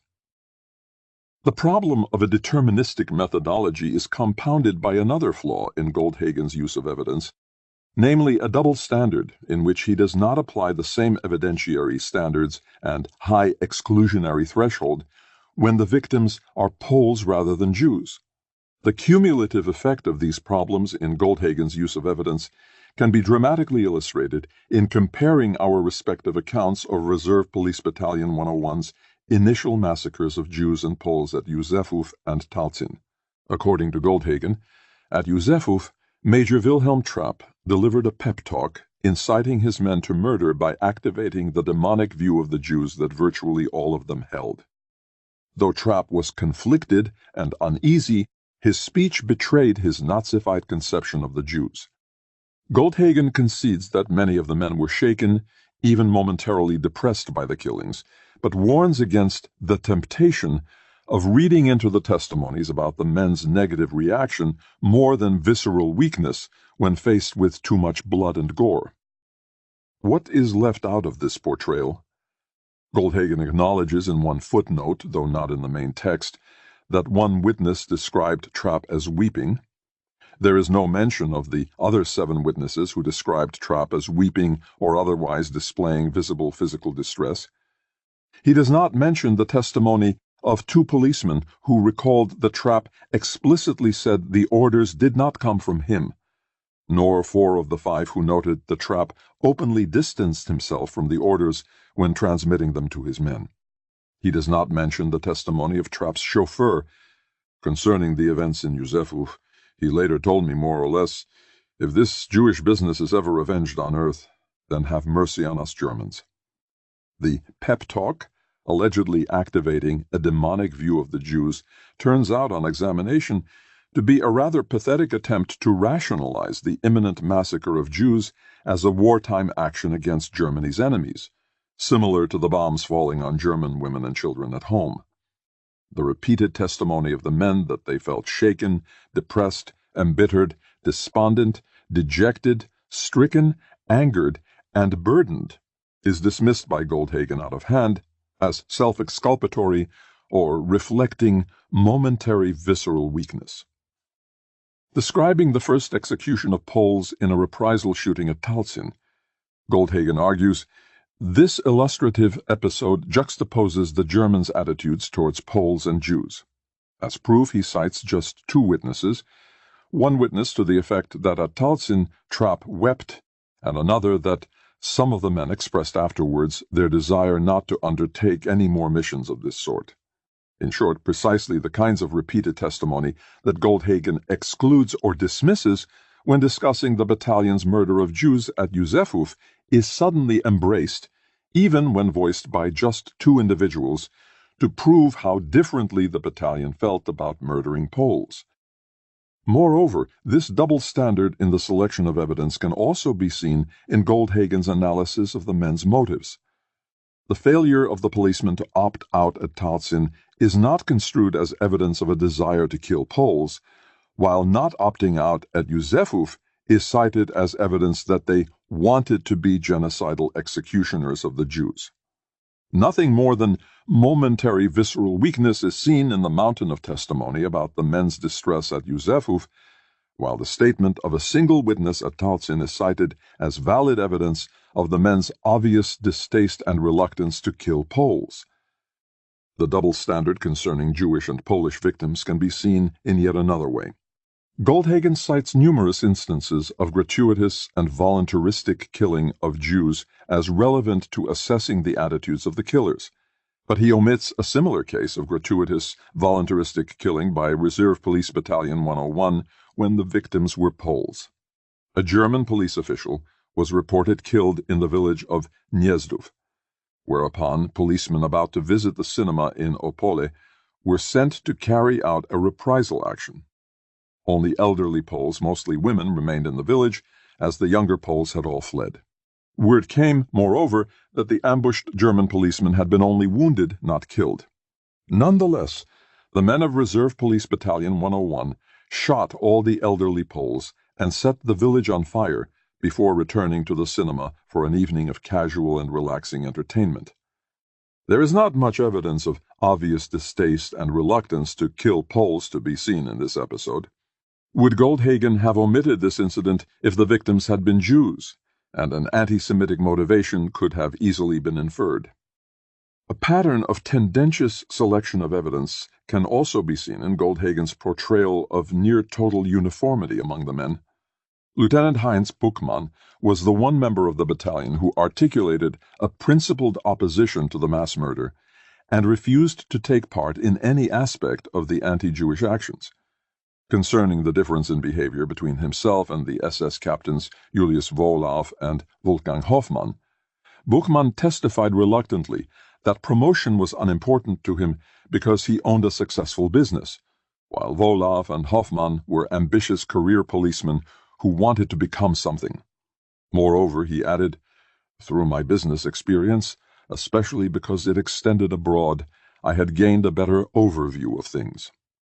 Goldhagen quickly glosses over the importance Buchmann himself gives to careeristic motives and construes the second portion of the statement as evidence that Buchmann alone in the battalion was not in the grip of German hallucinatory anti-Semitism. But if Buchmann is to be cited as a prime witness providing evidence for a uniform anti-Semitism within the battalion, ought not the following statements also be included? Concerning the differing reactions of the men to Buchmann's own refusal to take part in the anti-Jewish actions, he said, "Among my subordinates many understood my position, but others made disparaging remarks about me and looked down their noses at me." Concerning their attitude to the killing itself, he stated that the men did not carry out the Jewish actions with enthusiasm. The men were all very depressed. One final example of tendentious selectivity of evidence. Goldhagen consistently emphasizes that the perpetrators had fun killing Jews, and that these men's accounts of conversations that they had while in the killing field suggest that these men, in principle, approved of the genocide and of their own deeds. A typical example of this is his account of Sergeant Heinrich Beckermeyer's squad carrying out the Jew hunt in Womasi after the massacre. Goldhagen writes, "When Beckermeyer's men did find Jews, they not only killed them, but in one instance that has been described, they, or at least Beckermeyer, also had fun with them beforehand." He then quotes directly from the policeman's testimony. "One episode has been preserved in my memory to this day. Under the command of Sergeant Beckermeyer, we had to convey a transport of Jews to some place. He had the Jews crawl through a waterhole and sing as they did it. When an old man could not walk any more, which was when the crawling episode was finished, he shot him at close range in the mouth." At this point, Goldhagen breaks off the quote and resumes the description of the same incident from testimony given at a later interrogation. After Beckermeyer had shot the Jew, the latter raised his hand as if to appeal to God and then collapsed. The corpse of the Jew was simply left lying. We did not concern ourselves with it. How different this testimony sounds if the witness's account is not broken off. For after describing Beckermeyer's shooting of the old Jew in the mouth, he continues, "I said to Heinz Richter, who was walking next to me, 'I'd like to bump off this trash.' Indeed, according to the same witness, within the circle of comrades, Beckermeyer was deemed vile trash and a dirty dog. He was notorious for being violent and cruel to both Poles and Jews, and even for kicking his own men. In short, by tendentious selectivity, Goldhagen portrays this event as part of a pattern of generalized and uniform cruelty and approval, when the full testimony provides a picture instead of the cruelty of an especially vicious and disliked SS officer whose behavior evoked disapproval among his men. In contrast to Goldhagen, I offered a portrayal of the battalion that was multi-layered. Different groups within the battalion behaved in different ways. The eager killers, whose numbers increased over time, sought the opportunity to kill and celebrated their murderous deeds. The smallest group within the battalion comprised the non-shooters. With the exception of Lieutenant Buchmann, they did not make principled objections against the regime and its murderous policies. They did not reproach their comrades. They took advantage of Trapp's policy within the battalion of exempting from shooting those who didn't feel up to it by saying that they were too weak or that they had children. The largest group within the battalion did whatever they were asked to do without ever risking the onus of confronting authority or appearing weak. But they did not volunteer for or celebrate the killing. Increasingly numb and brutalized, they felt more pity for themselves because of the unpleasant work they had been assigned than they did for their dehumanized victims. For the most part, they did not think what they were doing was wrong or immoral because the killing was sanctioned by legitimate authority. Indeed, for the most part, they did not try to think, period. As one policeman stated, "Truthfully, I must say that at the time we didn't reflect about it at all. Only years later did any of us become truly conscious of what had happened then." Heavy drinking helped. Most of the other men drank so much solely because of the many shootings of Jews, for such a life was quite intolerable sober.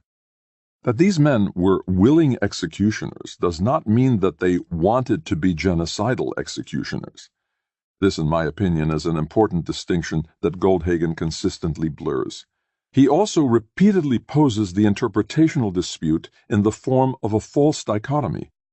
Either the German killers must have been of one mind with Hitler about the demonological nature of the Jews, and hence believed in the necessity and justice of the mass murder, or they must have believed that they were committing the greatest crime in history. In my view, the majority of the killers could not be described by either of these polar opposite views. In addition to a multi-layered portrayal of the battalion, I offered a multi-causal explanation of motivation. I noted the importance of conformity peer pressure and deference to authority, and I should have emphasized more explicitly the legitimizing capacities of government. I also emphasized the mutually intensifying effects of war and racism, as the years of anti-Semitic propaganda dovetailed with the polarizing effects of war.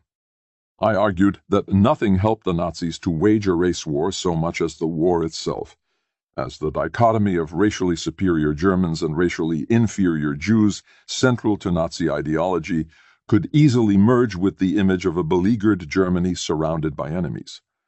Ordinary Germans did not have to be of one mind with Hitler's demonological view of the Jews to carry out genocide. A combination of situational factors and ideological overlap that concurred on the enemy status and dehumanization of the victims was sufficient to turn ordinary men into willing executioners. Goldhagen claims that we have no choice but to adopt his own explanation because he has irrefutably and resoundingly disproved the conventional explanations: coercion, obedience, social psychological observations about human behavior, self-interest, and attenuation or fragmentation of responsibility. Several problems emerge. First, these conventional explanations are not invoked by scholars as sole and sufficient causes of perpetrator behavior, but are usually part of a multi-causal approach, what Goldhagen derides as a laundry list. Thus, they do not have to meet the same high test of allegedly accounting for everything that Goldhagen sets for his own explanation. Second, to claim that one has disproved something irrefutably sets a high test that Goldhagen does not meet. And third, even a comprehensive refutation of the conventional explanations would not necessitate accepting Goldhagen's thesis. Let us look more closely at Goldhagen's alleged refutation of two of the so-called conventional explanations: a German propensity to follow orders and general attributes of human behavior studied by social psychologists: deference to authority, role adaptation, conformity to peer pressure. Goldhagen abruptly dismisses the notion that a propensity to follow orders and unthinking obedience to authority were prominent elements of German political culture. After all, he notes that Germans battled in the streets of Weimar and were openly disdainful of the Republic. But one incident does not make a country's history or characterize its political culture. To claim that German political culture displayed no tendency to obedience because of opposition to Weimar is no more valid than to claim that anti-Semitism was not a part of German political culture by citing Jewish emancipation in 19th century Germany, a notion Goldhagen emphatically resists. More important is the historical context of Weimar disobedience. Goldhagen notes that Germans were obedient only to government and authority that they deemed legitimate. This is indeed vital to the issue, for it was precisely the democratic, non-authoritarian character of Weimar that delegitimized it in the eyes of those who disdained and attacked it. It was precisely the Nazis' demolition of democracy and the restoration of an authoritarian political system, emphasizing communal obligations over individual rights, that gave them legitimacy and popularity among significant segments of the German population. Indeed, many historians have argued that Germany's incomplete and half-hearted democratic revolutions in 1848 and 1918 opened the door for successful authoritarian counter-revolution and restoration, and that failed democratization, not anti-Semitism, decisively distinguished Germany's political culture from that of France, England, and the United States. The same kinds of evidence and arguments that Goldhagen cites as proof of the pervasiveness of anti-Semitism inculcating hatred of Jews in Germany can also be found in support of the notion that Germany had a strong tradition of authoritarianism inculcating habits of obedience and anti-democratic attitudes.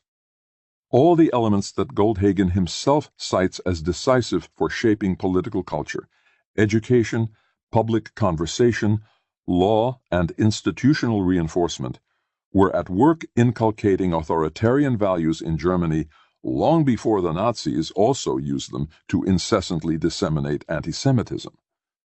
Moreover, the most outspoken anti-Semites in Germany were also anti-democratic and authoritarian.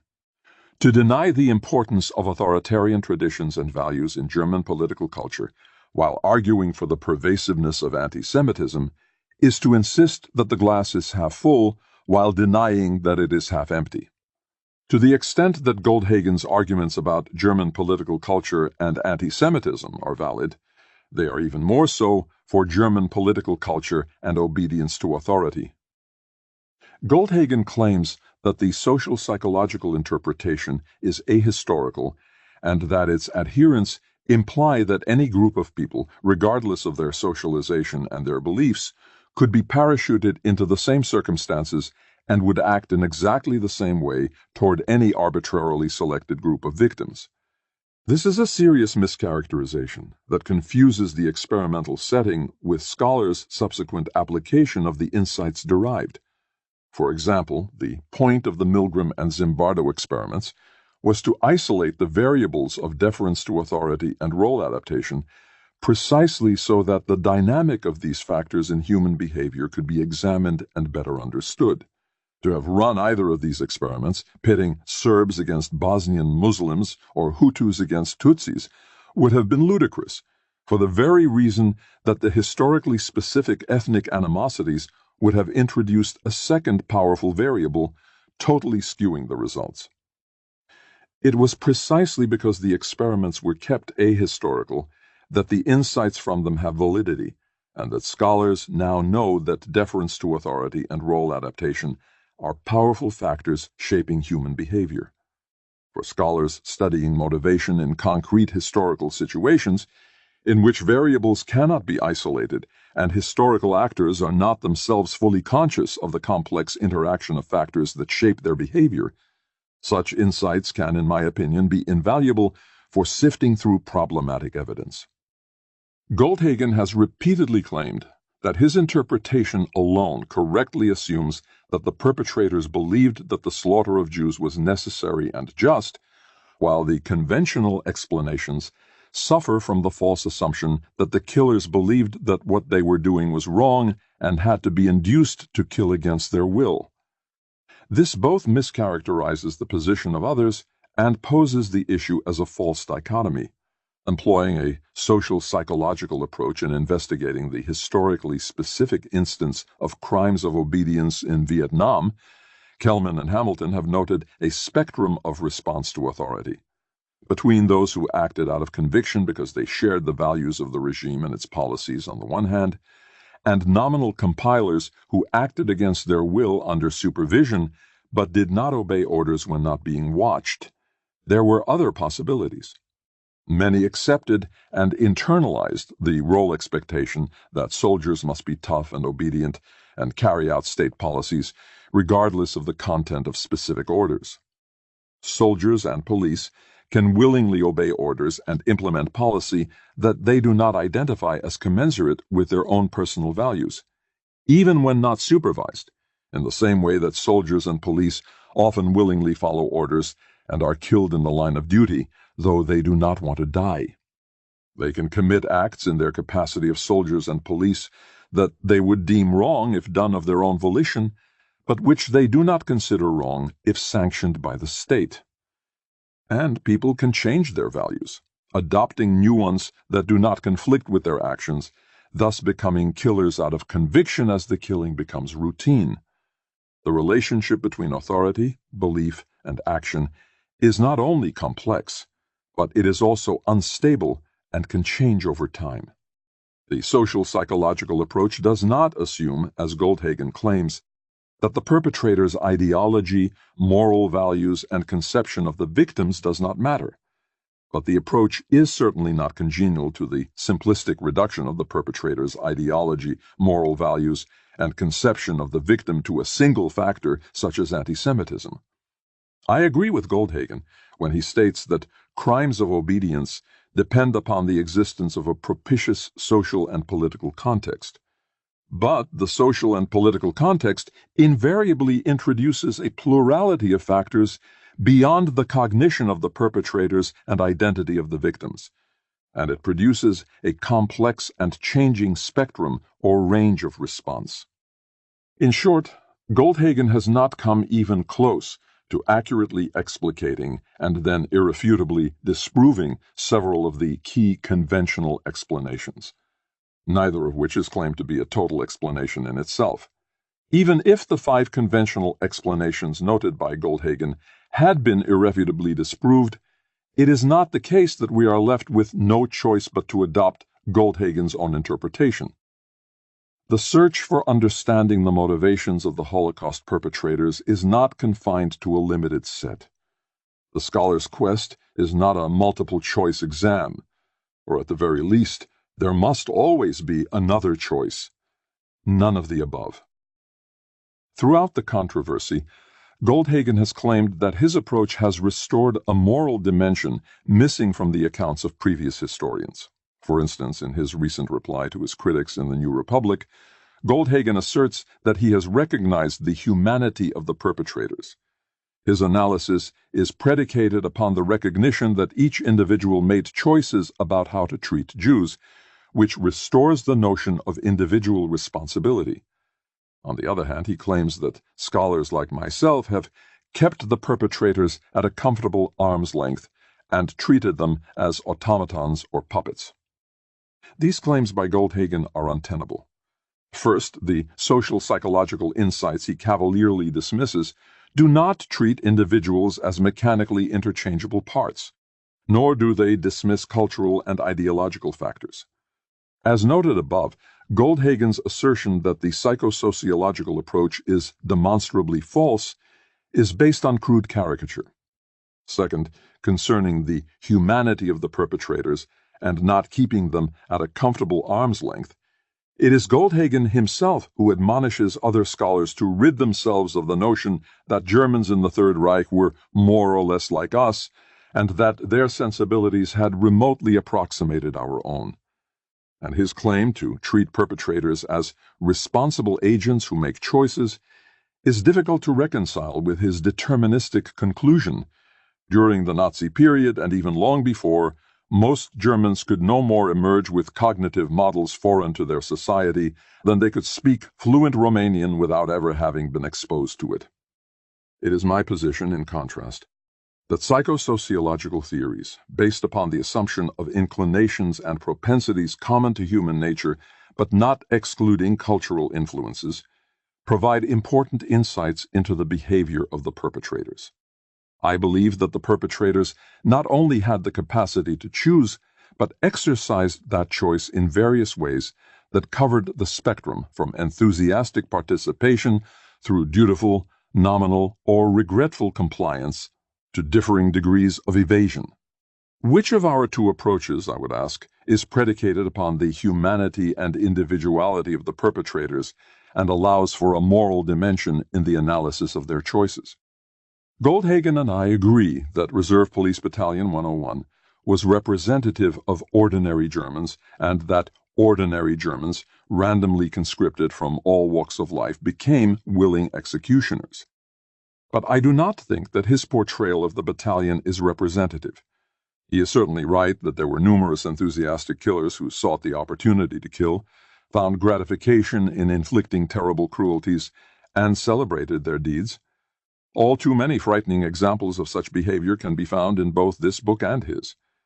But Goldhagen minimizes or denies other layers of behavior that are important to understanding the dynamics of genocidal killing units, and that cast doubt on his assertion that the battalion was uniformly pervaded by pride in and principled approval of the mass murder it perpetrated. His portrayal is skewed because he mistakes the part for the whole. This is a flaw that appears repeatedly throughout the book. For instance, I agree that anti-Semitism was a strong ideological current in 19th century Germany, but I do not accept Goldhagen's assertion that anti-Semitism more or less governed the ideational life of civil society in pre-Nazi Germany. I agree that by 1933, anti-Semitism had become part of the common sense of the German right, without thereby concluding that all German society was of one mind with Hitler about the Jews, and that the centrality of anti-Semitism in the party's worldview, program, and rhetoric mirrored the sentiments of German culture. I agree that anti-Semitism, negative stereotyping, dehumanization, and hatred of the Jews was widespread among the killers of 1942. But I do not agree that this anti-Semitism is primarily to be seen as a pre-existing, pent-up anti-Semitism that Hitler had merely to unleash and unshackle. In short, the fundamental problem is not to explain why ordinary Germans, as members of a people utterly different from us and shaped by a culture that permitted them to think and act in no other way than to want to be genocidal executioners, eagerly killed Jews when the opportunity offered. The fundamental problem is to explain why ordinary men, shaped by a culture that had its own particularities, but was nonetheless within the mainstream of Western, Christian, and Enlightenment traditions, under specific circumstances, willingly carried out the most extreme genocide in human history. Why does it matter which of our portrayals of and conclusions about Reserve Police Battalion 101 are closer to the truth? It would be very comforting if Goldhagen were correct, that very few societies have the long-term cultural cognitive prerequisites to commit genocide, and that regimes can only do so when the population is overwhelmingly of one mind about its priority, justice, and necessity. We would live in a safer world if he were right, but I am not so optimistic. I fear that we live in a world in which war and racism are ubiquitous, in which the powers of government mobilization and legitimization are powerful and increasing, in which a sense of personal responsibility is increasingly attenuated by specialization and bureaucratization, and in which the peer group exerts tremendous pressures on behavior and sets moral norms. In such a world, I fear, modern governments that wish to commit mass murder will seldom fail in their efforts for being unable to induce ordinary men to become their willing executioners.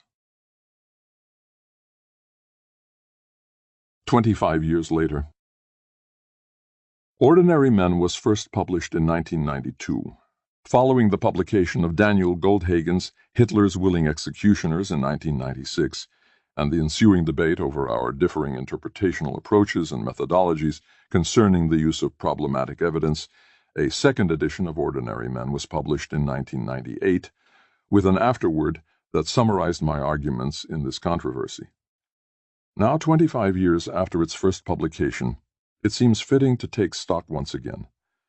I will examine 4 areas in which fruitful historical research has added to our knowledge and insight about the issues raised by the initial publication of Ordinary Men. First, there have been numerous studies of other battalions of the Order Police, which allows for a much fuller comparative context of the ways in which Reserve Police Battalion 101 was typical or representative, and the ways in which its singularity was illuminating. Second, there have been further contributions to the study of the motivation of ordinary participants in the final solution.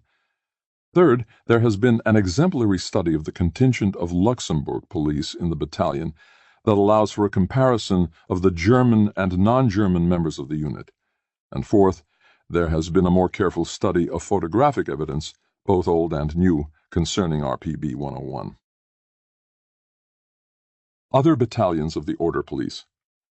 In chapters 3 and 4 of Ordinary Men, I made brief mention of the role of police battalions 309 and 322 in Bialystok, Reserve Police Battalion 45 in the Ukraine, Police Battalion 11 in Slutsk, and Reserve Police Battalion 133 in eastern Galicia.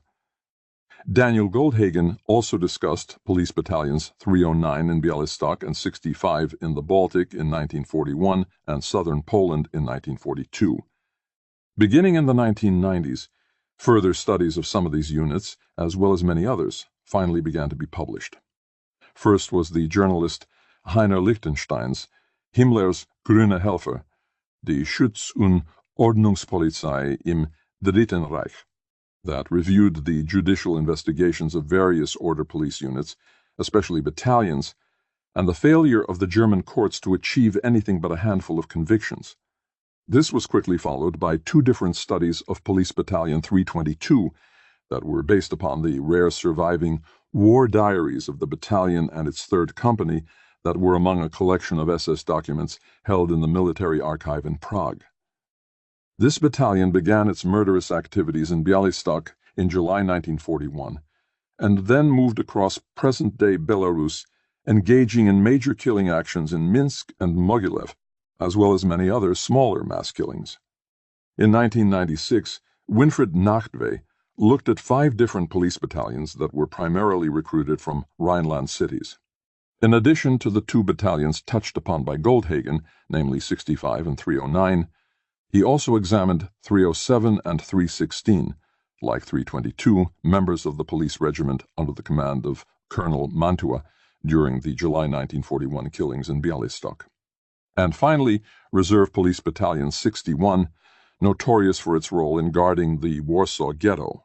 Richard Brightman, in his book Official Secrets, briefly touched on Police Battalions 322 and 11, as well as Police Regiment South, comprised of 45, 303, and 314. These rather cursory sketches were followed by 2 particularly important studies.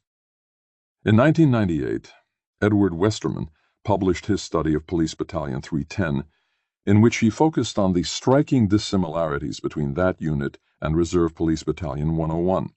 Police Battalion 310 spent 16 months in Poland, October 1941 to February 1942, learning to behave like an occupying master race before being transferred to Soviet territory and suffering heavy casualties on the Leningrad front. Its rank and file, mostly born between 1905 and 1912, were drawn from a much more Nazified age cohort. Over 40% held party membership and some 10% SS membership. At the core of Westerman's study is his account, based on both surviving reports and judicial interrogations, of the battalion's pacification actions from August through October 1942, in which the battalion engaged in the casual equal opportunity killing of Jews, Slavs, Ostmenschen, Gypsies, and various categories of asocials, in short, the entire spectrum of National Socialism's ideologically targeted enemies. Arguing that the historian can infer motivation from the words, deeds, party membership, age cohort, and experiences of indoctrination and brutalization of the men of Police Battalion 310, Westerman concludes that they should be thought of as ideological soldiers, rather than ordinary men. Just 1 year later, 1999, Klaus Michael Malmann published a study of Police Battalion 307 from Lübeck. Following 9 months of occupation duty in Poland, it was involved in a mass killing of adult male Jews in Brest-Litovsk in July 1941, and then in subsequent killings in Belarus. Ghetto clearing in the Lublin district in the spring and summer of 1942 was then followed by anti-partisan campaigns in Belarus from fall 1942 to summer 1944. In the initial massacre at Brest-Litovsk, Malmann noted, all the shooters were drawn from an ample supply of volunteers. He dismissed coercion, brutalization, and propaganda as adequate explanations, employing, like Goldhagen, the notion of a cognitive model through which the policemen viewed and understood their world. Malmann invoked what he called a situational radicalization of the image of the enemy. The biological, political, ideological, and now real enemy were blended into a virtual reality that legitimized killing Jews as necessary self-defense. A prior anti-Semitic attitude, combined with the situational inversion of the German offense into perceived self-defense, drove the qualitative leap to mass murder. 2 books that appeared in 2000 and 2001, each containing a series of articles by various authors on various order police units, returned the focus to the failure of the German judicial system even to bring to trial, much less convict, more than a handful of Holocaust perpetrators who wore the green uniform. Most important in expanding scholarly knowledge of the role of the order police in the Holocaust were 2 articles by Stefan Klemp that dealt with 2 battalions that were dispersed across the Eastern Front. 4 companies of Police Battalion 9 were assigned one each to the 4 Einsatzgruppen. In this case, 247 members of this battalion were delivered by the British to Soviet authorities in January 1947. They typically received 25-year sentences, but were released in 1956.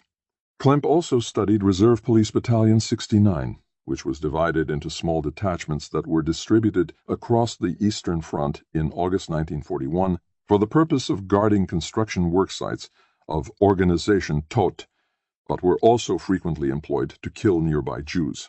After this spate of articles on different police battalions, most of which focused on establishing the facts of their killing activities during the war and near total lack of judicial consequence after the war, 5 books have been more recently published that merit special mention. In 2005, Harald Welzer published Täter, Wie aus ganz normalen Menschen Massenmörder werden, a social psychological study of how ordinary men become mass murderers, that used the judicial interrogations of Reserve Police Battalion 45 as its empirical basis. In the same year, Edward Westerman published Hitler's Police Battalions Enforcing Racial War in the East, which examined the organizational culture of the German order police and how this was reflected in its members' subsequent behavior in Eastern Europe. In 2011, Karl Schneider published Auswärts eingeschätzt, Bremer Polizeibataillone und der Holocaust, a dense study of the 2 police battalions, 105 and 303 from the city of Bremen.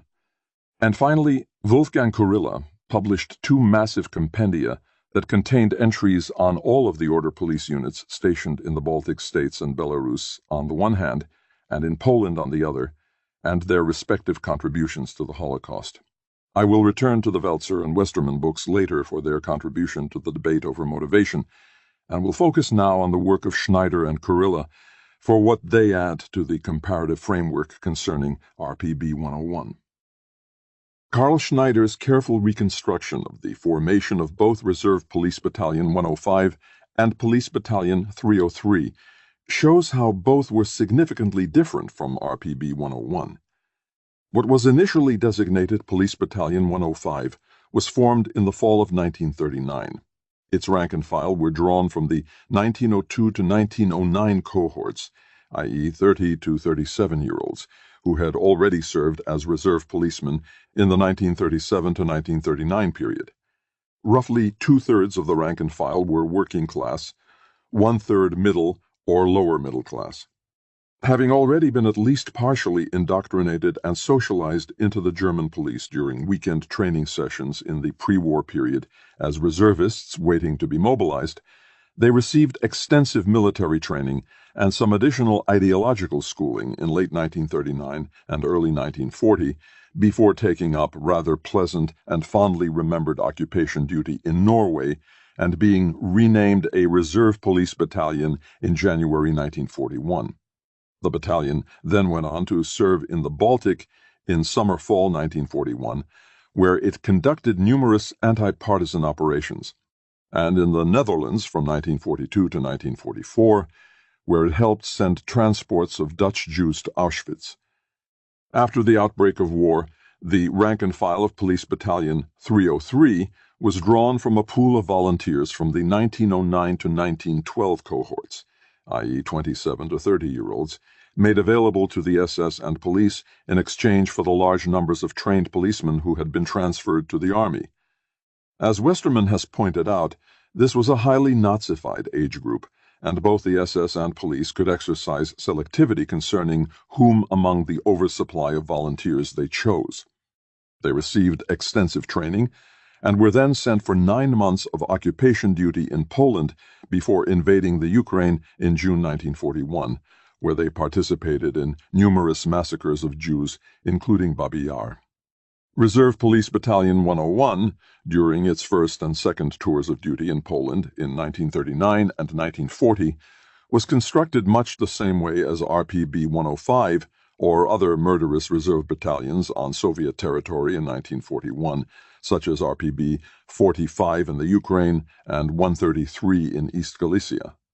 But after RPB 101 returned to Hamburg in 1941, its first generation of now highly experienced reserve policemen were reassigned, and the rank and file were reconstituted from cohorts in which the maximum age was pushed back to 45, i.e. born as early as 1896, and the average age shifted from the low 30s to nearly 40 years old. There was no luxury of selectivity. Schneider quotes the Bremen police president concerning the manpower shortage as the war progressed, stating that the city was fully pumped out. Hamburg was no different, and at this stage, training and indoctrination also became much more perfunctory. In short, those who wish to explain the murderous record of police battalions as a product of highly Nazified age cohorts, selectivity in recruiting, intense training and indoctrination, and the corrupting influence of months of imposing Nazi racial policy in Poland prior to service on Soviet territory, all factors that correlate with most police battalions, must confront the fact that these factors were absent for RPB 101, and thus are neither necessary nor sufficient factors in explaining its killing record.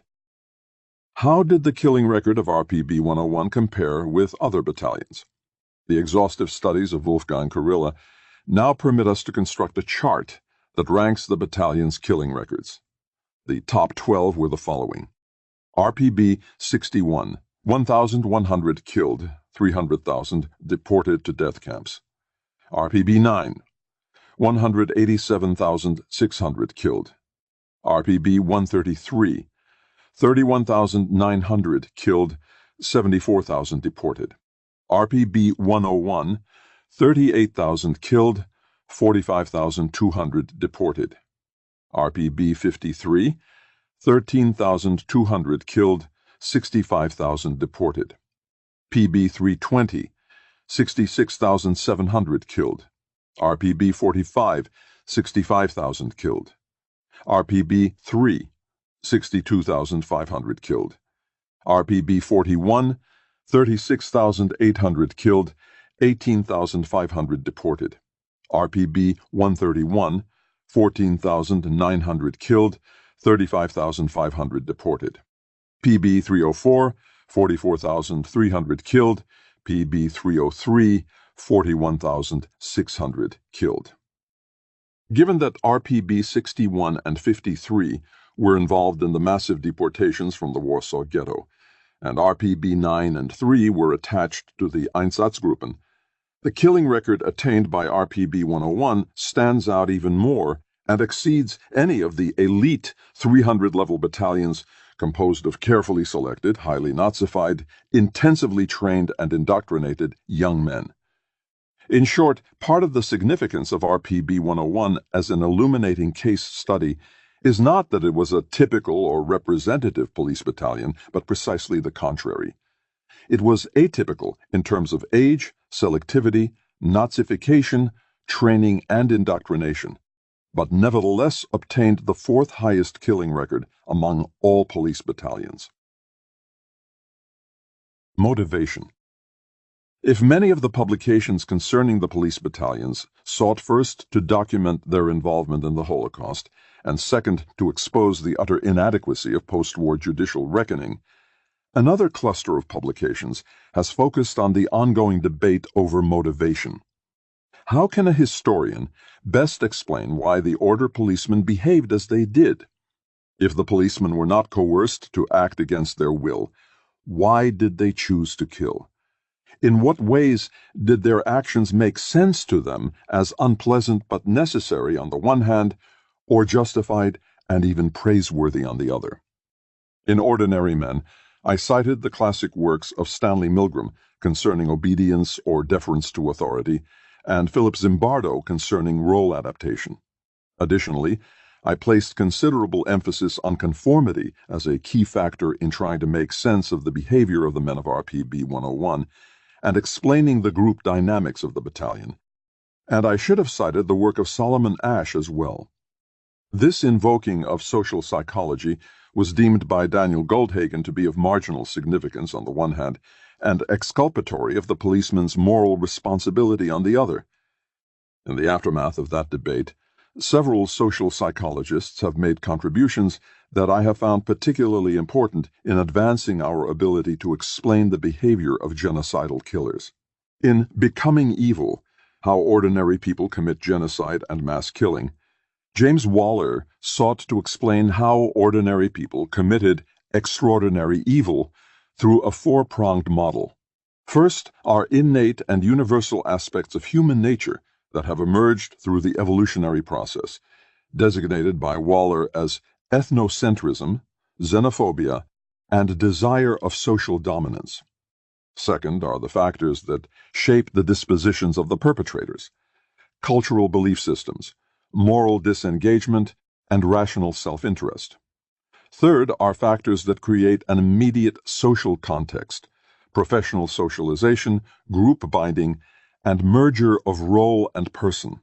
And fourth are factors that shape how perpetrators define or perceive their victims: us-them thinking, dehumanization, and blaming the victim.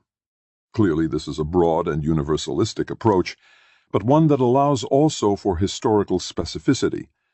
It is a comprehensive rejection of any monocausal approach that would place undue explanatory weight on a single aspect of either a perpetrator nation's cultural belief system, such as anti-Semitism on the one hand, or of social context, such as conformity in group binding on the other. And it is a model that considers cultural and situational factors as complementary and mutually reinforcing, rather than as dichotomous or mutually exclusive explanations for human behavior. The second key contribution by a social psychologist was, in my opinion, made by Leonard S. Newman. He specifically addressed Goldhagen's dismissive treatment of social psychology, but at the same time, he articulated that discipline's wider contributions to explaining perpetrator behavior. Like Waller, Newman rejected the false dichotomy of cognitive versus situational or dispositional versus contextual explanations. Goldhagen's cognitive explanation was simply an assertion of attitude-behavior consistency, which accounts for some, but certainly not all human behavior, and cannot be the sufficient explanation for something as complex as the actions of Holocaust perpetrators. There is, Newman notes, a dynamic relationship between persons/dispositions and situations. If attitude can shape behavior, the opposite is also the case. According to cognitive dissonance theory, discomfort occurs when people are engaged in activities that contradict their beliefs and attitudes, particularly when people are in a position that makes it difficult to alter their behavior. They tend to reduce the discrepancy between action and belief by altering the latter through devising justifications and rationalizations for what they are doing. People are more susceptible to this when in a position of induced compliance, through subtle pressures like conformity and comradeship, rather than outright coercion. Particularly when the behavior in question involves harming others, the harm doer is likely to perceive the victim as deserving of punishment, a psychological response known as the just world phenomenon. This process, in turn, creates a vicious circle in the form of an escalation in cruelty and brutality, in harm-doing and dehumanization/devaluation of the victim. Through fundamental attribution error, people tend to ignore the impact of their own actions on others and attribute the degraded and miserable status of the victim as further proof of the victim's inherent inferiority or even subhumanity. In addition to the fact that behavior can change attitude, another aspect of the dynamic relationship between disposition and situation is that situations themselves are not static or objective, but rather subjective, because they are perceived, construed, and interpreted by the people in them. In particular, Newman notes that through a phenomenon he calls pluralistic ignorance, numerous individuals could conform to an illusory norm that almost everyone else in the battalion endorsed the killing of Jews, even if most individuals would never have harmed Jews acting on their own.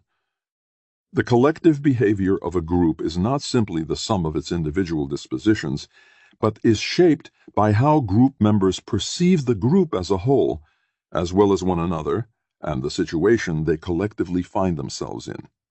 The issues of how policemen perceived the institutional norms of the order police and the situations in which they found themselves as occupiers and enforcers of Nazi racial policy in Eastern Europe have been taken up by two scholars in particular, Edward Westermann and Jürgen Matthaus.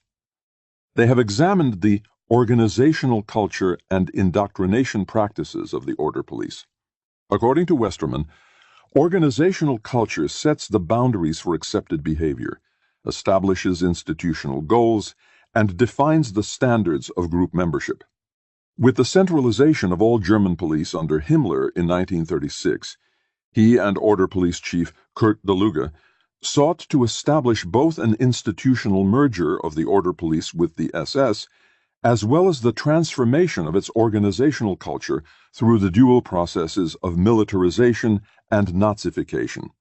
Central to Nazification were the establishment of anti-Semitism and anti-Bolshevism as institutional norms, while militarization created an ethos of duty, comradeship, and absolute obedience. Together they transformed policemen into ideological warriors through broadening the boundaries of acceptable and desired behavior and making mass murder of ideological enemies both acceptable and desirable. In short, while Goldhagen attributed the creation of willing executioners to centuries of the systemic inculcation of eliminationist anti-Semitism inherent in German culture, Westermann saw these ideological warriors as the calculated short-term product of the institutional culture of a Nazified and militarized German police. Jürgen Matthaus also argued that indoctrination of the Order Police has been insufficiently examined and too quickly dismissed as a factor in explaining police behavior. However, after actually examining the indoctrination materials used, he ultimately comes to a more complex conclusion about their effects than the basic attitude-behavior consistency model of Westermann, in which ideological warriors acted out institutionally implanted ideological beliefs. Matthaus notes that there already existed an ideological affinity between the police and the new regime in 1933, and the police generally refused to provide German Jews with protection against the various assaults they faced from party activists. Following the centralization of the German police in 1936, the Order Police were schooled with indoctrination materials prepared within the SS that portrayed the Jews as the most dangerous enemy of the German people, and attributed to this fine-built image of the enemy responsibility for liberalism, Marxism-Bolshevism, exploitive capitalism, Freemasonry, pacifism, and the politicized churches. The cool objectivity of racial principles, not emotion, dictated Nazi Jewish policy as a matter of self-defense. By late 1938 and early 1939, SS publications pointed to a total solution of the Jewish question through either Umsiedlung or Vernichtung, resettlement or annihilation. By December 1941, one such publication predicted a Europe free of Jews by the end of the war. At the same time, other training materials sought to maintain the police self-image of correctness, professionalism, incorruptibility, idealism, and decency. Matthaus argues that a direct causal relationship between indoctrination and participation in mass killing is difficult for the historian to prove in all but a few notorious cases, such as the initial atrocities committed by Police Battalion 309 in Bialystok. But he does think indoctrination facilitated the policeman's participation in many ways. It lowered inhibitions and provided legitimization for those seeking to rationalize or justify the brutal mass killing, as it portrayed their actions as a difficult duty and a historic mission that objective racial principles showed to be necessary self-defense. For those for whom this was not sufficient, it linked killing Jews with other legitimate missions, such as waging anti-partisan warfare or defeating communism, and it provided a facade or cover for other motives: greed, sadism, the opportunity to torture and kill with impunity that they wanted to hide from themselves. In short, these indoctrination materials provided a buffet of anti-Semitic slogans and assertions from which policemen could choose to help them mitigate and counter the cognitive dissonance that many experience with the onset of mass killing. In a seminal article on the Order Police as the foot soldiers of the final solution in the East, Klaus-Michael Malmann also argued for a close relationship between the situation in which the policemen found themselves on Soviet territory and the enactment of Nazi racial ideology. Order Police indoctrination, according to Malmann, has been overvalued. Its impact was seen less in the production of ideological fanaticism, or what he terms ideological fundamentalism, than in a more diffuse change in the mentality and attitude of the men through a denigration of Christian values as humanitarian drivel and traditional notions of soldierly chivalry as weak and unmanly. It encouraged policemen to think in racial categories of master race and subhumans, of German superiority and native inferiority, which could encompass a spectrum of anti-Jewish attitudes from aversion and contempt to hate and the desire to destroy, but facilitated the policeman's mass killing of non-Jewish victims in the East as well. Mollman also emphasized the group dynamics which shaped the policemen's lives. Notions of manliness based on toughness and an overriding fear of being perceived as weak or cowardly were part of their shared mental world, the origins of which predated National Socialism. As members of a unit or primary group that constituted their social world, they feared isolation and craved comradeship and community, the price of which was conformity to brutality, or more specifically, shooting alongside the others. Moral unburdening was found in collective identity. For Mollman, only a complex combination of cognitive and situational factors, complementary and mutually reinforcing, can explain the policemen's behavior as Holocaust perpetrators. But ultimately, like Matthaus, he concluded that the ideological factor was not the original driving force, but rather a subsequent sedative, not the actual impulse, but rather a narcotic after the fact.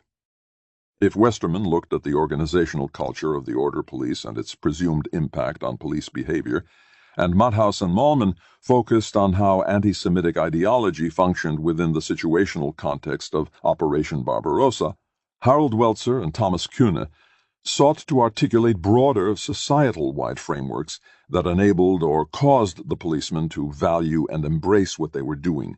They, in effect, argued that Goldhagen posed the right question, but provided the wrong answer concerning why, for Germans, participation as a society, and not just order police units, subject to indoctrination and particular situational factors, in the final solution made sense.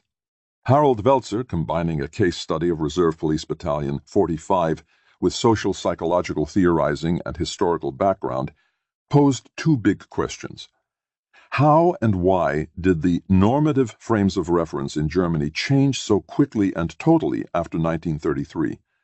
And why were almost all ordinary men in units like RPB 45 willing to kill, even if they did so with varying degrees of enthusiasm, indifference, or distaste? For Welzer, the centerpiece of the Nazi Revolution was the redefining of the community of human obligation, from one of inclusion based on Enlightenment notions of humanity to one of exclusion based on racism and anti-Semitism.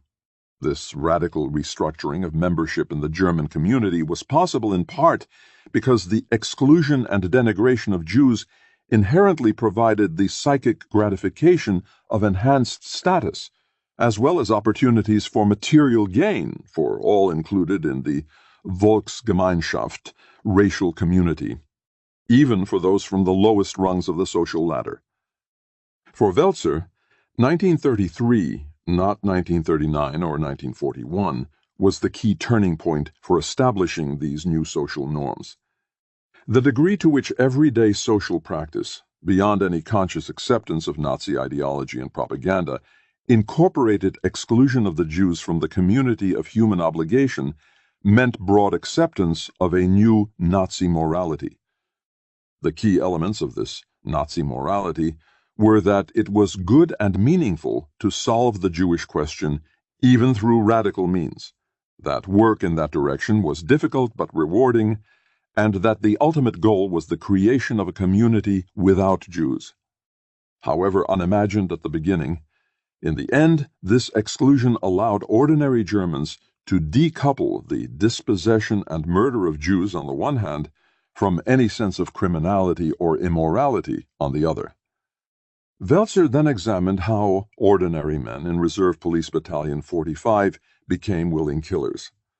Like Goldhagen, Welzer argued that the perpetrators, when confronted with their killing task, did not have to overcome moral scruples or inhibitions because they had already internalized the new frame of reference that decoupled the killing of Jews from criminality. Their killing actions were essentially a reflection of the beliefs they had adopted in previous years, but they still had to become acclimatized to what they were doing. Here he invoked both situation and process. These men, when confronted with the task of the mass murder of Jews, passed through a professionalizing and normalizing process that transformed mass murder into work. Many of them considered their work unpleasant, but nonetheless a necessary historic task about which they did not feel guilt either then or later. Thomas Kuhne argued for a synthesis of anthropological, social, and ideological factors in explaining the widespread participation of rank-and-file German soldiers and policemen in the Holocaust. He did not deny that anti-Semitism, anti-Bolshevism, and anti-Slavism were factors, but he considered them an insufficient explanation. Crucial to understanding the behavior of the ordinary Germans in uniform, he argued, were the myths of Kameradschaft and Volksgemeinschaft, comradeship and community. These powerful myths must be understood as the Germans knew them, for they were the lenses through which Germans saw the world, constructed their reality, and derived the moral framework that in turn shaped their behavior. The myth of the Volksgemeinschaft derived from Germany's euphoric sense and collective memory of unity transcending class, party, and confession, as proclaimed by the Kaiser in August 1914.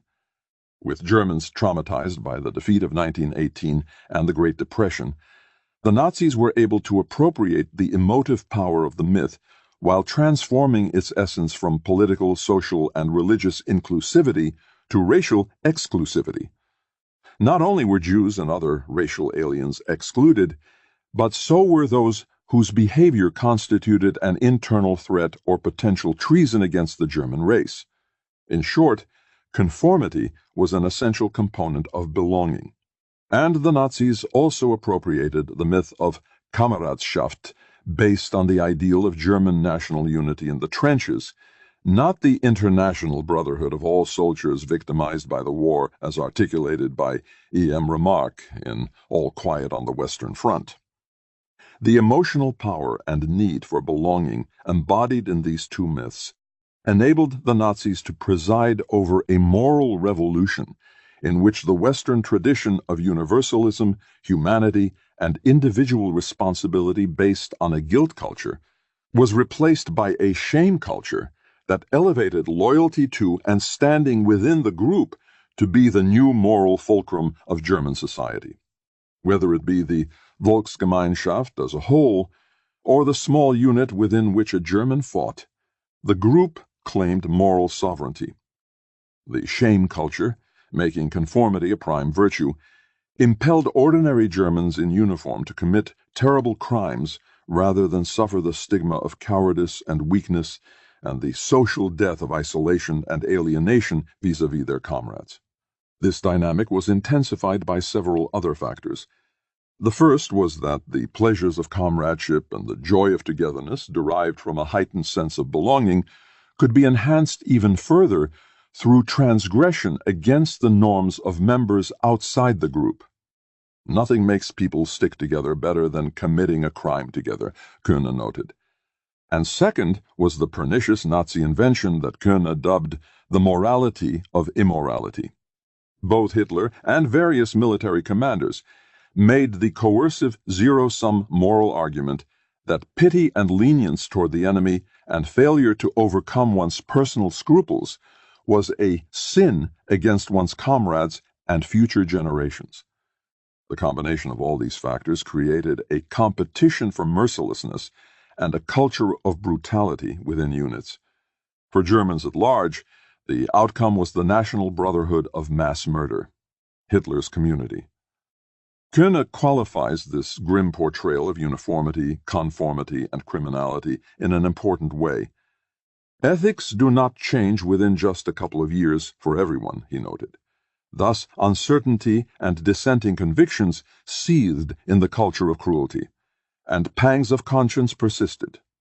Kuhne cited the testimony of a member of the security police and SD in Warsaw concerning the spectrum and distribution of attitudes and participation among the perpetrators. Absolute executioners about 30%, the anti-group about 20%, and then a group between, which stuck to the methods of the Hellraisers. Because two different value systems continued to coexist alongside one another, some Germans in uniform felt doubt, shame, and embarrassment. Many, nonetheless, joined in the mass killing and masked their feelings to avoid conspicuous nonconformity. Others who did not take part accepted the stigma of weakness and unmanliness, thereby validating the ethic of toughness of their comrades. Virtually no one dared show solidarity with the victims, reproach their comrades, or criticize the regime, though one could complain about the dirty business that the unit had been assigned. Though differing in some ways, virtually all of these scholars agree that any attempt to explain the motivation of the killers must be complex and multifaceted, not monocausal. They combine and synthesize situational and dispositional with cultural and ideological factors, rather than oppose them in a false dichotomy. In much the same way as the artificially polarized intentionalist-functionalist debate led to fruitful scholarship and various forms of a consensus model concerning Nazi decision and policy-making, so too the stark polarization of positions in the so-called Goldhagen debate has been superseded by more complex attempts at synthesis. The Luxembourgers. On April 8, 1996, Daniel Goldhagen presented his book Hitler's Willing Executioners to a symposium held at the United States Holocaust Memorial Museum, USHMM, and I was one of 4 respondents. In my comments, I noted that the presence of 14 Luxembourg policemen in Reserve Police Battalion 101, young men in their early 20s who had been incorporated into the German police after the annexation of Luxembourg to the Third Reich, offered the opportunity to measure the impact of similar situational factors on men of differing cultural and national background. Unfortunately, only one German witness described the participation of the Luxembourgers in the battalion's activities in any detail. As members of Lieutenant Buchmann's first company, they were present at Józefów, but escorted the Jews taken to Lublin for labor. While present for Trapp's speech, the roundup of the Jews, and the process of selection, they did not act as shooters on that occasion. Thereafter, according to this witness, the Luxembourgers were not only not exempt, but were intentionally chosen for assignments because of their youth and professional training. In general, the old men remained behind, but the Luxembourgers were in fact present at every action. With these people, it was a matter of career police officials from the state of Luxembourg, who were all young men in their 20s.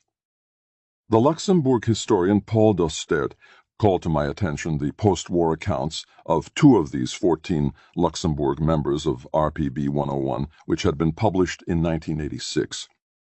Several aspects of their accounts stand out. First, they portray themselves as victims of both German conscription and the horrors of war.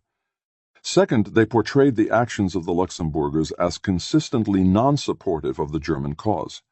Roger Vietor claimed to have provided the Polish resistance with both information about impending searches and arrests, as well as guns and ammunition, at great risk to himself. Jean Heinen claimed that the Luxembourgers assigned to machine gun duty did not shoot in action and feigned stoppages. Beginning in June 1944, 5 Luxembourgers successfully deserted, and 2 others were killed trying to go over to the Russians. Crucially, neither account mentioned even the presence of Jews, much less the battalion's participation in their mass murder. Faced with these 2 accounts, I suggested 2 arguments from silence, i.e., drawing inferences from what was not said. First, Vietor and Heinen had detailed various aspects of dissident behavior to portray themselves as victims, not collaborators of the Germans. If they had been among the non-shooters, would they not have claimed this to their credit in post-war accounts as well?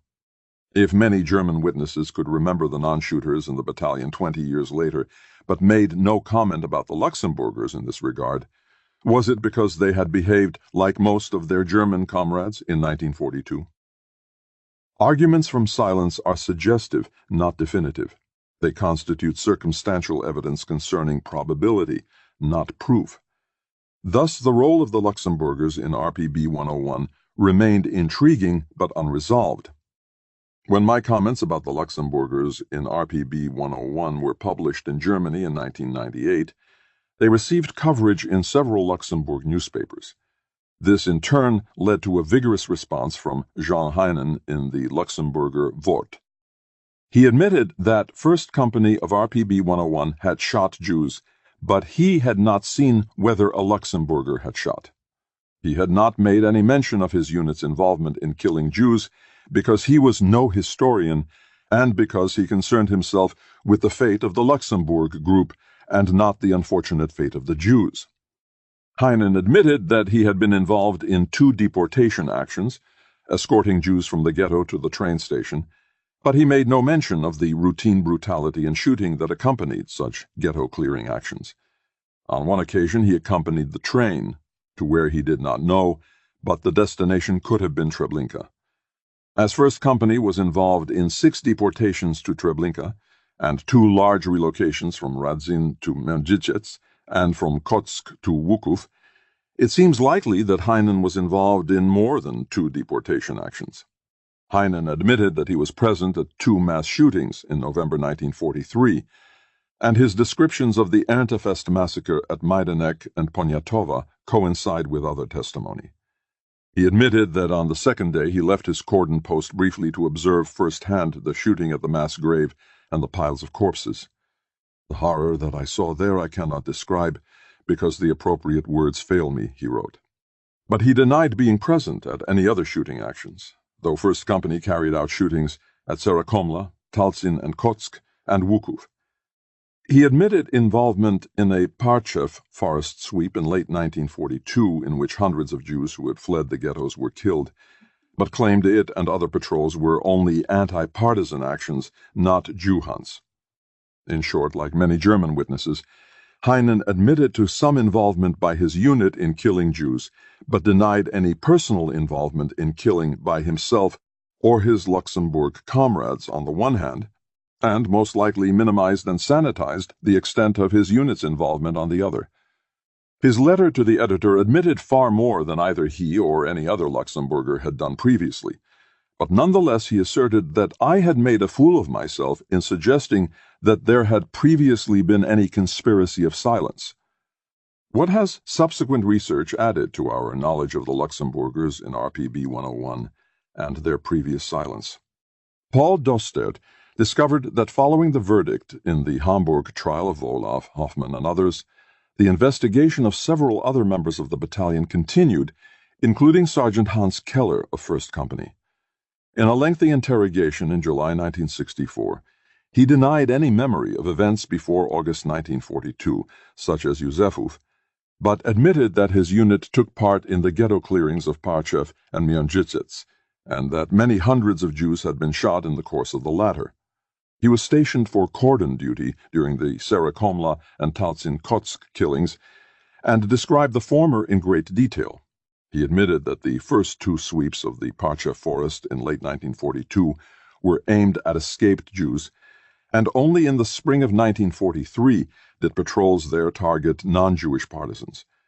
He participated in 3 other Jew hunts, operating under an explicit shooting order for all Jews discovered. Subsequently, he denied everything he had admitted. In February 1973, Keller traveled to Luxembourg and prevailed upon 3 former Luxembourgers in his unit to sign a statement that he had carefully drafted to exonerate himself, and thereby also the Luxembourgers in his unit, of participating in atrocities in Poland. During the first weeks in Poland, they were guarding a sawmill and knew nothing of Yusefov. Again sent on distant guard duty, they heard of a great deportation action, possibly Parchev, and likewise were not present at Talzin or Serekomla because they had been sent on patrol. They knew of no deportations from Kotsk, though they were stationed there. The Parchev sweep was a fruitless search for partisans. Interviewed by German judicial authorities the following December, all three repeated their denials of having been involved in any shootings or deportation actions. Two admitted that they had been sent to Mernjizets, but had been detached to guard a leather factory producing for the Wehrmacht, where they helped the Jewish manager to rescue his Jewish workers from the roundup, and in gratitude had been rewarded each with pieces of leather. As one Luxembourger testified, "We never had anything to do with Jews. We never rounded them up or took them from one place to another. We were only always underway with our bicycles in the fields and forests in search of partisans. During our patrols, we never encountered Jews." The German investigators re-interviewed 5 German witnesses from the same unit as the Luxembourgers. Their verdict was unanimous, that the Luxembourgers had never been exempted from any tasks, including anti-Jewish actions. More especially, one witness recalled that Keller had badgered him so relentlessly to change his testimony that finally he had refused to let him in the door. Another noted that one officer in the company was a special friend of the Luxembourgers, and for entertainment they would go into Kotsk after the nightly blackout and shoot out lights that were still on inside houses. And a third claimed that on Platoon Commander Brandt's order, a Luxembourger had shot a pregnant woman who had been caught sheltering Jews. If 3 men concerting together to give transparently false testimony, followed by failure of the written accounts of Vietor and Heinen to mention Jews at all, does not constitute a tacit conspiracy of silence among the Luxembourgers, then the term has no meaning whatsoever. Clearly, the Luxembourgers as a group were involved in the battalion's activities, including anti-Jewish actions, as Heinen later admitted, even if there is no evidence concerning any identifiable individual's personal complicity. Dostert's investigation into the historical background of the Luxembourgers' incorporation into the German police does indicate, however, that the path these men took to RPB 101 was so different from that of their German counterparts that it renders any comparison problematic. The Freiwillige Company, comprised of 455 men, was tiny Luxembourg's military force prior to its conquest by Nazi Germany in May 1940. Many more men applied to the Freiwillige Company than space allowed, because a 3-year term of service made them eligible for a subsequent career in the police. Thus, the acceptance of many suitable applicants was often deferred. In September 1940, Heinrich Himmler visited Luxembourg, inspected the Freiwillige Company, and decided that those deemed suitable should be incorporated into either the SS or German Order Police. A significant number of these Luxembourgers must have been excluded in the vetting process, which examined both racial background and political reliability, since many previously deferred applicants were now asked if they were still interested and invited to join. The personnel files of 11 of the 14 Luxembourgers in RPB 101 survived in the Hamburg Staatsarchiv, but one is incomplete. From the other 10, it can be seen that 5 were members of the Freiwillige Company before the German occupation, but the other 5 were deferred candidates invited to join in September 1940. In short, they were not transferred automatically or against their will into German service. They decided to join what they now knew to be an auxiliary police force of the German occupier, taking advantage of an employment opportunity that occupation created. Clearly, the attitudes and reactions of the Luxembourgers varied widely. While some actively chose to join in September 1940, attrition among the former members of the Freiwillige Company was high, as was the cost of refusing to serve. Of the original 455 members, Dostert calculates that 264 ended up in German prisons or concentration camps, where 48 died before the end of the war. From December 1940 to May 1941, the Luxembourgers then in the unit were taken to Germany for training and National Socialist indoctrination. Despite promises that they would return to serve in Luxembourg, only 55 were reassigned there. One group of 116, including the future RPB 101 contingent, was sent to Cologne and then to anti-partisan duty in Slovenia. Many requested release from police service but were refused. When this large unit of Luxembourgers proved unreliable in the anti-partisan war, however, they were withdrawn from Slovenia and dispersed in small groups to other German units. This is how 14 came to RPB 101 in June 1942. However, 44 refused either to accept reassignment or to take an additional oath to the Führer, and were sent to concentration camps in Buchenwald, Sachsenhausen, Neuengamme, and Dachau. Of the 14 in RPB 101, 5 were killed in the last 2 years of the war. 3 deserted in 1944 by not returning from leave and going underground in Luxembourg, and 1 ended his service through a self-inflicted wound in January 1945. Like other populations occupied by Nazi Germany, different Luxembourgers made different choices at different times and paid different costs. But unlike the German rank-and-file in RPB 101, the 14 Luxembourgers were not random middle-aged conscripts called up to serve their country in the middle of the war. The photographic evidence, insights and limitations. When I was researching and writing Ordinary Men in the late 1980s and early 1990s, I asked several archives about relevant photographs.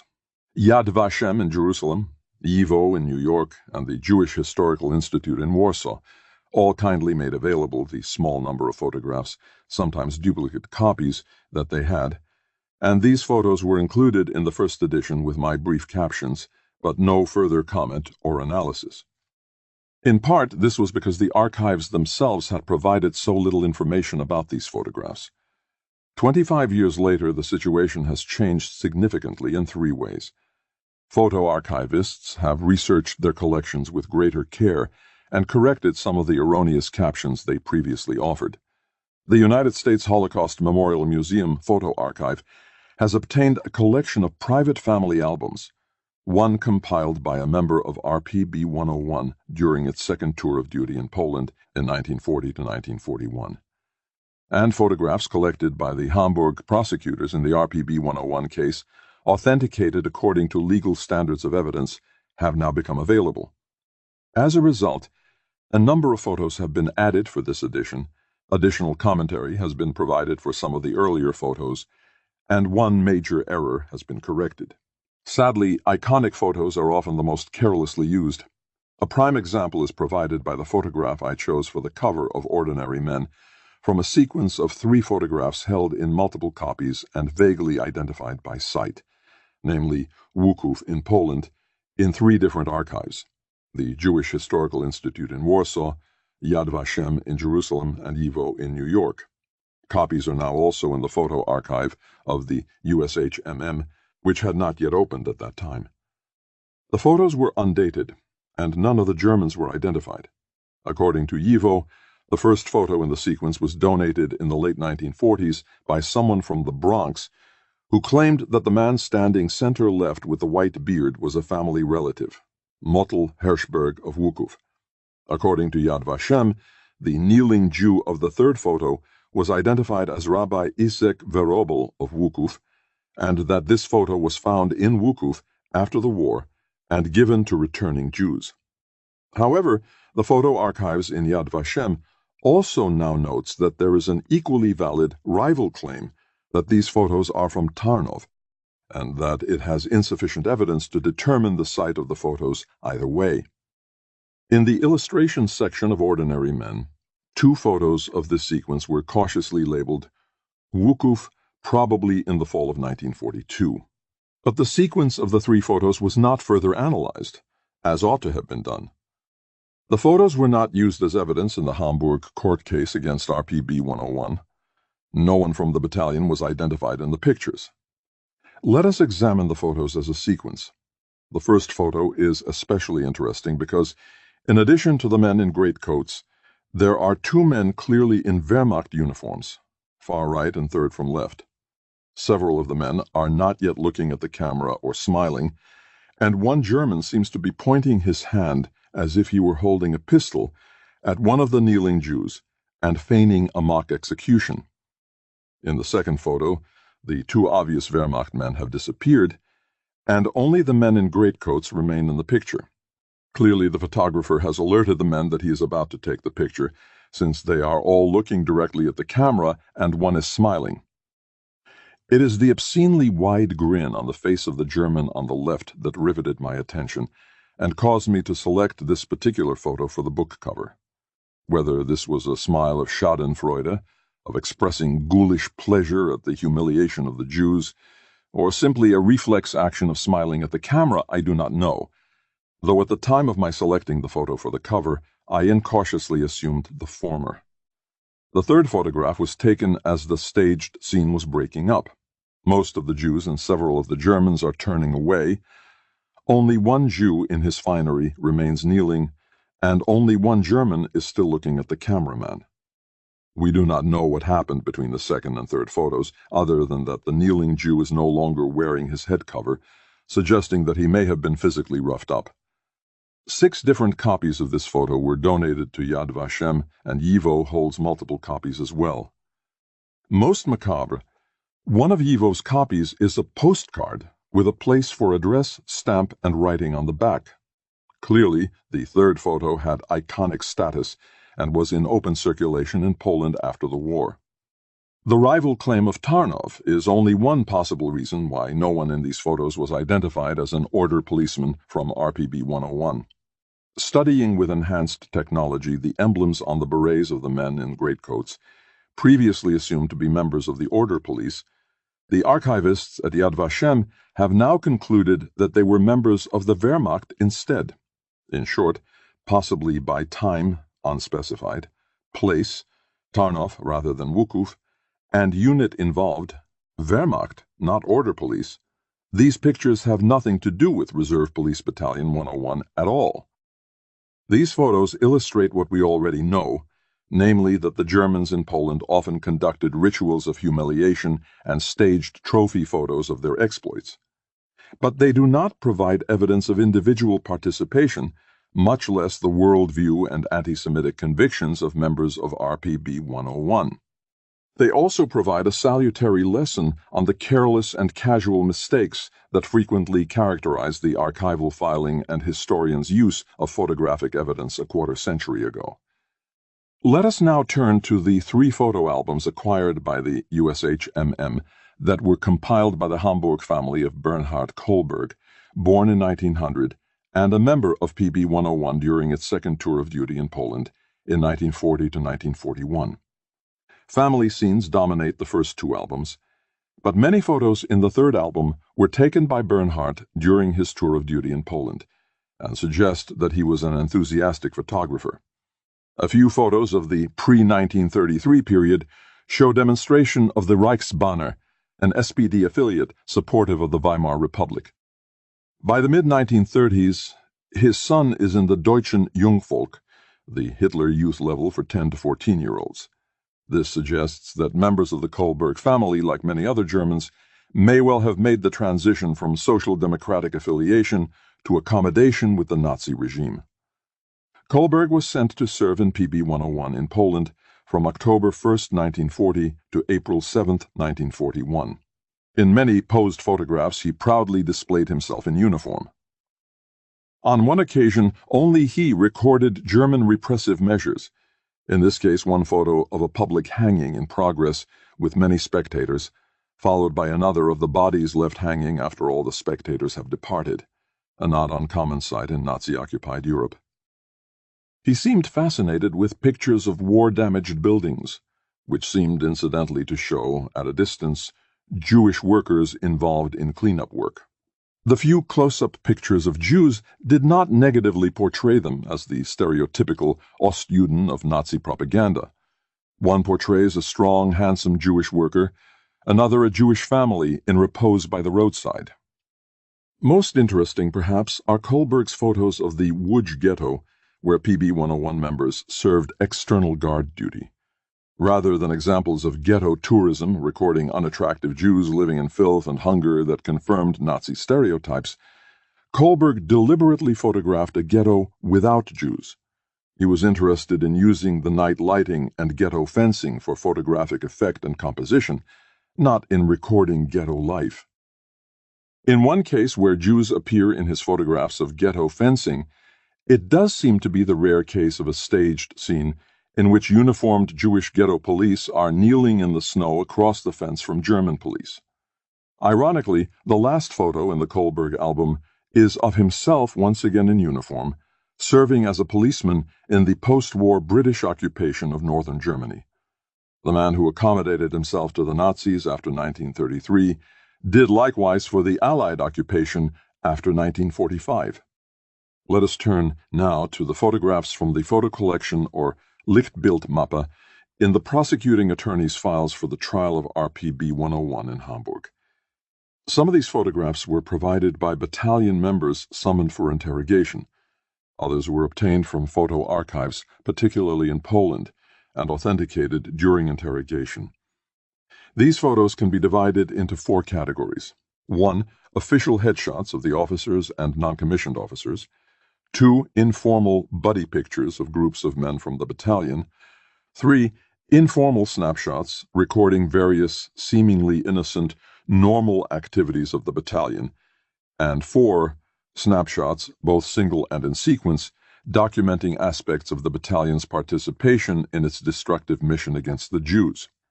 Both typical and most important of the 32 official headshots are 3 senior officers of the battalion: Major Wilhelm Trapp, Captain Julius Wohlauf, and Lieutenant Hartwig Gnade. Among the various group buddy pictures, there is an extensive collection of 7 of Gruppe Beckemeyer from Lieutenant Gnade's 2nd Company stationed in Womazy in August 1942. Of the 2 examples here, the second is rare in showing fraternization with the local population. 2 of the 4 men are holding 2 children, with a couple who are presumably the parents, one of whom is identified in another picture as the Polish cook for the unit, standing behind. This is on the site where the battalion either was going to carry out or had already carried out one of its most ferocious massacres of local Jews on August 18, 1942. The Lichtbildmappe does not identify the photographer of this Gruppe Beckemeyer sequence, though a number of the men in the pictures are identified. Among other group pictures is a more formally composed collective portrait of Major Trapp and his staff at Radzin. Of the normal activity pictures of the battalion, the single most striking one is an outdoor officers' dinner that includes the wives of Captain Wohlauf and Lieutenant Brandt, Vera and Lucia. In the rear area of the Lublin district, wives of officers were able to visit their husbands. The presence of Vera Wohlauf at the marketplace during the first massive and deadly ghetto clearing of Mędrzec Podlaski, during which close to 1,000 Jews were killed on the spot and some 10,000 were dispatched to Treblinka on August 25 to 26, 1942, disturbed many of the men, and Lucia Brandt provided one of the more revealing testimonies concerning the brutal mentality that had developed within the battalion by the time she visited her husband. Also among the normal activity photos are a sequence of 4 pictures, 2 shown here, of men assembled for an outdoor concert that is being given by musicians in uniform using the flat roof of a low building as their stage. The odd assortment of instruments, including 2 accordions, 1 bass, 1 violin, and 1 guitar, would suggest that this was a performance given by an improvised group of battalion members and not some more professional traveling entertainment unit. Neither date nor location is given. In yet another single photo, the battalion truck drivers are led in singing. For historical purposes, these photos attest to the attempt to create a certain normalcy for men who we know from other evidence were engaged in anything but normal behavior. In Himmler's extraordinary memorandum of December 12, 1941, the Reichsführer SS himself explicitly recommended quiet evenings of cultural activity as a soothing antidote to the stresses of mass killing and the preferred alternative to heavy drinking. It was a sacred duty, heilige Pflicht of the officers, Himmler wrote, to ensure that none of those who had to fulfill this difficult task were ever brutalized or suffered damage to their soul and character. Die diese schwere Pflicht zu erfüllen haben, jemals verrocht oder an Gemüt und Charakter erleidet. For this purpose, comradely get-togethers, kameradschaftliches Beisammensein, were to be held on the evenings of such difficult tasks, which were never to involve alcohol abuse, but rather were to be devoted to music and presentations that would lead the men back to the beautiful realm of German spiritual and inner life. Die schönen Gebiete deutschen Geistes- und Gemütslebens. These photos indicate that Himmler's exhortation was taken to heart and acted upon in RPB 101. That did not, of course, preclude the more normal forms of raucous evening entertainment that included the heavy use of alcohol, the Reichsfuhrer's wishes to the contrary notwithstanding. Such an evening is captured in the photo of members of 1st Platoon 3rd Company in Chemierniki. Of greatest interest for both prosecutors and historians are the photos of the battalion in action, carrying out its lethal task. The most striking set of photos in this regard are a sequence of 5 of the Womaze Aktion on August 18, 1942, in which 1,700 Jews were collected on the sports field in town, marched to the forest, and murdered in a mass grave. Of the 5 photos, the first 2 provide distant and close-up pictures of Jews sitting on the ground in the sports field. The third shows additional seated Jews assembled in a field partially shaded by trees. The fourth shows 9 shirtless, strong men digging a large rectangular pit. The fifth shows 17 women, still fully clothed, being rushed forward toward the cameraman, with the capped face of a German policeman just visible behind the group. An armband with the Star of David is fully visible on the lead woman. The strained expressions on the women's faces indicate the frenetic pace of the forced march from the sports field to the killing pit. In all the photos, the focus is clearly on the victims and the Aktion, with the individual Germans included only incidentally and distantly in the 1st, 3rd, and 5th photos. If the Womaze photos depict events leading up to the mass shooting, one single photo from Międzyrzec Podlaski, a collection ghetto that was repeatedly cleared and refilled, confirms the description of a mass shooting that took place there on October 6, 1942. On this day, thousands of Jews were deported to Treblinka. Despite their utmost efforts, the Germans could not cram all of the intended victims into the inadequate number of available train cars, and Lieutenant Gnade ordered the remaining 150 Jews, mostly women and children, to be taken to the nearby cemetery and shot by the cemetery wall. This photo, the only one in the entire collection that actually shows the bodies of murdered victims of the battalion, provides gruesome confirmation of an improvised execution in which no preparations had been made beforehand to either dig a mass grave or collect the clothing of the victims. Following the ghetto clearing operations in the northern Lublin district in the fall of 1942, members of RPB 101 engaged in repeated Jew hunts for escaped and hiding Jews. Once again, it is Lieutenant Gnade and men of the 2nd Company, for whom 2 photos have survived, that record them on patrol in the forest and fields outside Międzyrzec. Following a long pause over the winter of 1942 to 1943, the ghetto of Międzyrzec Podlaski was subjected to the 5th and 6th actions of May 1st and 26th, 1943. In the 6th action, some 1,000 Jews were sent to the concentration camp at Majdanek on the outskirts of Lublin rather than to Treblinka. By this time, Gnade had constructed an undressing barracks outside the city, where the deportees were deprived of their valuables and most of their clothing before being loaded into the waiting train cars. Numerous photos capture 4 distinct stages of the deportation Aktion from Międzyrzec: collection on the town square, the march from town, the strip search at Gnade's undressing barrack, and loading the train. 2 sequences, whether from 1 or 2 different photographers is uncertain, can be dated to the 6th action of May 26th. They were not recovered from the private possession of members of the battalion, but rather sent to the prosecution by the Jewish Historical Institute in Poland and verified during subsequent interrogations. Some of the other photos may also date to this action, but some of them also appear to have been taken at an entirely different time. A single sequence of 4 photographs was taken on the town square in Międzyrzec, as the Jews are collected and marched off on May 26, 1943.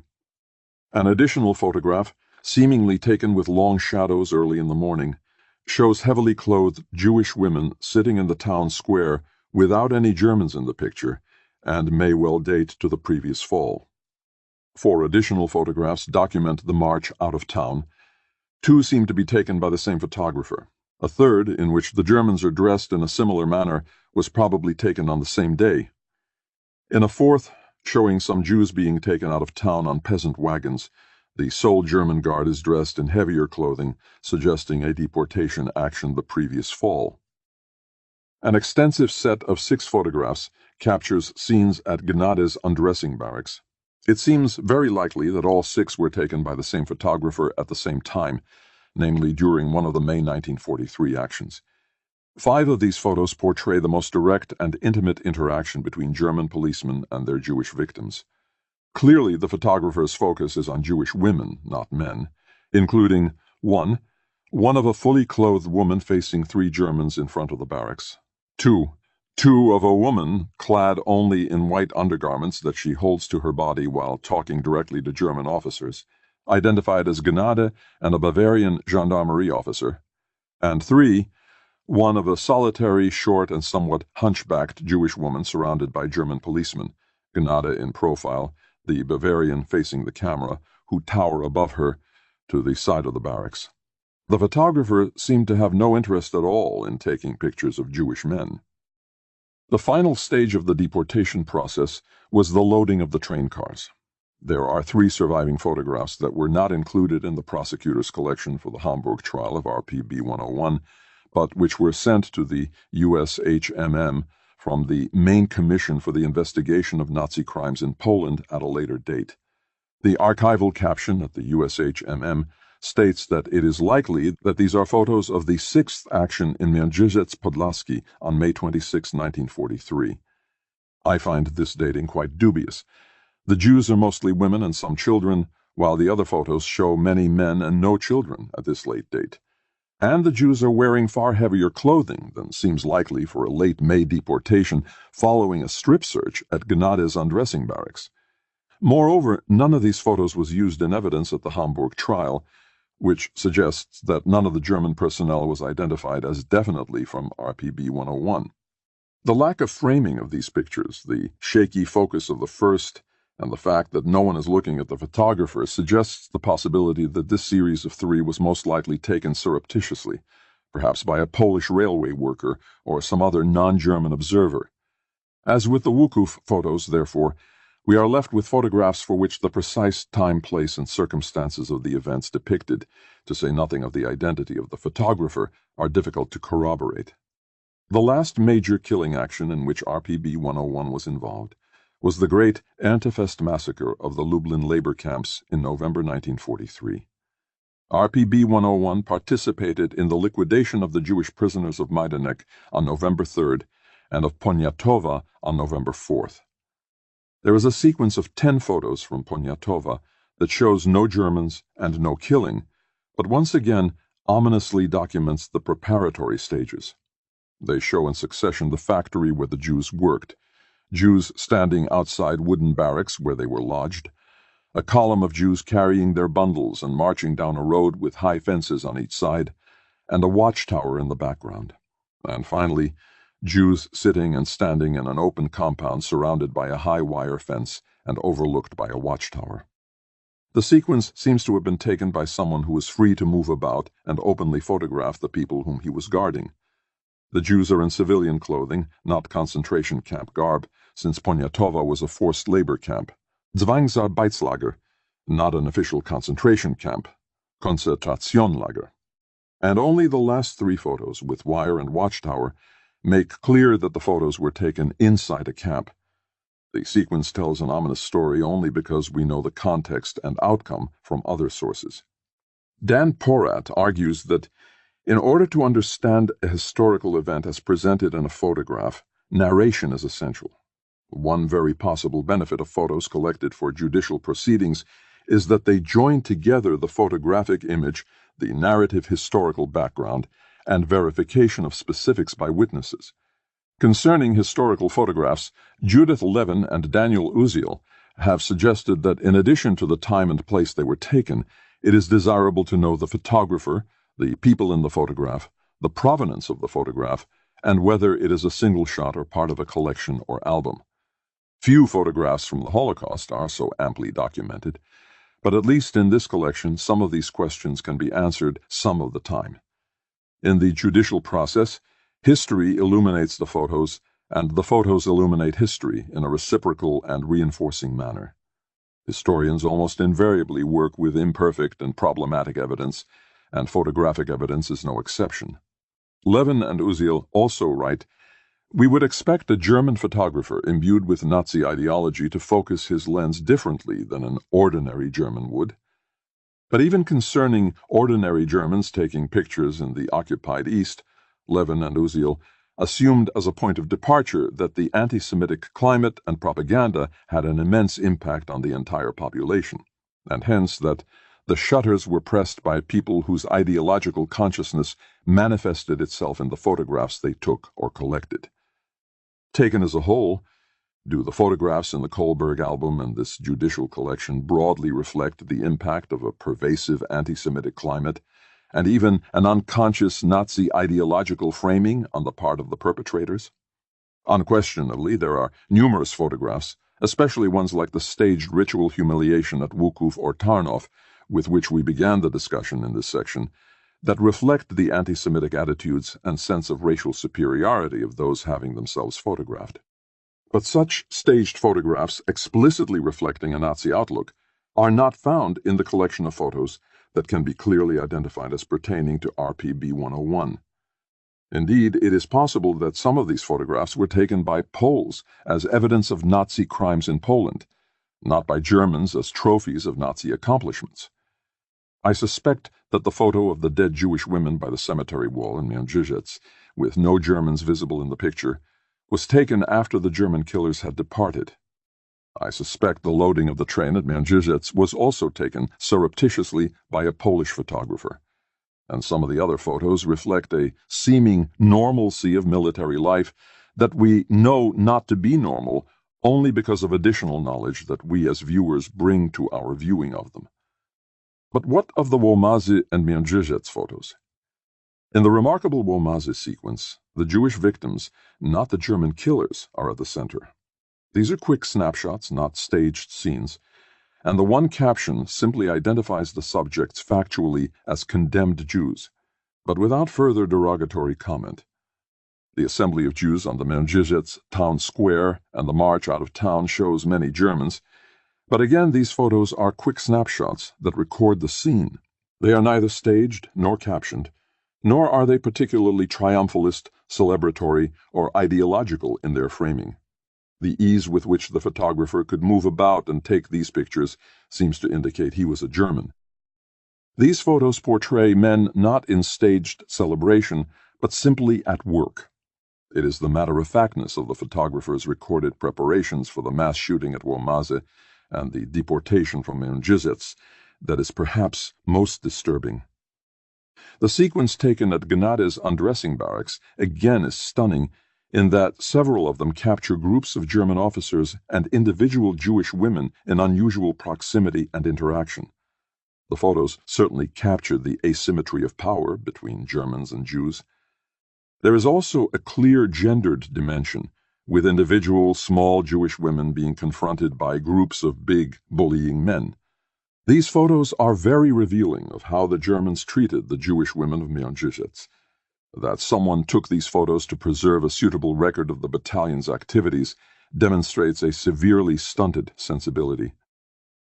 One of the controversies surrounding RPB 101 has been whether the eager, ideologically driven anti-Semitic killers within the battalion constituted a zealous minority or the vast majority of its members. And Levin and Uziel have argued that the photographs, even of ordinary Germans, would reflect the pervasive anti-Semitism and propaganda of the regime. We do not know, of course, how many highly incriminating photos were taken that have been kept secret or were destroyed. But what does this collection of recovered photos of the battalion indicate? The photos of the Kohlberg album from 1940 to 1941 are remarkable for their general lack of reflecting a Nazified outlook. The pictures that record the destructive work of the battalion on its third tour of duty in Poland seem devoid of the explicit ideological or propagandistic framing that can be seen in the staged and celebratory Wehrmacht photos from Wukuf. But they do reflect a moral numbness, a routinization of destruction as everyday work that speaks less to the motivation of the policeman than to the impact of their actions on themselves. This concludes the reading of Ordinary Men, Reserve Police Battalion 101 and The Final Solution in Poland by Christopher R. Browning. Copyright 1992 and 1998 by Christopher Browning. This book was read by Stefan Rudnicki and directed by Claire Bloom. This unabridged recording was produced by arrangement with HarperCollins Publishers and was produced in 2017 by Blackstone Audio Inc., which holds the copyright. Neither this recording nor any portion of it may be reproduced or used for any purpose without prior written authorization from Blackstone Audio Inc. If you would like to obtain a monthly update telling you about new releases, call 1-800-SAY-BOOK. That's 1-800-729-2665. For a complete listing of our titles, visit our website at www.downpour.com. Thank you.